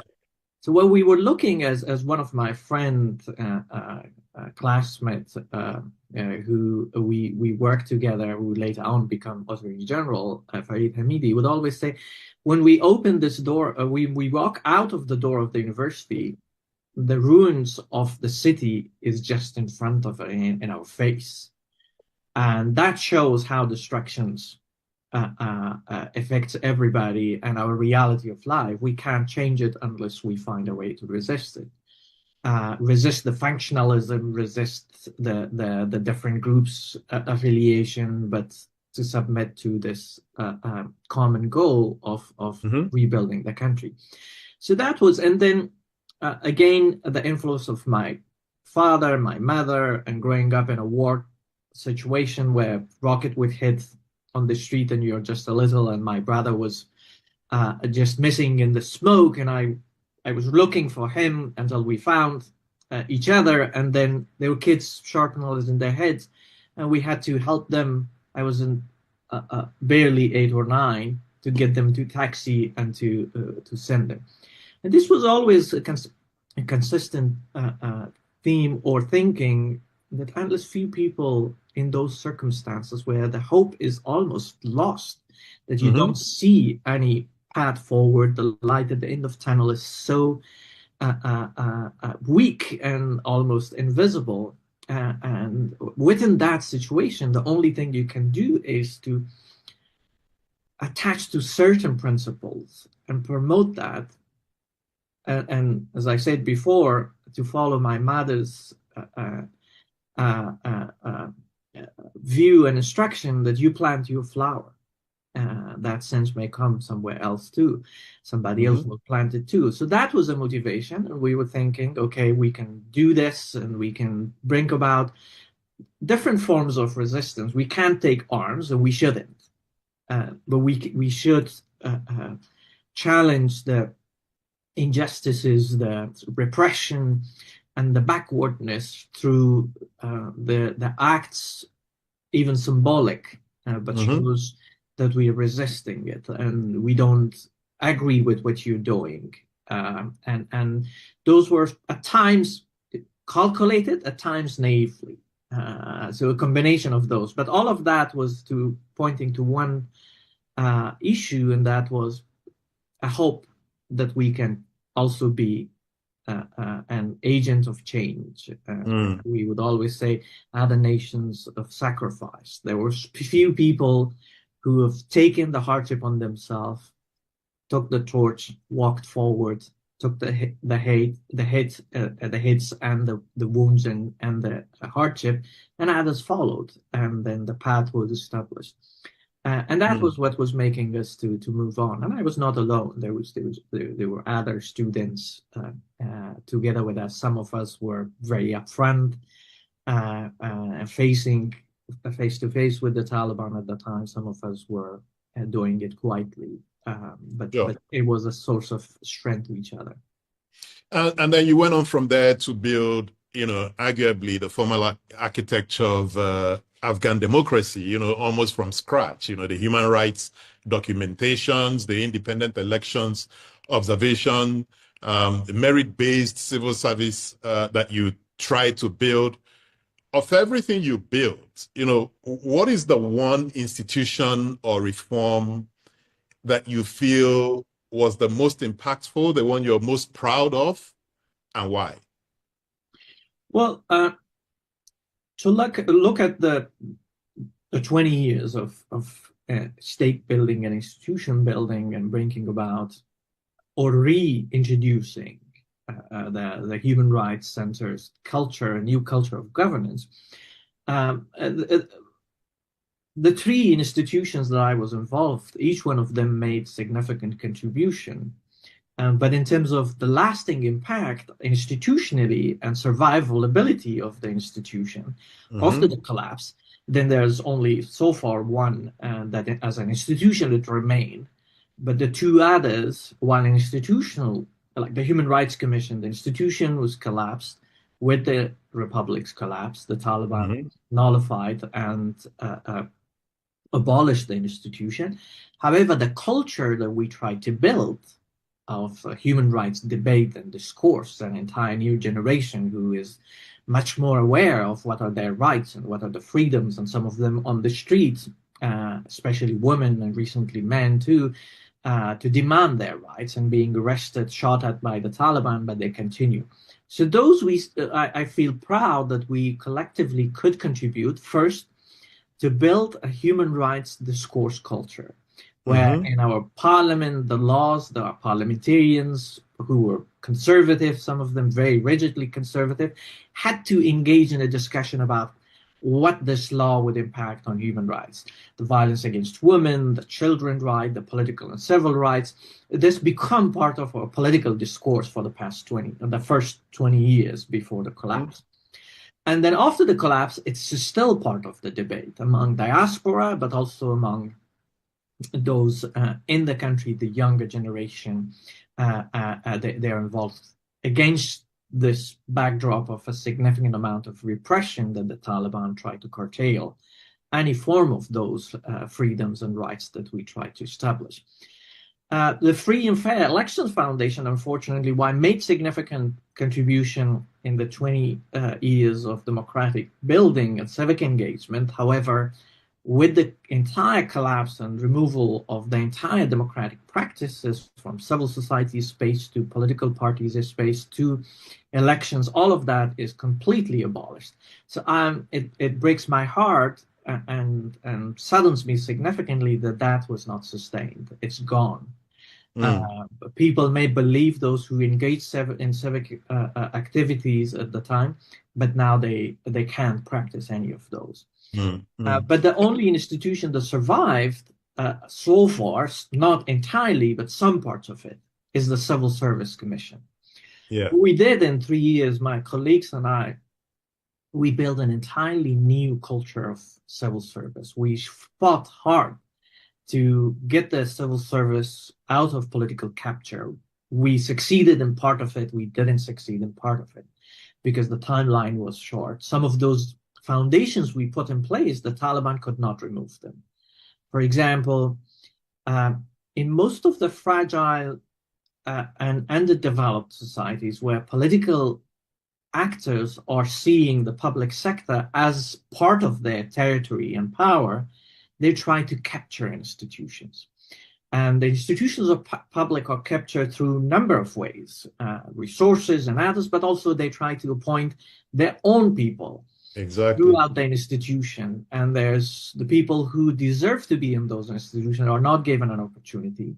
If there is a competitive process, it's hijacked, it's only formality, and MPs, the politicians, everybody has their own people.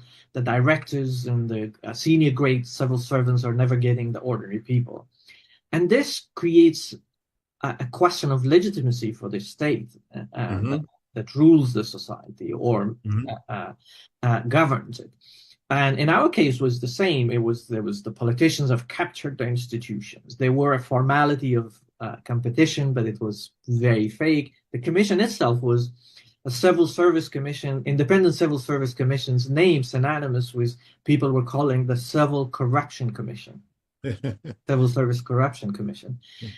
So we had to change the organizational culture. We set up systems and institutions, and then the merit-based appointments. We used technologies. We built up exam centers independently. We developed independent research for exam questions and the interview process, the record of it, the public scrutiny of it. Civil society would come in. We were bringing in members of society in every province that we had these centers for them to watch the process themselves, the media to look at them, scrutinize.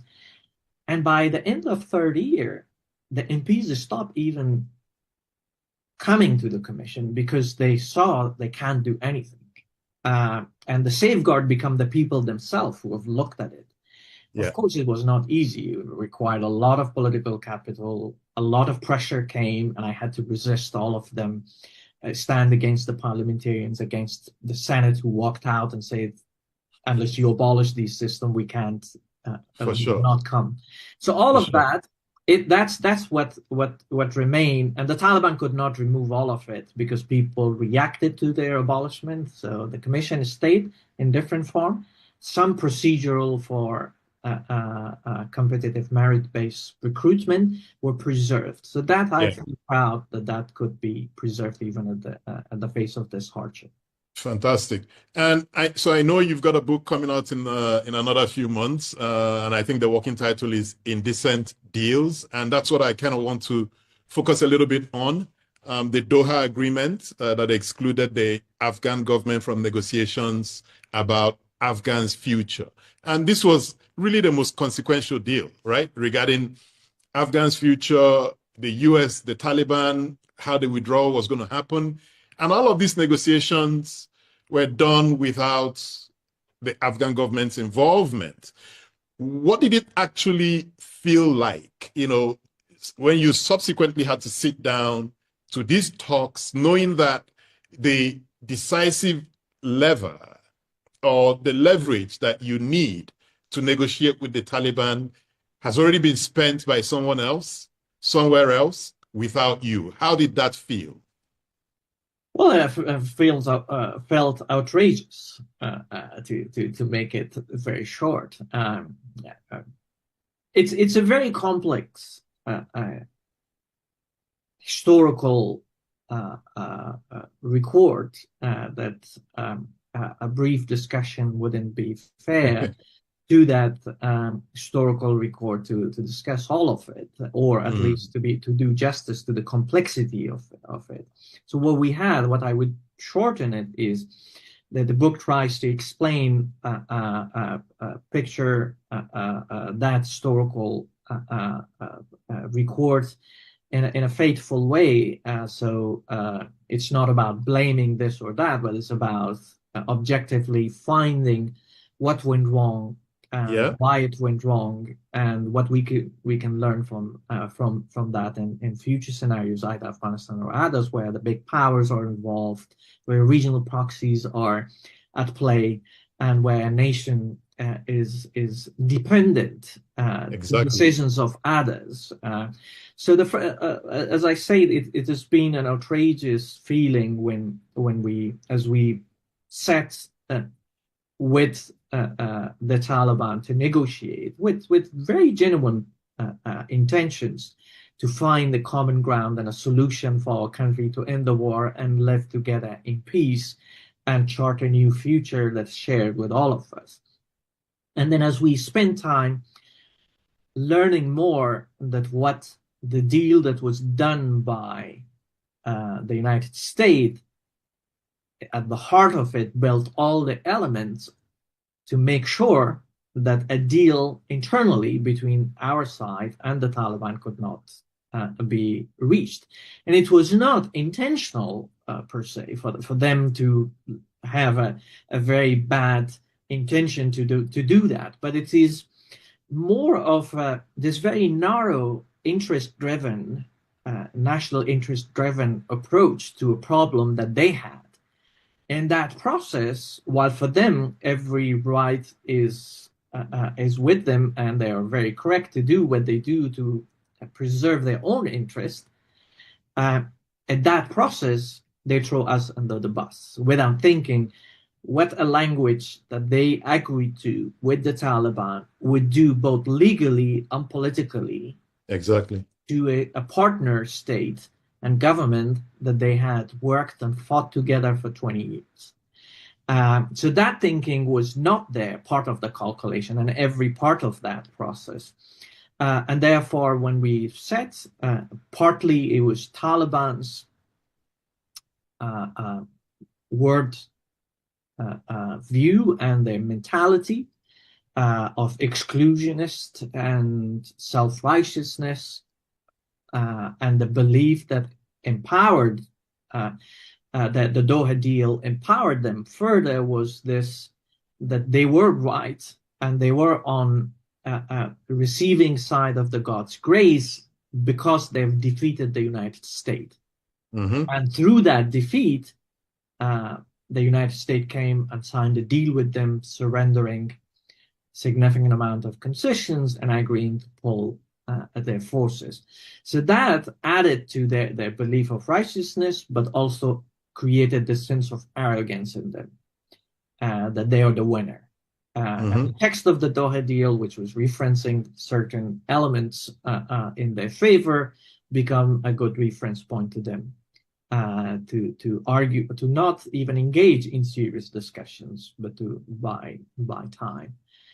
The lesson, I would say, out of this entire process of the last 5 years of the Republic, and especially with the 2018, when the process of the Doha negotiation began, is three issues for me. The one is the national leadership. I believe that other countries and only developmental aid and dependency on even very good intention of other countries can take you to a destiny of stability and progress is false, is very false. And that requires national leadership to recognize it and utilize the good intentions that are there and build upon it. But the key element of way forward for each leader must be, from day first, how I minimize and cut down the level of my independence to a foreign nation.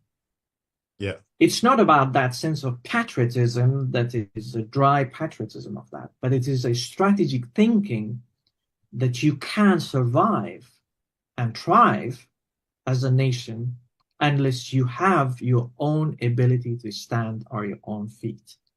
You need help from others, certainly, but you need to be aware that that help would not be forever.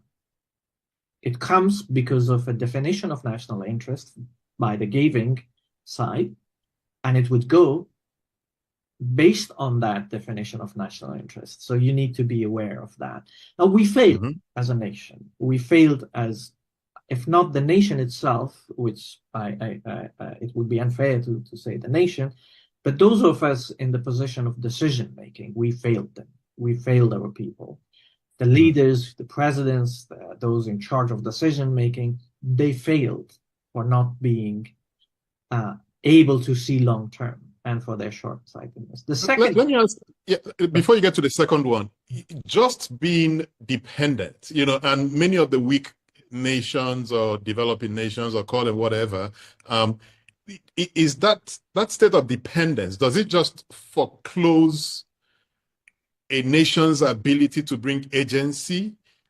Once you allow yourself to be dependent on these external countries for either aid, budget support, security guarantees, have you entered some kind of a structure that makes it difficult for you?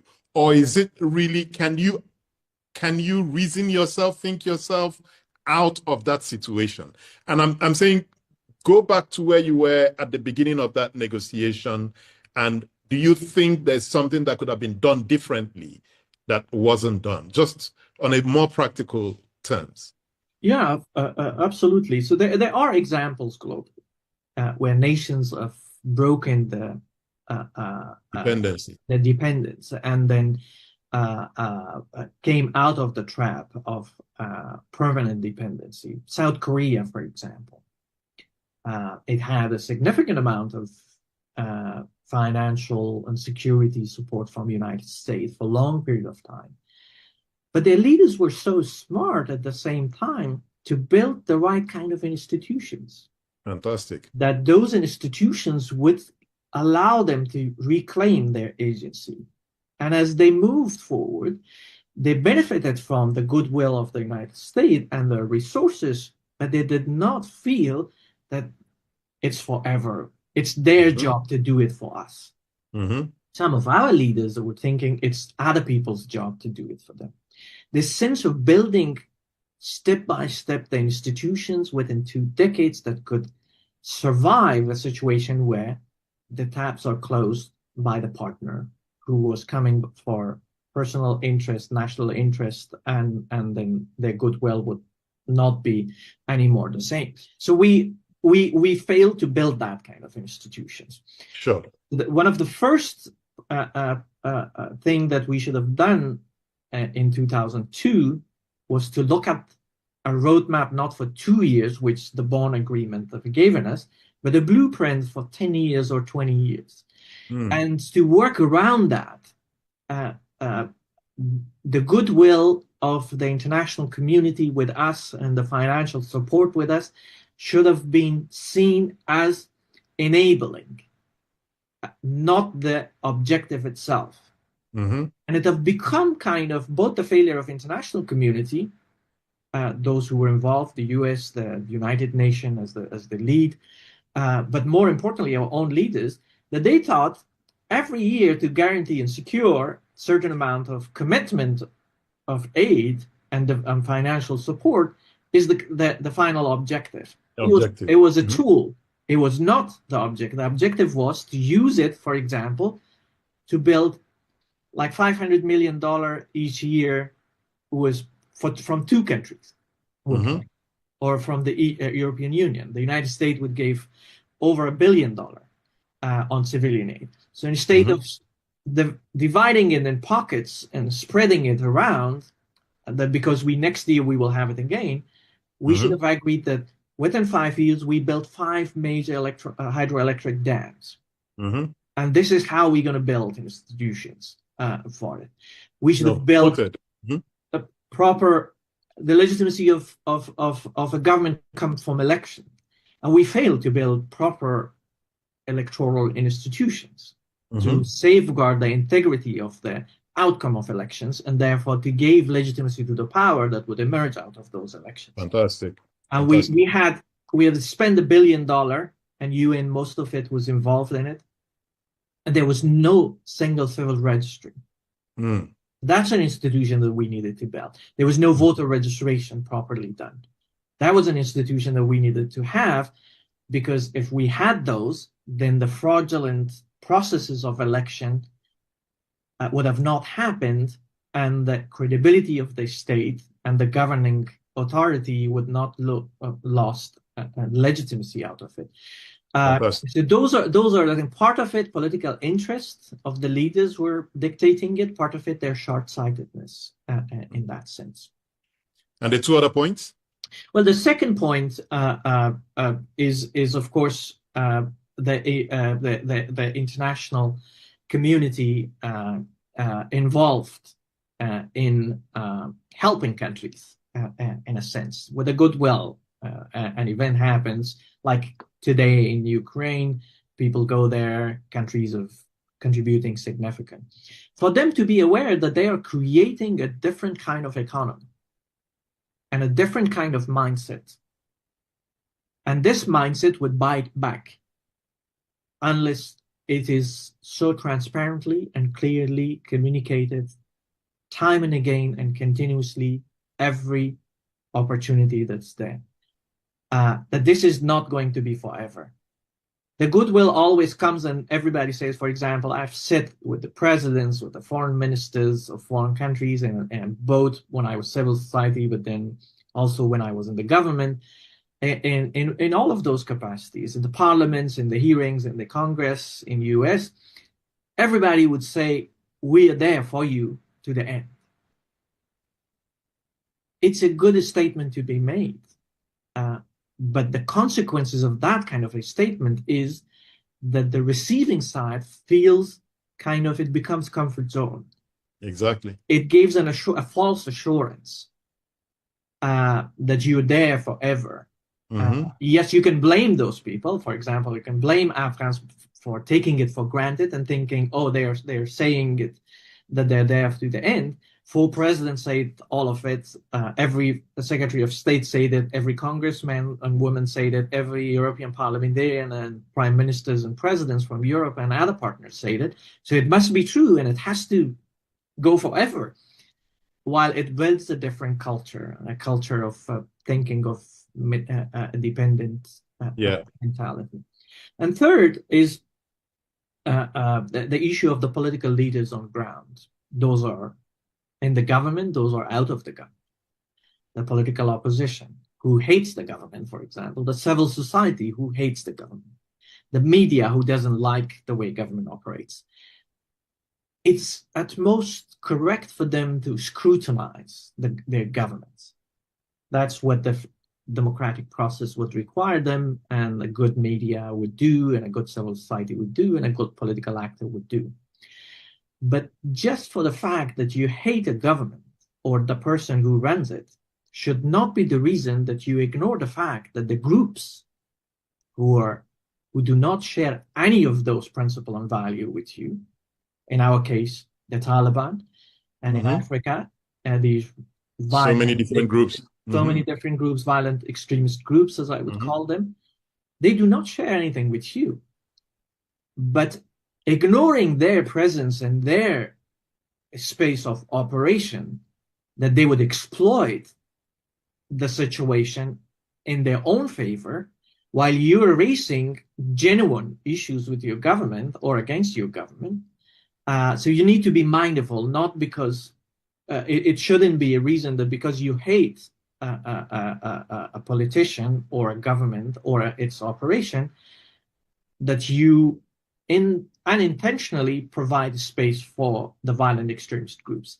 It always requires to look at them also and deny them the space also of exploiting your anger against a government that is probably doing bad.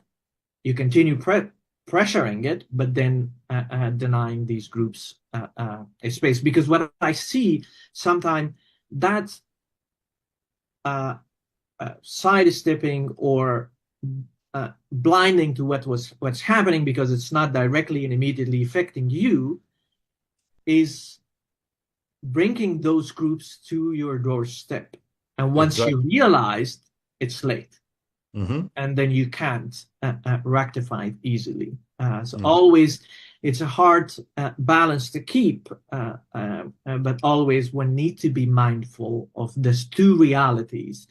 You need to advocate for good and hold accountable your government, but you also need to be mindful how these groups are going to be exploiting it and creating further space for themselves, and how you push against those two. It's a dangerous business, but one has to be very, very careful about it. Yeah, and I know you've said that the leadership failed the Afghans, but it's not.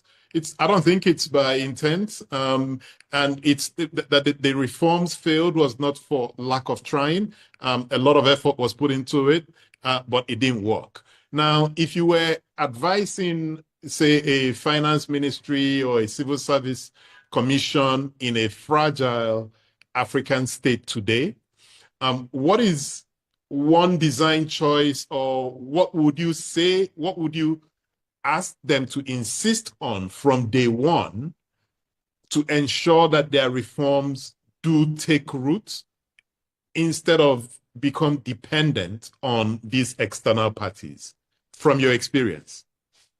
Well, a number of things that are probably in our case was essential, and we lost the track of it from the beginning. The first thing is, what is the national vision for the country? What kind of a country you want to be? And that must not be developed by any external actors. And leaders who fail to develop it ahead of time and fail to develop it realistically. So we can, for example, I've been in Libya just after the Gaddafi's fall and helping the transition government there. I would hear some people there would say, our vision is to become Dubai. It's a very a nice vision to have just after a dictatorship and a collapse. They have all the resources. They have a lot of oil. But then how long you want to become Dubai, and what are the key enabling factors of the same that you have there in Libya that those in Dubai had it, that you that will take you there, and how long? They wouldn't think. It will like, shortly we have a lot of oil, we will have a lot of money, and we will become Dubai. But Dubai is a different country with a different society, a different governance structure, number of population, and the resources and everything else, and how it was built. Different factors contributed to it. So unfortunately, Libya didn't become, despite enormous amount of resources, it didn't become Dubai. It's a collapsed state within the fight, and there's still work on to bring a functioning governing structure and less violence. Now, in our situation, there were a lot of goodwill and a lot of contributions. What was lacking was a realistic vision, and what would take Afghanistan and how long it would take it, and what are the national resources to build around it, and what are the international resources to use as a catalyst of it to reach where we reach. And a second, because just within a conflict and fragile state, and in our countries, in Afghanistan, for example, after the war, the needs were colossal. There's unlimited number of needs that you needed to do, from schools to water, to electricity, to health, to road, everything. And then, while maybe there is a good amount of money to do it, but money is not the only factor in building it. So do you have the institutional capacity to get the money, spend it properly, and implement the programs properly? Do you have human resources to do it properly in time? And the planning, the visibility study, and all of that. So you, in most of fragile situation, in most of the collapsed state and re-emerging, these needs are significant. The resources of both time, capacity, and institutional ability are limited. And therefore, countries and leaders and civil society and politicians need to come to an agreement that what are the narrower sets of fundamental needs that you can agree on and focus on them to build them. And that would create the kind of machinery of development within the system, where it will guarantee stability, it would open the paths and different paths for economic development and the progress of the country, and how long it would. And that requires both a definition of it, identification of those priorities, and explanation of it to the population. There need to be that social contract to agree on those. So people know that if I reach to a place where I want to reach in 5 years, this is how I'm going to do it. I may not reach at all if I look at the short-term income. So the patience in the population's expectation would be built. A clear set of accountable benchmark and indicators will be there for civil society and others to see if the government is delivering on those and walking on the path.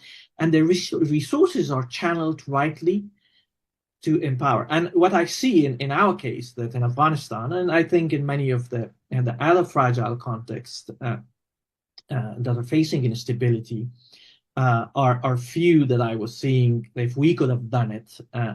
So the first thing, instability comes from lack of legitimacy of the government, delivery of services and their power legitimacy, corrupt and fraudulent elections, corruption in the financial management,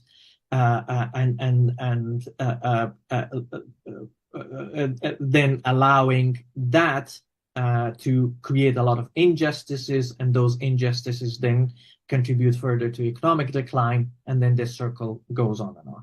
So the first part of this chain of vicious circle one needs to break is the legitimacy. Yes.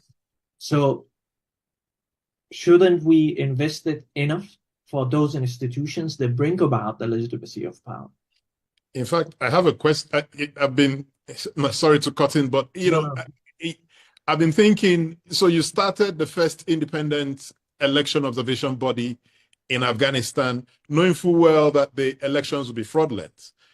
And what the operational case for building that institution was to kind of document the fraudulent elections, not knowing that just documenting it would also not cause it to become free and fair.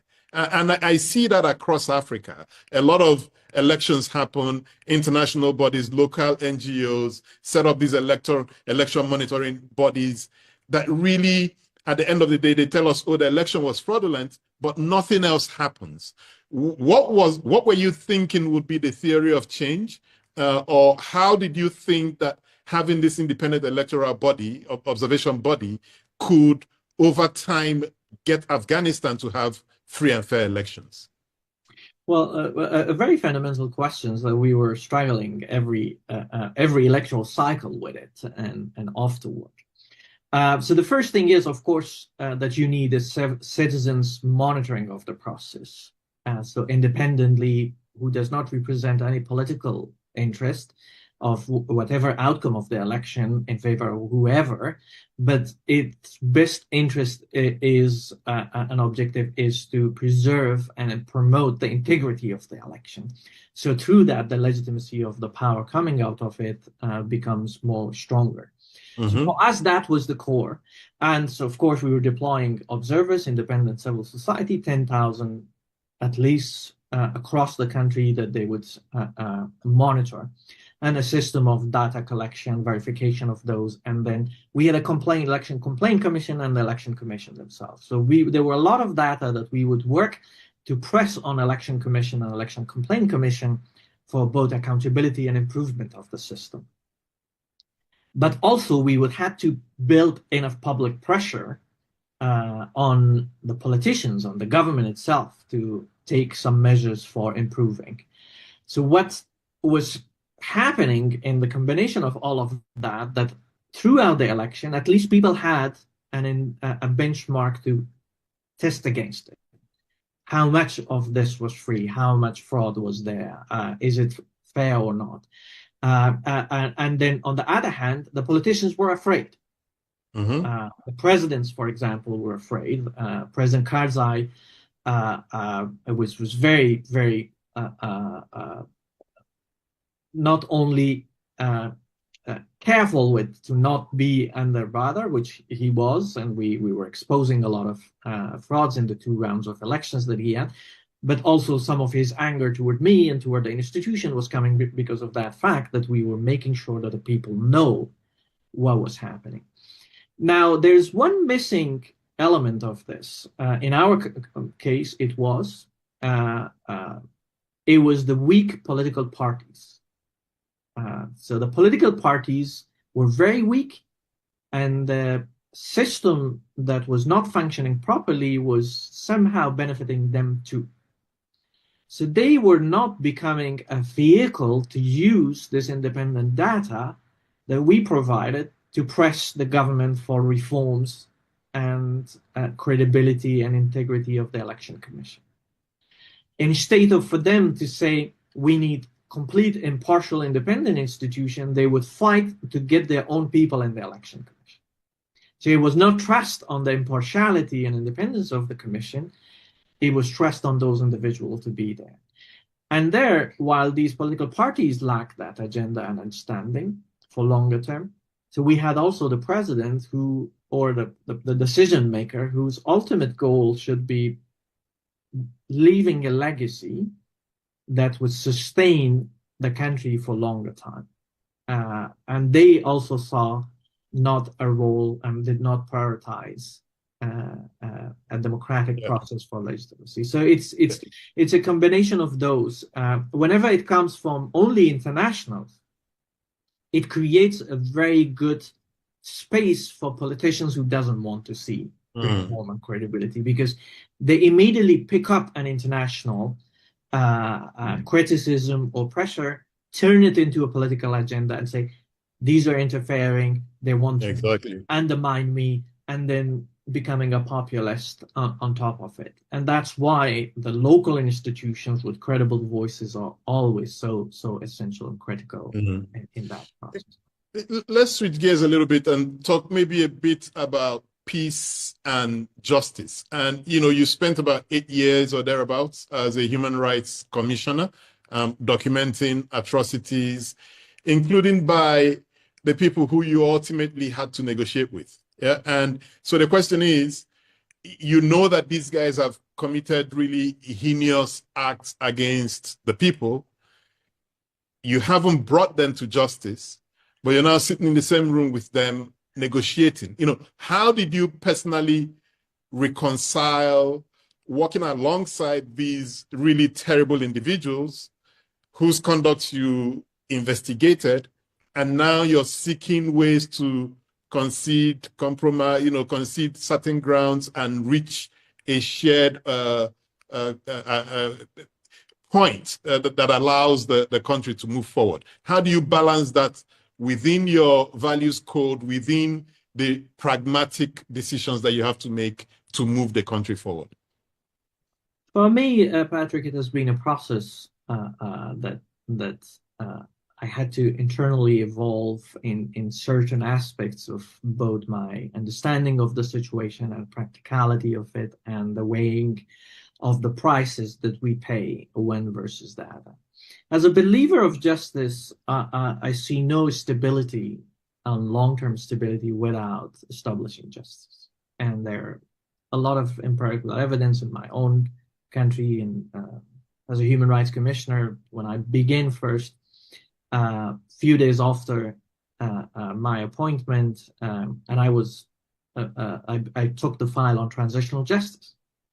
So I was told from the front office that there's an old man who wants to see you. They have heard my voice and interviews on the radio. So he came, an old man, fragile, a big file under his arm.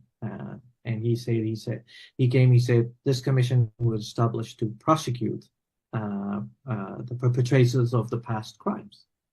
And here I am, I'm seeking that justice. So his understanding from an entire commission was this narrow part, which was so significant and important and a foundational issue also. And he showed me this file, which had news. First, there were pictures of some members of his family, including his daughter. He was showing me those, young and old, and his daughter, which his voice would choke. And then those pictures were followed by news clips of the national newspaper by the government. There are two newspapers run by the Ministry of Culture and Information, and it was a state publication. So the news clips had pictures of people and headlines, and he had clipped them and put them there. And I said, what are those? He said, he pointed to a guy in the front page in that picture, said, this is the guy who ordered killing of my family. Mm-hmm. And I see him all the time in front of the front page of the newspapers, on the television, prime news time. If you guys cannot do anything else, but at least can something happen that I don't see him? It's a renewal of that pain and trauma every day. All I want is to get rid of them from the public institutions, if not prosecution. And I saw many of those. I investigated mass graves and talked to the victims, then talks to the victims' families, to the community who were affected. And this was across the time span of 20 plus years that those atrocities were committed. And to me was, we can't heal, we can't survive as a nation, and we can't establish stability if we are not addressing that. We must acknowledge it. So we did a lot of works, an action plan. We forced the government to accept that, a National Commemoration Day, and certain aspects of those measures. But none of them got to much more deeper level where really an acknowledgement of the past with that detail and the healing process to begin. And it was, again, lack of courage of the political leaders and the international community's lack of desire. They pressed against it. They would tell me when I was doing the conflict mapping, they would always tell me, don't do that, don't publish it, because this was going to be not good for reconciliation and all of that. So they would discourage you, as they did to us. But then there were moments like in 2001 at the Bonn conference, where the first post-Taliban government was formed. UN put a proposal on table that there be an accountability for war crimes against humanity, and they did it abruptly. I still remember all details of it, that how it was unprepared. It was a standard format of the UN, and that they would tick a box and say, oh, this is, we have to standard procedure that we present this, and then people will agree, and suddenly those groups involved in the war rejected it. And in contrary, they pushed hardly, saying, we were the heroes. We have to be recognized as here, and there has to be a blanket amnesty. I could see the SRSG and the UN special representative and other members, they were struggling and were embarrassed because they were unprepared. They even didn't tested the water before presenting this. So it took a lot of time until both of proposals were withdrawn. So justice was never a central part of the Afghanistan state building process. Yeah. But then when we came to the Taliban, the violence has escalated. But then, as I write in the book, and I wrote in an article in Washington Post in 2018, there were everyday civilians were killed, people we know. And there was one specific moment where a bomb struck in a residential area closer to international communities' offices, but it was a purely residential area. A group of journalists and first responders gathered there, and a second bomb exploded and killed a lot of people. I knew some of those journalists. Some of them just a day before came to interview me, the cameraman and others. And I went to join the media community on the site to show my solidarity. When I went to the site, I've seen so many violence close up front, but this was different. It was the smell of the body burn, the human flesh that was on the trees, and the water that cleaned up the blood, and the smell of mixed with blood and water. It was gruesome. It was unbearable. I hardly could speak, but I spoke, and I said, we have to end this, and the free press will continue working. But that day coming back home, I could not sleep. It has become too much, and I had to walk for hours to reach to this conclusion that this war has gone for too long. We have lost so many people. It has to be an end. It's hard to come and sit on a table with a group who does not believe a tiny bit of any of those principles and values you believe, but there must be a way to find and end this violence. And that began for me to explore ways how we could make peace in the war. But with that, also mindful that you cannot build a peace by just ignoring of those atrocities. We need to build a path where the guns are silent, the rights and freedoms are preserved, and justice has a way to be delivered, defined in a way that the people will expect it. If it was that old man's word, the justice meant for him to not see these people in power anymore. So let that be justice. If it is an acknowledgement and a memorial, let that be. If it's a prosecution, let that be. But we need to build toward it in absence of stability and a longer term process and a national agreement around it. It will be harder to achieve that. Yeah. And just to say to our audience that I'm going to open it up for Q&A. If you have a question, please put it in the Q&A tab not in the chat room where I can see that, some conversations are going on, but in the Q&A tab so I can pick it up easily, give attribution to the person who posed the question, and then give my guest an opportunity to respond. But whilst they're getting to it, maybe, Nader, one more question. What principles do you believe should govern any government's engagement with a non-state armed group?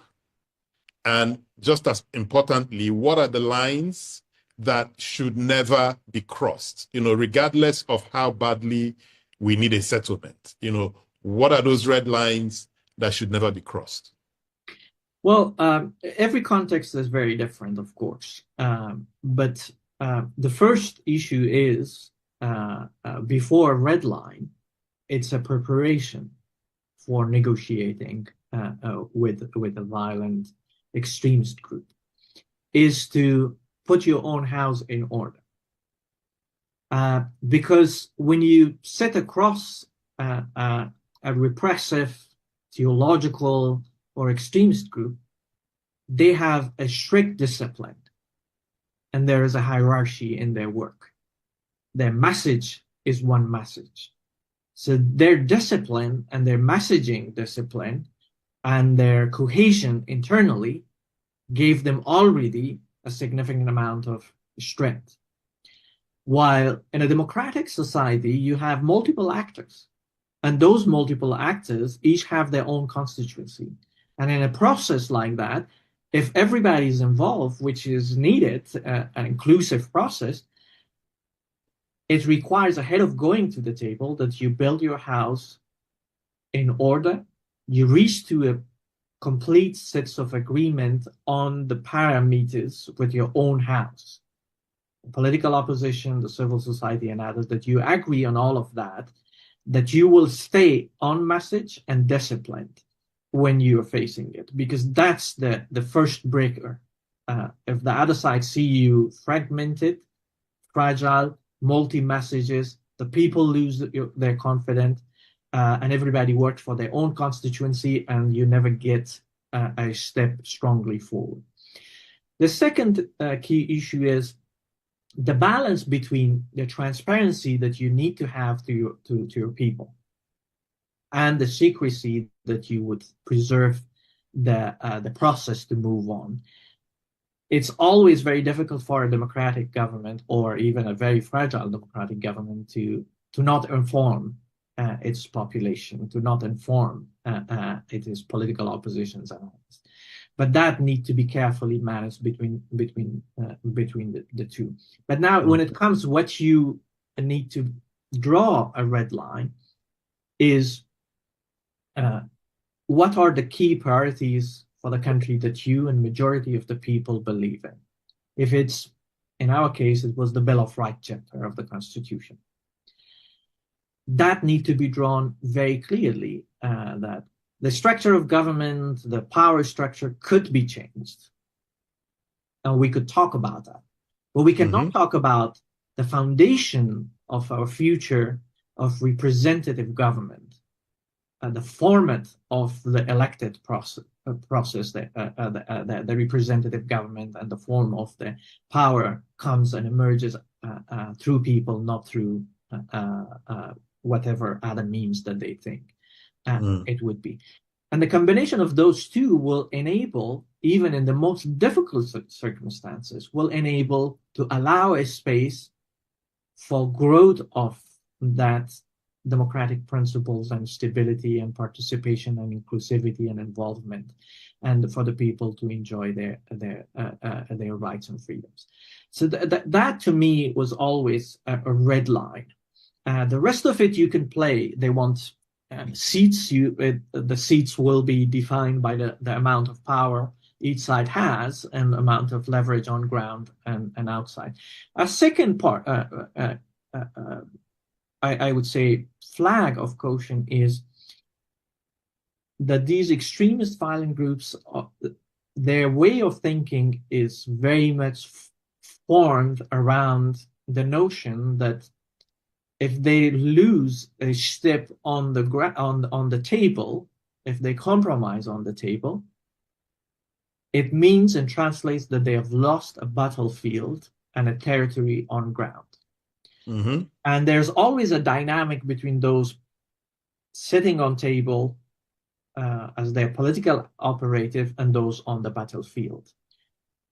Making sure that these two are enough, the people are enough aware and informed of the dynamics of these two. So they cannot benefit from the immunity of it's the political side is doing this and the military side is doing something else. We can't do A because the military doesn't want it. It need to be at the first step. Do you have the full buy-in of the military when you're sitting on table? That need to be clarified. Another red line is the role of international actors.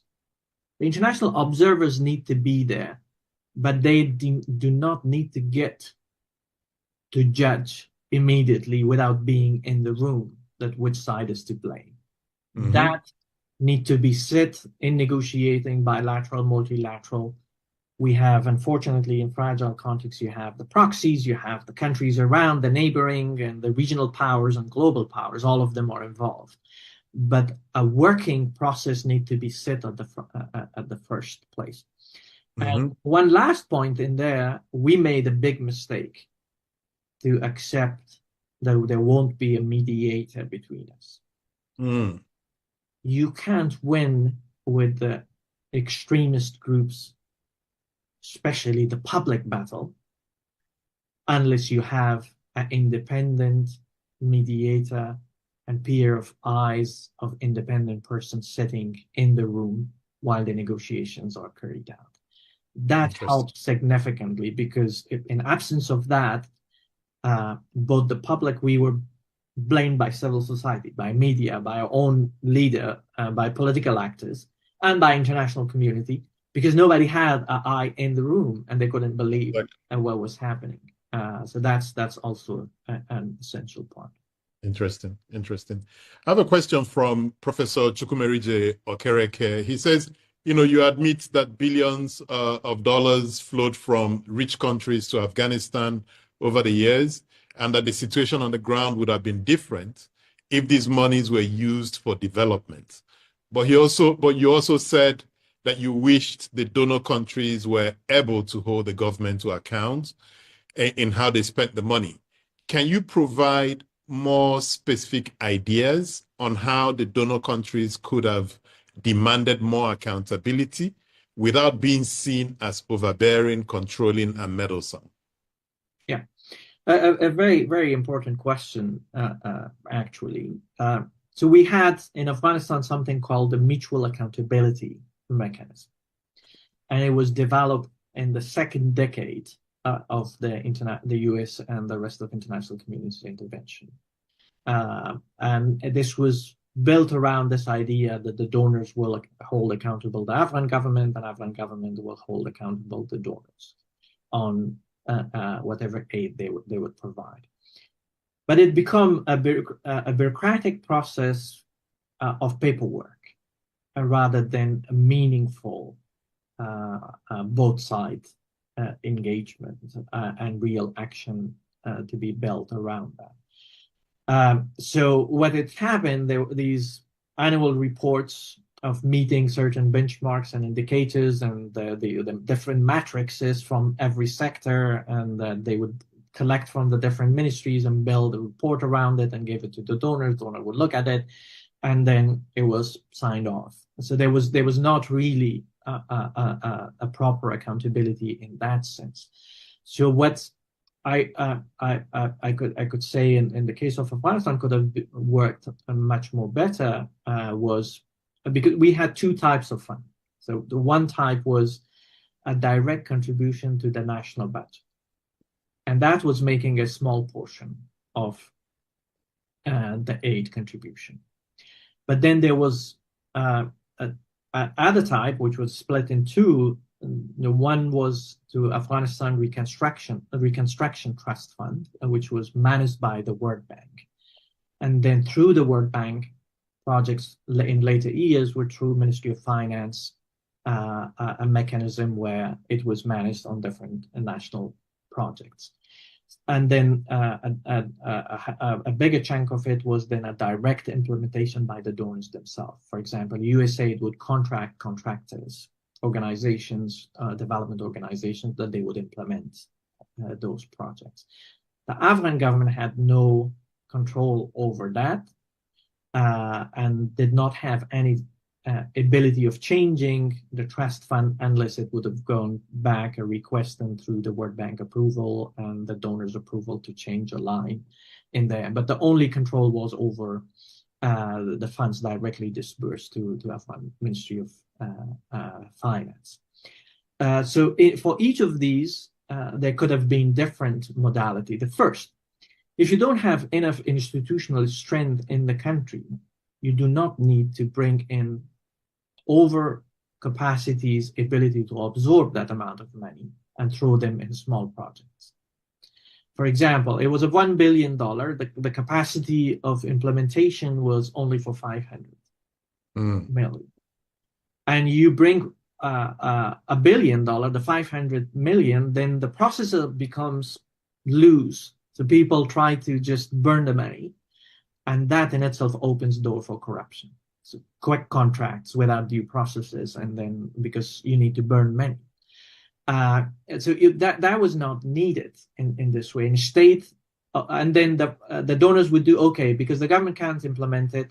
What they would do, they bring in contractors, and the contractors would bring in subcontractors, and a $500 million that would be able to build a very fundamental infrastructure for the economy and for the country would have, or not would have, it was divided in thousands of small projects of a training and a capacity building and empowerment and few canals here and there and few wheels here and there. And at the end of the day, the $500 million evaporated without leaving a foundation for it.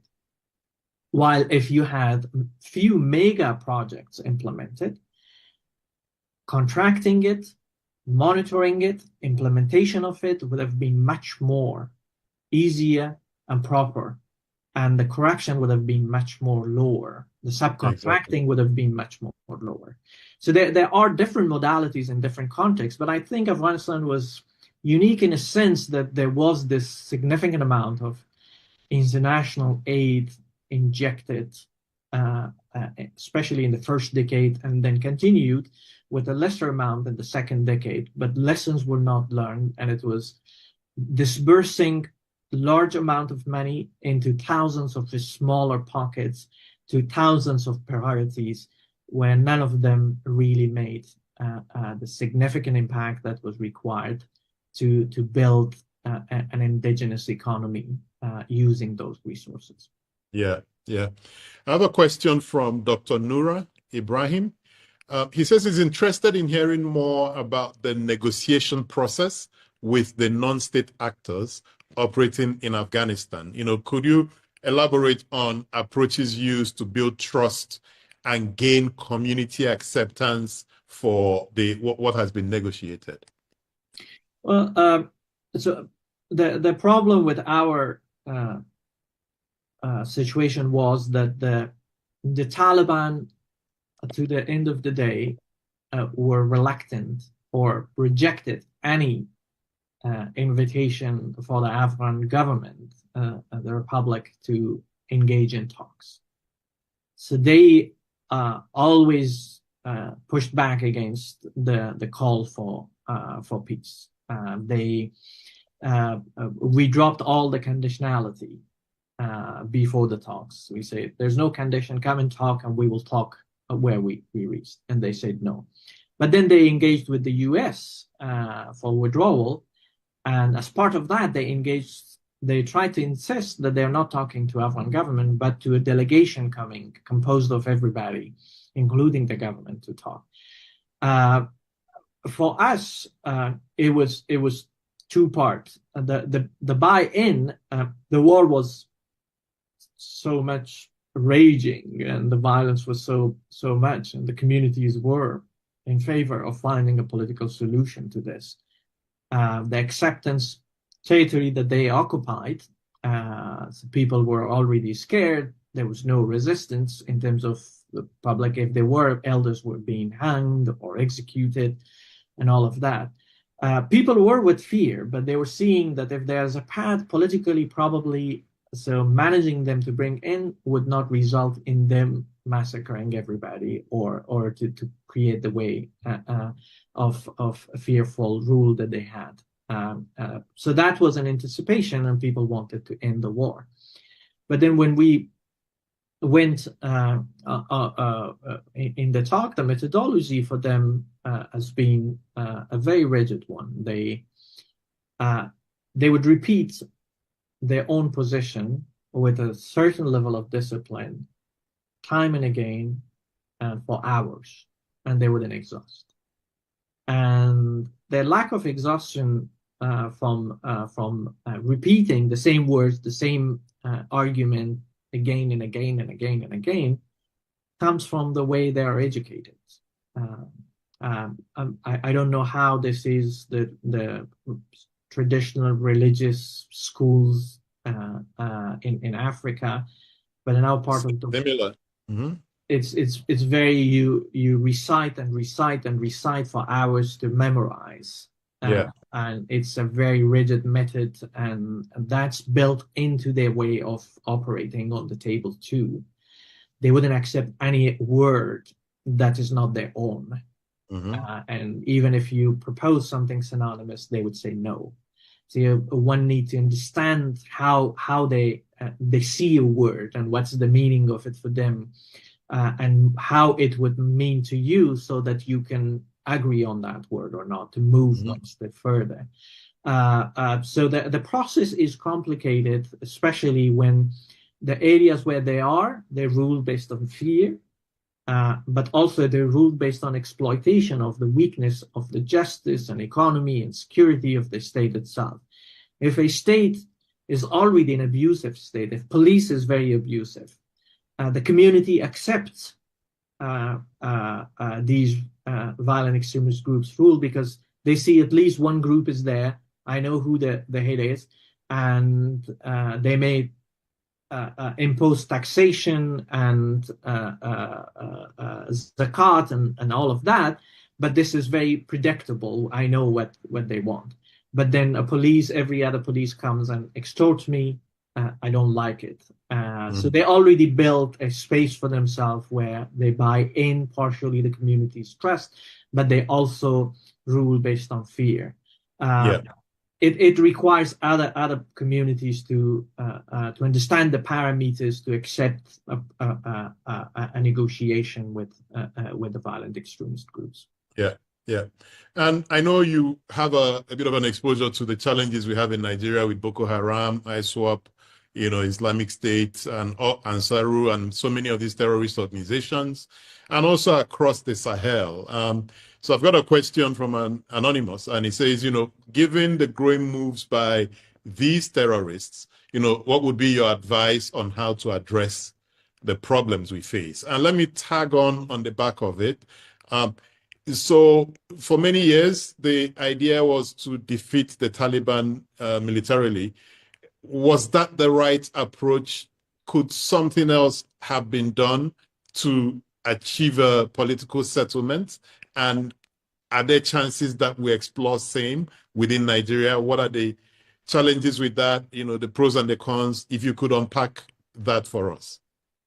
Sure. Well, thank you. I just published a policy brief looking into Sahel and Central Africa, and then looking at the parallels, particularly with in relation with these violent extremist groups, with Daesh, Sahel, Greater Sahel Group, or the Boko Haram and other groups operating in Africa, and the Taliban, and what they borrowed from the Taliban in that sense.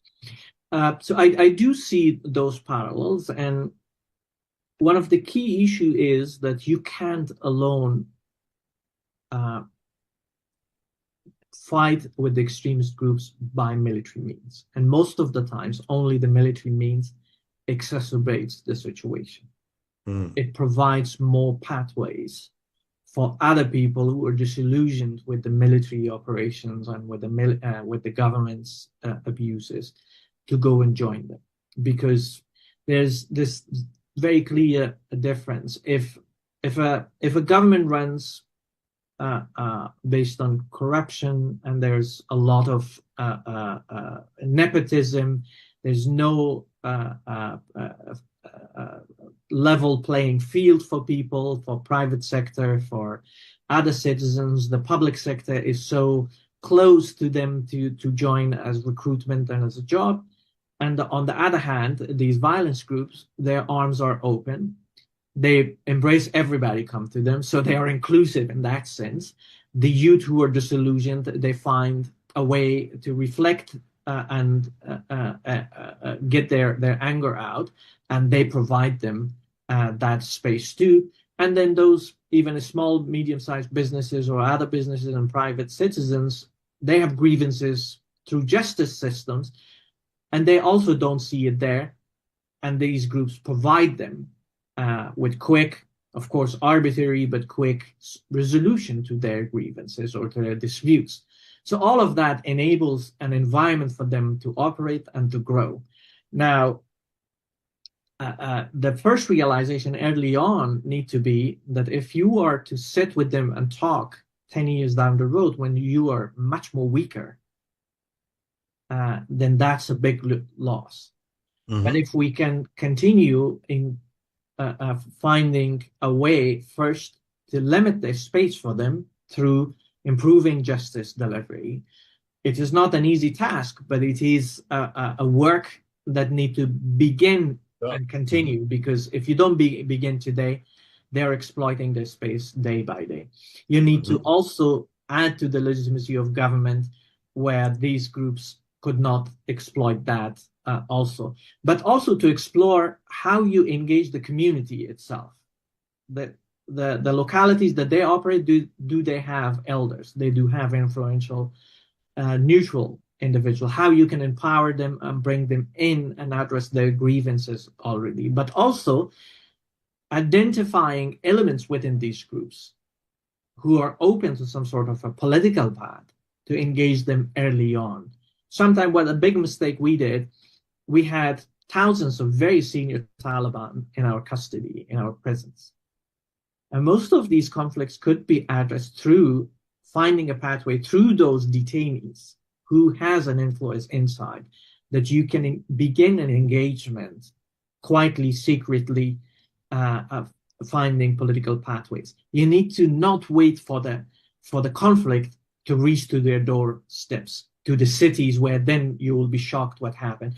If they are now in a locality, they are weaker, they are smaller, they may be open, if not very ideological, they may be open for some sort of a political arrangement. And you need to engage and diffuse them at that early stages. But then there are some of them that highly ideological. There's no pathway of negotiating with them. They wouldn't accept a shared future like the Taliban did not. And you need to undermine them through different means, not only military, as I said, improving justice, improving rule of law, and improving economic and fighting the corruption.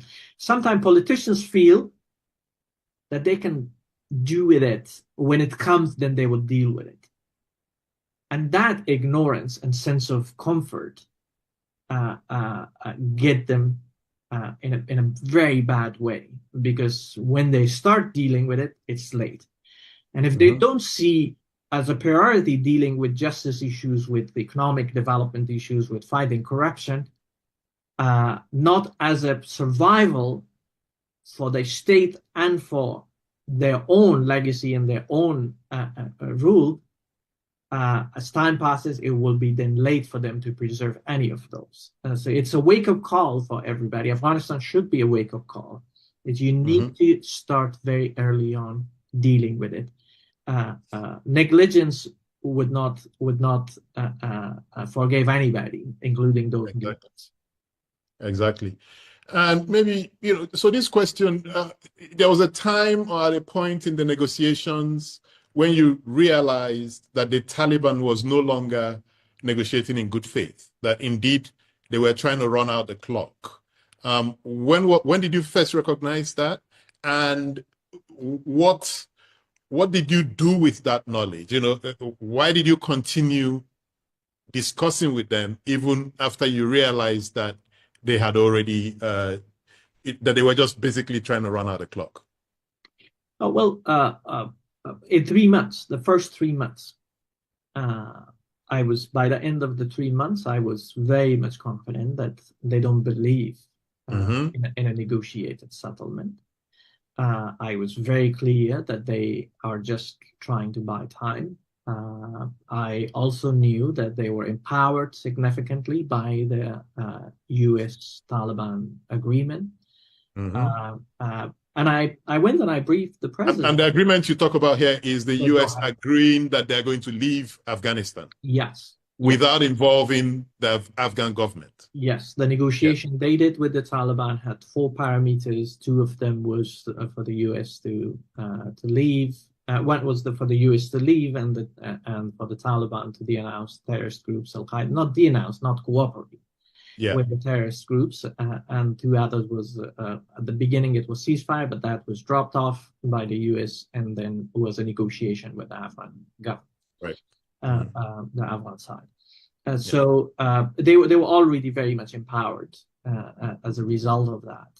So we knew that I reached to that conclusion, and I briefed the president, and I said they are not negotiating into the good faith, and they don't believe in shared future. And I also say they are so arrogant in the way forward. So why did you continue with the process then? That our thing was so complicated because our government was not liked by most of the civil society and by the political opposition, and the key actor there was we were not operating in a vacuum, and it was the United States and the international community. And our president was considered to be an obstacle to the peace process. So because he had this very academic mind, that he would preload the obstacles in a week as a result of a weak deal, like it was post-deal situation that he would explain, and it looked very complicated, and people were saying, "Oh, wait a minute, he's against the peace. He makes it so complicated, and therefore," and he would not listen to other advices that you need to simplify it, you need to be upfront. And so I told him that even if you step down today and announce that you're stepping down today, and if there's a peace agreement, the Taliban would not agree to that.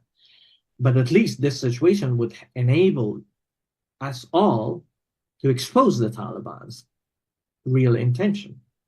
But of course, he didn't do it, and we were at the receiving end of the blame. The perception that was shaped, we lost the battle of narrative.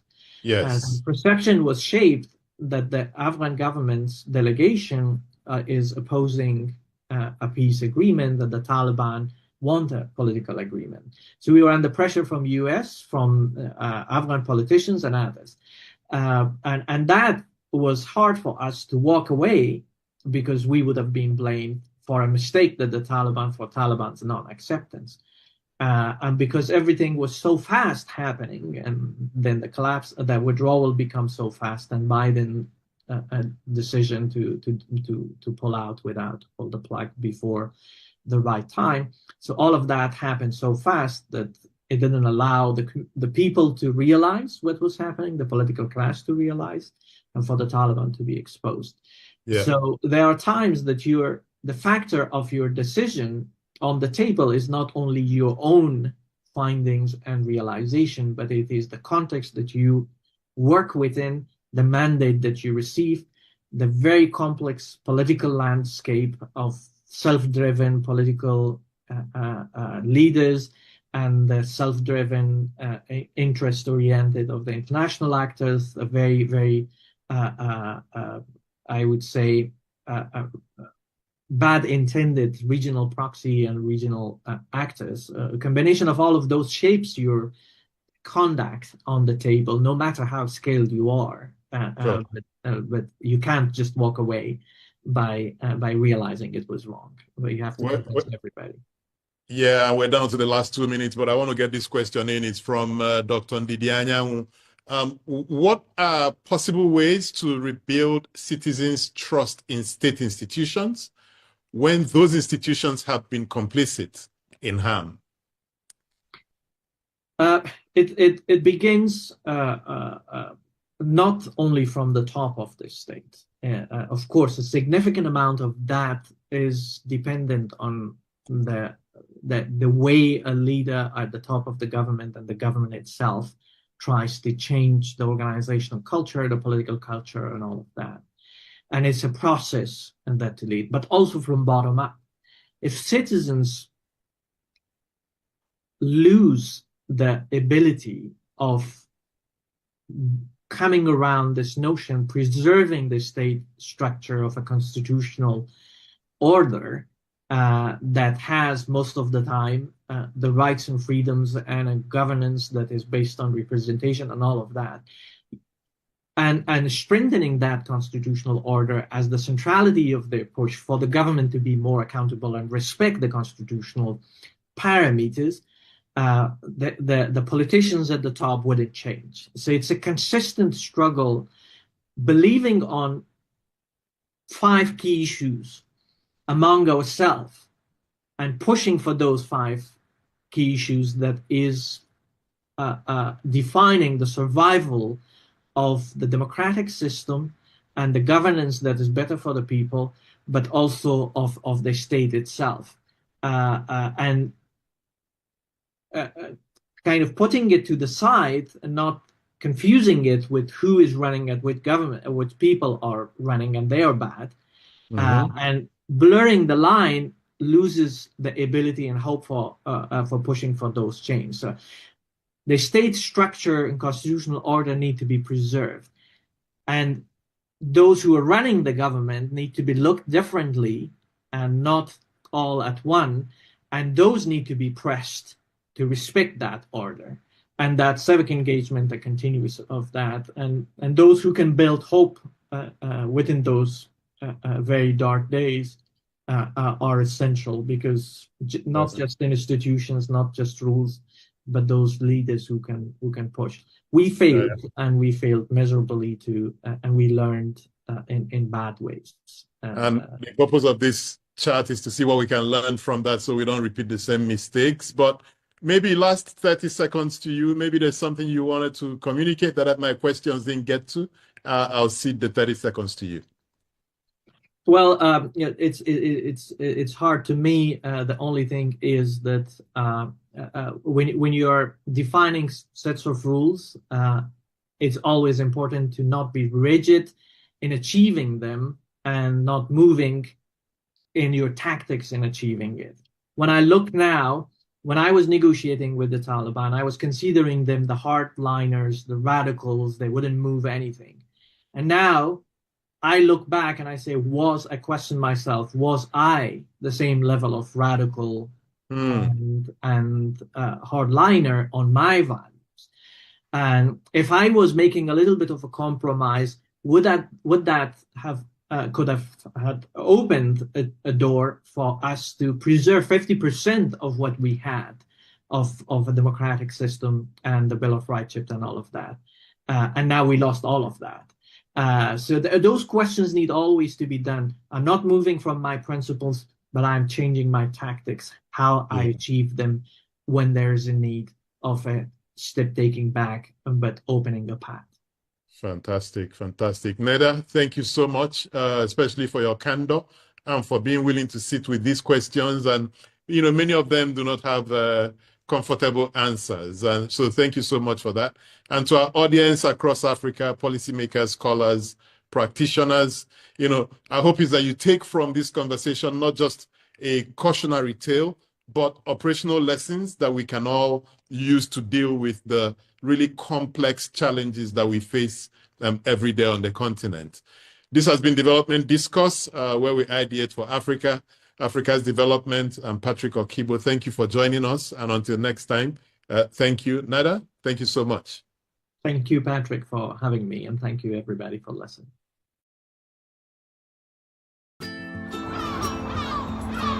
Bright and early as the day breaks, as the newspaper headlines trail the stories that shape the day. We at Signature TV trail the headlines that trail the day. We interrogate the headlines. We analyze the stories that make the headlines. WAEC is overrated, and they even overrated themselves and went into CBT. They are insensitive of some Nigerian children who have never had what it was CBT. With passion and emotion, we drive the conversation to change the narrative.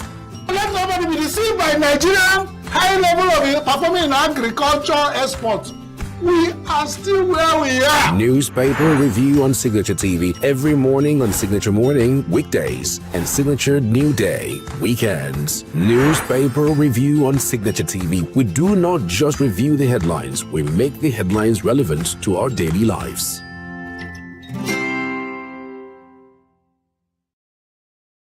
Every second, every minute, every day, news is breaking, events occur, and there are new developments. At Signature TV, we follow these stories objectively, bringing all sides without bias, explaining the complex issues, breaking down the numbers, and investigating the issues behind the news. Anywhere and everywhere, near or far, wherever the news is, we will be there. Signature TV. News in your pocket.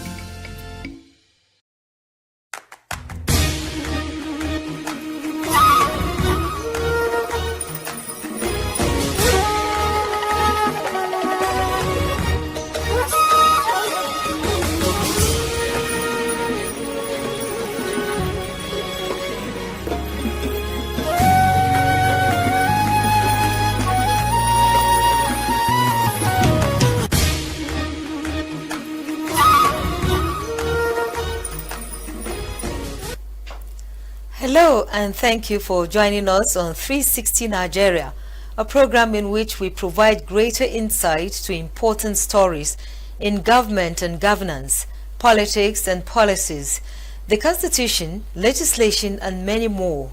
My name is Josephine Bitrus. Together, you and I will be tracking issues in the polity every week.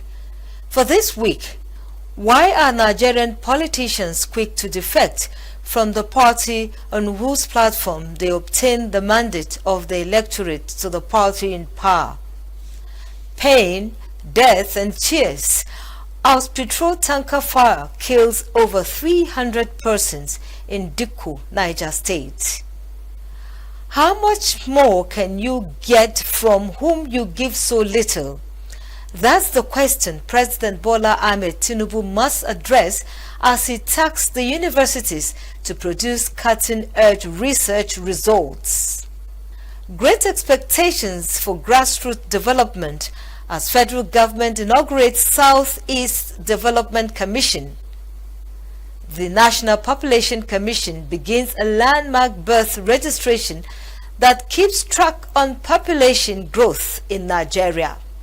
Plus, what happens when the sun sets for Nigerian entertainers? That's our lineup for this week. Stay with us for the details. 360 Nigeria, tracking issues in the polity. Nigerian political parties, if not driven by conventional ideologies of left and right, have a set of values to which their members subscribe. This includes values of greater national integration, stronger central government, greater consideration for religion as against the value-loose federalism, closer ties to communities, less urbanization, and a more decentralized government. These values influence either the individual politician's political promises for election into positions or the party manifestos. Why is it that after elections have been won based on these values and on a political party platform, The Nigerian politician has no reservations defecting to another party. Correspondent Chimeze Nzedima examined this phenomenon for 360 Nigeria. Political defection has become a persistent phenomenon in Nigerian politics, with roots tracking back to 1951, when members of pre-independence political parties began defecting to rival political parties to safeguard their interests. This trend has sparked intense debate, yielding both agreement and disagreement within the country's political landscape. Defection has been particularly prevalent in Nigeria's Fourth Republic, with many elected officials switching parties.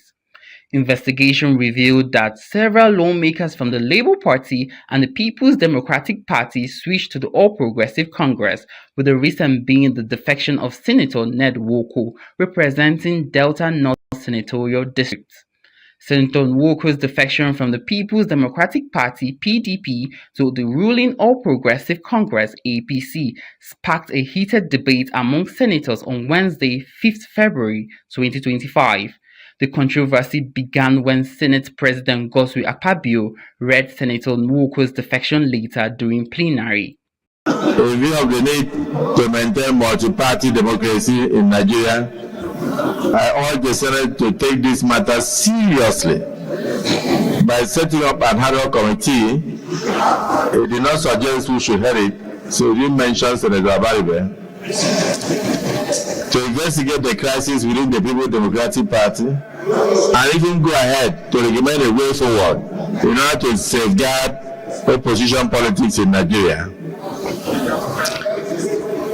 This ad hoc committee should examine the root causes of the PDP's political internal implosion and engage relevant stakeholders and propose reforms that will ensure the survival of a viable opposition in Nigeria after the demise of this PDP. Senator Nwoko, who represents Delta North Senatorial District, cited internal divisions within the PDP as reason for his defection.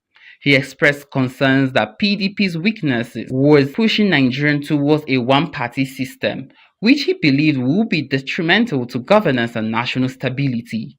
However, PDP lawmakers vehemently opposed Senator Nwoko's defection, arguing that he should relinquish his seat since he has abandoned the party that sponsored his election. They made reference to Section 68G of the 1999 Constitution, which states that a lawmaker can only switch parties without losing their seat if there is a division within the original party.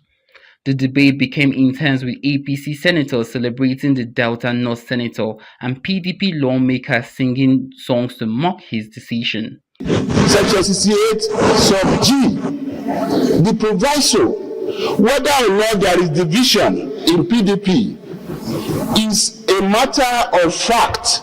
It is the constitutional right of everyone to cross carpet as long as you fulfill the constitutional provisions of Section 68 sub G. And if anyone is in doubt as to that, the courtroom is waiting.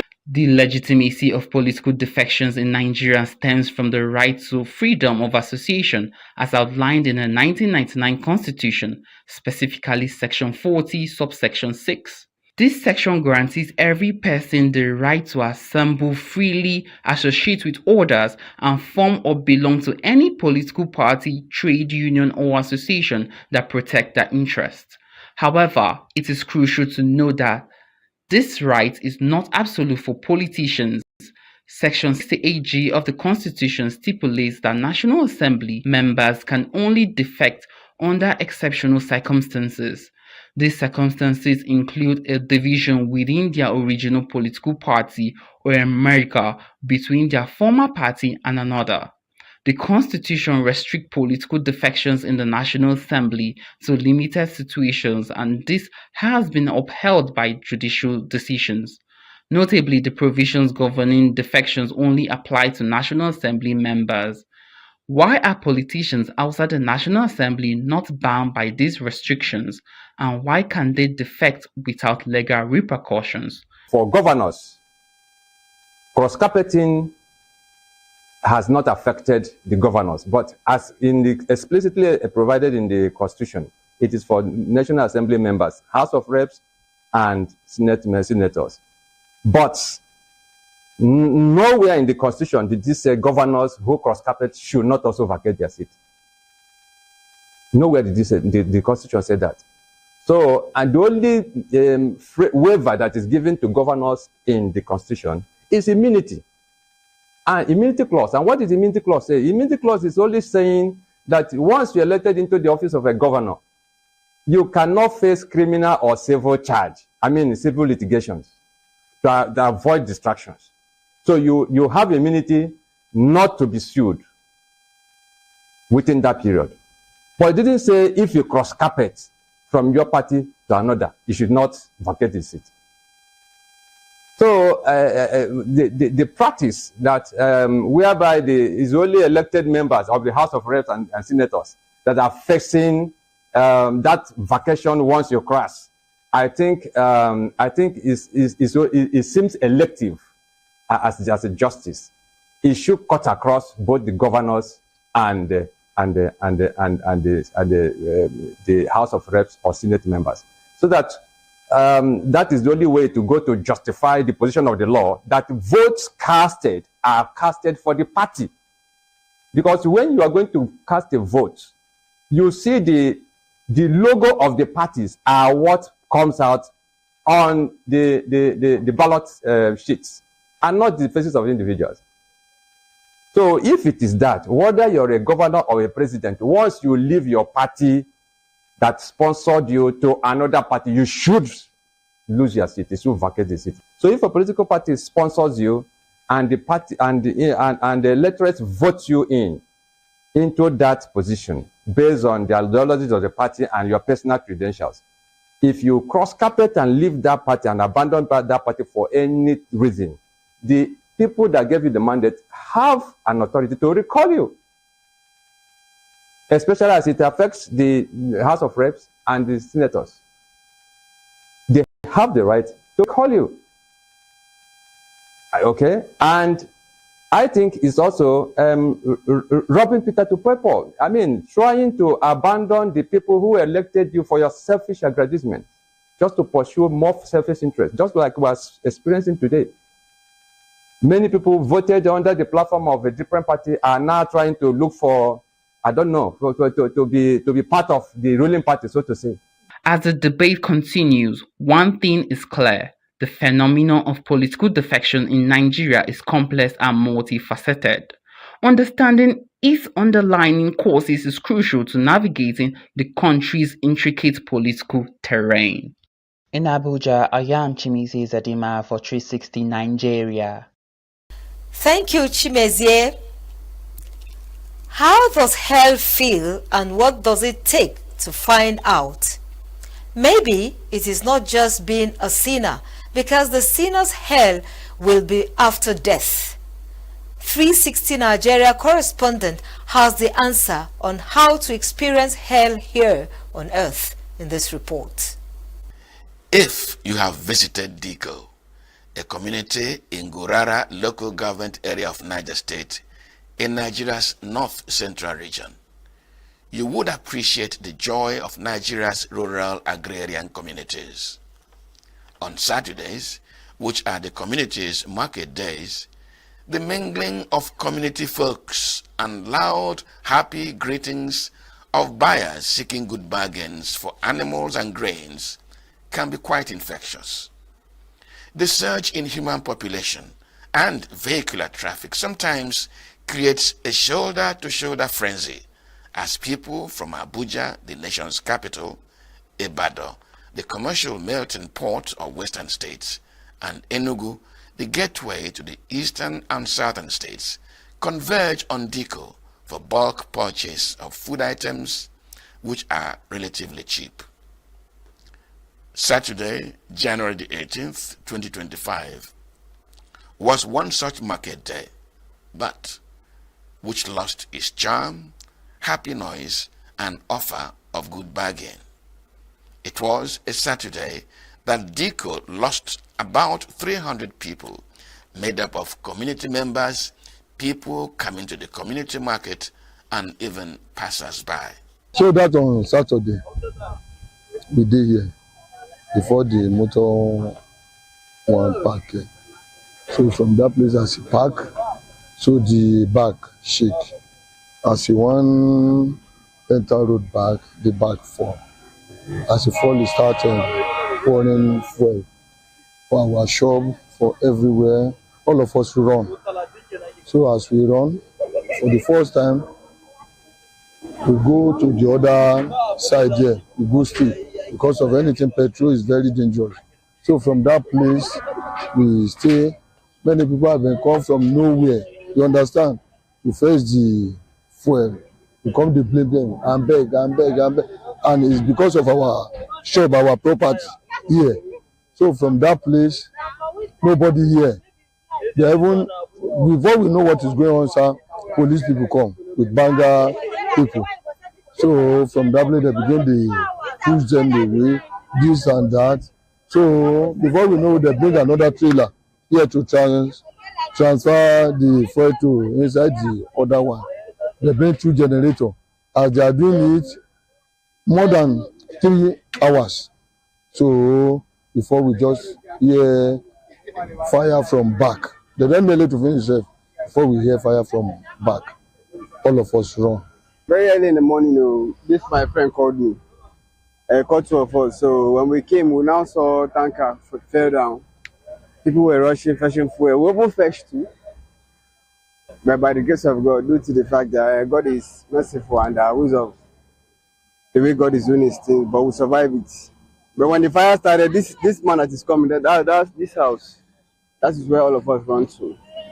What happens that on 18th, which was Saturday, around 8:45 p.m. in the morning, a.m. in the morning, we was here arranging things at the shop. Accidentally, we had the tanker. But as immediately something drop, fall on the ground, we was here arranging things. Immediately we turn back, see where the foil was flowing, everything. Everybody run, leave the place. So later on, when we were running, for the meantime, people started tripping in here with different things. Some was facing the foil and going. So we don't know what to do. We leave the show. Like my place, I locked the place and ran away. But my doctor was plucking handset here. So later, after 2 hours, they was doing everything successfully. Transfers, translation of the load. People was parking and going. When the security men come, started chasing people away, not to go near. That was why they started struggling. Because the tanker fell by about 9 o'clock, but the fire incident came about 11:30 in the afternoon. A tanker laden with petrol in an attempt to avoid a bad portion of the road skidded off the road, overturned and spilled its content, enough to attract poor, desperate members of the DK community who saw the petrol from the overturned tanker as good fortune from a benevolent God who cared about their poverty.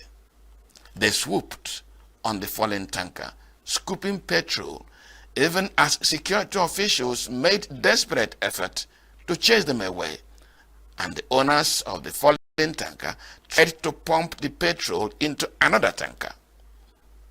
In the confusion to dodge the security officials who were trying to prevent a disaster, and the desperate push to scoop petrol, there was a clap of death.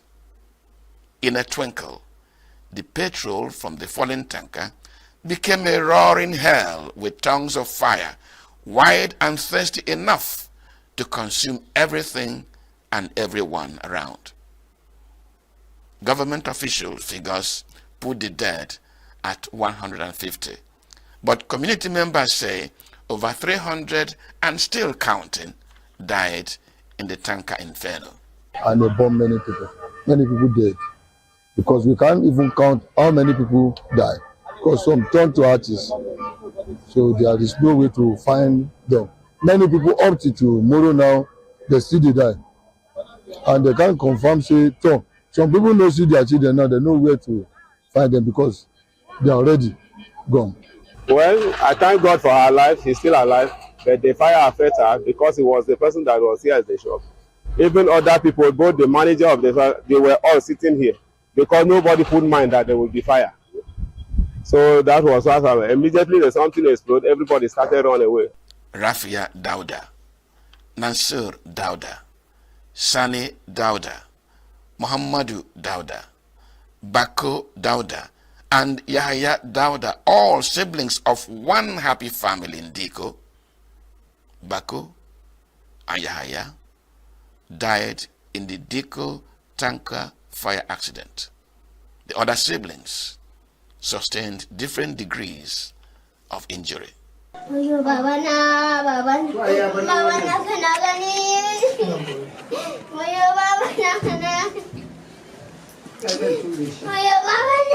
Shi wannan abu mu ɗauke shi muƙaddari daga Ubangiji, Allah ne ya kawo.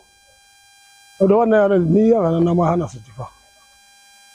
Yaro na ya kama hanya ya tafi, wani ya same shi, ya riƙa shi da wuta, tunda wuta ta kama shi, makaranta ma za shi fona. Ka gani? Wani ya zo ta bayan shi ya riƙa shi ya fi ƙarfin shi. Ya zo ba da bayan wani mai katako ne an shi yana zuba mishi ruwa har ya samu rayuwar shi haka. Jiya sun kira mu gidan hakimi, anything an bani 5,500 a kansu, an bani 30,000. Sauran abin da din ni ne ke abu kayana da kai. Wanda suka rasu Ubangiji Allah sa su cika da imani, Allah sa mutuwa shahada su. 15-year-old Favor Michael was caught in the fire incident on her way to her father's shop. She is at present in a local care center receiving treatment for burns from her waist down to her feet.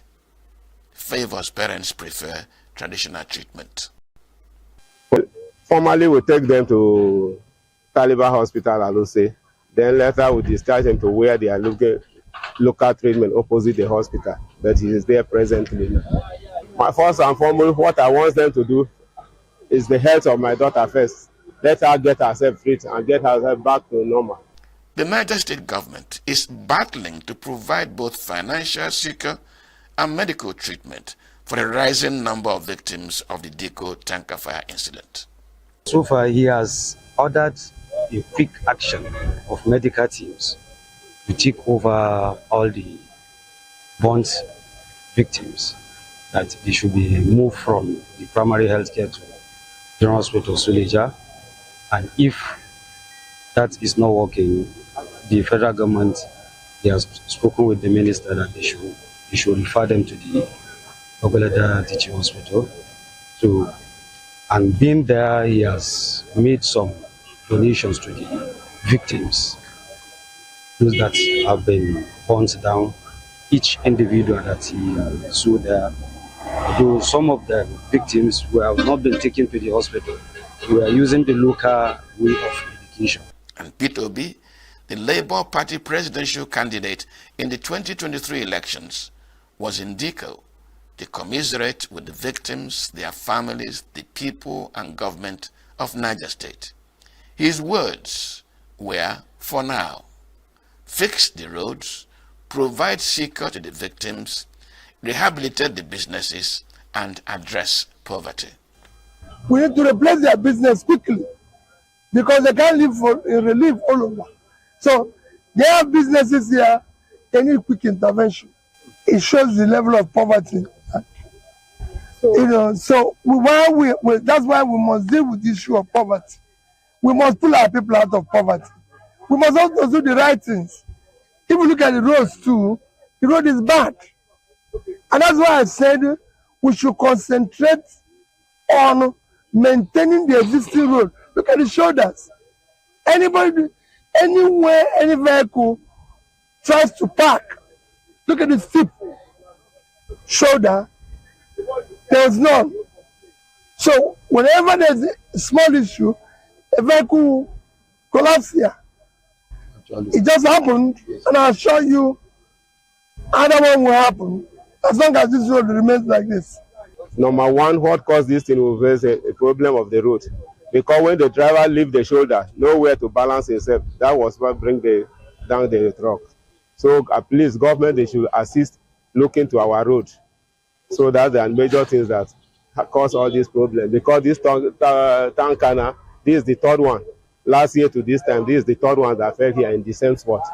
The Dikko tanker accident is creating a chill in Nigeria because of the number of those affected. But it will not be the first tanker accident. In fact, there have been hundreds in the past and in different parts of the country. And this raises the question, when does the loss of Nigerian lives upset the Nigerian government to the point of thinking a little more deeply? Transportation of petroleum products across Nigeria is mainly by road. Pipelines are a weaker alternative.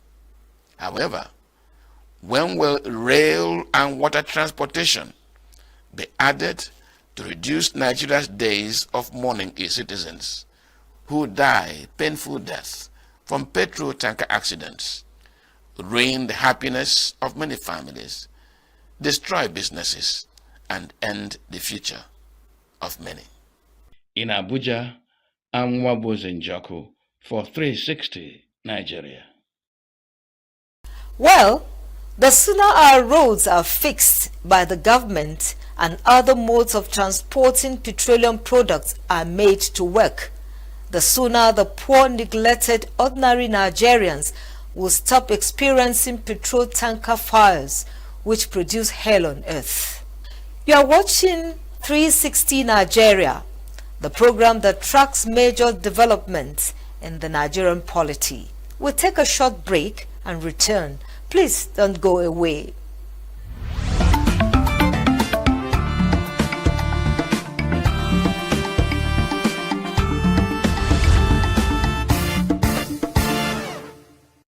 Americans have created a relationship between remuneration and quality of manpower. They say those who pay peanuts get monkeys. It is just the same as saying that those who give little get little. President Bola Ahmed Tinubu does not think so anyway. From those being neglected, disrespected, and underpaid, he is charging them to be Nigeria's development cornerstone. Is it possible? 360 Nigeria correspondent tells us more. Maybe the starting question should be, how can the trust and confidence in indigenous know-how by governments and the ordinary Nigerians be increased? This question should be followed by another question. Who should drive that confidence in indigenous know-how? The political leadership, the civil servant, or the private citizen?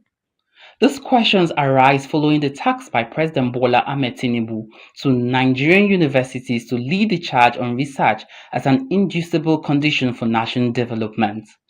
The president, who spoke at the graduation ceremony of the Federal University, Dusima in Katsina State, said that the university should focus on demand-driven research to provoke solutions to societal and industrial problems and become the catalyst for national development. How necessary are the president's demands on Nigerian universities? Right, it's already there. Because when you go to Nigeria, when you look at the function of a lecturer, there are three: teaching, research, and community service.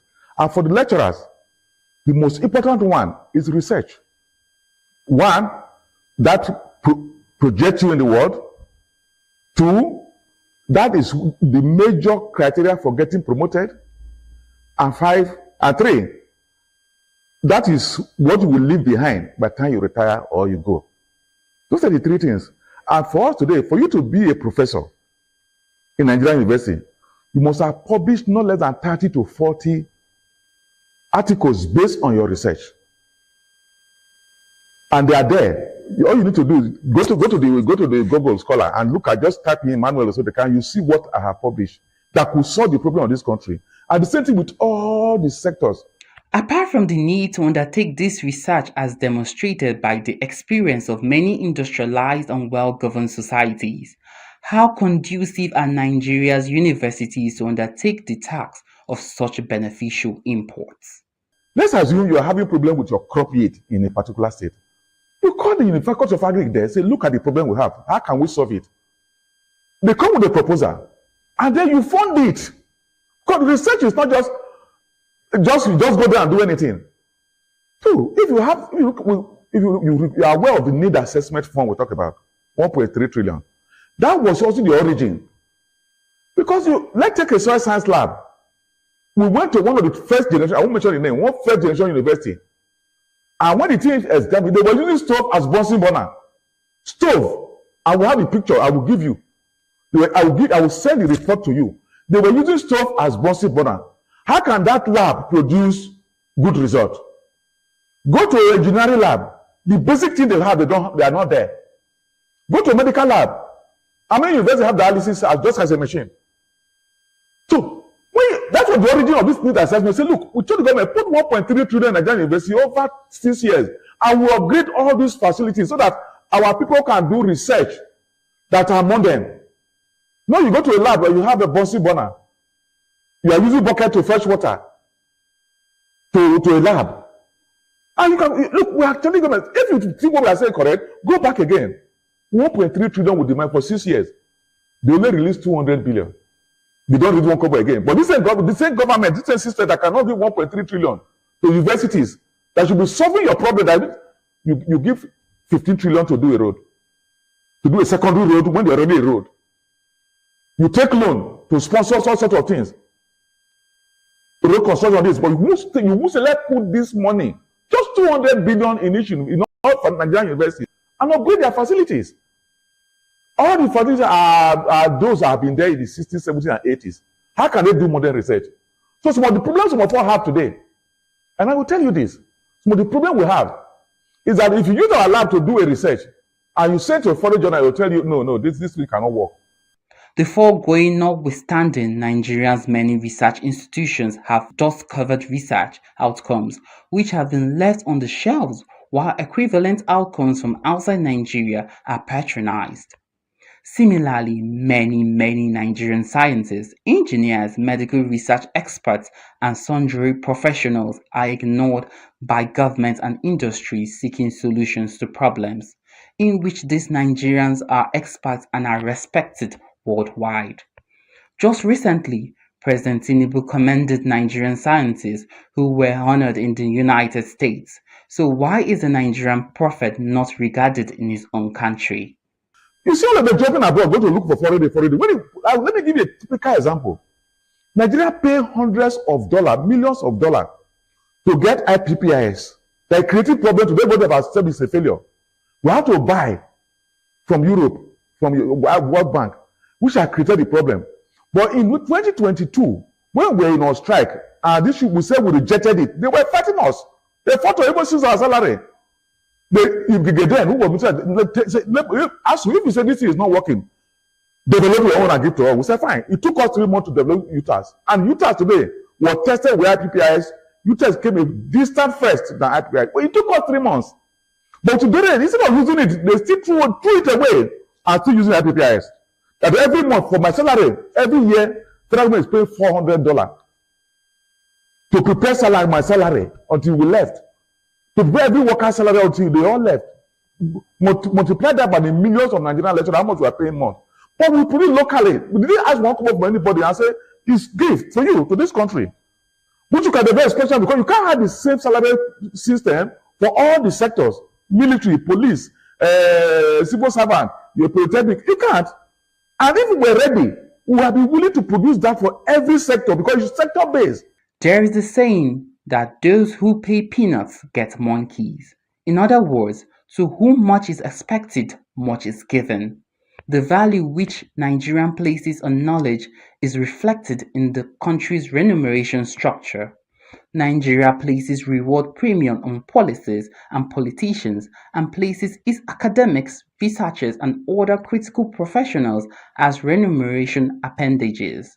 Such grading in the nation's reward structure ensures the outcome the nation is getting from its eggheads. If President Tinubu's charge is to yield the expected outcomes and the nation to benefit from such outcomes, the nation may have to address its traits in the indigenous sciences, engineers, and other specialists, make the universities conducive for research and intellectual enterprise, and match the remuneration to these experts with their expected contribution to national development. In Abuja, I am Chimisi Zadima for 360 Nigeria. It may not be the intent of the federal government, but the establishment of regional development commissions in the country is speaking to two development concerns at the sub-national level. The first is the improvement of the economic viability of the state, the increase in their job offer to the citizens, and better internally generated revenue. The second is addressing the lopsided internal migration, which creates population recipients and population loss. These extra benefits from the establishment of regional commissions emerged last week at the inauguration of the Southeast and Northwest Development Commissions in Abuja. Correspondent Nasiru Usman reports. Discharge my duties to the best of my ability, faithfully and in accordance with the rules and guides. The political side of the inauguration was obvious. The Minister of Regional Development, Abubakar Momo, said creation of regional development commissions was the making of history. And as a politician, he posted President Bola Ahmed Tinubu as the history maker. To the National Assembly, the minister gave a page of his praise for passing the bill creating the regional commissions. This occasion marks a critical milestone in our collective commitment to fostering balanced, sustainable and inclusive development across all regions of our great nation. I must thank and commend President Bola Ahmed Tinubu, GCFR, Commander-in-Chief of the Armed Forces, for his vision and foresight in creating the various regional development commissions to drive development in various regions of Nigeria, and also to thank you for his immediate assent upon the passage of the bill by the National Assembly. The National Assembly deserves to be commended also for the prompt passage of the bills after thorough deliberations. Ahmed Tinubu GCFR, whose visionary leadership and unwavering commitment to national development has made this day possible. The establishment of the Ministry for Regional Development and regional commissions across all geopolitical zones demonstrates his strategic foresight. These initiatives are not mere administrative reforms. They are purposeful vehicles to deliver the renewed hope agenda, reigniting Nigeria's development trajectory through sustainable and inclusive policies. The Northwest and the Southeast Development Commissions, like their counterparts in other regions, are mandated to address unique developmental challenges and unlock regional potential. These commissions are designed to foster balanced growth, bridge disparities, and ensure that every Nigerian, regardless of location, enjoys the dividends of democracy. Politics done. The minister came to the real benefit of the Southeast Northwest Regional Commissions. Nigeria's development has been urban-based, if not capital city-based. In fact, the mass of Nigeria's population seems to be removed from development, making the states and local governments economically unviable. All that is now to change. The establishment of these commissions is a proof of the federal government's dedication to addressing regional disparities, promoting economic growth, and improving the quality of life for our citizens. The Southeast and Northwest regions are unique in their cultural heritage, economic potentials, and developmental challenges. These commissions are tasked with harnessing the abundant human and natural resources in these regions to drive economic transformation and social progress. The commissions must implement programs that create sustainable employment opportunities particularly for young people, both youth and women, men and women. Security and stability.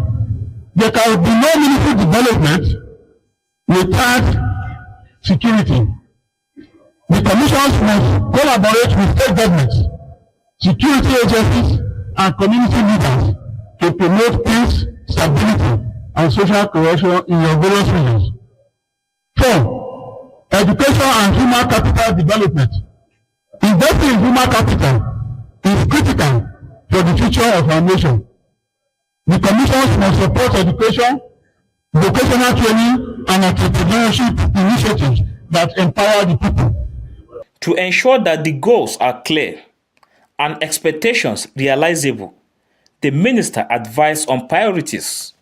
It is crucial that the commissions align their programs and projects with the key priority areas of the President's Renewed Hope agenda, which includes reform the economy for sustained inclusive growth, strengthening national security for peace and prosperity, boost agriculture to achieve food security, unlock energy and natural resources for sustainable development, enhance infrastructure and transportation as enablers of growth, focus on education, health, and social investment as essential pillars of development.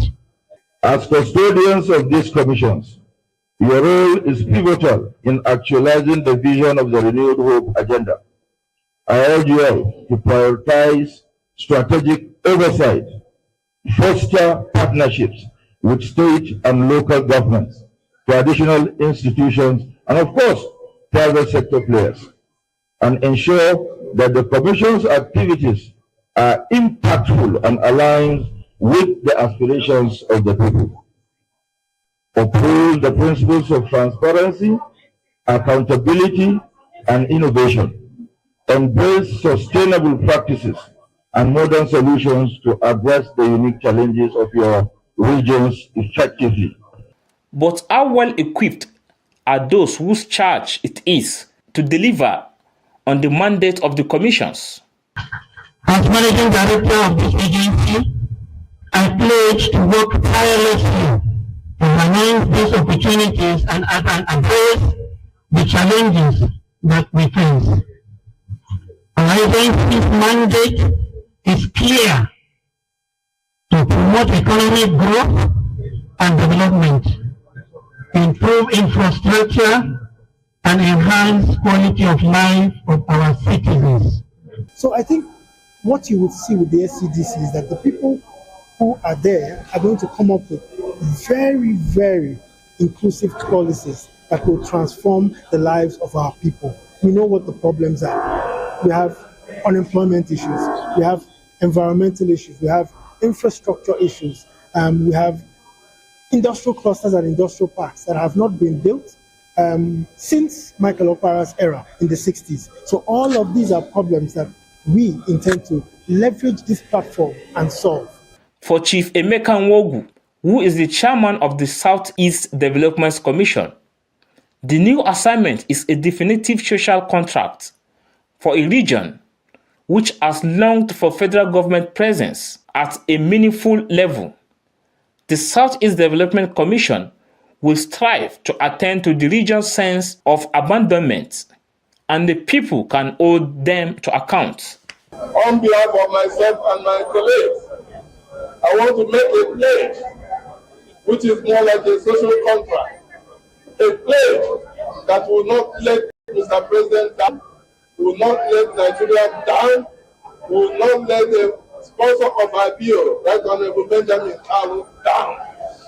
I want to reassure you that we are going to be committed to our assignment in the Commission. We are going to develop the Southeast in ways that will be comparable to what Dr. Emma Yobara did in the former Southeastern region. But I think we'll do better because the times have changed. We are going to add something that was not there in the 60s. Integrated rail line, fiber optics for communication, artificial intelligence, robotics, and everything. That is the only difference, and gas pipeline that will connect the whole of the Southeast. If it is possible, we are going to give you a ring road connecting all the states of the Southeast.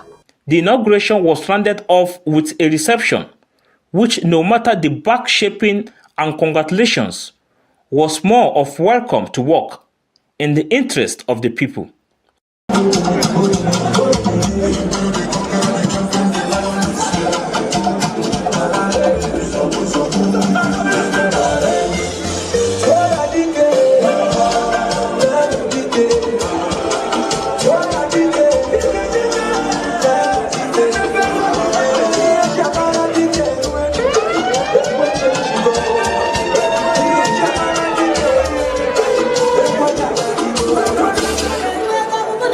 The board of the new commission have 4 years to deliver. The taste of the pudding is in the eating. And in the 4 years, the people of the Southeast and Northwest will know if their expectations will be justified. In Abuja, I am Nasiru Usman for 360 Nigeria. Right now in Nigeria, if you are born in any government health facility, you are given your Nigerian National Identity Number. This is official. Already, by a creative integration of data, the National Population Commission has made it possible for 10 million Nigerian children from 0 to 5 years of age to access the service. Our correspondent brings us more details about this cheering development. It appeared like any of those ceremonies at which wives of politicians add glamour to governance, but it really wasn't. On January 1st, 2025, Hajiya Nana Shettima, wife of the Vice President Kashim Shettima, who represented the wife of the President, Senator Duremi Tinubu, at an event in Abuja, presented a birth certificate to Nigeria's first baby of 2025. There was something else that made that ceremony significant. That birth certificate is not just a document on the child's date of birth. It is now a code to the child's nationality. The National Population Commission is now collaborating with Nigerian health institutions to use birth certificates as source documents for issuance of national identity cards. In other words, as a child is born and birth certificate issued through electronic transfer of information on the digital platform, the baby's details are captured in the National Population Database and the baby assigned a national identity number, and he or she becomes a known Nigerian citizen. The National Population Commission says over 10 million children between 0 and 5 years have been registered under the new system. With the digitized system, children born anywhere in Nigeria can be captured into the database, assigned a national identity number, and can enjoy all the benefits of Nigerian national citizenship. For a more comprehensive coverage, the National Population Commission is planning over 4,000 additional registration centers in collaboration with health facilities across the country for ease of registration of children and newborns, who the Commission says it wants to make its main focus for now.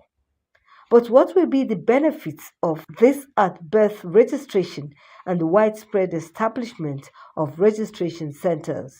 Birth certificate is an identity. It's a legal identity. It's that I document that identify that somebody is a Nigerian. And the good thing with this e-birth certificates is that they also carry a NIN number, national identity number of the child. So the child is already given a NIN number at the date or at the time of his registration, which this very one, the first one, has already been given also. And we have been doing this for quite some time. In the last 3 months, we have registered more than 10 million children aged 0 to 5 years. And this registration is continuous. We will now henceforth concentrate more of under 1 year registration, and we are making tremendous progress. The National Population Commission is also promoting the registration of deaths. The registration of deaths will also entail the issuance of death certificates as a means of cleaning up the population database. We can appropriately plan for such children. We can actually cater for their health situation in terms of planning. We can provide a lot of social infrastructure like education opportunity among other for them. So those are the opportunities that is abound therein. But we must not also do it with only mouth. It must come, because if we go to some places, you can see that there's lopsidedness in the provision of schools, the provision of social infrastructure. People that actually need it will not be getting it, and it will be extra somewhere. I think that will help to cater for such. People you do not want comes into your country, they affect your planning, they destabilize the planning. In fact, citizens are not benefiting. Others people outside actually benefit. I think that is going to help for Nigeria development as it's supposed to be. The current move by the National Population Commission to manage population statistics will impact many aspects of national life, including national elections and issuance of voter cards, management of driver's license, banking transaction, as well as security issues. When the drum beat of entertainment sounds in its full element, it can be infectious, whether from comedians, actors, or musicians. Entertainers spread joy across societies, across generations, and across cultures. It appears, however, that society treats this special breed as fodder, to be expended, used, and dumped, especially when the sun sets on them. Why and who is to blame? Correspondent Chimezie Nzedima follows the celebration of Ace Nollywood actor Nkem Owo, popularly known as Osofia, and tackles the question, why do some Nigerian entertainers move from the hill of fame to the gutter of begging for survival?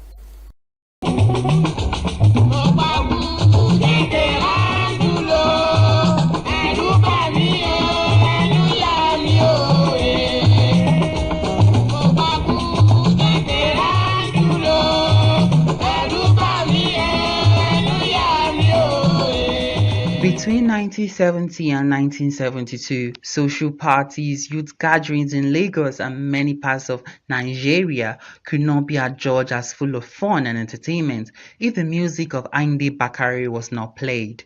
Ayinde was rising in a brand of social music called Juju, and he was the act of the moment, patronized by the high and mighty in Lagos society. He did not just die unsung, he died virtually eaten from the streets, poor, destitute, and uncelebrated.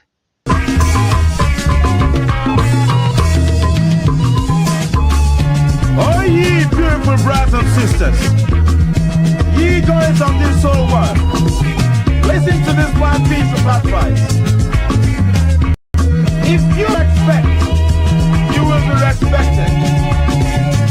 And if you love, you will be loved. If you appreciate, you will be appreciated. So brothers, walk in hand.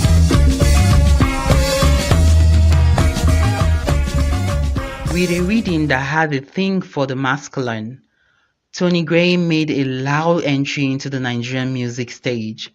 He was a musical ambassador for the vibrant, young, and fashion-conscious. At his peak, he was the Aba, Onitsha, and Lagos dancehall commander. His exit was without fanfare because he became poor, very poor, and some of his fans considered him a burden, if not a nuisance. Check out the list among actors. Every Nigerian family scrabbled for access to television in the early 80s because of Nigeria's foremost sitcom, New Masquerade. The joy, laughter, and clean entertainment provided by the program on the Nigerian Television Authority was in a class, and that class was made complete by James Iroha, the Green Guri of New Masquerade. Iroha suffered a tumor on his head, became blind and died begging life to give the joy which he provided for many. You can add to the list Sam Loco Efe and Mr. Ibu, two comedians whose work were factories of joy. These were entertainers who were on the hill of fame, popularity and admiration. The thing is that for this topic, I would say there's no good news like bad news, because we have so many veterans that are doing very well and they're still doing well, like the likes of Olu Jacob, the likes of Peter Ducci, the likes of Ikimowo that you're talking about, the likes of Mofe Damajo. You understand? These are veteran actors and they're still doing well, despite their age and stuff. Yes, one or two, everybody don't invest equally. Our brains are not the same. We find out that some people who in their heydays, they invest properly and they manage their wealth well, and some that did not. So it doesn't mean that it's the industry. No, people choose how to manage what they get growing up, and when they are old, they reap the fruit of their labors. For Sam Loco, he never for one day begged anybody for anything. He was up and doing. He actually died in active service. He died on location. So I don't think he for one day begged for arm. And years back, a certain group of organizations, Actors Guild, Directors Guild, Producers Guild, a kind of coalition, of the mother guilds came together, to push this, to make sure that actors are well paid. Not just well paid, well paid. I can just do a movie in 1 year or two movies in 1 year and go on vacation and rest. But you see an actor doing more than 5, 7, 8, 9, 10 movies in 1 month simply because he wants to make ends meet, meaning that the pay is not really worth it. When you say actors, they die early, they do this, they do this, it is stress. You run from this location, you have not had rest, you are dashing to another location. We are done from there, in your phone, there's another script, you are traveling again to. Why will you not be sick? The story of many entertainers in more organized societies are tales of joy after labor and reward for all their hard work. Is it a fault in the lifestyle of Nigerian entertainers who forget that there will be rainy days, or are the industry and society unfair to the entertainers? Nollywood is not paying well yet. So most of the things that we have, it's still bits and bits. But what I'm saying is that you find out that some people have the capacity to invest, no matter how small, of whatever they are being paid. And it's, and gifts are different. People have different gifts.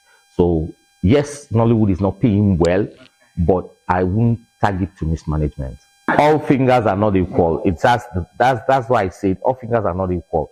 Some people have the talent to invest from whatever they are getting. Some cannot or don't.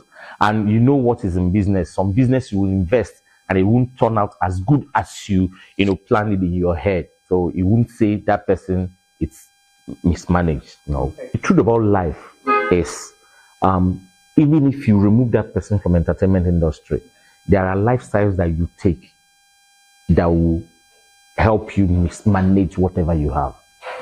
You understand? Sometimes it's not the industry that does it. It is you and your person and your lifestyle. But when they are at their peak, you see money being spent here and there, including musicians, actors, and everyone. But because of management, poor management of their finances, they will end up borrowing just to sustain themselves. But my advice is for every actor, make savings. Not just actor, entertainers, make savings because of tomorrow. Second week of February 2025 in Kamowo, the well-known Osofia of the Nigerian film industry clocked 70. The celebration reflected how much he is in the reckoning of his friends, colleagues and fans.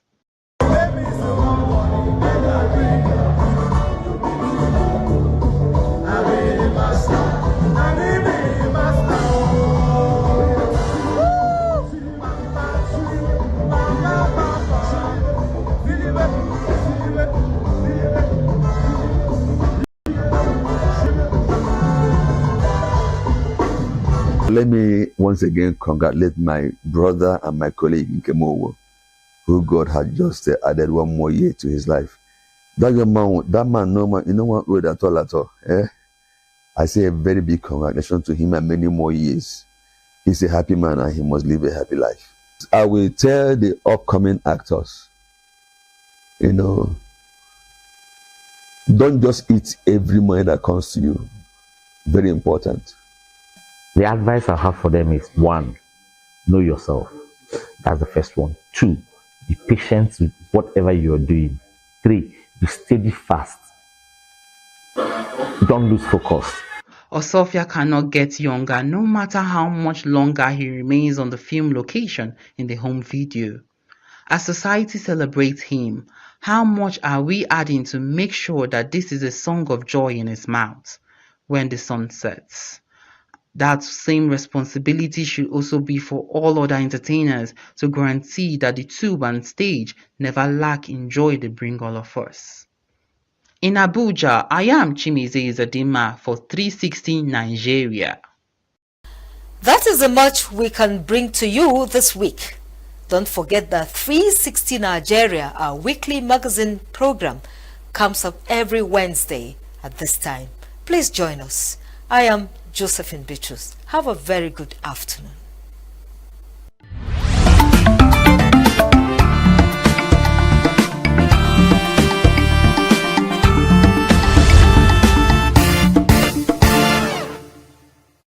Every second, every minute, every day, news is breaking, events occur, and there are new developments. At Signature TV, we follow these stories objectively, bringing all sides without bias, explaining the complex issues, breaking down the numbers, and investigating the issues behind the news.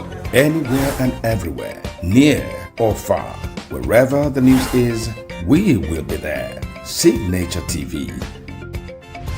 News in your pocket.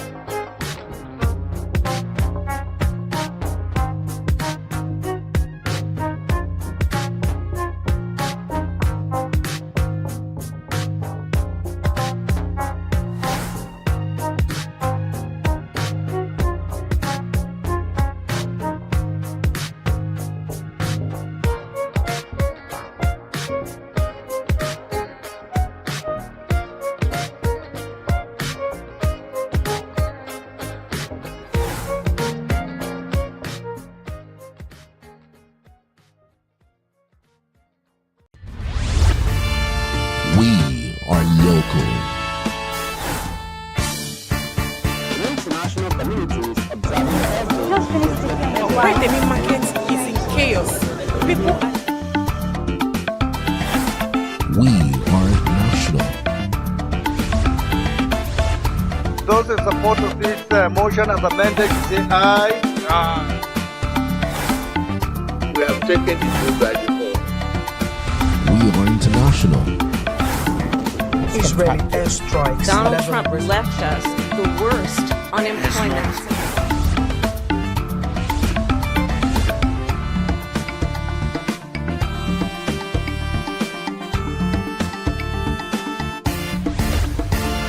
Signature TV, news in your pocket.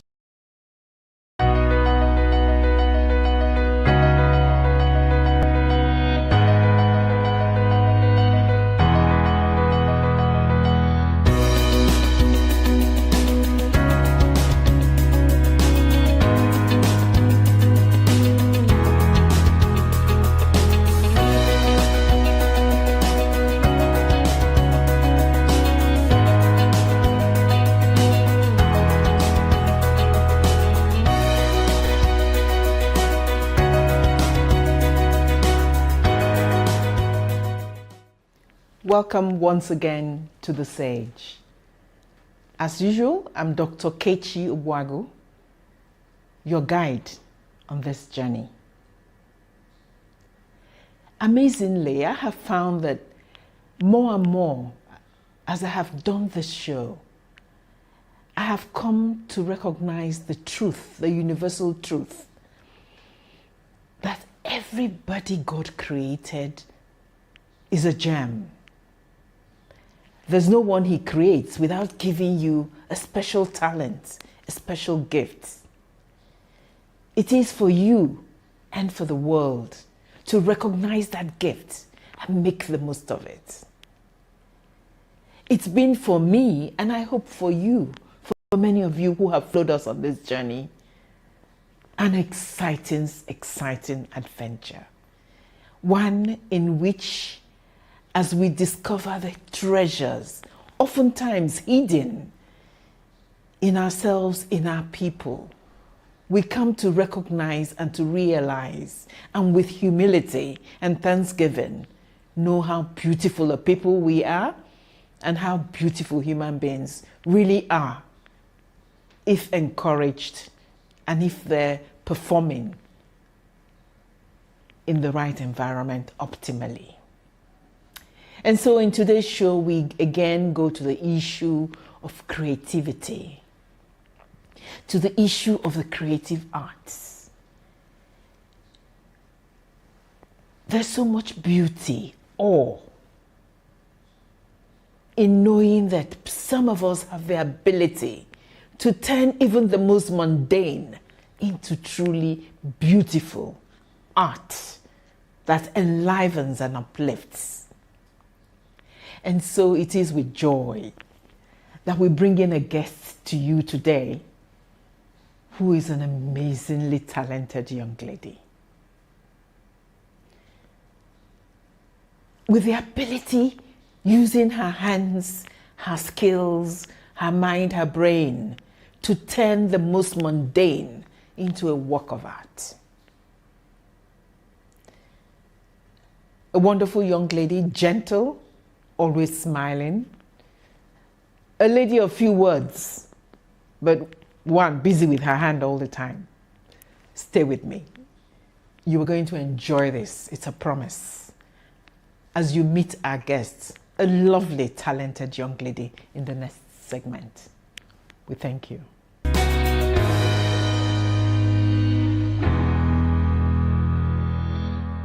Welcome once again to The Sage, and thank you for staying with us.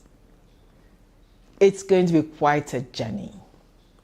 But before I unveil our package, before I share our treasure, let me say something to many parents like me who I hope are watching this show. There comes a time, sometimes for some of us, the good Lord gives us a child that is different. Gentle, in his or her own world, creating things in her mind. Sometimes when we talk about the profession, the career we want, law, medicine, engineering, all of that, that child is not going along with us. In his or her mind are things, dreams, art, things that she's creating. If that child is lucky to have a parent that somehow understands and gives her or him the room to mature, to live out her calling, then a beautiful thing has been done for our world. I'm very, very happy to say that my guest today, our guest today, is indeed such a child. Talented, creative, not much of a talker. She lives in her world of creativity. Please join me in welcoming Priscilla Uzero to this show. Priscilla, welcome. Thank you very much. Thank you. I'm looking at Priscilla, I'm laughing. She's one of my fellows in C4C, so I have known her for quite a bit of time. And like I said, she's that child that I described. She smiles, peaceful, but in her own world. She's not struggling to talk. She's not much of a talker, but a gifted artist. Priscilla, welcome. Please tell us a little about yourself. All right. Thank you so much, Ma. Thank you for having me on the show. My name is Zero Priscilla. I'm from Delta State. I'm a graduate of civil engineering, Landmark University. They pushed you into civil engineering, eh? I found myself in civil engineering, so I read the course. So I'm a graduate of civil engineering, and I run a business also, and a social enterprise. I'm the founder and creative director of Maripi Creations. It's a business that uses waste items to create beautiful furniture and decorative products for interior spaces, be it residential or commercial. Priscilla, I'm going to stop you, and I'm going to say, before you describe your organization for us, what drove this? Where did it come from? How? Okay. I like to say I started upcycling from when I was a child. What is upcycling? I started converting waste items into things of value, into creative process of creating value out of waste items. So I started doing that from when I was a child. Even when I didn't know the meaning of upcycling, I just knew it as something I wanted to be creative. I just wanted to create beautiful things. And right from my childhood, I could always see the waste items around me, the cartons, fabric off cut, and I was always that child that would always use scissors.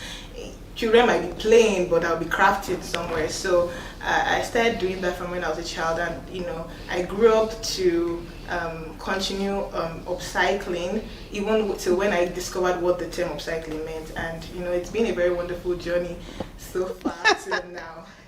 I mean, that's amazing, and that's amazing because, like I said, sometimes we get them, this type of children that are creative. They don't even know what drives them, but they know, even like you said, at a tender age, each time you saw something discarded that you felt was going to be thrown away, your impulse was to take it and turn it into a piece of art. What an amazing gift. And what did your parents have to say about this? In fact, my parents have been so supportive when I was since my childhood. I couldn't have asked for better parents, for better parents, because my mom was the first person to get me that scissors to cut whatever I wanted to cut. And even when I finished my youth service and I went into upcycling fully, I still have parents that will say, "Oh, I found tires for you. I found this for you." And they've been really supportive. Whatever I planned to do with my life, they were following me full force. And I've had very wonderful parents. That is such a blessing, and I hope it's such a blessing. And I hope they're watching this show, and to them I say thank you. I mean, because it is a lot about our children's future, and what they finally turn into also depends on the way we nurture them. And to have parents like you've had is a pure blessing, and we thank them. And we say to all the other parents out there, look at your child, see that potential artist. Sometimes let's believe in them and trust them in the innate gifts they have and the need to express them. So stay with us. We'll be back. When we come back, we'll find out what Priscilla did with this great artistry. That is her, her God-given talent. Thank you. Stay with us.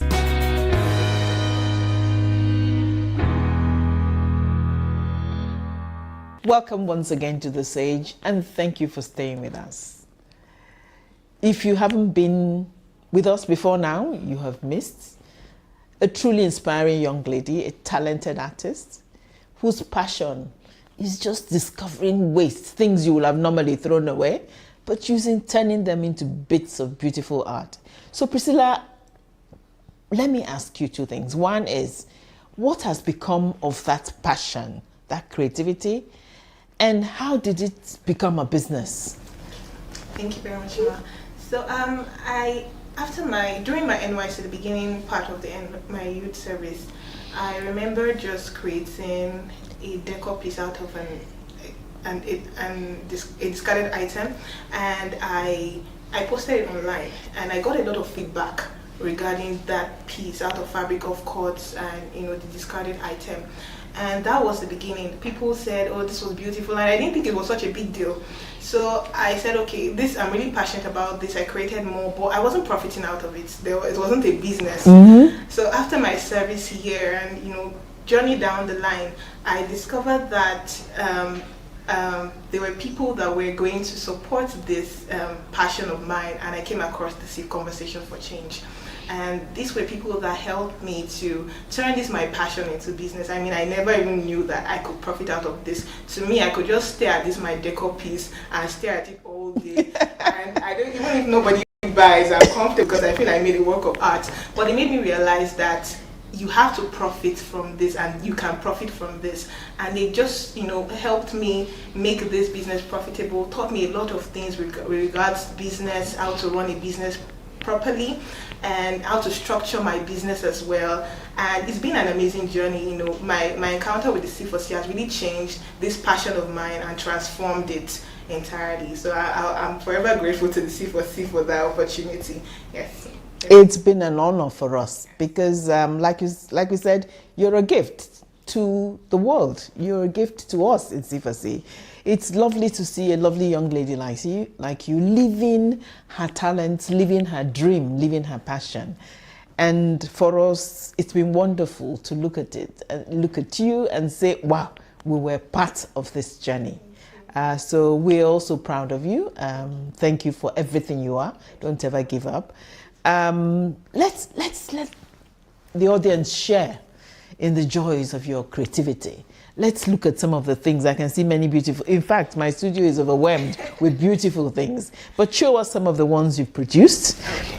Let me start with this. I made this throw pillow out of fabric of cords from the fashion waste, and I made them into beautiful flowers for interior. So it's a throw pillow, and it's colorful and it's beautiful. So this is out of fashion. You can say that again. I think it matches my skirt and I think it matches this studio. Yes, it does.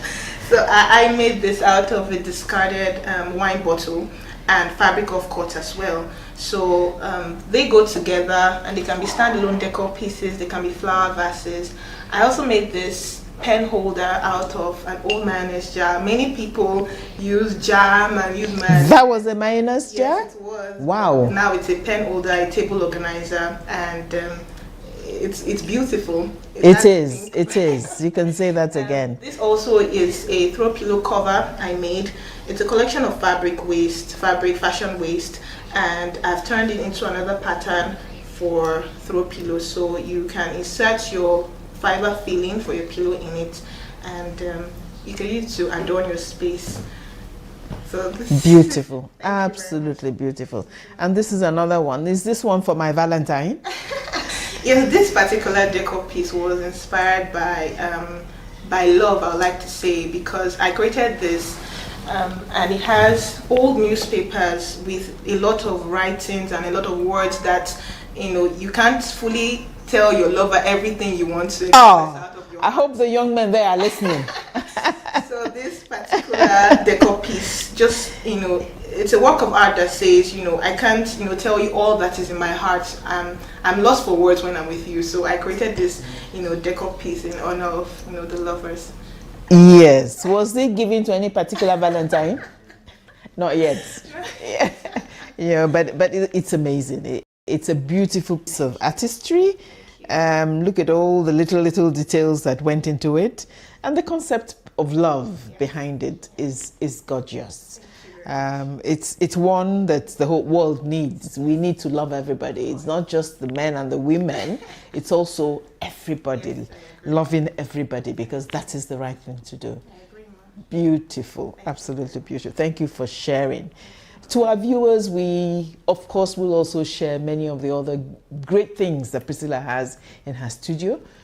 In this episode, we video them for you because she does a lot of things. She does tables, she does all kinds of... In fact, she chisels and paints Tell us about that. That is very much a male kind of activity. How do you cope with it? Okay, well, this journey of upcycling, I've got to, learn some of these things, some of these crafts, because sometimes you work with some artisans and they don't want to take orders from you because you feel you're a female. So I had to learn how to, use these hand tools by myself, and I've been able to prove to some of them that what a man can do, a woman can do better. Yeah, when she's determined.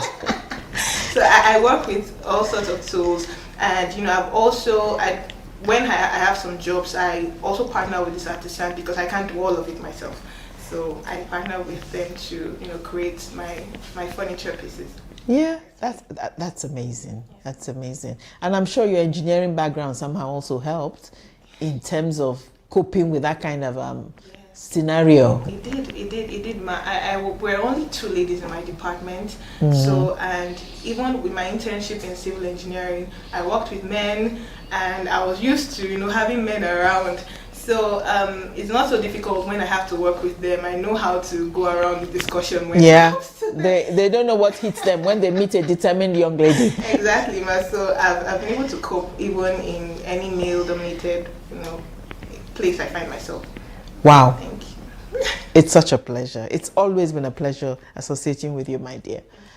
Thank you for the beauty and the creativity you bring into the world. That's how we are happy and our world is a better place. Stay with us as we take a little break before we go into our final segment.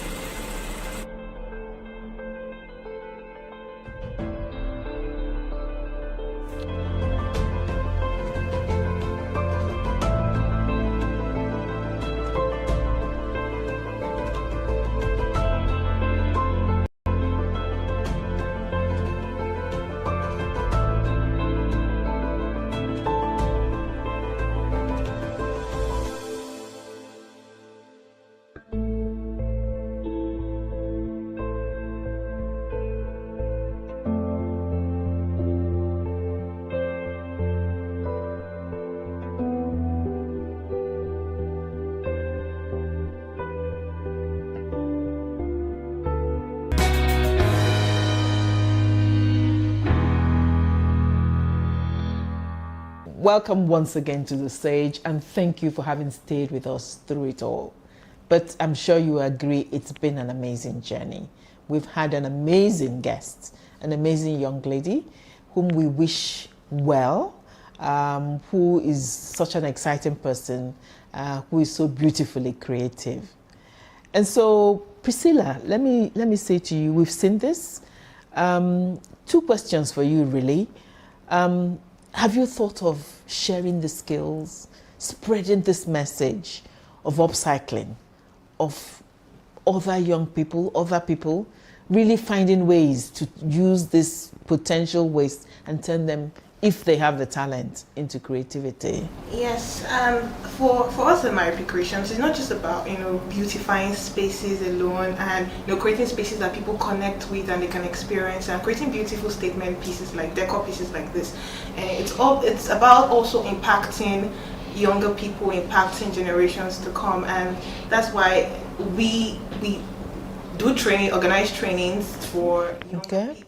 Wow, that's great. So far, Maripy Creations, we've organized training for more than 100 young people. Wow, that's great. And at different times of the year, and we've really gotten very positive feedback from that, and it feels great to know that you can actually impact other people to start earning a living for themselves and actually make a difference in the environment and our generation. So yes, we actually organize training, and it's a social enterprise, and we're happy to do what we do.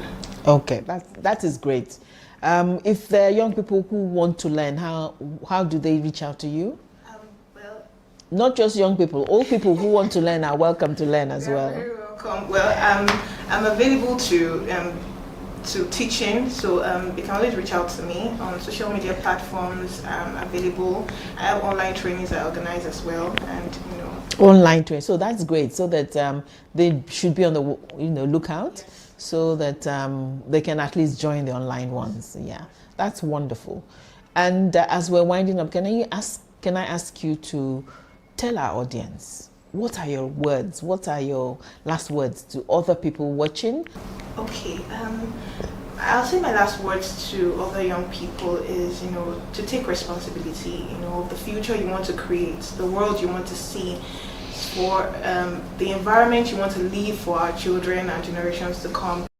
To create that environment that will be proud to leave for generations to come, and even to see a world, a better Nigeria. I think the word is, we all as young people should really take the responsibility. We can't keep leaving it up for somebody. We can't keep ensuring that someone else will clean up the trash and, stop environmental pollution. It starts with everyone. It starts with you. It starts from me, to create the world that we want to see. The saying goes, be the change you want to see in the world, and I believe you have to take responsibility to be that change. That's beautiful. It shows you're a part of C4C and will always continue to be, because our motto in C4C is actually creating the change we need. Recognize that you're an important part of this world, that the responsibility of having a better world rests with all of us. And that we are already gifted, each and everybody, with something we can do towards making it a reality. And yours is such an obvious example. Again, we remember to thank your parents for being so supportive and indeed making your journey so easy. It's wonderful. It's a wonderful lesson for all of us who are parents out there. And so, Priscilla, thank you so much. It's been a pure joy having you on the show. And again, my last words to the audience is, thank you for joining with us. Thank you for sharing our joy in the treasures we've uncovered. Priscilla, today our guest, is a wonderful example. But we also ask you to please help us to expand this reality. Our world, our country, is full of wonderful young people waiting to be unveiled, waiting to be supported, waiting to claim their dreams, to exercise their passion, to make this country and this world a better place. Support the program we do in C4C. We have experience. We've done it over and over again. We've shown you these people on this show. They are living testimonies. Help us to expand the program. Help us to reach many more. Even as we strive on this show to do that by having the show, this experience that Priscilla has had, for instance, in which she's turned her talent into a profitable business that supports her and perhaps to some extent her family and friends, we ask you to help us do that for many more young people. It can be replicated in every state in this country. We thank you. Thank you for the journey. Tune in next week to see another wonderful young person. Thank you. Priscilla, thank you. Thank you. Thank you so much. Bye.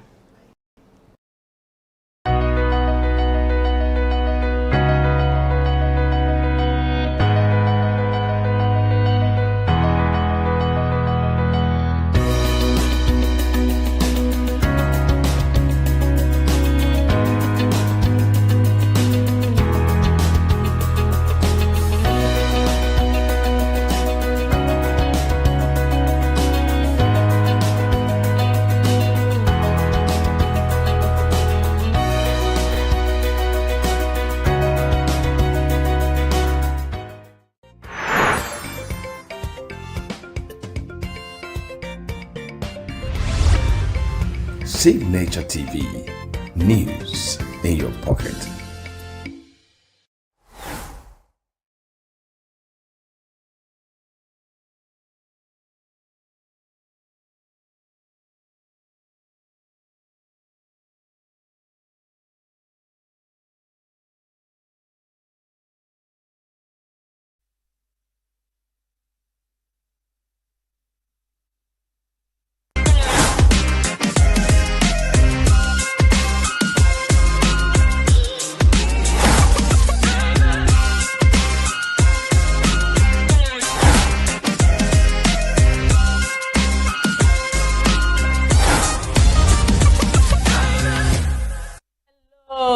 and welcome to Teen Should Know, the show where we listen, learn, and grow.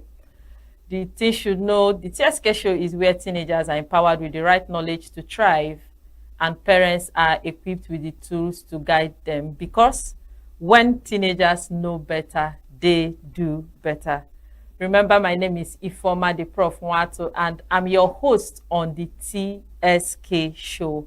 So just grab your seat and sit back, because today we are stepping into a world that young people absolutely love, and that is dance. The dancing. So a whole lot of young people love dancing, and for some of them, it is just fun. For others, is a trend, and for some others is entertainment. But is that really all there is to it? So that's what we are going to find out today on the TSK show. So today's episode is on more than entertainment, building a career and future through dance. So if you're a teen watching, or you're a parent who feels that dancing is a distraction for your teenager, this conversation is for you. So we want to know if dance, what it is, if it's just an art, entertainment, what dance is all about aside the stage. So we'll go on a short break now, and when we come back, we'll be meeting our guest, who is a dance instructor. Stay tuned. Get plugged into the heartbeat of entertainment on The Hub, your ultimate show on eVibes. From trending stories and social media drama to top charting music, must-watch movies, and exciting moments from the world of arts, we've got it all. Join us for unmissable conversations with your favorite entertainment personalities, plus fun segments every week. I should try harder, so... Okay, I don't know that one. Outfit of the day. Oh, I don't do that. That's some Gen Z stuff. Oh, now you say it's a Gen Z stuff. It's everything you love about entertainment, served fresh every week at 1 p.m. with weekend repeats just in case you missed it. The Hub's on eVibes, where the vibes never stop. Only on Signature TV. Yes, welcome back to the TSK show, and today we are looking at what dance is aside entertainment. So to help us throw light on what dance is, I have with me a dynamic dance instructor who has not only mastered the moves, but also understands the discipline, creativity, and opportunities that come with it. And together we'll be talking about how dance can build confidence, shape character, and even open doors to global opportunities. So today I have in the studio Mr. Favor Obu. Hey, aka Too Sweet. Thank you. He's a dance instructor, and he owns a dance academy in the city of Enugu called the Fortizo Dance Academy. Thank you. Maybe I need to come and enroll in that dance academy. Yes, you need to. I need to. So I can shake my body. Yes, have more skills in dancing. So welcome to the TSK show. Thank you so much for having me. Yes. I'm so happy to So I will first of all ask you a question. Okay. Two things. Okay. Favor Obu. Yes. Where are you from? I'm from Enugu here. Because I've not heard that name before. It's Obu. Like Obi. Yes. Okay. You know, Igbo has their own different. People will say Obi. People will say Obu. People will say Obi. You understand? So different sound, but it's all heart. Okay. Do you understand? Okay. So the meaning of my surname is Obu. That's heart. Yes. Okay. Fortizo has to do with light. Yes, that's the meaning. So what's the inspiration? Why you named your academy Fortizo Dance Academy? Well, the thing there is that when I started attending Christ Embassy, after the teens conference with Pastor Chris, so he said something about Fortizo, meaning light. Light. Yes. So he said it's a Greek word, Fortizo. So it means light. He said, let your light so shine. Shine. That the whole world will see it. Like he used an example of a candle, that if a candle is being lighted up and dropped under a table, does it shine? Shine, it doesn't. So he said that's what we are. We should shine. We should stop hiding it out. So after the conference, the inspiration came to me to open a dance academy and name it Fortizo. So let it shine. You know, it's just an avenue where people come and shine. You understand? That talent, that passion you have, that passion in your dancing, you know, you come into it and then you so shine. Not like you just do it, you just be a dancer with a different. You understand? So that's where the inspiration comes. It actually comes from Pastor Chris. So I love that. Thank you so much. I love that. And looking at you, nobody will believe you're a church boy. I'm a church boy. I love that. I grew up in church. I love that. I love that the inspiration is not just coming from you, but it's coming from not just your pastor, but from the Word of God. Yes. Okay, that's beautiful. So let's dive into today's topic. So would you describe dance as an act, entertainment, or is it a career, a profession, or exercise? Because to me, when I'm dancing, I exercise my body. So to you, what is dance? Now, you have said it all, you know. You just listed out the whole key points. You know, dance is an art. Do you understand? It's an exercise. It's an entertainment. Do you understand? It depends on what you understand it as. And dancing is one of the exercise in the whole wide world. You understand? It's one, and it's very fun. You understand? So it can actually be an act because it's being showcased. Do you understand? It's being project out there for people to see it, and it's what you do. You understand? The skills you brought out, that makes it an act. Do you understand? It's an entertainment because it's something you can sit down and excited in watching. You understand? You see people dancing it, and you be like, you want to be like them. Most of people, they are on their chair, they are moving. Yes. It's an entertainment. Like I see dance in my head when I see people dancing. It's an entertainment. You are entertaining people. Do you understand? So it's also a career. Most of people, like me now, I'm doing it as my career. Okay. Most of people do it as career. You understand? Now you do it as career in such a way that when you discover this is your talent, you go further in searching more about dance. There's a difference between being a dancer and being a dance instructor. Do you understand? Yeah. So you don't. The many people are just a dancer. They just dance. But when you ask them, okay, can you be able to transfer this you have to another body? They will not be able to do it. So it's actually a career for you to be able to transfer what you have inside you to different people's body. That is making them to learn that thing that you know. Is actually a big career for you. For me. Do you understand? Wonderful. Yes. So like now, we know that many young people see dance as just fun or entertainment. But in your experience, what makes dance much more than fun and entertainment? Now, one of the things about dance is that it's fun because you guys dancing, you need to be enjoying it. Yeah. You understand? You have to enjoy it first. That's why sometimes when you see people, they will tell you it's not your passion. Do you understand? When people want to, I've heard people call me for a job, they'll be like, just come and do this thing for us now. It's not what you love doing. It's not what you have fun doing. It's not your passion. Do you understand? You have to enjoy it first.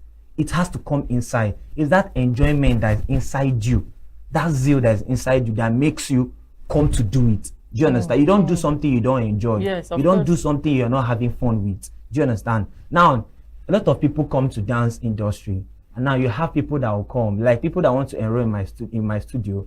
I will ask you, are you doing the dance for fun, or do you want to take it far?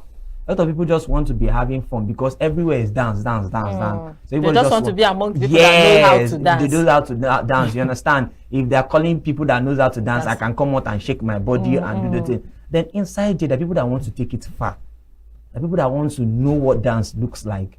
They want to have a close relationship with dance.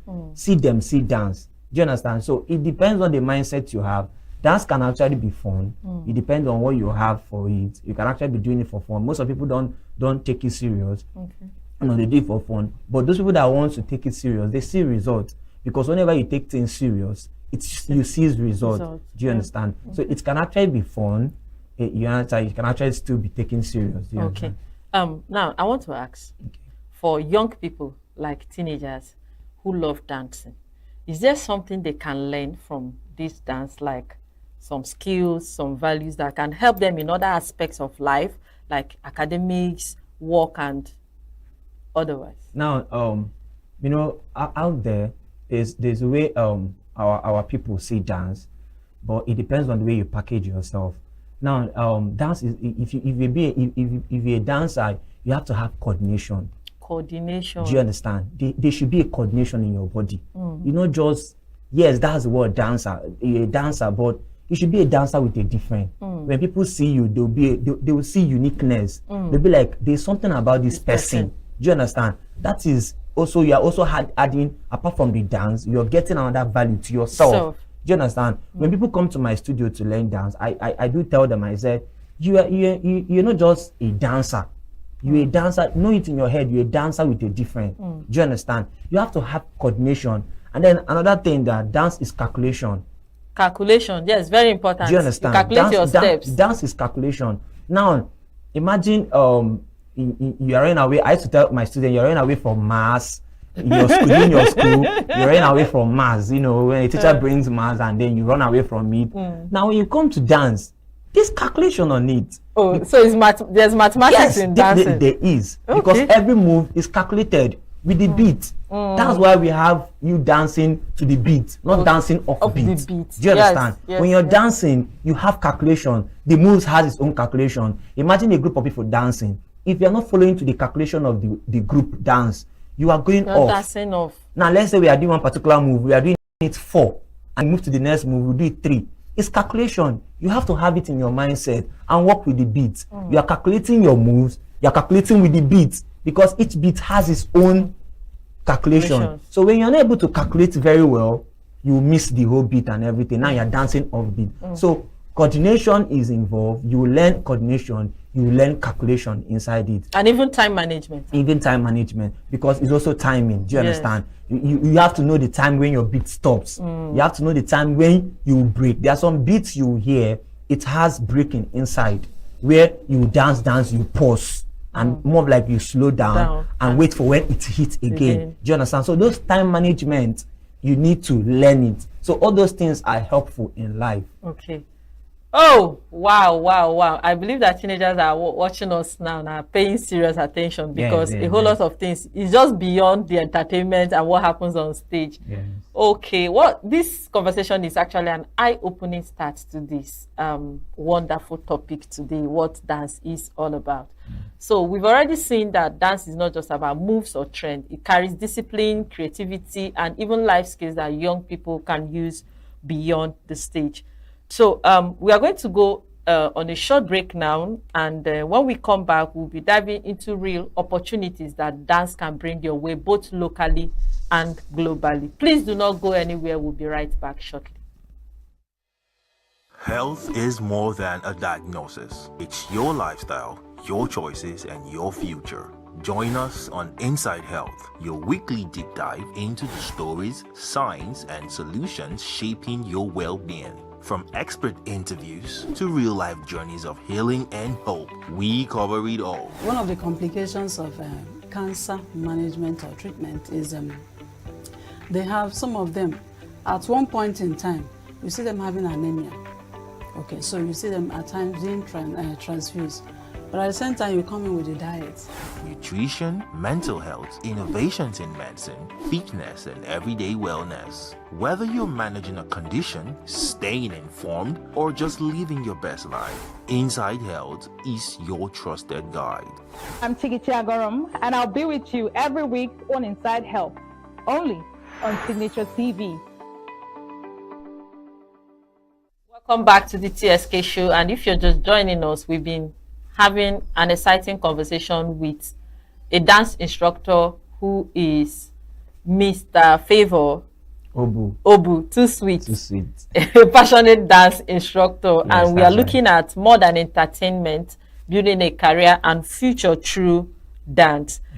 Before the break, we looked at how dance is just beyond entertainment and fun, and in this segment, we are going to see how dancing can bring opportunities from career pathways to global platforms.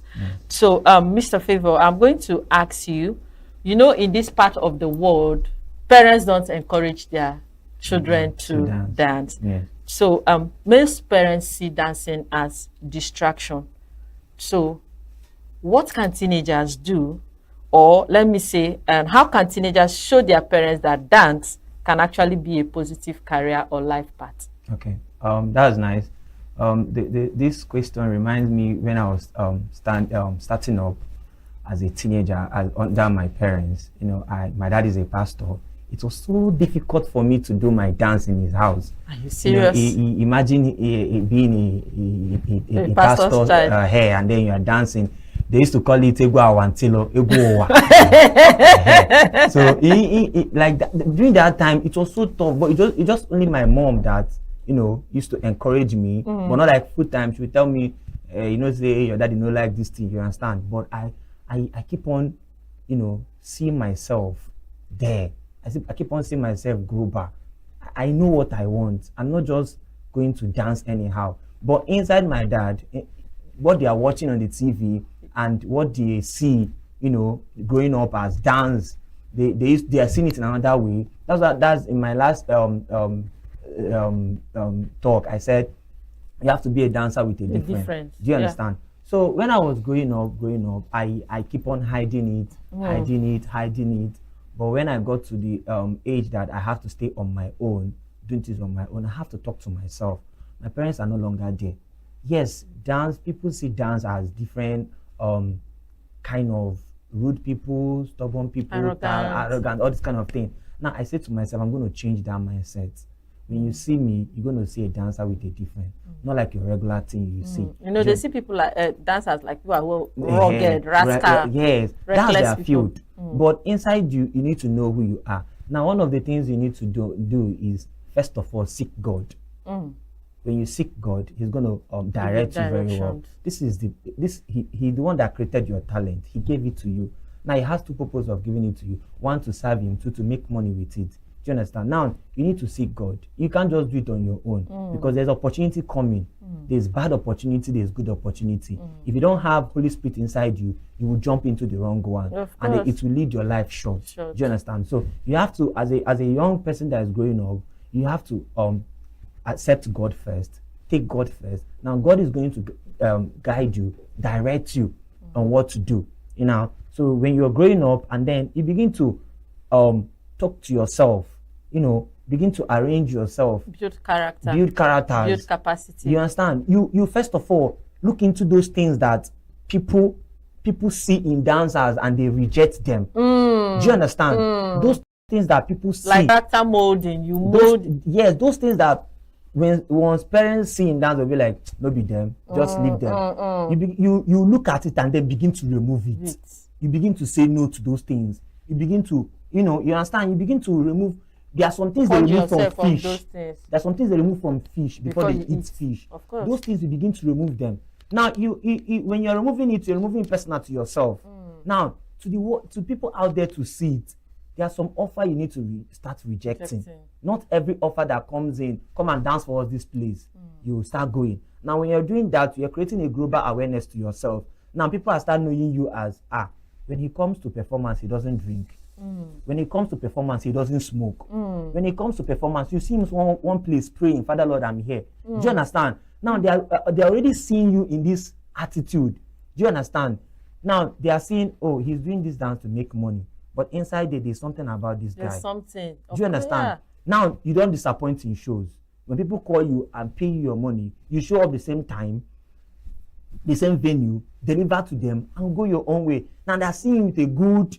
They are picturing with a good they know name. You can be trusted. Do you understand? Now you're creating those things, and then people are beginning to know you. Before you know it, you become different. Now when they want to call you and they call you and be like, okay, I want to call Too Sweet for a show, and Too Sweet comes and they are offering you drink. Somebody that knows you very well. I've been in a show when I was at the backstage, and then they came. They were like, Alpha, hold this one, no. May use clear eye enter stage. People that knows me, they'll be like, come on, that thing for where Too Sweet they Too Sweet, no, they do am. Don't worry, go see one place now they pray. He's a church boy, but that's my dance. Yes, I'm a dancer. I want to feed. I want to get money to pay bills. Nobody is going to pay for me. But inside there, be different. There's something they should know you about. Don't just be different. There should be a coordination. Do you understand? Now, when they bring that into you, be like, Alpha, I know they do this thing, no. You understand? Tomorrow, that person will not bring it to you. Yes. Do you understand? And you've registered your name. You have registered your name. You have given them a name to work with. Do you understand? Now, they see you on stage, Alpha, his energy. what is the secret, Holy Spirit? Do you understand? You say, you talk to yourself. Sure.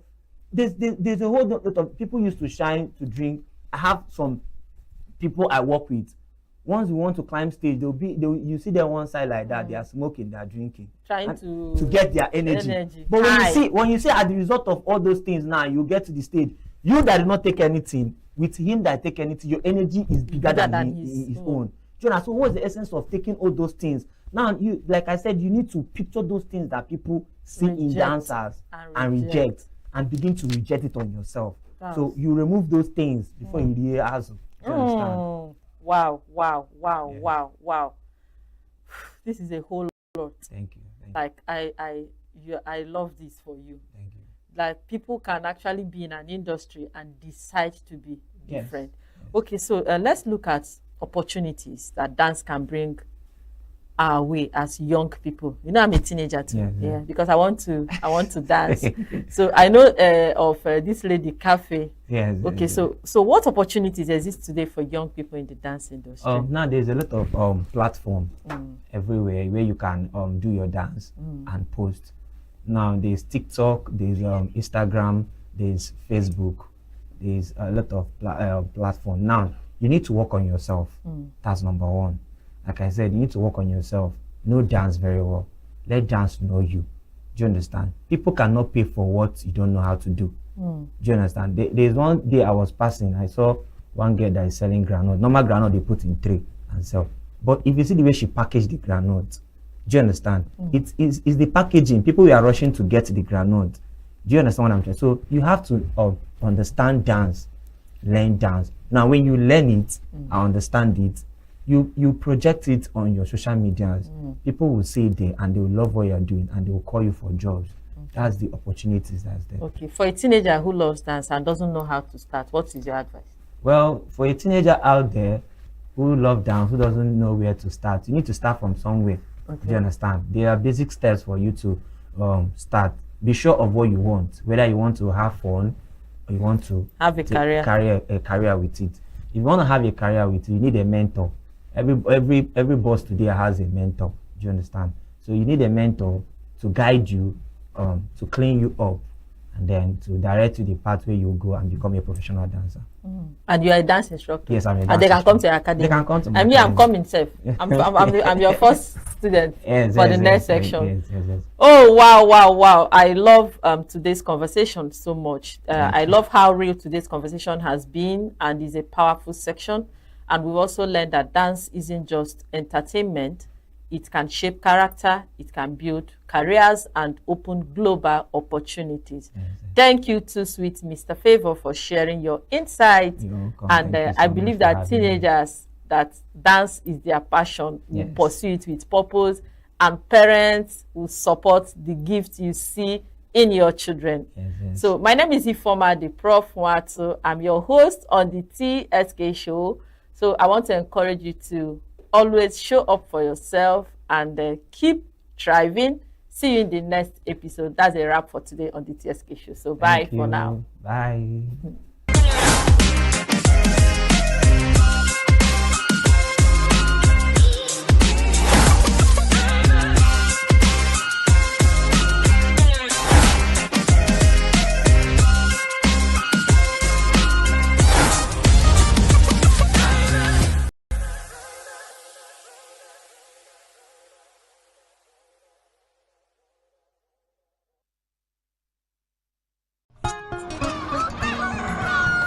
New every morning on Signature TV, we open the day for you with needed energy, information, and required vibes to shape your day. From sizzling snippets of stories in various areas of life to intriguing conversations with net worth guests. When you have people who have no track record becoming your leaders, you have a problem. There's no outstanding gratuity when Obi took over from me. I left in all the accounts of our number 13.8 billion for him. Your day cannot be complete without Signature Morning on weekdays and Signature New Day on weekends. There is no better way to start your day except Signature Morning and Signature New Day every day on Signature TV.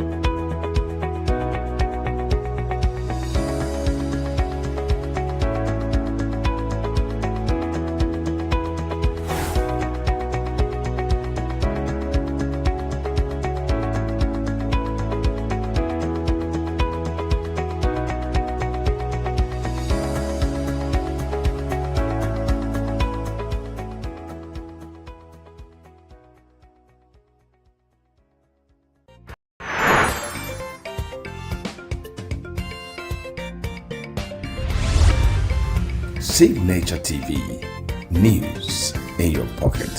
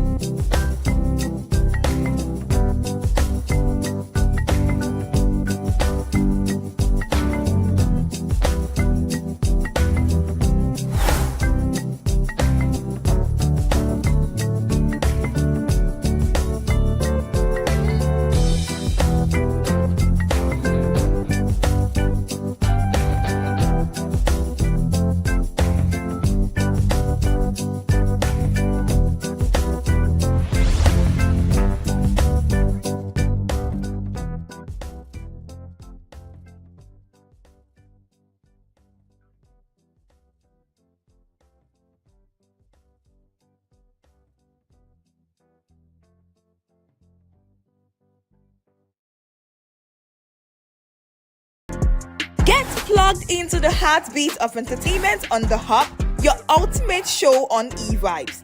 From trending stories and social media drama to top charting music, must-watch movies and exciting moments from the world of arts, we've got it all. Join us for unmissable conversations with your favorite entertainment personalities, plus fun segments every week. So I should try harder. So Okay, I don't know that one. outfit of the day. Oh, I don't do that. That's some Gen Z stuff. Oh, now you say it's a Gen Z stuff. It's everything you love about entertainment, served fresh every week at 1 p.m. with weekend repeats just in case you missed it. The Hub's on eVibes, where the vibes never stop. Only on Signature TV.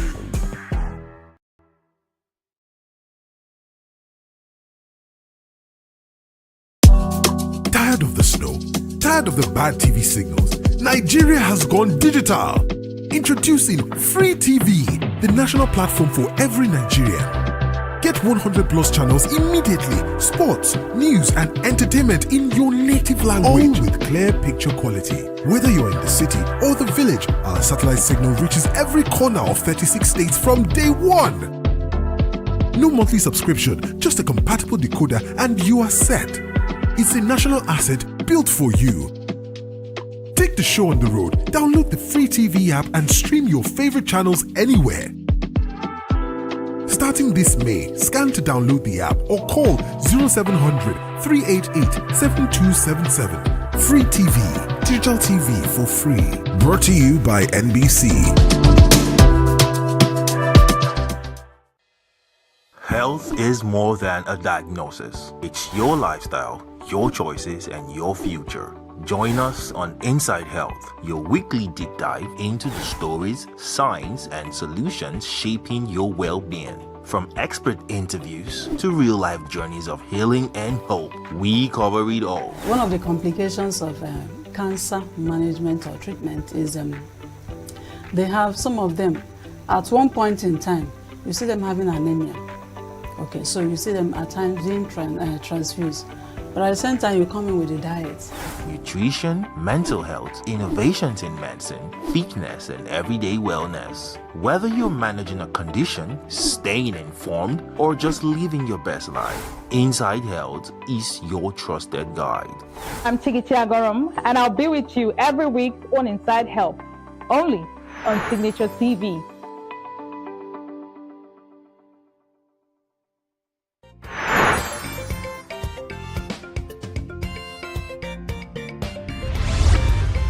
Signature TV, news in your pocket.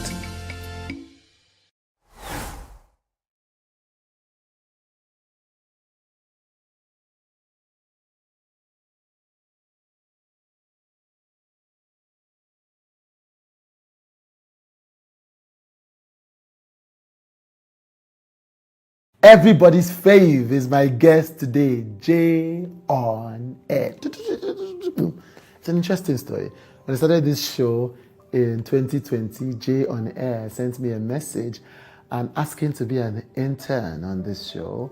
Just soon after, his meteoric rise began. It's one of the best stories of growth and the universe rewarding your hustle that I've ever heard. And so today we take it back, He started his career in the midst of depression. He had lost his job at one radio station, was unable to find a job at any other, had tried everything, PAO, PRO, he had it all. And then just as he finally began to sell Okirika and business was picking up, bam, COVID. Back to square one. It was in the midst of dealing with depression, jobless, and living with his parents that he began to play with TikTok. Today, he's one of the most respected, most viral, and biggest content creators in all of West Africa. What has that taught him? How does he see his success? How did he evolve from that to become a TV and event host? What is uppermost in his mind to accomplish? In between, he tells me that even though in his personal life and in his public life, he is everyone's fave, there was a time when he knew that he was not a good person. He was not a good friend. He was rude, he was arrogant, and he had to call himself out and begin to work on himself. And the universe has rewarded that good energy with all the blessings he has received. One of the sweetest stories I've ever heard, with one of the sweetest people I've ever met, Jay on Air with Today.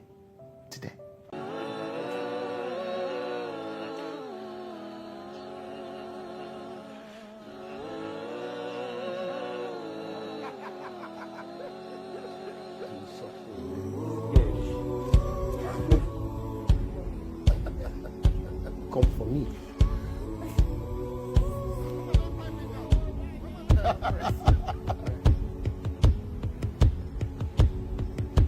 Fantastic. Thank you so much for joining me. Of course. But where do we start? There's so many places to start this interview. So many places. But let's start with now. You know that somebody is about to enter the next level when the haters come for the person. True. But that's I'm not even being facetious. That's what usually happens when it's a next level. Then you find that intensity because it feels like people can sense that something is happening with this person. Yeah. And so those who are resisting it are like, no, it's like the last gasp. Yeah. So this year, a few weeks ago, months ago, I didn't even hear about it. It was from you. I heard it for the first time. You were under intense Twitter criticism. Yeah. What happened? It was just, to be honest, I cannot even tell you what happened, because it just came from nowhere. Yeah. And the hate was just so unreal to me. Mm-hmm. And this was after I bagged a major deal. I got the chance to be a host on a major game show. And so I put that out there. It was trending. People were excited for it. And then I just continued, posting my regular content. Yeah. And then one particular video, I recreated a video of Adesua. Yes. Right? Adesua told me, pregnant, exciting. She was happy about it. Yeah, she posted on it. Yeah, she posted. Her friends had posted first. Exactly. Everybody had commented. Slept, woke up the next day, and I just saw that my phone was buzzing. Yes. People calling me, "Are you all right? Are you okay? How's your mental health?" I'm like, I'm good. Nothing has gone wrong. Yeah. Is everybody alive? And I was being dragged on social media. Yeah. And it went on and on for 3 days back to back. Yeah. And it was just crazy to me because people were saying different things. Oh, thank God people are saying Jay for who he is. We're gathering an army of Jay haters. And I'm not making this up. If you go and check it on X, you will find it. And it was just wild to me. I had to go check some of those pages. I don't know you from anywhere. I don't think we've met. Yeah. Was I mean to you? Did I do something? Did you meet me outside and I was mean to you? It didn't make any sense to me. But, after I had sat down with it, I just got to the point of what you just said. People, and somebody also tweeted it, that, Jay is beginning to reap the fruits of a lot of his hard work over the years, And it seems like, people want to keep him on that level. Yeah. And just want to get him into controversy. And the reason I'm able to work with the kind of brands I work with is because there's really no controversy, around me. Yeah. So I'm like, you people better go away. This is not even a controversy. This is a fake controversy. It's very fake. It's a non-controversy. None, but I'm just happy that it somewhat died down. Some days you see some videos, they drag it. And I'm like, I just mute it. I know content that might, get them to speak. So I just mute it and I just move on. They'll be okay at the end of the day. They will be. It's weird because I was at an event where you said this. I'm not online, so I didn't even know any of it. Yeah. So I went to now ask around, because I'm like, what happened? Yeah. So when they told me, I'm like, no, it cannot be that he did. And okay, so did Adesua respond and say she didn't like it? Yeah. They said no. I said, did he? I'm still confused as to how that happened. It's a controversy. Yeah. It's weird when I've faced a lot of criticism in the past. At least this 2-day version that doesn't face criticism is a very new version. And I think that one of the most shocking things is when you see somebody say something and see the person quarreled with you. Yeah. Which is what you are saying. Somebody said, now we can see him for who he is. And you're thinking, what did you see? Am I pregnant? Exactly. What did you say? And for me, I think, and sometimes you see those things and someone makes you want to doubt yourself. Yes. No matter how long you've been doing it, no matter the kind of things that have happened or the kind of accolades that could come your way, if you're not careful, you could somewhat doubt yourself. Yeah. And I think that I've been a fan of SNL, Saturday Night Live. And it was just exciting to me to see. I'm like, these people get me. This is what I want to do. I just want to recreate situations and recreate people. I'm not trying to come for you. I'm not trying to drag you. I'm not trying to make an argument. I'm not trying to do all of that. Yeah. I'm just trying to, recreate experiences and recreate people. Yeah. And, watching SNL, again, just gave me the confidence to realize that this is what people are doing. Oh my God! You shouldn't even have doubted it for 1 minute. The people that I'm telling you, people that swear by your content. Oh, my friends, I'm just like, it's enough. Have you seen something like it's enough? And that speaks about your work rate, though. Yeah. It's. I know. It's scary. I know. Also because I'm not online, but people who consume your content, there's some content where they be like, oh, this one no follow, this one follow. Yeah. It's very rare to see somebody who says, oh, this J on air content no follow. Yeah. Which doesn't make sense because of the rate at which you I put them at. Yeah. Do you get tired?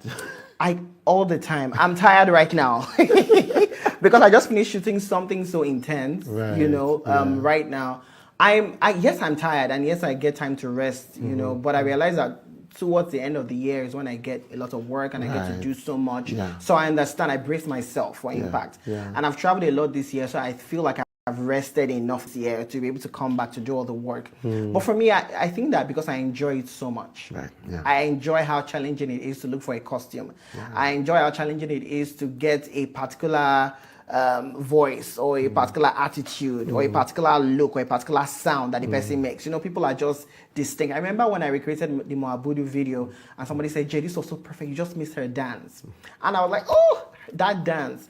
And so I had to make another video and after a few weeks just to do that dance that she does. Yeah. For me, that is just what excites me. Yes, that. She was doing it. No matter what happened, she was doing that dance.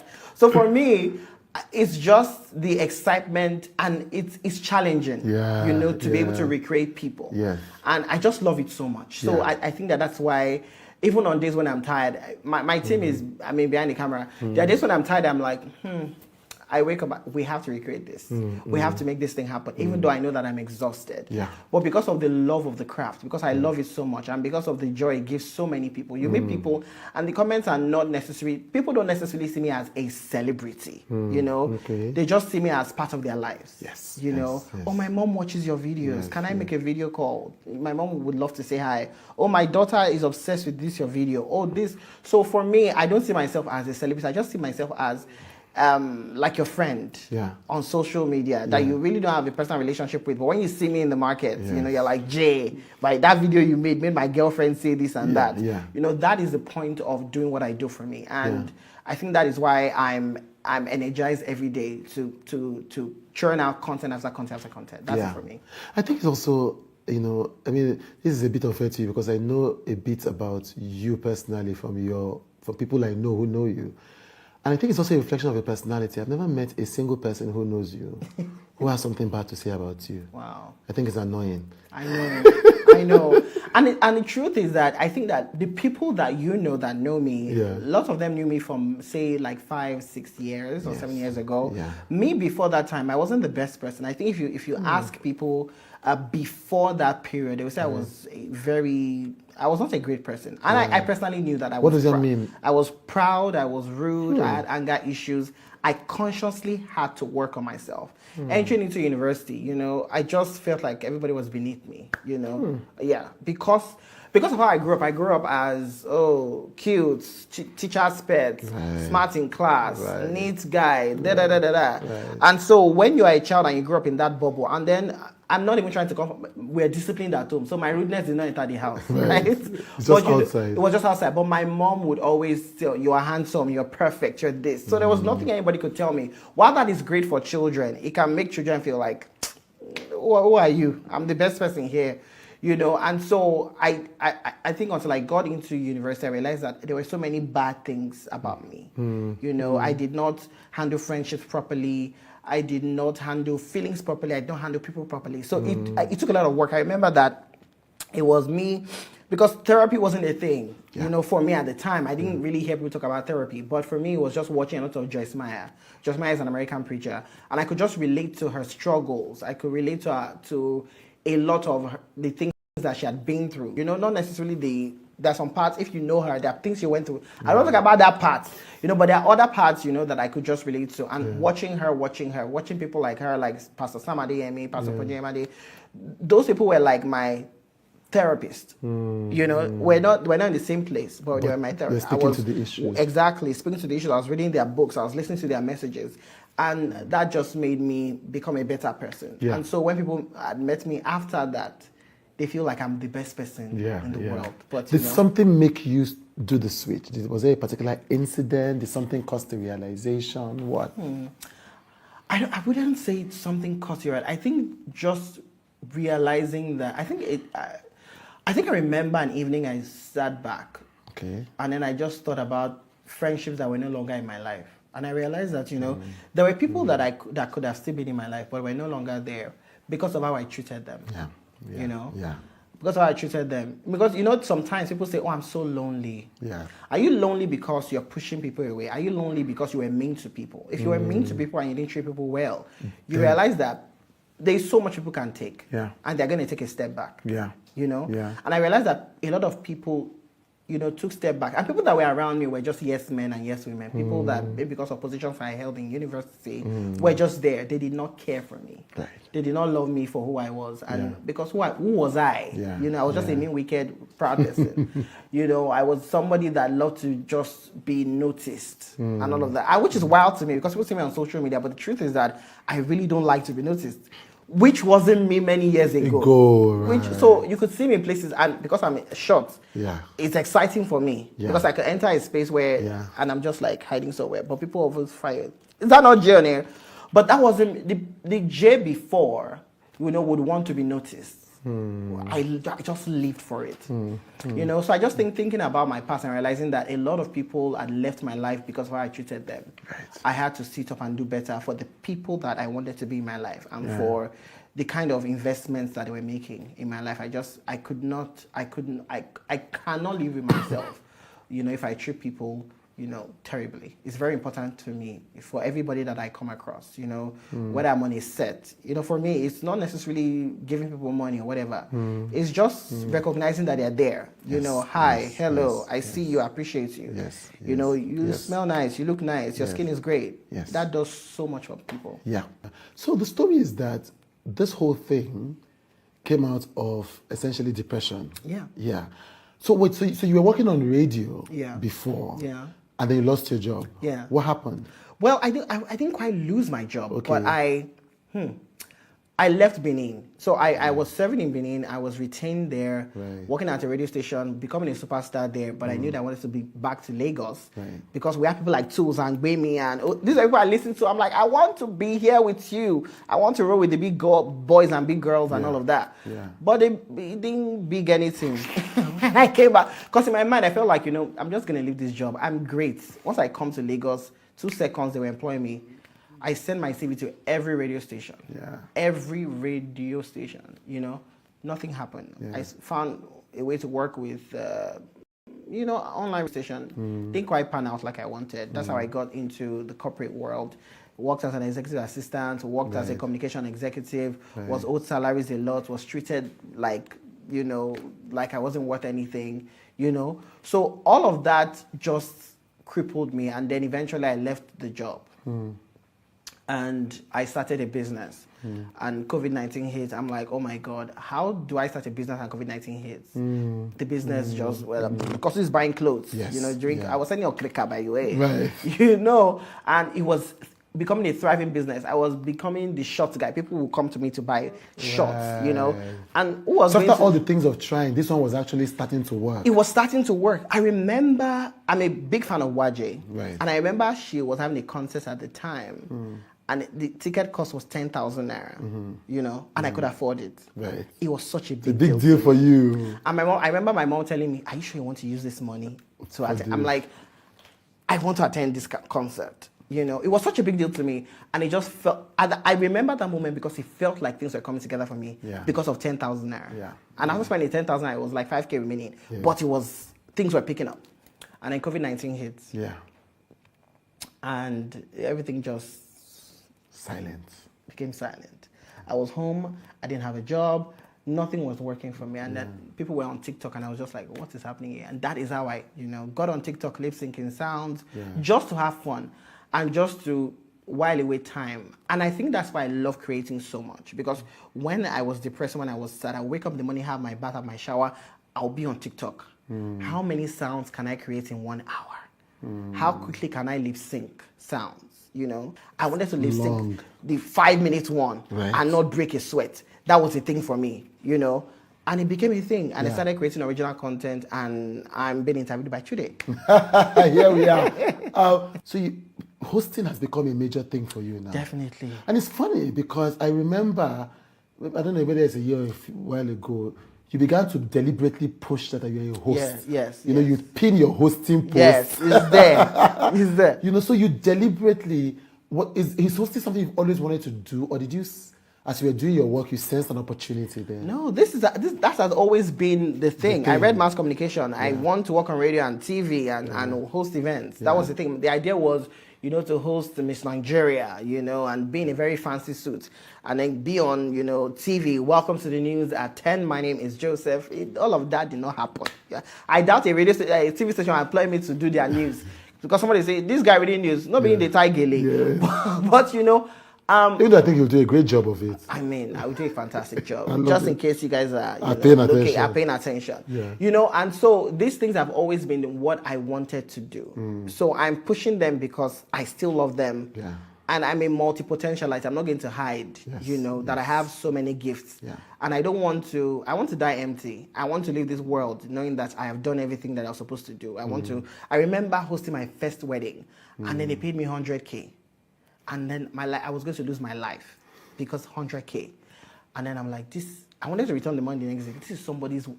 It's going to remain in your life forever. The pictures, MC, the whatever. And I got on that stage, nervous, afraid, shaking, and I did such a great job. Right.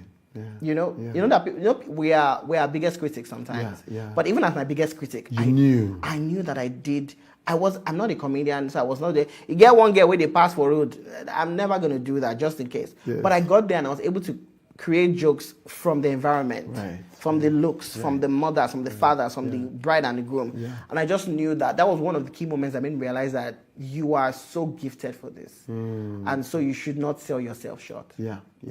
Were you worried that because of the kind of characters you create, that corporates would not see how that would translate on stage? Because corporates thinking in a straight line. Yeah. It's like, I've been in meetings, you'd be like, let's get this, but be like, that one that dresses like woman. Yeah. And that's the end of the conversation. Yeah. Or maybe the MD says, but I'm not sure. Then everybody just moves from the left to the right. So were you worried? And how do you think you overcame that? I think one of my mentors, who is a boss at the radio station I work, we had a sponsor come in, and then the lady saw me and said, was he the one speaking on radio now? I know this guy. My children are fans of him. It's okay, guys, you go. Why is it breaking down politics like this? Yeah. He knows that the president is Tinubu. I'm like, everybody knows that these are. So it was weird for her. And so my boss called me and said, I think that you need to push your hosting more because this woman did not believe. Yeah. And for me, I'm going to push that more, but I'm not going to change the essence of who I am. And I believe that things are going to change. Right.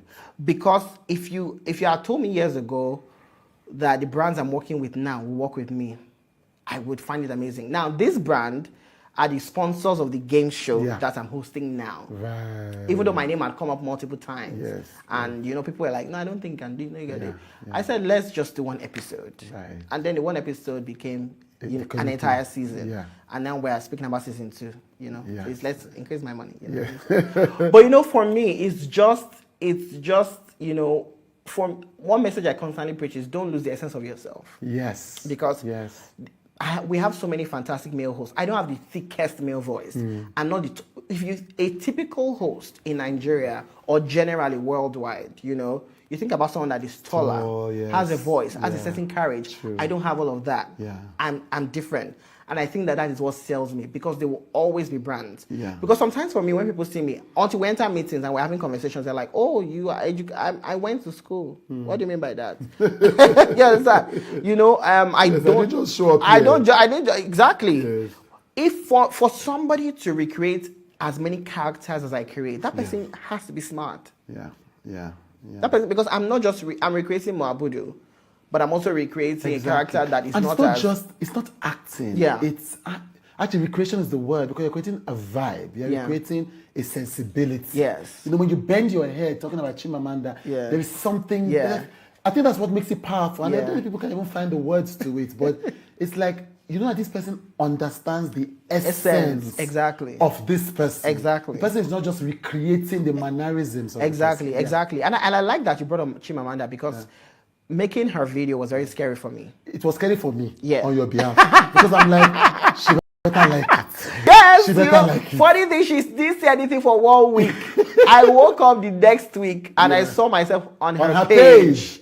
Yes. And then I sent a DM and she responded, fantastic job. Yes. So for me, I appreciate you saying that because that means that people that I recreate understand that I'm trying to create your essence. Yes. What part of your body are you insecure about? So many parts of my body. What? And is that why I'm going to the gym? Maybe not. Right. I'm trying to be healthier because my dad is almost 90. Right. And your dad is almost 90? Almost 90. You wouldn't believe. He's jumping and dancing and wants to watch his clothes himself. Right. And I looked at him and I said, I want to be healthy. I remember when my dad was sick, everybody in the world had to come because it was unusual. Why is grandpa sick? So that is, when I think about my health, that is the future that I see, my dad. Right.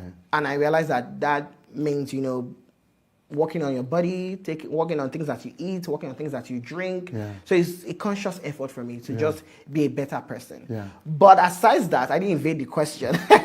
I think I was always insecure about my height. Right. Because and that is why I made sure that all my friends were taller than me. If you were shorter than me, No I don't need you in this. You've already done that part. I don't need you in this gang. You need to excuse me right now.